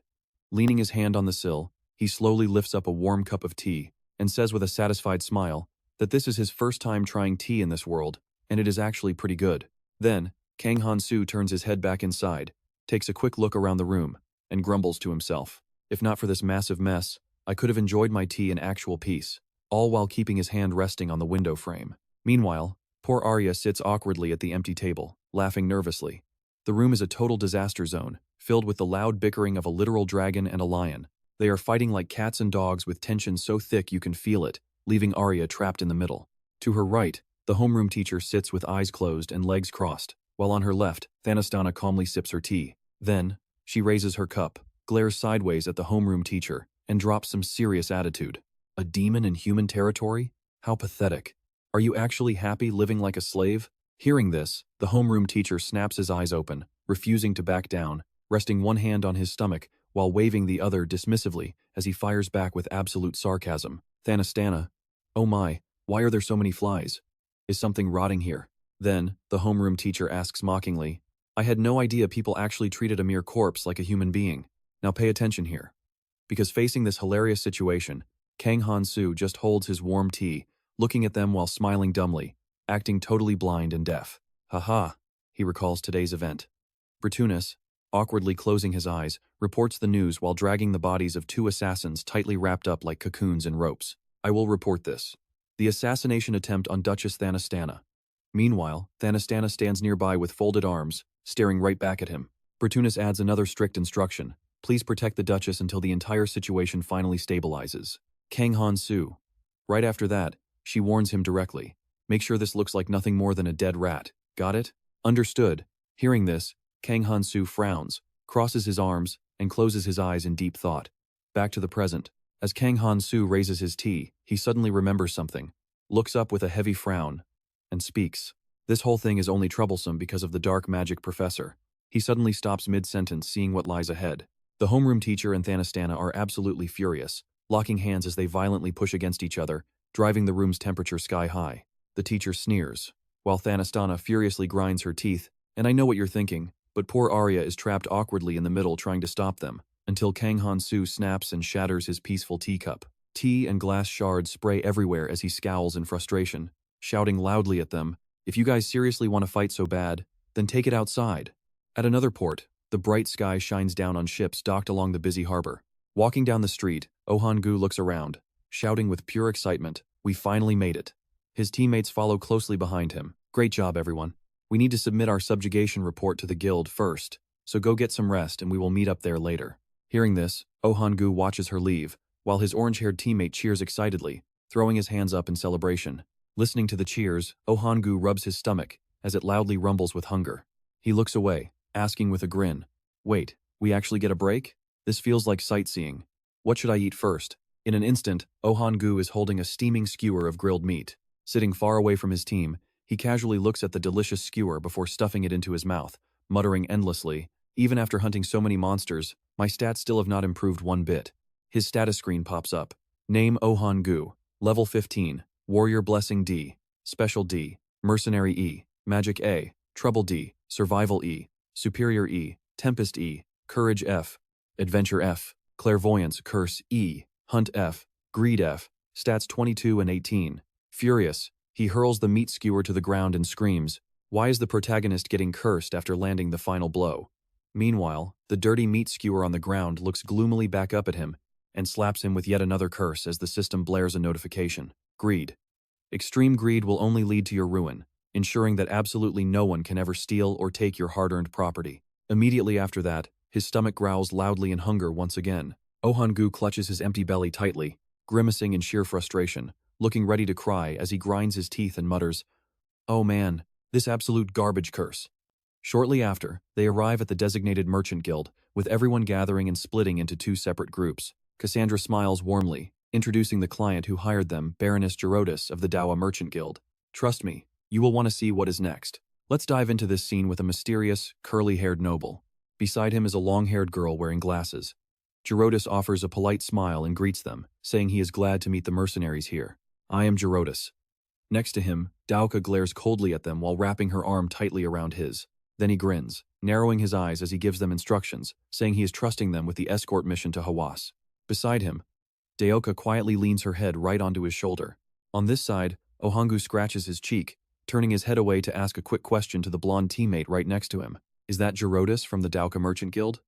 The blonde teammate looks over to listen, while on the other side, Dauka overhears them and answers. The previous master had to take responsibility for the guild's massive debts and was sold off into slavery. Then she adds, "Meaning that Lord Gerodis is now the official master of the Merchant Guild." Hearing that, Gerodis smiles with a helpless shrug. Catching the key detail, Oh Han-gu strokes his chin, narrowing his eyes as he stares intently at the two. He screams in his mind, feeling a sudden bad premonition about all of this. Among his future companions, there must be a beautiful girl who can handle their finances. Right after that, Oh Han-gu gets incredibly hyped by his own wild imagination and laughs out loud. Clenching his fists, he screams in his mind, unable to believe a bastard like that could get so lucky. "So this is how they find new teammates," he mutters to himself with a silly grin. "Haha, in that case." Oh Han-gu trail off, while behind him, a shirtless, muscular comrade glares at him in total confusion. Suddenly, the voices of the gods echo. Some childish god is actually eating popcorn while watching the drama. Meanwhile, a water god shows pure disgust at this warrior's useless behavior. That night in the forest, the triple moon shines brightly in the sky over a small campfire. Oh Han-gu sits by the fire, staring blankly at the flames. Poking a dry branch into the dirt, he falls deep into his thoughts. Am I only good at making campfires now? Suddenly, Oh Han-gu's eyes go wide with shock. Pay attention here as he lifts the branch. His face darkens. This quiet escort journey to Hawass is unlike anything they faced before. Surprisingly, there has not been a single ambush or attack. Oh Han-gu recalls the two mercenaries, the blonde one and the shirtless muscular guy, and starts analyzing the strange situation in his head. Despite this peaceful situation, the veteran warriors of the Cassandra mercenary unit cannot help but feel deeply anxious. Yet, those two are still standing by the campfire, whispering and giggling together. Suddenly, a white bird streaks across the dark sky. That small white dove lands gracefully on a hand reaching out from the window of a luxurious carriage. Watching closely, Oh Han-gu keeps a very vigilant eye on the scene. He mutters to himself, "That carriage definitely belongs to Gerodis. I guess you and I would investigate too." Oh Han-gu cautiously glances back at his two clueless mercenary teammates, who are still endlessly talking and boasting by the campfire. He quickly makes up his mind to move right now, slipping away from his spot to quietly sneak toward the carriage to eavesdrop. Pressing his back against the carriage, Oh Han-gu carefully peers inside, feeling incredibly tense. He activates his skill and thinks to himself, "All right, I have successfully closed the distance. As he squints inside, narrowing his eyes to listen intently, a voice from within the carriage echoes. The Demon King said we must speed up our plans. I will order them to accelerate at daybreak, Master. Ohangu remains extremely cautious outside. Inside, Daoka holds a document, pushing up her glasses as she delivers the report. Sigh. Unexpected earthquakes and random rebellions. They really do not want to deal with these annoying variables. But she pauses, adding that if Lord Gerotus successfully completes this mission, the Demon King will definitely reveal his grand secret invasion plan for Hawass. Hearing this, Gerotus, who is gently stroking the bird's head, responds with absolute clarity. The little dove resting under his arm happily bobs its head up and down. Then, Gerotus lifts the bird with his hand, bringing it close to his face with a cheerful smile as he speaks. Isn't the Demon King famous for absolutely adoring a daughter who looks just like him? He asks, leaning forward with his hands resting on his knees. This means we must please them at all costs, because we never know when they might cause trouble again, even though we already have our own mission to complete. Outside, Ohangu processes this shocking news, wide-eyed as he tightly covers his mouth to stop himself from screaming. He questions in his mind with utter disbelief. Did he just say the Demon King? Gradually pulling himself together, Ohangu slowly lowers his hand from his mouth. Grinning wildly, he screams internally. I knew it! If I had stayed training at the temple, I would have missed out on this massive event. Suddenly, a voice from inside speaks again. Gerotus glances outside with a dark sneer, muttering about a little mouse tailing them. Trust me, you and I cannot miss what happens next. Let's dive in. Suddenly, a creepy goblin hand reaches out from inside the carriage, while a terrified Ohangu desperately covers his own mouth, eyes wide with sheer panic as those dark hands cross to lock him down. Clutching his stomach, Ohangu stares back at that sickly green arm in absolute horror and gasps out, Arg! Just like that, his final hopes shatter instantly. By the next morning, bright sunlight is filtering down through the dense forest. Ohan groggily wakes up, blinking his swollen eyes and muttering in confusion. Suddenly, a voice cuts through the quiet oh my. It is Dairoka, waving her demonic hand as she leans closer to peer at him. Our warrior master is finally awake. He stares up at her in shock, his eyes bulging. Ohangu finds himself completely tied to a tree trunk, slumped on the dirt with his mouth gagged as he struggles to break free. Hearing this, Gerotus casually strolls over with his hands in his pockets and calmly speaks up. Whoa, easy there, great warrior. Why do you think we did not kill you on the spot? Obviously, it is because you are just too pathetic. Beside him, Dairoka silently watches without a word. His face twists into a mocking, contemptuous sneer. You are not even worth our attention. Furious, Ohan glares right back at them, scowling heavily as he tries to scream muffled insults through his gag. Translating to, you absolute bastards. How dare you look down on a main character like me? Gerotus turns around, closing his eyes with a dismissive smirk. He gestures casually and gives the final order to Dairoka. Now watch closely, he tells her. I am tired of his noise. Quiet him down. She raises her claws in response. As you wish, my lord. Dairoka's eyes flash with malice as she raises her razor-sharp claws, staring him down, ready to strike. Ohangu squeezes his eyes shut, screaming in absolute rage inside his own head. Damn it, I cannot let my life end here. Just then, a system notification pops up. An impatient demon god is asking if he wants power. Dairoka's eyes widen in sudden shock. Meanwhile, Ohangu desperately thrashes against his ropes, straining to scream his silent answer aloud. Translates to a resounding yes. He screams desperately in his mind. I need it. Back at the academy, Kang Han-soo is casually riding a goofy-looking dinosaur straight through the middle of campus. Suddenly, he spots a massive crowd gathered up ahead. Perched right on the beast's head, he pouts his lips and mutters in curiosity. Sure is noisy today. What is going on? Below him, an angry crowd is protesting outside the principal's office, waving signs and chanting. Just then, a squad of heavily armored cavalry pushes through, splitting the crowd apart. Step aside. We are on official business. Make way, everyone. Now, you and I can see the protesters quickly scattering in a panic, glaring but clearing the path. These elite knights are decked out in heavy golden armor that gleams brightly under the morning sun. Watching from atop his dinosaur, Han-soo stares wide-eyed in genuine surprise. He dryly observes, now that is one incredibly flashy squad. Leaning out from behind him, his teacher excitedly chimes in with some info. Those are the Empire's legendary Golden Knights. Han-soo lets out a cynical chuckle, his eyes narrowing in sheer disbelief as he questions her about them. The Golden Knights? What kind of cheesy name is that? He scoffs, adding, is that group just full of rich nobles or something? Without hesitation, the teacher explains the grim truth. Actually, they are more commonly feared by their other nickname, the Slaughter Knights. Rumor has it they never loot their victims. They simply ride into battle on beasts, leaving a trail of pure carnage, leaving gold and silver scattered in the streets. Snapping back to reality, she glances at him with a knowing smile. They are incredibly famous. Reading her thoughts, Han-soo's eyes go wide in sheer disbelief at what he sees. Han-soo abruptly grabs his little mount's horns and yanks them backward, causing the poor beast to panic as he casually looks back to give his thoughts. Are they really that ruthless? Getting mixed up with them sounds like a massive headache. Let us get out of here. Riding right behind him, the teacher continues her warning. They are monstrously strong, and they never show mercy to their enemies. They only deploy for major crises. Han-soo looks up, his brow furrowed in deep thought, while his teacher quietly wonders if something serious is happening at the academy right now. Skeptical, Han-soo scoffs and questions her right back. How could there be? That is impossible. The young princess is currently staying at our academy, is she not? Meanwhile, inside the office of Principal Howard, she stands leaning against her desk with arms crossed. She cuts right to the point, facing down the royal knights standing before her. Frowning, Principal Howard locks her serious gaze onto the group. Keeping her arms folded, she confronts them. It seems you are trying to seize sole ownership of the sacred relic found at our academy, correct? She presses them coldly. Surely my old ears must have misheard your demands. Hearing this, the knight commander looks directly back at her and raises his hand to explain. I apologize, but you and I both know it must be this way.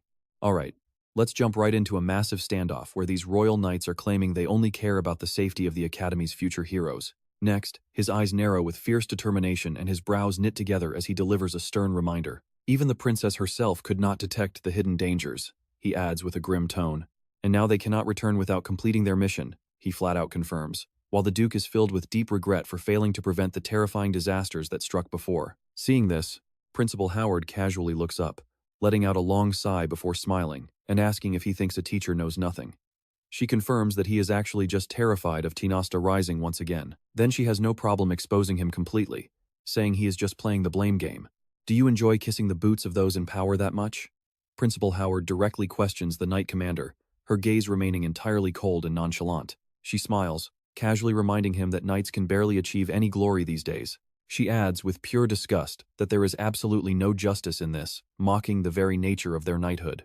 Principal Howard completely looks down on them, casually remarking that she now understands perfectly well why the saintess refused to take him along on her sacred mission. Hearing her strike his exact weak spot, the knight commander can only glare back in speechless fury. Watch closely because right here, the entire room splits into two opposing sides with a suffocating silence. Deadly aura floods the room alongside Principal Howard's arrogance as the knight commander grips his hilt and slowly begins to draw his blade. Right then, the homeroom teacher steps in out of nowhere, closing his eyes with an excited smile as he clasps his hands. He mutters that they are starting again, adding that both of them are getting far too worked up, successfully silencing them. One stands with crossed arms, refusing to back down, while the other stops sheathing his sword, as the teacher smiles to defuse the situation. If the knights collaborate with our academy, we can guarantee swift safety during this dangerous mission to find the sacred relics. Keeping his hands clasped together, he continues to make his strategic proposal. If you are the ones who find the relic first, our academy can still take credit for assisting. The teacher then steps up to the commander with a bright grin, extending his hand and suggesting that working together is definitely a much better option for everyone. Even though we might not always see eye to eye, he continues to ask, you and I both know we have done our absolute best to accommodate your mission, right? Hearing this, the commander turns to him while Principal Howard remains dead silent. Faced with these smooth words, the commander lets go of his hilt, sliding his sword back into its scabbard as he nods and confirms that he understands, stating that they will head down first to prepare everything. Immediately after, the heavy doors are shut and the entire night order retreats. The teacher watches them leave, while Principal Howard stands next to him, watching their departure in complete, baffled silence. Then, with her face darkening in disbelief, she asks if they are finally gone, her expression completely unreadable. Beside her, the teacher remains highly enthusiastic, smiling brightly at Principal Howard as he happily replies that it seems so. She then leans back against her desk, resting her weight on it as she closes her eyes and sighs in frustration. She grumbles that this entire chaotic mess is entirely Professor Bertunus's fault, though the teacher, standing right next to her, just smiles brightly and offers a gentle reminder. Those orders actually came directly from the headmaster, ma'am. Principal Howard calmly replies, questioning if that greedy man could ever bring himself to pass up such a massive fortune. She then remarks that she intends to completely renovate and construct a brand new facility before the heroes officially join the academy next semester. The teacher then shifts to a highly serious tone, reporting directly to Principal Howard that they have found a prime suspect behind the sudden demon invasion of the kingdom. He emphasizes the name of the fourth demon king, Zero Kolodi, as her faceless, pitch-black silhouette looms menacingly on screen. The teacher confirms she is the only female among the Demon Kings, widely feared for her devastating dark magic. Principal Howard remains completely calm, blinking as she shares her own evaluation of the situation. It wouldn't be surprising at all if she attacked immediately, considering just how deeply she doted on her deceased daughter. She adds that the Saintess claimed to have defeated a Demon King who possessed power, rivaling the most famous hero of that era. She then asks him one final question, wanting to know when the Saintess last fought directly on the front lines. He looks back at her seriously, replying that according to ancient records, it was over 200 years ago. They recall the epic battle of wielding swords against a massive beast, adding that it happened during the Demon King's invasion of the kingdom. The teacher continues, noting that after that fateful clash with the Demon King, the Saintess swung her holy sword with absolute determination. But trust me, you and I are left wondering why she never stepped onto another battlefield again.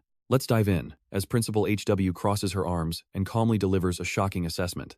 Unless they are brought in as slaves, demons should never be walking on human soil, she warns, making it clear that this situation is incredibly serious. Beside her, the homeroom teacher just grins cheerfully, confidently pointing out that if their current heroes at the academy reach their full potential, they will easily protect the kingdom from any threat that comes their way. Principal HW responds calmly as usual, while deep inside a dark forest, a tiny dinosaur eagerly tears into a fresh piece of meat. It greedily devours the flesh before suddenly transforming into a giant beast, its furious eyes locked onto more prey. Sitting cross-legged on the grass, Kang Han-soo sighs, admitting that catching one of these beasts is incredibly tough. The academy exam was even cancelled after demons breached the kingdom, while the teacher sits nearby and Thanastana looks on in silence. He rests his hand on his chin, his face turning completely gloomy, as Xiao Kuai quietly grumbles to himself. It has only been a few days and everything is already pure chaos. I seriously doubt if coming here was a good idea. Right behind him, the goddess is happily spinning around in sheer excitement, laughing as she sends a message straight to his mind. Watching her spin around so joyfully, Kang Han-soo simply pouts, completely ignoring her while narrowing his eyes in annoyance. Glancing over, the teacher notices his reaction and smiles, explaining that the situation is grave since the demons have managed to slip deep into their territory, before adding a warning. I was sold here as a slave, but I have never seen anyone like myself since then, except for a certain demon who served my previous master. And hearing this, Kang Han-soo turns around in shock to ask her, "Aren't you even a little scared? In a situation like this, shouldn't you at least put on a mask?" Still smiling warmly, she simply replies that she does not want to, while Thanastana frowns, thoroughly annoyed by their sickening public display of affection. With a detached look, she crosses her arms and points out that the heroes have trained for 6 months, which is plenty of time to gain experience. Thanastana lowers her gaze and calmly points out that the Saintess protected humanity, cementing her name deep in history. She has not interfered in worldly affairs for a long time, which means her ambitious subordinates are using dirty tactics to crush each other in a desperate struggle for supreme power. Listening intently from across the room, Kang Han-soo wears a completely bewildered expression on his face. While the teacher sneers with crossed arms, Kang Han-soo raises his voice with a confident smile, eagerly sharing his own thoughts on their predicament. Instead of ignoring this massive threat, why do not all the factions just unite to destroy the demons together? Hearing this, Thanastana simply crosses her arms, closes her eyes, and shakes her head, firmly declaring it impossible. Now pay attention, because she suspects that someone high up in the Empire is secretly colluding with the demons. Looking up calmly, Thanastana adds that unless they can identify exactly who the traitor is, taking any reckless risks at this point would be nothing short of absolute foolishness. She then sits down right next to Kang Han-soo, lowering her head with closed eyes to confirm the rumors. Apparently, the seal on the holy relic was recently shattered by the most powerful mage in history. Seeing this, Kang Han-soo squats down while clutching his ankles, listening to Thanastana explain how they could utilize the treasure of that relic, before she suddenly pauses. She glances over at Kang Han-soo, her face filled with deep sorrow as she frowns and asks why he refuses to help her young lady. Hearing her plea, Kang Han-soo simply looks at her. He frowns silently, momentarily looking sad, but his empathy lasts for less than 3 seconds before he turns away to give a blunt answer. "Ah, that thing? It is completely useless," he replies, leaving Thanastana totally speechless. Furious, she glares at Kang Han-soo with clenched fists and yells out, demanding to know what he just said. But Kang Han-soo just plays deaf, wearing a completely blank look, when suddenly, the teacher steps in and shoves Thanastana to the ground, making her cry out in pain. "Ouch!"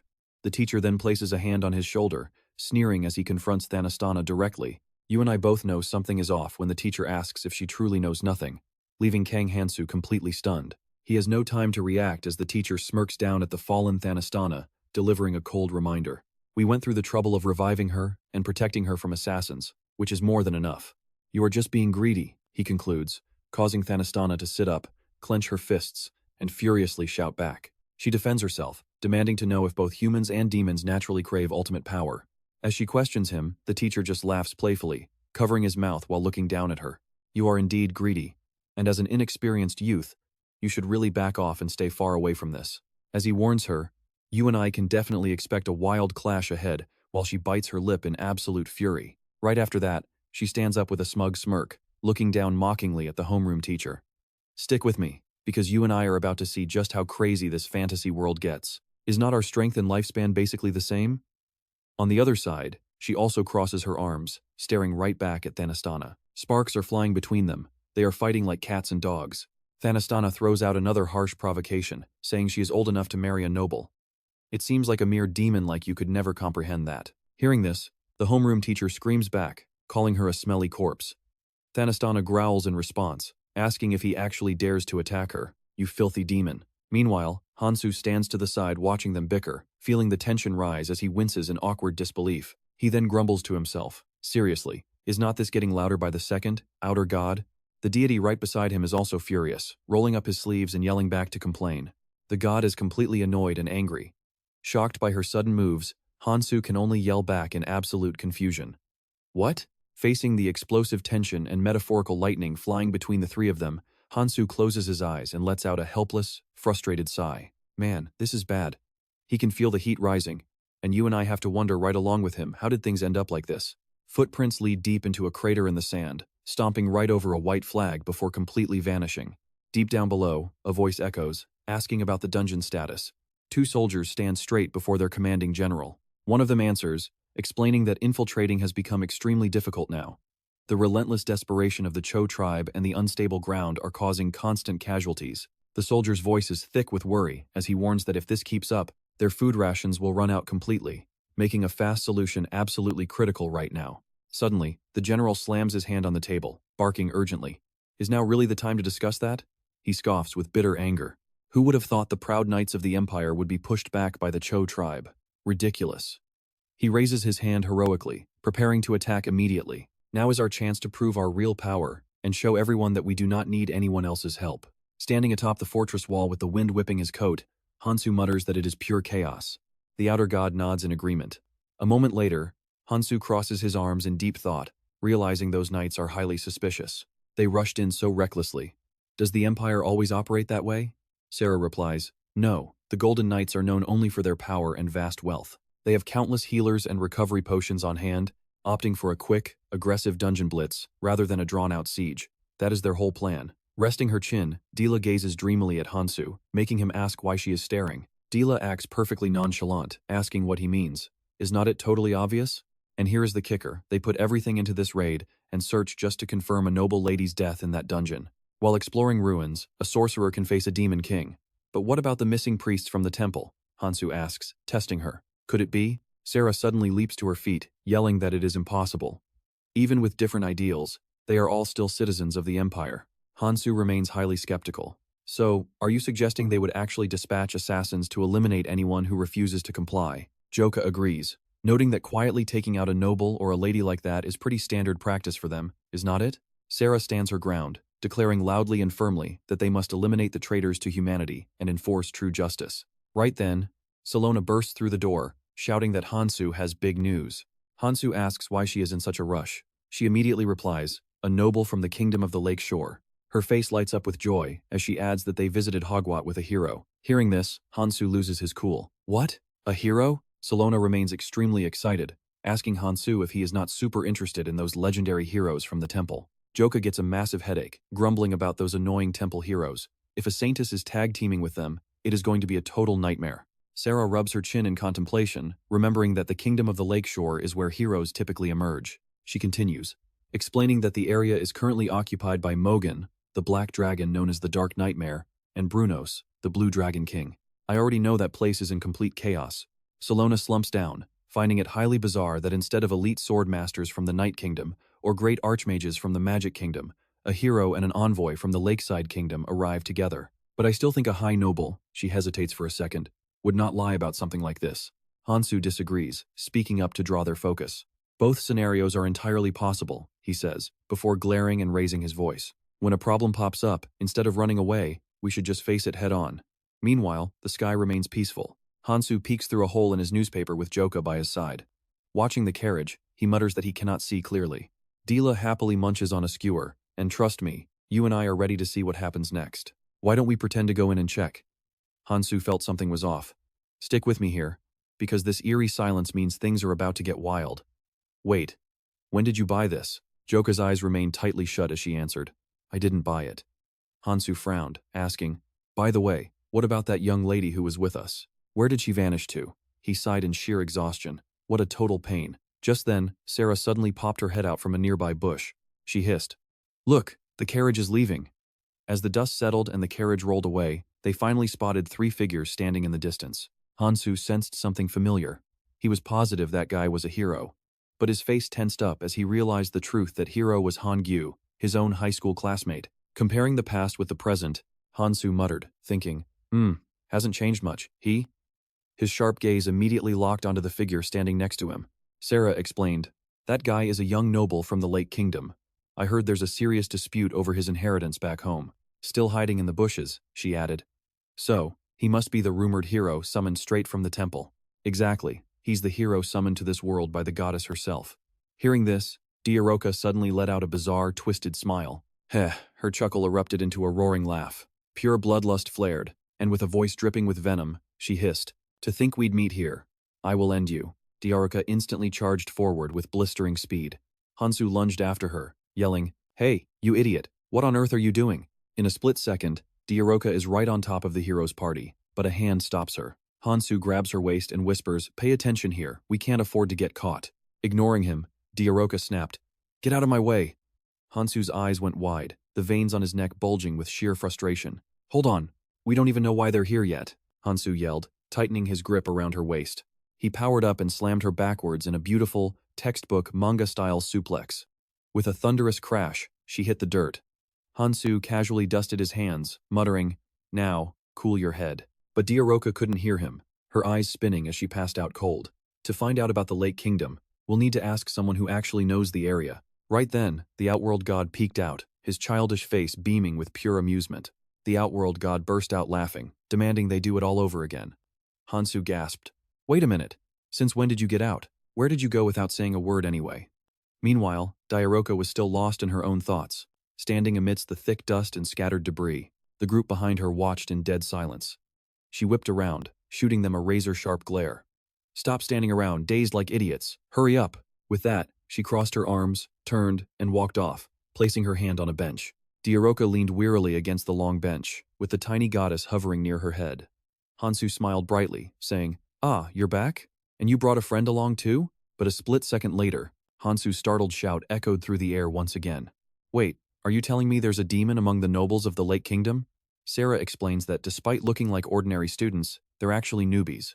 You and I both know how dangerous that is. Before they even enrolled, demon spies had already managed to infiltrate your kingdom. And yet, you're telling me you had absolutely no idea? Han-soo pouted, grumbling back. Well, you're not exactly any better. The white-haired ponytail girl hesitated slightly.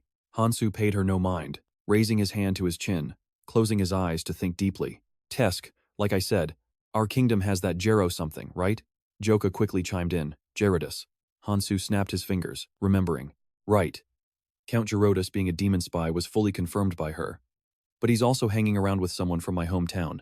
He flashed a mysterious smile. Now, I'm not saying every single demon out there is evil, but the surrounding air suddenly grew heavy and suffocatingly dry. His eyes sharpened, his hair flared up a terrifying illusion born from his pure wrath. The truth is, they're actively fighting humanity, and I'm positive they did something to Diaroka. Checking things out won't kill anyone, right? He glanced over at the white-haired girl and firmly ordered her. First, tell me absolutely everything you know. Flustered, she stammered, me? Before starting to explain. Since I'm not next in line for the throne, I was never really close with the other nobles. But from what I can remember, she recalled, looking back, during the entire war, he never lifted a single finger, nor did he marry anyone from the royal family. His cunning face remained burned into her memory. Back then, I thought it was bizarre that a mere rookie merchant managed to acquire the title of a count. Afterward, to expand their territory and trade, they stopped at nothing, doing whatever it took. Suddenly, A young man with a unique hairstyle raised his hand, cutting her off. When it comes to those demons, I think I know a lot more. He began sharing all his knowledge to complete his current mission. Count Gerotus of the Lake Kingdom has been hiring a massive number of mercenaries from my own homeland. It's highly unusual for a high-ranking noble to hire a massive private army of their own. He continued explaining, if it's just for escorting or transport missions, hiring strong mercenaries, a knight, or someone high-level isn't weird at all. But this goes way beyond that. But because it happens so frequently, the whole thing is incredibly suspicious. Han-soo responds thoughtfully. I get it. So, can't we just refuse the request? Trust me, you'll want to see what happens next. You and I are about to watch this young man panic when he realizes rejections have a strict limit. The mercenary status window lights up clearly. Complete these tasks, and bonus experience points are yours. But if you abandon or fail, a massive chunk of experience is gone forever, he shouts, his voice cracking with panic. Even worse, those noble blessings and mercenary status levels will plummet depending on how many missions you reject or fail miserably. He grits his teeth. As a royal family member, I was assigned to this monitoring mission as well, but the escort targets remained completely silent until we actually arrived here. Dai-La looks back, noting they might never know if those targets are truly demons. Sarah slams her fist on the bench, demanding to know if they all came from the demon tribe. The temple not knowing about this is just absurd, she tells Han-soo, gritting her teeth in anger. Their sole mission is to protect humanity. So what on earth are they actually doing? Ampus shouts out, telling his leader that while this generation of heroes has massive power, some of them are just beyond saving. From civilian casualties to John's tragic death, too many things do not add up. After pausing, he slowly continues, that guy is easily the most problematic hero in the entire history of this world. Han-soo sinks deep into contemplation, wondering if any of these tragedies would have happened without the evil god's influence. He resolves to go meet them face to face first. I should make a final choice after seeing how Hangu fares once he steps out of the temple. Meanwhile, the deity looks oddly pleased. A god is literally celebrating the destiny of an otherworldly young man. As night falls, brilliant starlight blankets the dark velvet sky. How did I even survive to make it here? Hangu sits there, completely drained of life. So much for being special. He assumed that just like in cartoons, his first real opponent would be someone on his exact level. Recalling that annoying face, he knew leaving a teammate behind in Park Han-young was something that simply should never happen. He pictures the war-torn faces of those young girls. Surviving that nightmare forced me to mature fast, which is why I can handle this intense situation. That young girl with the gentle face and crimson hair, Arya. Hangu's mind goes blank. Staring into space, he clenches his fists on his lap, looks up to the sky, and screams out in utter frustration. What the hell do I do now? You literally said I was special, didn't you? It looks like he is losing his sanity. How could the main character of this world end up in this state? Suddenly, echoing from the void or from right behind him, a mocking voice speaks up. The poor hero is being mocked by the gods. Hangu spins around, yelling, "Who is there? Show yourself!" But behind him is just an empty white bed. No one is there. What the hell? The voice sneers again, asking if he still hasn't realized. Watch closely as the space suddenly transforms like magic, leaving him too stunned by this overwhelming force to even activate his magic barrier. A horned demon resembling Di-La sits atop a massive throne, resting his chin in his hand with pure contempt. Hangu asks who they are, but the demon just mocks him. He drops a truly bizarre question, asking how much Hangu actually knows about the gods. Hangu stammers, asking if he means the deities who summoned them and granted blessings. The demon nods. To you, what exactly are those gods supposed to be? Hangu clenches his fist, admitting he has no idea. We all know about the prophecy to defeat evil, but he confesses he has never actually met any deity besides the goddess as he looks up at the throne. I was only told that we were summoned because the demon king was resurrected. The demon chuckles, his tone shifting as he mutters that they are repeating history once again. A female demon suddenly steps forward. Addressing her lord as Demon King, the ruler asks Hangu if he is ready to see the truth. Green torches flicker on the walls, casting eerie shadows. Resting his chin, the Demon King calmly reveals that ages ago, he fought on the front lines alongside a legendary warrior named Obelia to save this world. Yes, he was once a hero too. Hangu covers his mouth in absolute shock, wondering how a Demon King could have ever been a warrior. This is easily one of the most mind-blowing revelations ever. The Demon King explains that just like Hangu, he was summoned from another world, though modern heroes know nothing about Obelia. The female subordinate standing beside the Demon King chimes in. Instead of her real name, she is now referred to as the Saintess. The Demon King smirks, letting out a soft laugh. Is she still pretending to be a holy saintess?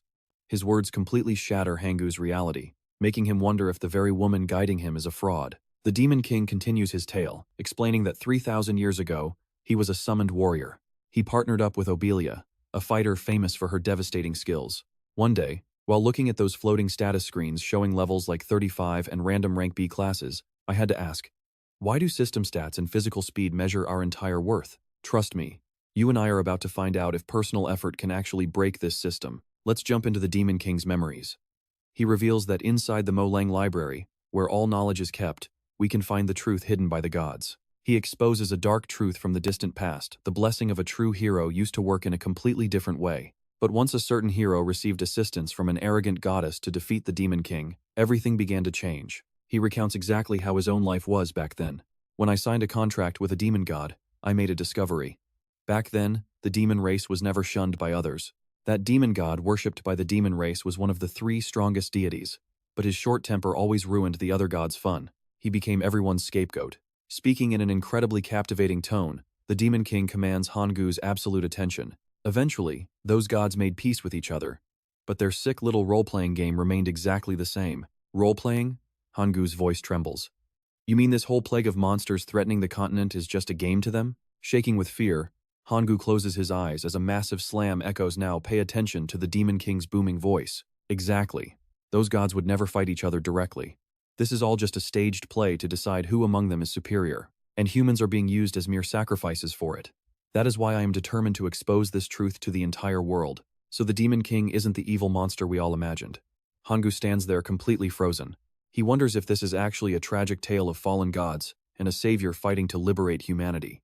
Then, a female demon subordinate chimes in with spy reports. The most prominent hero of humanity is Boza, but pointing straight at Han-goo, she declares that they have chosen him as their ultimate partner instead. He remains completely silent, processing this shock. His face suddenly lights up as a secret thought crosses his mind. They are actually recognizing him as the main character of this world. Exactly. This is how a true story is supposed to go. Clenching his fist, he is absolutely convinced he is the chosen protagonist. The Demon King's gaze turns ice cold, hiding his true intentions. He says that he only has one single request for him. The request leaves Han-goo utterly baffled, prompting him to ask the king to repeat it. The Demon King orders him to retrieve the Holy Grail, hidden deep beneath Hwa's academy, calling it the ultimate key to victory. To ensure his success, the Demon King extends his hand, unleashing a surge of dark purple energy. I will awaken your origin skill. Han-goo feels a surge of power enter his body, and trust me, we can both see that purple energy is insane. A system alert pops up. Depravity. Assisting a fallen being will grant you an equally massive reward. You cannot reject a fallen being's request. Suddenly, Han-goo's face twists into a bizarre smile. An impatient demon god bursts into laughter as chaotic system notifications flood in. Later that night, under a high moon, rushing footsteps echo across the academy grounds. Han-soo pokes his head out and grumbles about why there are so many off-limit areas for students. Standing beside him, De-la notes that rules never stop students, while Han-soo warns her to hide herself so they do not get caught. Loca turns to him, speaking casually, and asks if he has already forgotten the easiest way to solve this. The easiest way? Han-soo asks. Joka explains that since they already know their target location, they can simply fly straight there. As a pair of wings sprout from her back, Han-soo finds himself completely baffled by her words. He wonders why she is suddenly helping him. Seeing her master's wariness, she giggles and asks why he sounds so incredibly depressed. She reaches out her hand, telling him to hold on since this is technically her job as his loyal servant. Han-soo takes her hand and is instantly swept up into the sky by a sudden gust. Soaring high, Loca confirms the building but wonders which floor they need. Han-soo points out that a strong magical energy is radiating from the second room on the 4th floor. With a loud crash of shattering glass, Han-soo bursts inside and angrily asks Loca why she just threw him in like that. Feeling a bit embarrassed, she argues that finishing the job quickly without getting caught is the absolute best way. Strangely, despite the incredibly loud sound of breaking glass, Han-goo is still fast asleep without a single clue. Han-soo realizes Han-goo was summoned alongside him. De-la jokingly teases him for saying that even after receiving the hero's curse himself, De-la speaks in a highly mocking tone, while Han-soo snaps back, completely ignoring the other person sleeping in the room. He insists that he was the very first hero to be summoned, blaming everything on that wretched goddess. But his loud bickering pays off when Han-goo slowly opens his eyes in shock, sitting up and wondering if it was all a dream. It was full of unbelievable things, but seeing the two arguing next to him shocks him. Are you Kang Han-soo? Didn't the goddess already send you back to Earth? Han-soo spins around and casually asks when he woke up. With a casual grin, Han-soo says it is perfect timing, because you and I are about to hear his questions about that demon companion. You and I are about to see this go wild as Han-woo shouts. cutting off Han-soo to ask if the goddess is behind everything. Han-soo says nothing, but the veins popping on his face show his rising fury while Han-woo plays the innocent saint. He blathers on, claiming that as the true hero and main character, he has finally uncovered the ultimate truth. The tiny goddess is absolutely furious, and some other god is highly displeased with this cheeky hero as another male deity peeks out. This time he is genuinely shocked, begging these foreign gods to help him stop this guy from talking nonsense first. Suddenly, a certain god drives all the others away, with system notifications ringing out like an alarm of abnormality. Han-soo grips his hilt, preparing to draw his weapon, and speaks coldly, "I seriously think you have lost your mind, but there is still so much I want to hear from you." With a clean, stylish draw, he continues, "Even though I hate doing this to a classmate, you have been a hero for too long, so I will face you with all my power."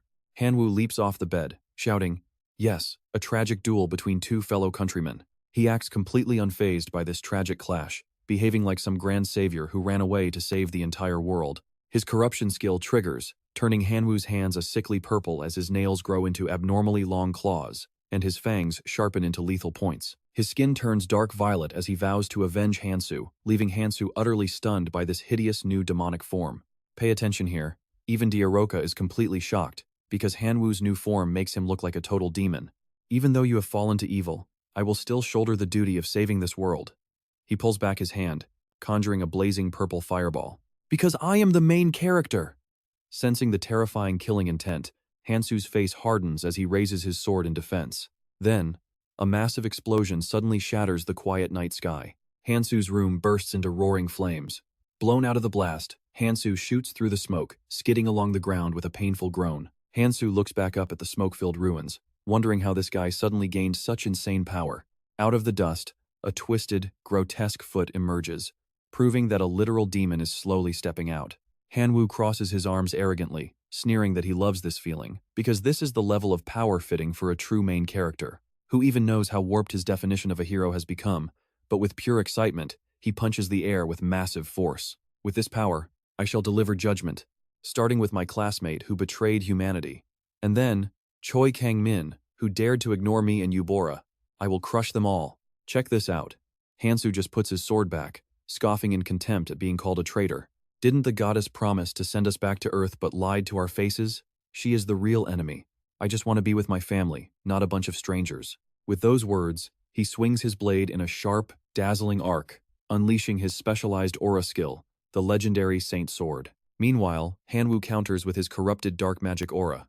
Han-woo raises his hands high into the air, gathering a blazing mass of dark purple energy before violently slamming it down to trigger a colossal explosion. As the dust settles, Han-woo has lost an entire arm in the blast. Yet, he still grins as green flames wrap around his bloody wound. His unique survival instinct skill suddenly triggers, instantly regenerating his severed arm back to normal while that same insufferable arrogance returns to his face. Han-woo gets more hyped by the second. "Haha, yes. This is exactly what the ultimate powerhouse should feel like. I am completely invincible." System notifications pop up as the wind god laughs while the magic god praises him. That attack looked incredibly powerful, but guess what? Han-soo stands there without a single scratch on him. Well, it did blow his shirt off, but that is about it. Han-soo rubs his head, sighing about why every enemy he fights acts exactly the same. Standing right beside him, the goddess is absolutely thrilled. System alerts show a deity cheering him on to victory, clearly matching the excited mood of the goddess. Han-soo looks up at Han-woo, complaining that his neck hurts from looking up, and tells him to get down.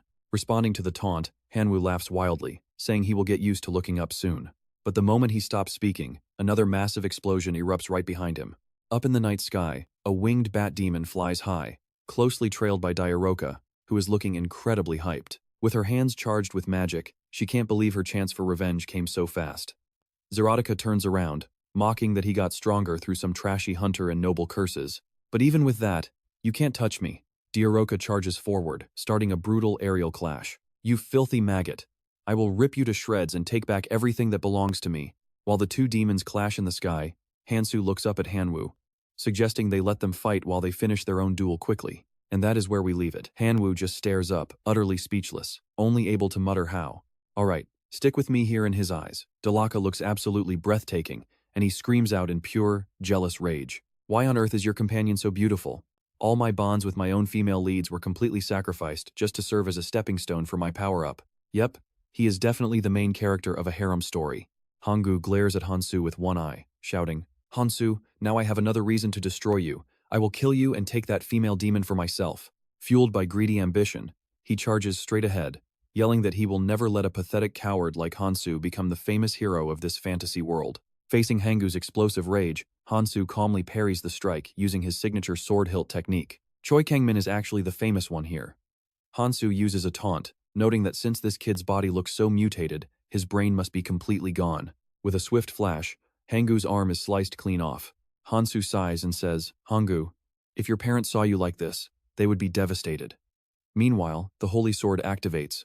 Infuriated by Han-soo's mocking words, Han-gu flies into a rage, screaming that his parents would absolutely want him to succeed no matter what. Now pay attention here, he slams the ground so hard it shatters, wildly boasting that this crazy, overwhelming power lets him do whatever he wants. What do you think of our power?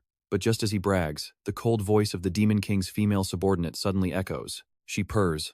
I knew you could utilize this blessing. In this world, aiding a fallen creature earns you an equally massive, dark reward. You cannot refuse their requests. Glaring at his opponent, Han-gu slowly sneers. Kang Han-soo, you are barely keeping up with me as it is. So how much longer do you think you can survive? Unbothered by his arrogance, Han-soo calmly replies, I am completely confident I can keep this up, but you have completely abandoned your warrior pride. Besides, that wound from my holy sword is spreading. Han-gu silently flexes his massive muscles. What are side effects compared to this insane strength? He has truly lost his way on the road to becoming a legendary hero. Showing his tactical brilliance, Han-soo talks to distract him while unleashing a massive, devastating sword slash. Did you really think I didn't notice you buying time to regenerate? This cheap trick won't work. Han-gu casually bats away Han-soo's sword energy with his bare hand, prompting Han-soo to charge straight back in. You and I both know he is holding back, because he thinks physical attacks cannot hurt him. But seriously, he talks way too much. Let's see if magic does the trick then. With a wild smirk, a destructive red energy begins to gather in his hands, unleashing an explosive magic blast directly into Han-gu. A blinding light illuminates the entire area. The blast is so massive it shoots straight past the academy rooftops, instantly catching the attention of nearby guards. The commander points to the sky, shouting that there is an emergency, and orders his troops to move out at maximum speed. Sprinting through the dark night, Commander Khan stands with his scouts, completely stunned by what they see. Two high demons are clashing in the sky, while a monster fights a human below. Everyone, freeze right there. Khan roars that if they do not cease immediately, they will be subdued by force. What? Han-gu glares back, completely annoyed. These insolent natives actually dare to get in my way. Unleashing a wave of dark purple magic, he blasts the soldiers. The sheer force easily blows the soldiers away, leaving them groaning in pain as Khan barks orders to kill the monster. Without hesitation, the guards surround Han-gu, but he welcomes the challenge, laughing at the weak native fools. Looking down from above, Zerotus casually notes how chaotic things have suddenly become, while an enraged Loca screams at him to pay attention to their duel. We are on the exact same page. But suddenly, Zerotus lunges forward with razor-sharp claws, claiming he has urgent business to attend to. While Loca fails to react in time, Han-soo is already moving. He intercepts the strike with his trusty sword hilt. Master, Loca screams in shock as Han-soo asks her to catch him. Feeling a bit nervous, Han-soo is quickly caught by the demon girl. What are you doing here? She asks as he replies. Leave Han-gu to the guards. We need to take down this high demon first. Zerotus chuckles with absolute contempt. Hovering in midair, Zerotus sneers at them, amused that a mere human actually has the courage to launch a direct attack. 2 against 1? He pulls a bizarre green energy between his palms, mockingly asking if they expect him to lose to bugs. Han-soo stays on high alert, asking Loca if she can easily dodge that upcoming magical blast. She hesitates for a second. Who knows what is going on in her head, but Loca suddenly drops Han-soo midair. She spreads her wings and says, easily, if it is just me. And trust me, you and I can feel Han-soo's absolute confusion as he falls. Loca, what the hell are you doing?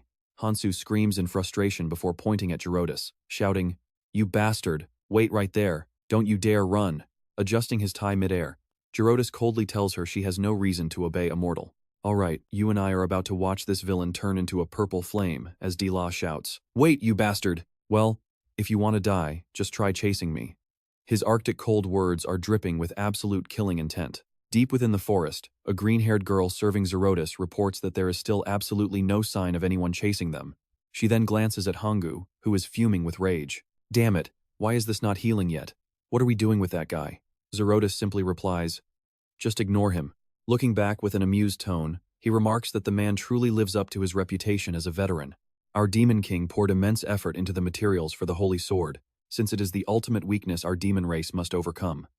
Now, we finally have your valuable assistance. But Hangu is not even listening. He panics as he stares at his deformed limb. Ah, why is there a tiny arm growing out of me? Listen to me, my child. A voice echoes directly inside Zerotus's mind. He gasps, quickly replying, Your Highness, Zero Kolodi, the time has finally come. As a blue portal tears open in the void, Zerotus and his subordinates drop to their knees. Zero Kolodi steps out, noting that half of disgusting Hawaz has been destroyed. She remarks that their pawn and key has successfully proven he can get the job done. Zerotus bows his head deeply, filled with absolute reverence as he thinks. He never expected the Demon Queen to personally infiltrate the heart of human territory. Meanwhile, Hangu is celebrating his fully healed hand. Now, pay attention here. Hangu rejoices over his healed arm, but freezes in pure shock upon seeing the Demon Queen. Without uttering a single word, Zero Kolodi simply flicks her finger, ripping a surge of corrupted purple energy right out of Hangu's body. With a single gesture, she sends that power vanishing into the portal. Zerotus declares, Now, we no longer have to hesitate. Hordes of excited monsters begin pouring out of the portal, while Hangu slumps against a tree, completely paralyzed with sheer terror. Zerotus wears a sinister grin, declaring that they will slaughter everyone before the Saintess can even make a move. The monsters roar in agreement under the dark sky.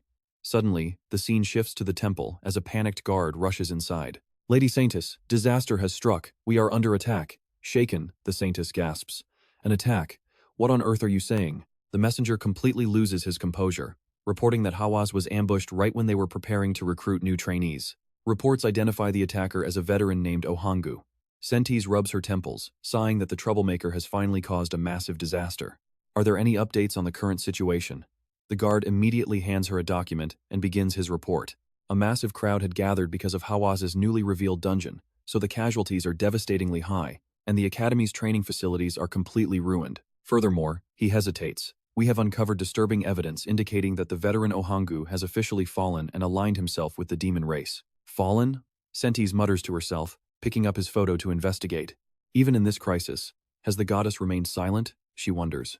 Taking a deep breath, Sentes speaks out firmly. We cannot just stand by and let them do as they please. Gather our strongest fighters immediately and let's head to Hawaz right now. As she issues her commands, we see the tragic reality below burning ruins and countless wounded under a starry sky. Slumped in his chair, the exhausted general grunts, Are you here to mock me? The visitor is none other than Hawaz Academy's stunning principal. Not at all. I'm actually here to make a request. A request? The general repeats, prompting her to explain her terms. We have detected a massive, widespread spike in magic energy right in the vicinity of Hawaz. It seems to be a clear sign that the invader who just fled is planning to strike this area again. We must prepare ourselves. The general clutches his helmet, sighing at their pathetic state, admitting that in their current condition, they cannot offer her any help. Reaching into his pocket, he explains that the demon forces within the Empire have grown far too strong to be controlled. This also means that simple resources, like basic healing potions that weren't strictly managed before, are now in incredibly short supply. He holds up a nearly empty potion bottle, a grim testament to the dire truth of his words. That is exactly why we pushed so aggressively to clear the dungeons in search of resources, the general continues, working tirelessly without any rest. And furthermore, to put an end to this threat, we had to locate the Holy Grail hidden deep within Hawaz, a secret even she was blind to. The Holy Grail is hidden underneath our own academy? Exactly, he responds. The general continues sharing classified secrets, explaining that becoming a true warrior requires 3 legendary artifacts: the Holy Grail, the Holy Dragon, and the Holy Sword. Reflecting on the past, he reveals that even the strongest mage who personally defeated the Demon King could never have succeeded without the divine intervention of the Holy Grail. The general continues to explain, since she lacked the sacred blessing required to counter the dark magic of the Demon King. The principal strokes her chin in deep thought. We will definitely need a way to weaken the connection between the demons and their unholy blessing, especially since we lack the proper magic to counter it ourselves. Then, narrowing her eyes, she asks, But why share all these state secrets with me? Stick around, because we're about to find out. Alright, stick with me as we see this guy placing a hand over his heart, speaking with absolute sincerity because she asked. He looks at the principal, asking if they aren't in the same boat, hoping they can support each other. Both sides must work together to achieve their goals, and the principal happily agrees to the alliance. There is no reason to refuse. Taking her hand, the general shakes it, hoping for a smooth partnership. Meanwhile, under the high moon, a fire flickers inside a dark basement as Bertunus looks around in confusion. He never expected to find a hidden dungeon right under the academy. Nearby, a white-haired old man asks a question. Is it really alright to just bring everyone down here like this?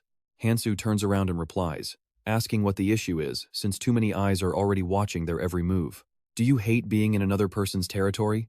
The old man stammered, quickly denying it with a nervous sweat. Staring at the horned, green-haired demon girl trapped inside the glass case, Han-soo asks if the bastard who teamed up with Oh Han-woo used the exact same power as this little brat.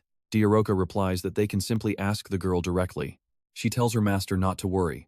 But pay attention, here she is about to wake up. As if on cue, the girl's eyes snap open. Han-soo instantly presses his face against the glass, startling the poor girl so badly she jumps in sheer terror. She screams and bursts into tears. Han-soo points at the cabinet in confusion, wondering if she hit her head, while Roca sighs at the mess. How annoying. She fainted the second she woke up. Soon, the green-haired girl is seen kneeling on the cold floor before Han-soo and Joka. Han-soo asks if she's the daughter of the Demon King, leaving her totally bewildered as he silently celebrates his own good luck. He's just glad he kept her alive. But Joka senses something off, pointing out that Zorotica's daughter should be a high-ranking noble demon. But since he can't recall any of that, she's still just a weak young demon to him. Han-soo wonders if that makes her a princess, and why she's even here. Fortunately, Roca explains the whole situation. The concept of children in the demon race is completely different from humans, even though they share the same genders. She explains that a demon mother must sacrifice a portion of her own power for the baby to live, which is something no prideful demon would ever want to do. Roca stands there with crossed arms, looking down thoughtfully. Yet, the female demon who eventually became the Demon King sacrificed her own strength just to bring this child into the world, making her incredibly valuable. You and I can agree she had a warm heart, but Han-soo still wonders why she's treated like this if she's so valuable. They can't even use her as a hostage. He recalls when she was taken away, and how Oh Han-woo demanded her return. But she immediately rejects the idea. She insists it's useless, because even if she gets taken hostage, her father won't care about her safety. Looking up, she explains that the hero, Oh Han-woo, is absolutely essential for the Demon King's master plan. Han-soo frowns, rubbing his chin as he processes her words. What could the Demon King possibly want with Oh Han-woo? His mind is flooded with endless questions about this weird situation. Suddenly, the Demon King's daughter asks if he knows the truth behind summoning heroes. Han-soo scoffs, saying he only knows that the goddess is a massive liar. He doesn't know much else, and frankly, he doesn't care to find out either. That arrogant goddess has been controlling the hero summoning system for an incredibly long time, acting like an absolute deity. She is the main advocate for dragging kids from other worlds to fight the Demon King, and now she runs the entire show. But back when the current Demon King was still a summoned hero, a completely different god ruled over this fantasy world. This ancient history dates back to the era of Ambrora, a chaotic age when humans rebelled against the ruling gods. Once the demon race rose, humans turned to cling to the gods for survival. Summoning foreign heroes became a tool for gods to show off their power, repeating this cycle until the world ended up like this. It is pathetic that this planet can't even save itself, Han-soo thinks, clenching his fist. So you're saying the goddess is the root of all these problems? The girl trembles, completely terrified by his gaze. With her low status, she hesitates before revealing that the Demon King believes there is a fatal flaw within the summoning system itself. Behind all the glory lies a dark truth, where heroes are stripped of their freedom and used as mere tools to protect this world. And that is completely messed up. Her voice fills with sudden passion, declaring she will make the world realize these gods do not deserve any worship. She wants to prove that the heroes summoned by such gods are untrustworthy, exposing how those deities only view humans as simple playthings. Han-soo actually agrees with her. It's true that gods treat humans as toys, and as the girl smiles, you and I can see Han-soo is more demon than any demon. Fearing they might never be together, Roca instantly flies into a jealous rage, aggressively grabbing the girl's head with pure hostility. Calling her out for being too dramatic, Han-soo grabs her wrist, urging her to calm down because that's absolutely never going to happen. Now pay attention to his eyes. Doubt is lingering there as he stares at this harmless blue-haired girl, wondering if she's actually telling the truth. Under a starry night sky, the forest below continues to burn in a sea of flames, while a goblin excitedly beats a drum in celebration. They are performing a creepy ritual, and right in the center lies Han-woo's body. His face is completely peaceful as he lies still, but suddenly, his eyes snap open, glowing with a sinister, evil red light. Sitting up, he examines his hands, satisfied that his thorough preparation paid off. He checks his active miracle survival buff, which dramatically increases his chances of escaping death. I know what you're thinking. How did he survive? Well, he gets a massive headache but can clearly see the blessings of this body's previous owner. The Demon Queen drops to one knee before him, thanks to the miracle survival blessing, neutralizing all side effects. She congratulates the Demon King on his descent, and he praises Zero Kolodi for a job well done. He stands up tall, his grand dark cloak billowing wildly in the wind. Now, it's time to get used to this body. There are also a few things I want to check. The Demon King slowly steps forward, flanked by the Demon Queen and his massive army of beasts. First order of business? Let's go conquer Hoenn Academy. In the pitch-black night, ancient copper bells ring out frantically as a massive horde of beasts rapidly approaches Hoenn. Stepping onto the lush green grass, the Demon King stops and mutters a message to the remaining fools at Hoenn.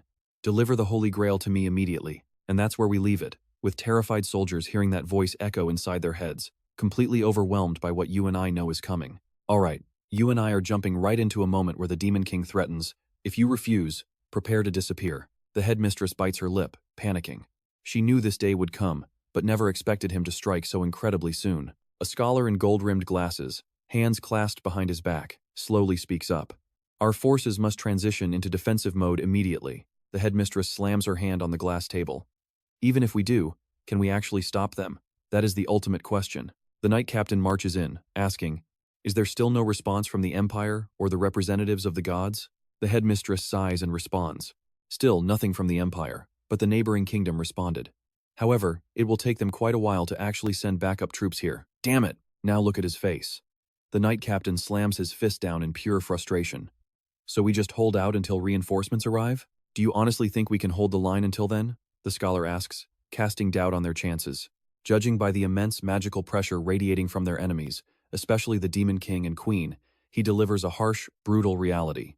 If the headmistress and I team up, we might be able to hold back just one of them. The captain chimes in, admitting his Golden Road Knights can only manage to hold back that giant ogre at best. He feels completely useless. He asks, feeling completely helpless. But wait, here is a spark of hope. The door swings open, and the swordsmanship professor rushes inside. Headmistress, everything is ready. Driven by their noble spirit, the academy students have volunteered to join our defensive line. Both the headmistress and the captain are utterly stunned. Looking out the window, her mood instantly brightens. Incredible work, Professor of Swordsmanship. In their darkest hour, humanity unites. This right here is the true strength of solidarity and absolute teamwork. Armed with nothing but pure courage, these brave students stand tall together. As nobles, duty dictates they must protect the weak. That is the true weight of their royal bloodline. This unique bloodline bond even grants them a shared experience point boost. But suddenly, the headmistress's face turns incredibly serious once again. But is it truly right to let these inexperienced kids fight on the front lines? I honestly do not know. It tears me apart inside. Hearing this, the scholar speaks up. If the students are here, does that mean that specific scholar is here too? That scholar? She mutters in confusion. And trust me, you and I are dying to know who he is talking about. Let's see if she figures it out. Meanwhile, down in the underground basement, a loud sneeze echoes. Han-soo rubs his nose, wondering if the weather is getting cold. Right on cue, a god appears to tease him, saying that fools never catch colds anyway. Up above, 3 moons of different sizes hang in the night sky as the terrifying sound of marching troops echoes through the darkness. Now pay attention, because the Demon King's army just reached the gates, ready to crush these weak humans. Raising her hand, the headmistress calls out to the students with inspiring words, telling them that this busy school term is the perfect time for real combat experience. You should feel lucky. For everyone from nervous students to serious soldiers, familiar and strange monsters await. But trust me, you and I are about to watch if they can actually survive by standing together. You and I watch her speak, with the swordsmanship professor and fake scholar standing behind her. We will protect you. The principal pours her heart out, urging them not to shrink back and to fight with everything they have. You students came to this academy with unyielding spirits. Now, let us show these monsters the true power of humanity. Instantly, absolute chaos erupts. Students and knights charge forward together as the massive gate blows apart, completely engulfed in a wave of roaring flames. Monsters swarm in, slaughtering everyone in sight. But humanity refuses to back down. They recklessly strike back with everything. Summoning a massive fireball in her hands, the principal unleashes magic circles to blast the Demon Queen directly. Out of thin air, a weapon appears in Zero Kolodi's hand. Swinging her spear, she mocks, "You witch, you are far too weak." With pure arrogance, she scoffs that such an attack cannot even scratch her. Hearing this, the principal's face turns grim. "Damn you and your shameless mouth. I am the principal of HW Academy." Charging forward with pure rage, the Demon Queen unleashes a devastating blow, screaming at the principal not to look down on her. The massive explosion rumbles through clouds of red and blue smoke, shaking even the deepest underground basement. Han-soo looks up, utterly confused by the sudden, violent tremors. Now, pay attention here, as D-Law senses something outside. Han-soo notices a chilling anomaly closer to them. Staring at the door, he feels a chilling, dark energy creeping inside. Seeing his reaction, D-Law asks what is wrong. Boom! The door explodes as fire rushes inside. The Demon King steps through, his voice echoing from behind the thick, creeping fog. Why is an important place like this completely unguarded? The Demon King steps fully into view, his voice dripping with pure arrogance. Well, even with guards, the outcome would be the same. Han-soo freezes, completely shocked to see who just walked in. No. He immediately denies it, wondering who this intruder could be. Meanwhile, the Demon King raises his voice in a mock greeting. Warrior of this world, tell me where the Holy Grail is. The dark energy radiating from him feels sickeningly heavy. Loca covers her nose, grimacing at the sickening aura. The Demon King chuckles, calling them an interesting combination before calling Han-soo a rather brave junior warrior. Han-soo immediately draws his sword, his face deadpan as he demands the intruder cut the crap and reveal his true identity. Suddenly, a massive flood of system notifications pops up, startling him. What on earth is all this junk? Han-soo has never seen anything like this. One notification literally reads, "Some god is screaming at you to run away immediately." Suddenly, a tiny deity appears and physically smashes the notifications. Han-soo is even more baffled. Why is a god suddenly showing up? The Demon King's eyes widen in shock. Sensing something deep within Han-soo, he realizes this human is far more dangerous than he first anticipated. You and I know Han-soo is distracted by system alerts, but the Demon King is about to demand his full attention. You want to know who I am? I am Ken, a warrior who became a mere pawn in the games of the gods. Powering up a massive attack, he declares himself the Demon King, while Han-soo is still trying to swipe away the annoying notifications. Get out of my face. I cannot see. But Han-soo leaves himself wide open, and purple fire instantly engulfs his entire head. The Demon King's daughter gasps in horror, while Loca screams for her master. But even through the burning purple fire, those annoying system alerts keep popping up. Covered in flames, the fierce scar on his face glows. He furiously blames the distracting gods, demanding to know how they plan to fix this mess. Terrified, the gods quickly apologize. The wind god admits his mistake, the god of three gods begs for forgiveness, and the water god hurriedly splashes some water to douse the flames. Han-soo flexes and blasts the remaining fire away with a loud shout. Loca rushes over to check on him, but Han-soo is completely focused on something else. Wait a minute, did I just get a new blessing? Looking at his status screen, even his active curse has been converted into a massive buff. Somewhere in the heavens, a goddess facepalms and staggers, utterly overwhelmed by his ridiculous luck. The Demon King bursts into laughter, amazed that a mere human managed to win the favor of multiple gods in such a short amount of time. Han-soo remains dead silent, prompting the Demon King to mockingly ask if he is terrified of the immense power he suddenly inherited. Classic villain behavior, rambling on and on like a complete idiot. You must know that easy power is just as easily lost. So, why not join forces with me instead? He continues his temptation, promising that once his plan succeeds, he will use his stolen body to return Han-soo safely to his original world. Huh. Han-soo simply scoffs, resting his heavy blade on his shoulder as he mockingly explains that someone once fed him the exact same empty promises, and believing them is why he is stuck here today. How do you even plan to fight the gods anyway? Personally, I see a much simpler solution right in front of me, and that is slaughtering you right here. He recalls the promise the goddess once made. If he can successfully slay the Demon King, the gods will grant his ultimate wish. And trust me, you and I are about to see him and his friends escape this terrible fantasy world once and for all. Stick with me, the Demon King is completely losing it. You are way too arrogant for a veteran. Let us see if you actually have the power to make your wish a reality. Declaring that he will personally test that power, he charges straight at Han-soo. They close the distance instantly and clash in a brutal, high-speed fist fight. You think you can challenge a god with a weak punch like that? Han-soo taunts, but the Demon King winds up another strike, growling that he is too relaxed. He delivers a lightning-fast, heavy blow right below Han-soo's shoulder, making him cough up blood. A massive wound opens up. The Demon King looks down on him with pure contempt, asking if that is already all he has got. But Han-soo's face shows no sign of pain. He admits that hurt a bit, but declares it is time to turn the tables. A bold declaration. The battle between Han-soo and the Demon King erupts with absolute fury.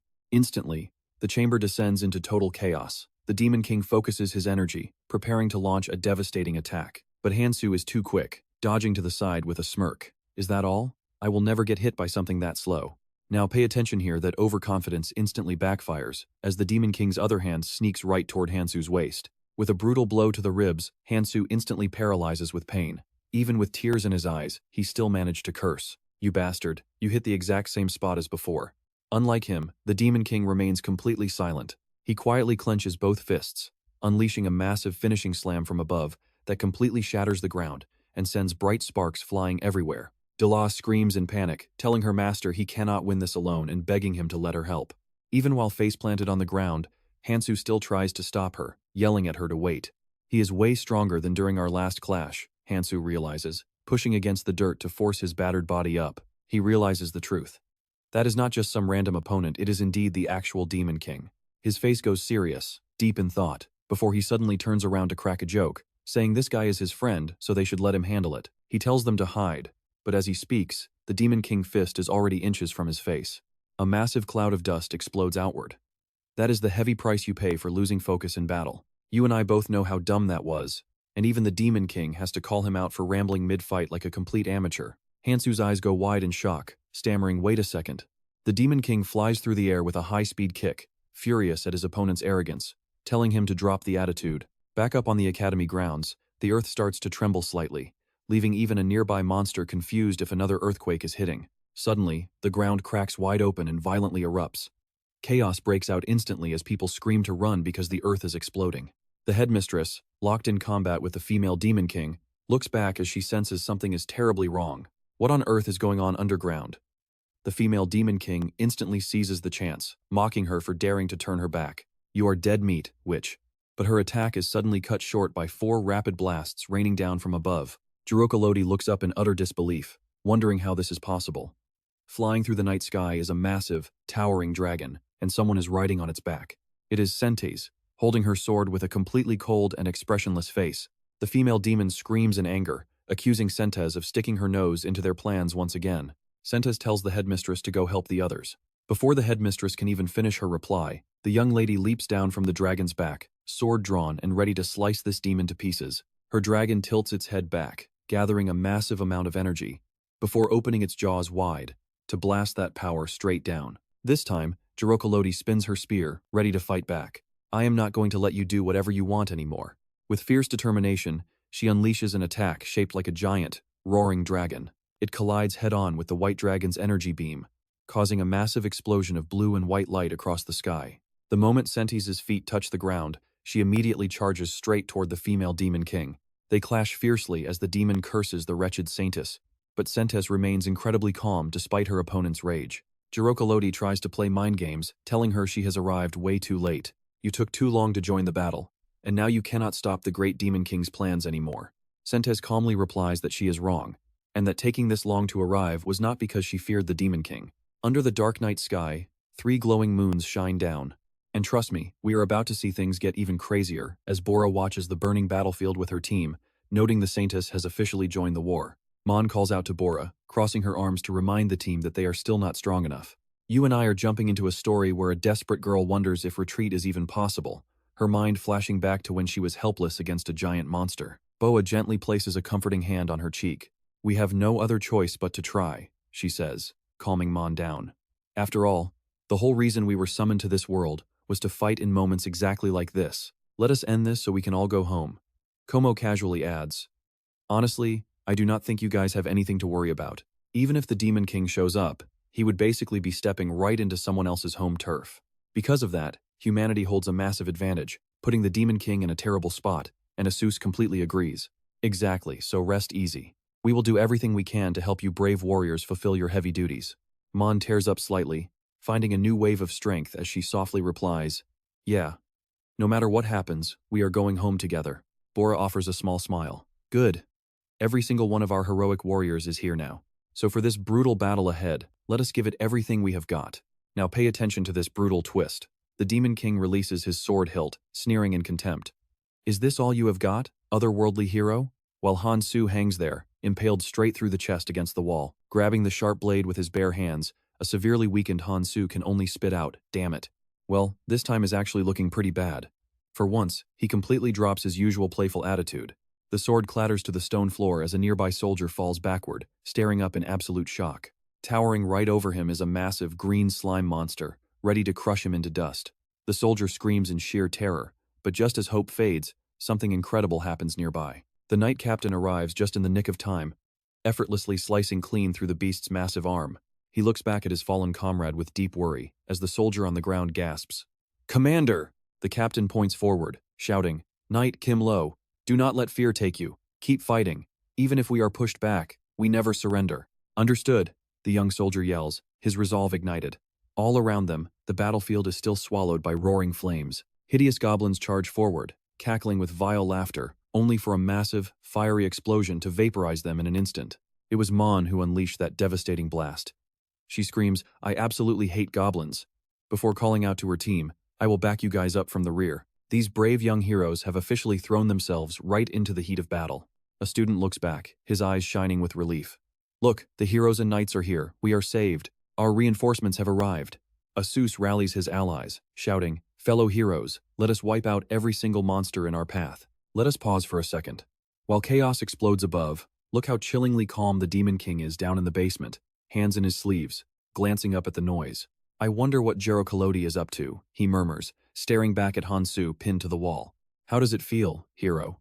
With everyone else completely wiped out, the Demon King is just too overwhelmingly powerful. Han-soo grits his teeth, physically dragging himself off the blade. "Shocked," the Demon King admits. "A loudmouth like you is actually holding together remarkably well." He sneers. "But now that every single one of your little friends has been put down, what hope do you have left?"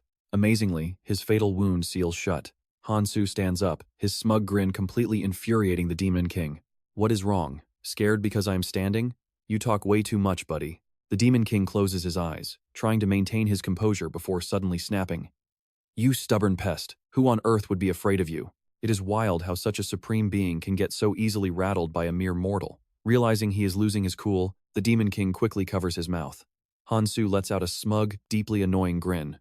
"You are not feeling so hot either, are you?" The Demon King spits out a dark threat. "Sure, this fragile vessel severely limits my true strength, but do not think for a second that you can defeat me." Han-soo fires back with absolute certainty. "That is not arrogance, my friend. That is pure confidence. I am fully confident I can outlast you." Enraged, the Demon King begins conjuring a dark purple energy sphere between his palms. Such foolish overconfidence will be your doom. But before he can strike, a sudden, explosive crashing sound echoes through the chamber. Right behind him, a brilliant, divine golden light pierces straight down from the ceiling. The Demon King slowly turns around to find Zero Kalodi standing there. Looking completely beaten and battered, she coughs. "I never expected you to still possess this much power." Sentes grips his blade tightly, asking coldly, "You knew my strength, yet you still dared to challenge me? Unless they are as powerful as the Demon King himself, no one has the right to face me." The Saintess steps out from the smoke, looking breathtakingly divine and absolutely badass, leaving Han-soo trembling in pure awe. Who is this gorgeous girl? Is she seriously a Saintess? He turns to ask his completely stunned patron god, "What do we even do now?" And the deity casually responds that everything is fine. The Demon King calmly raises his hand, murmuring, "So, you are finally here. Trust me, next time is going to be wild." "You and I are back with Obelia Sentes," who smiles warmly. She says, "When I heard about the fallen warrior, I never imagined you were behind it. As a senior, aren't you even a little ashamed of stealing the physical body of your own junior?" Then the Saintess suddenly notices him. "Ah, this is actually my first time meeting you in person." Han-soo stands there looking like an idiot, yet she still greets him. "Nice to meet you, Hero Gang Han-soo." Han-soo just smiles awkwardly and replies, Yeah, nice to meet you too." Frustrated by this, the Demon King strikes Han-soo hard, sending him crashing to the ground. He then turns back and says coldly, "You have absolutely no right to speak in my presence." Right then, the Saintess raises her holy sword. She charges in with a graceful, downward slash, but the Demon King easily blocks the strike with his bare hands. Sentes frowns slightly, and she immediately clashes with the Demon King in an intense battle. After exchanging blows, she suddenly retreats right next to Han-soo. Standing tall, she sizes up her opponent. "I see, you've grown much stronger since we last met."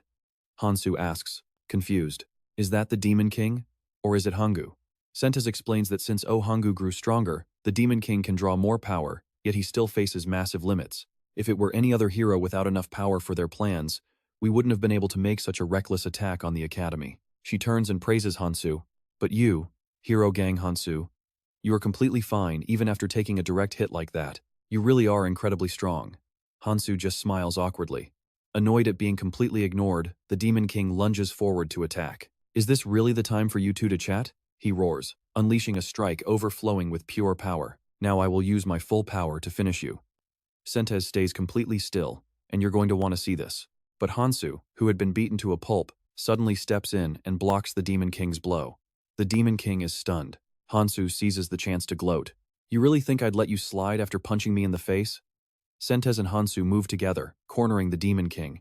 The Saintess successfully delivers a painful slash to the Demon King's back, making him scream in agony before falling dead silent. Han-soo gasps in surprise. What on earth is that? The Demon King is being ripped away from Hangul's body, roaring in absolute rage. Hangul clutches his head, desperately covering his ears to block out the agonizing sound. Damn it, what the hell is this? The Saintess isn't affected much by it, remaining completely silent as she watches. The Demon King gasps heavily for air while a mysterious blue flame starts covering the wound on his back. He glares back at the Saintess with caution. A sword that cuts souls. You and I both know your magic is more demonic than an actual demon.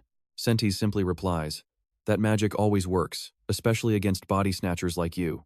It is a fatal weakness you can never overcome. She warns the Demon King that he should just give up and accept his death.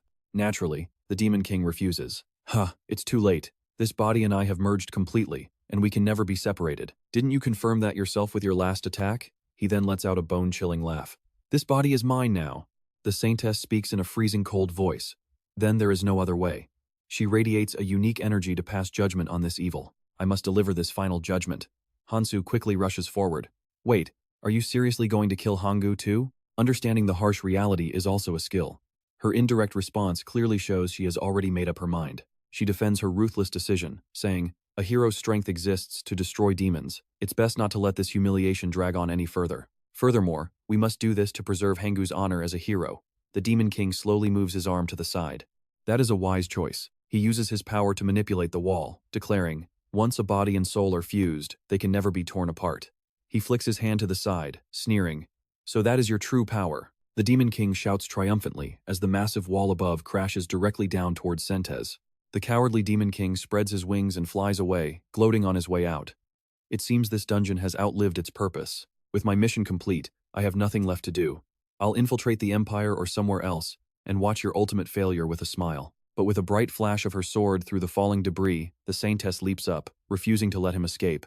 Stop! Where do you think you're going? Left behind in the collapsing dungeon, Han-soo stands there completely dazed. Confused, he mutters to himself, this place is a dungeon? His eyes suddenly widen as he realizes something. Hey, pig, fish. He quickly grabs his sword and commands them to open a teleportation portal immediately. Up above, the academy has been reduced to absolute rubble. Han-soo hastily leaps out of the portal, and Kang-min steps forward to greet him. Welcome back, hero. Kang-min gasps in utter shock when she recognizes him. Han-soo? Why are you here? Weren't you supposed to be back home on Earth? Han-soo simply replies, I have some urgent business to handle. We'll talk later. Where are Pig and Fish? Right on cue, they both appear. Ambrora sweetly coos. Oh darling, did you miss me? While his grumpy guard snaps, I never want to see you again. And that's where we leave it. See you next time. Why are you even here? Han-soo glares. What is with the threat? You want to die? Remembering his goal, Han-soo panics. Hey, what is hidden in your dungeon? Ambrora scratches her face, trying to recall. Let us see if she remembers.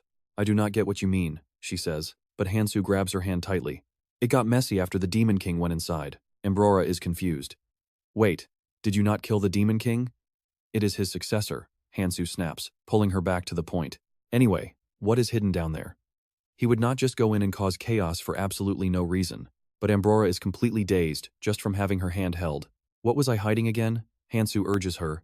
Things are extremely urgent. Spit it out. He yanks her hand, leaving her completely brain-melted. Now, watch closely as we switch back to the Demon King and Saintess Sentes. The two are locked in a fierce chase through the forest. The scenery blurs past. Sentes raises her sword, ready to strike. She easily slices through any trees blocking her path. The Demon King cannot help but smirk. How entertaining. He looks down on his opponent. Who knew you were this strong? Obelia, the actual Demon King, finds it hard to believe. Sentes shoots back. As a Saintess, I do not care about anything else. My only goal is to capture you. The Demon King sneers. Is that how a Saintess talks? Sliding a long distance back, he shouts, you are the one fighting against this peaceful world. Confidently, the Demon King changes his tone, declaring, fine then. Defeating you is just another step in my war against the gods. It looks like he does not plan on running anymore. Right then, Han-soo rides in on his pet to land a lethal blow. The Demon King barely takes damage, but Han-soo praises his pet anyway. Good job. Cogmos II. Then, he warns the Demon King. Now, prepare for what is coming next. Energy surges up the beast's throat, and it spits it out with massive force. Unable to dodge, the Demon King gets completely drenched in spit. The Saintess calmly approaches.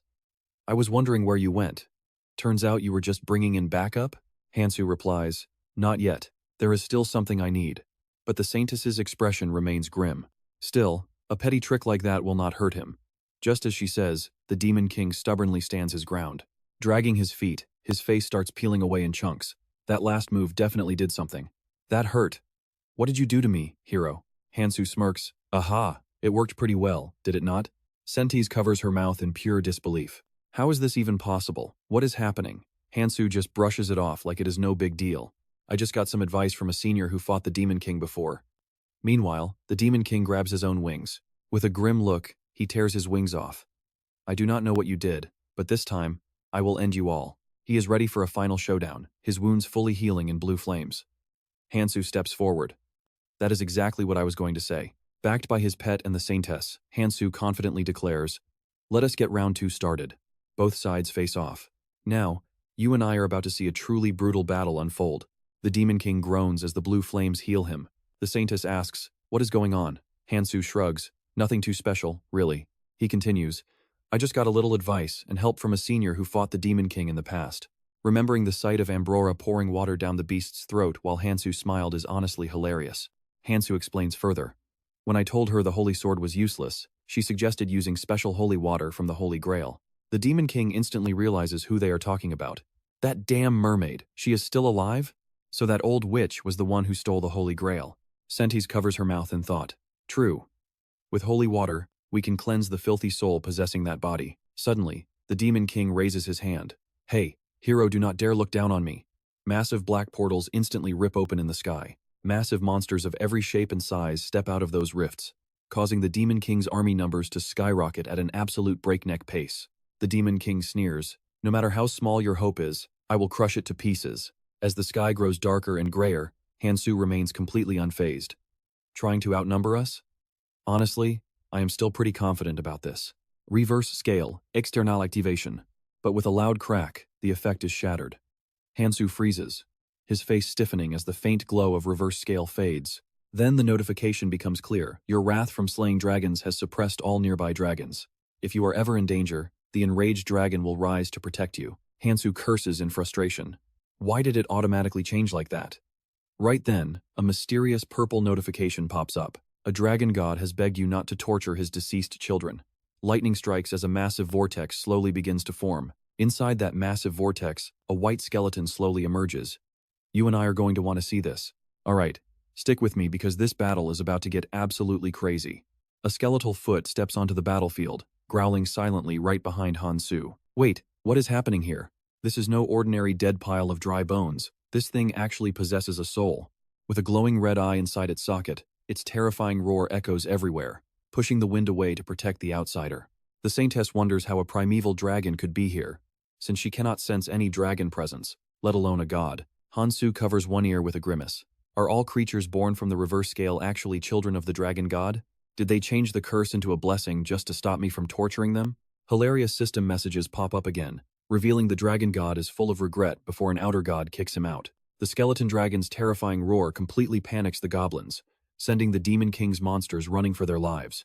Once the thick dust settles, only the Demon King remains standing there alone like a complete clown. Speechless, his eyes dart back toward his opponent. He stares at the 2 dragons, one living and one dead, though not quite. The Holy Sword's dragon power is in the very blade Han-soo holds, halting his train of thought. Looking at his own wounded body and the Holy Chalice water, things are not looking good. Suddenly, the Demon King calls out, now, pay attention, because here is the twist. For some reason, he suddenly asks, what is your name? Only to face Han-soo leaping high to strike. Han-soo remains calm mid-air. Han-soo Kang, he answers, adding, it is a name given by my parents, and I treasure it deeply. The Demon King shoves his hands in his pockets, grunting, treasuring it too much to stay and be a toy for the gods, a truly filial son who has likely accepted his fate. In the very next second, Han-soo unleashes a serious, glowing golden slash. Blue light shines down on the blood-soaked, burning academy. As soldiers continue fighting, a student looks up and asks what is happening to the sky. The nearby knight wonders the same, but a sudden system notification clears everything up. An outer god announces the young outsider defeated the Demon King. Bora mutters, "An outsider, could it be?" The mysterious goddess raises her hand, channeling a brilliant divine light. Huh? Small magic circles appear under Moan and Bora. Divine power radiates outward as beams of light strike down across the academy. Another notification sounds as an outer god summons all the heroes to a single location. The orc roars in sheer joy. "Haha, hero, I knew you had the strength to win this. You might think the same as me," seeing Kang-min panic while swinging his sword. "Will I be stuck here forever? I cannot let Han-soo surpass me like this. I will be the one to defeat the Demon King." Mid-swing, Kang-min is suddenly reverted to his student form. He looks around in confusion, realizing everyone else is here too. Bora remarks, "This is the very first place we were summoned to." Kang-min slumps down in despair. "Ah, it is too late." A girl asks, "How have you been all this time?" Before noting they were suddenly teleported here mid-combat, Bora suddenly chimes in. "Oh right, just before arriving, I saw a notification that an outsider defeated the Demon King." As Kang-min freezes, Bora smiles warmly. "Yeah, it really has been a long time." A voice echoes from above. "I am glad to see everyone healthy." Han-soo stands casually on a nearby cloud. "Han-soo Kang," they cry out. Han-soo asks, "How have you all been?" His classmates immediately run over. "Hey, did you not return to Earth already?" they ask, wrapping their arms around his neck. "Wait, you are still here? What have you been up to?" Han-soo stops them. Details later. "Has anyone seen Hangul?" Moan points to the side. "Oh, Hangul is lying over there. Looks like he passed out." Right then, the long-awaited notification pops up. An outer god is preparing to transport the heroes. Everyone is stunned. The message continues, asking Han-soo, "Have you truly defeated the Demon King?" "What is your wish?" the appearing god asks. Han-soo looks up, remarking, "An outer god, this is my first time seeing one. My wish," he begins, "is to return to Earth where my family is." A completely expected wish. The outer god chuckles warmly, noting that while it is a shame, nothing else can be done. These are practically the very last system notifications from this highly amusing goddess. The outer god waves his hand, expanding the magic circle until it fully engulfs every single student. Han-soo gazes at his own body as the final message bids farewell to the young outsider. And that is where we leave it. After a warm goodbye, Han-soo smiles as they suddenly wake up back in their classroom. "Alright, you and I are about to witness the wildest homecoming ever." The kids just can't believe they're back, throwing their backpacks high into the air. The boys are popping and dancing in celebration, while the girls hug and cry together. "We're finally home." "Yeah, we're actually back." Sitting at the back of the class, Han-soo softly mutters, "We really made it back."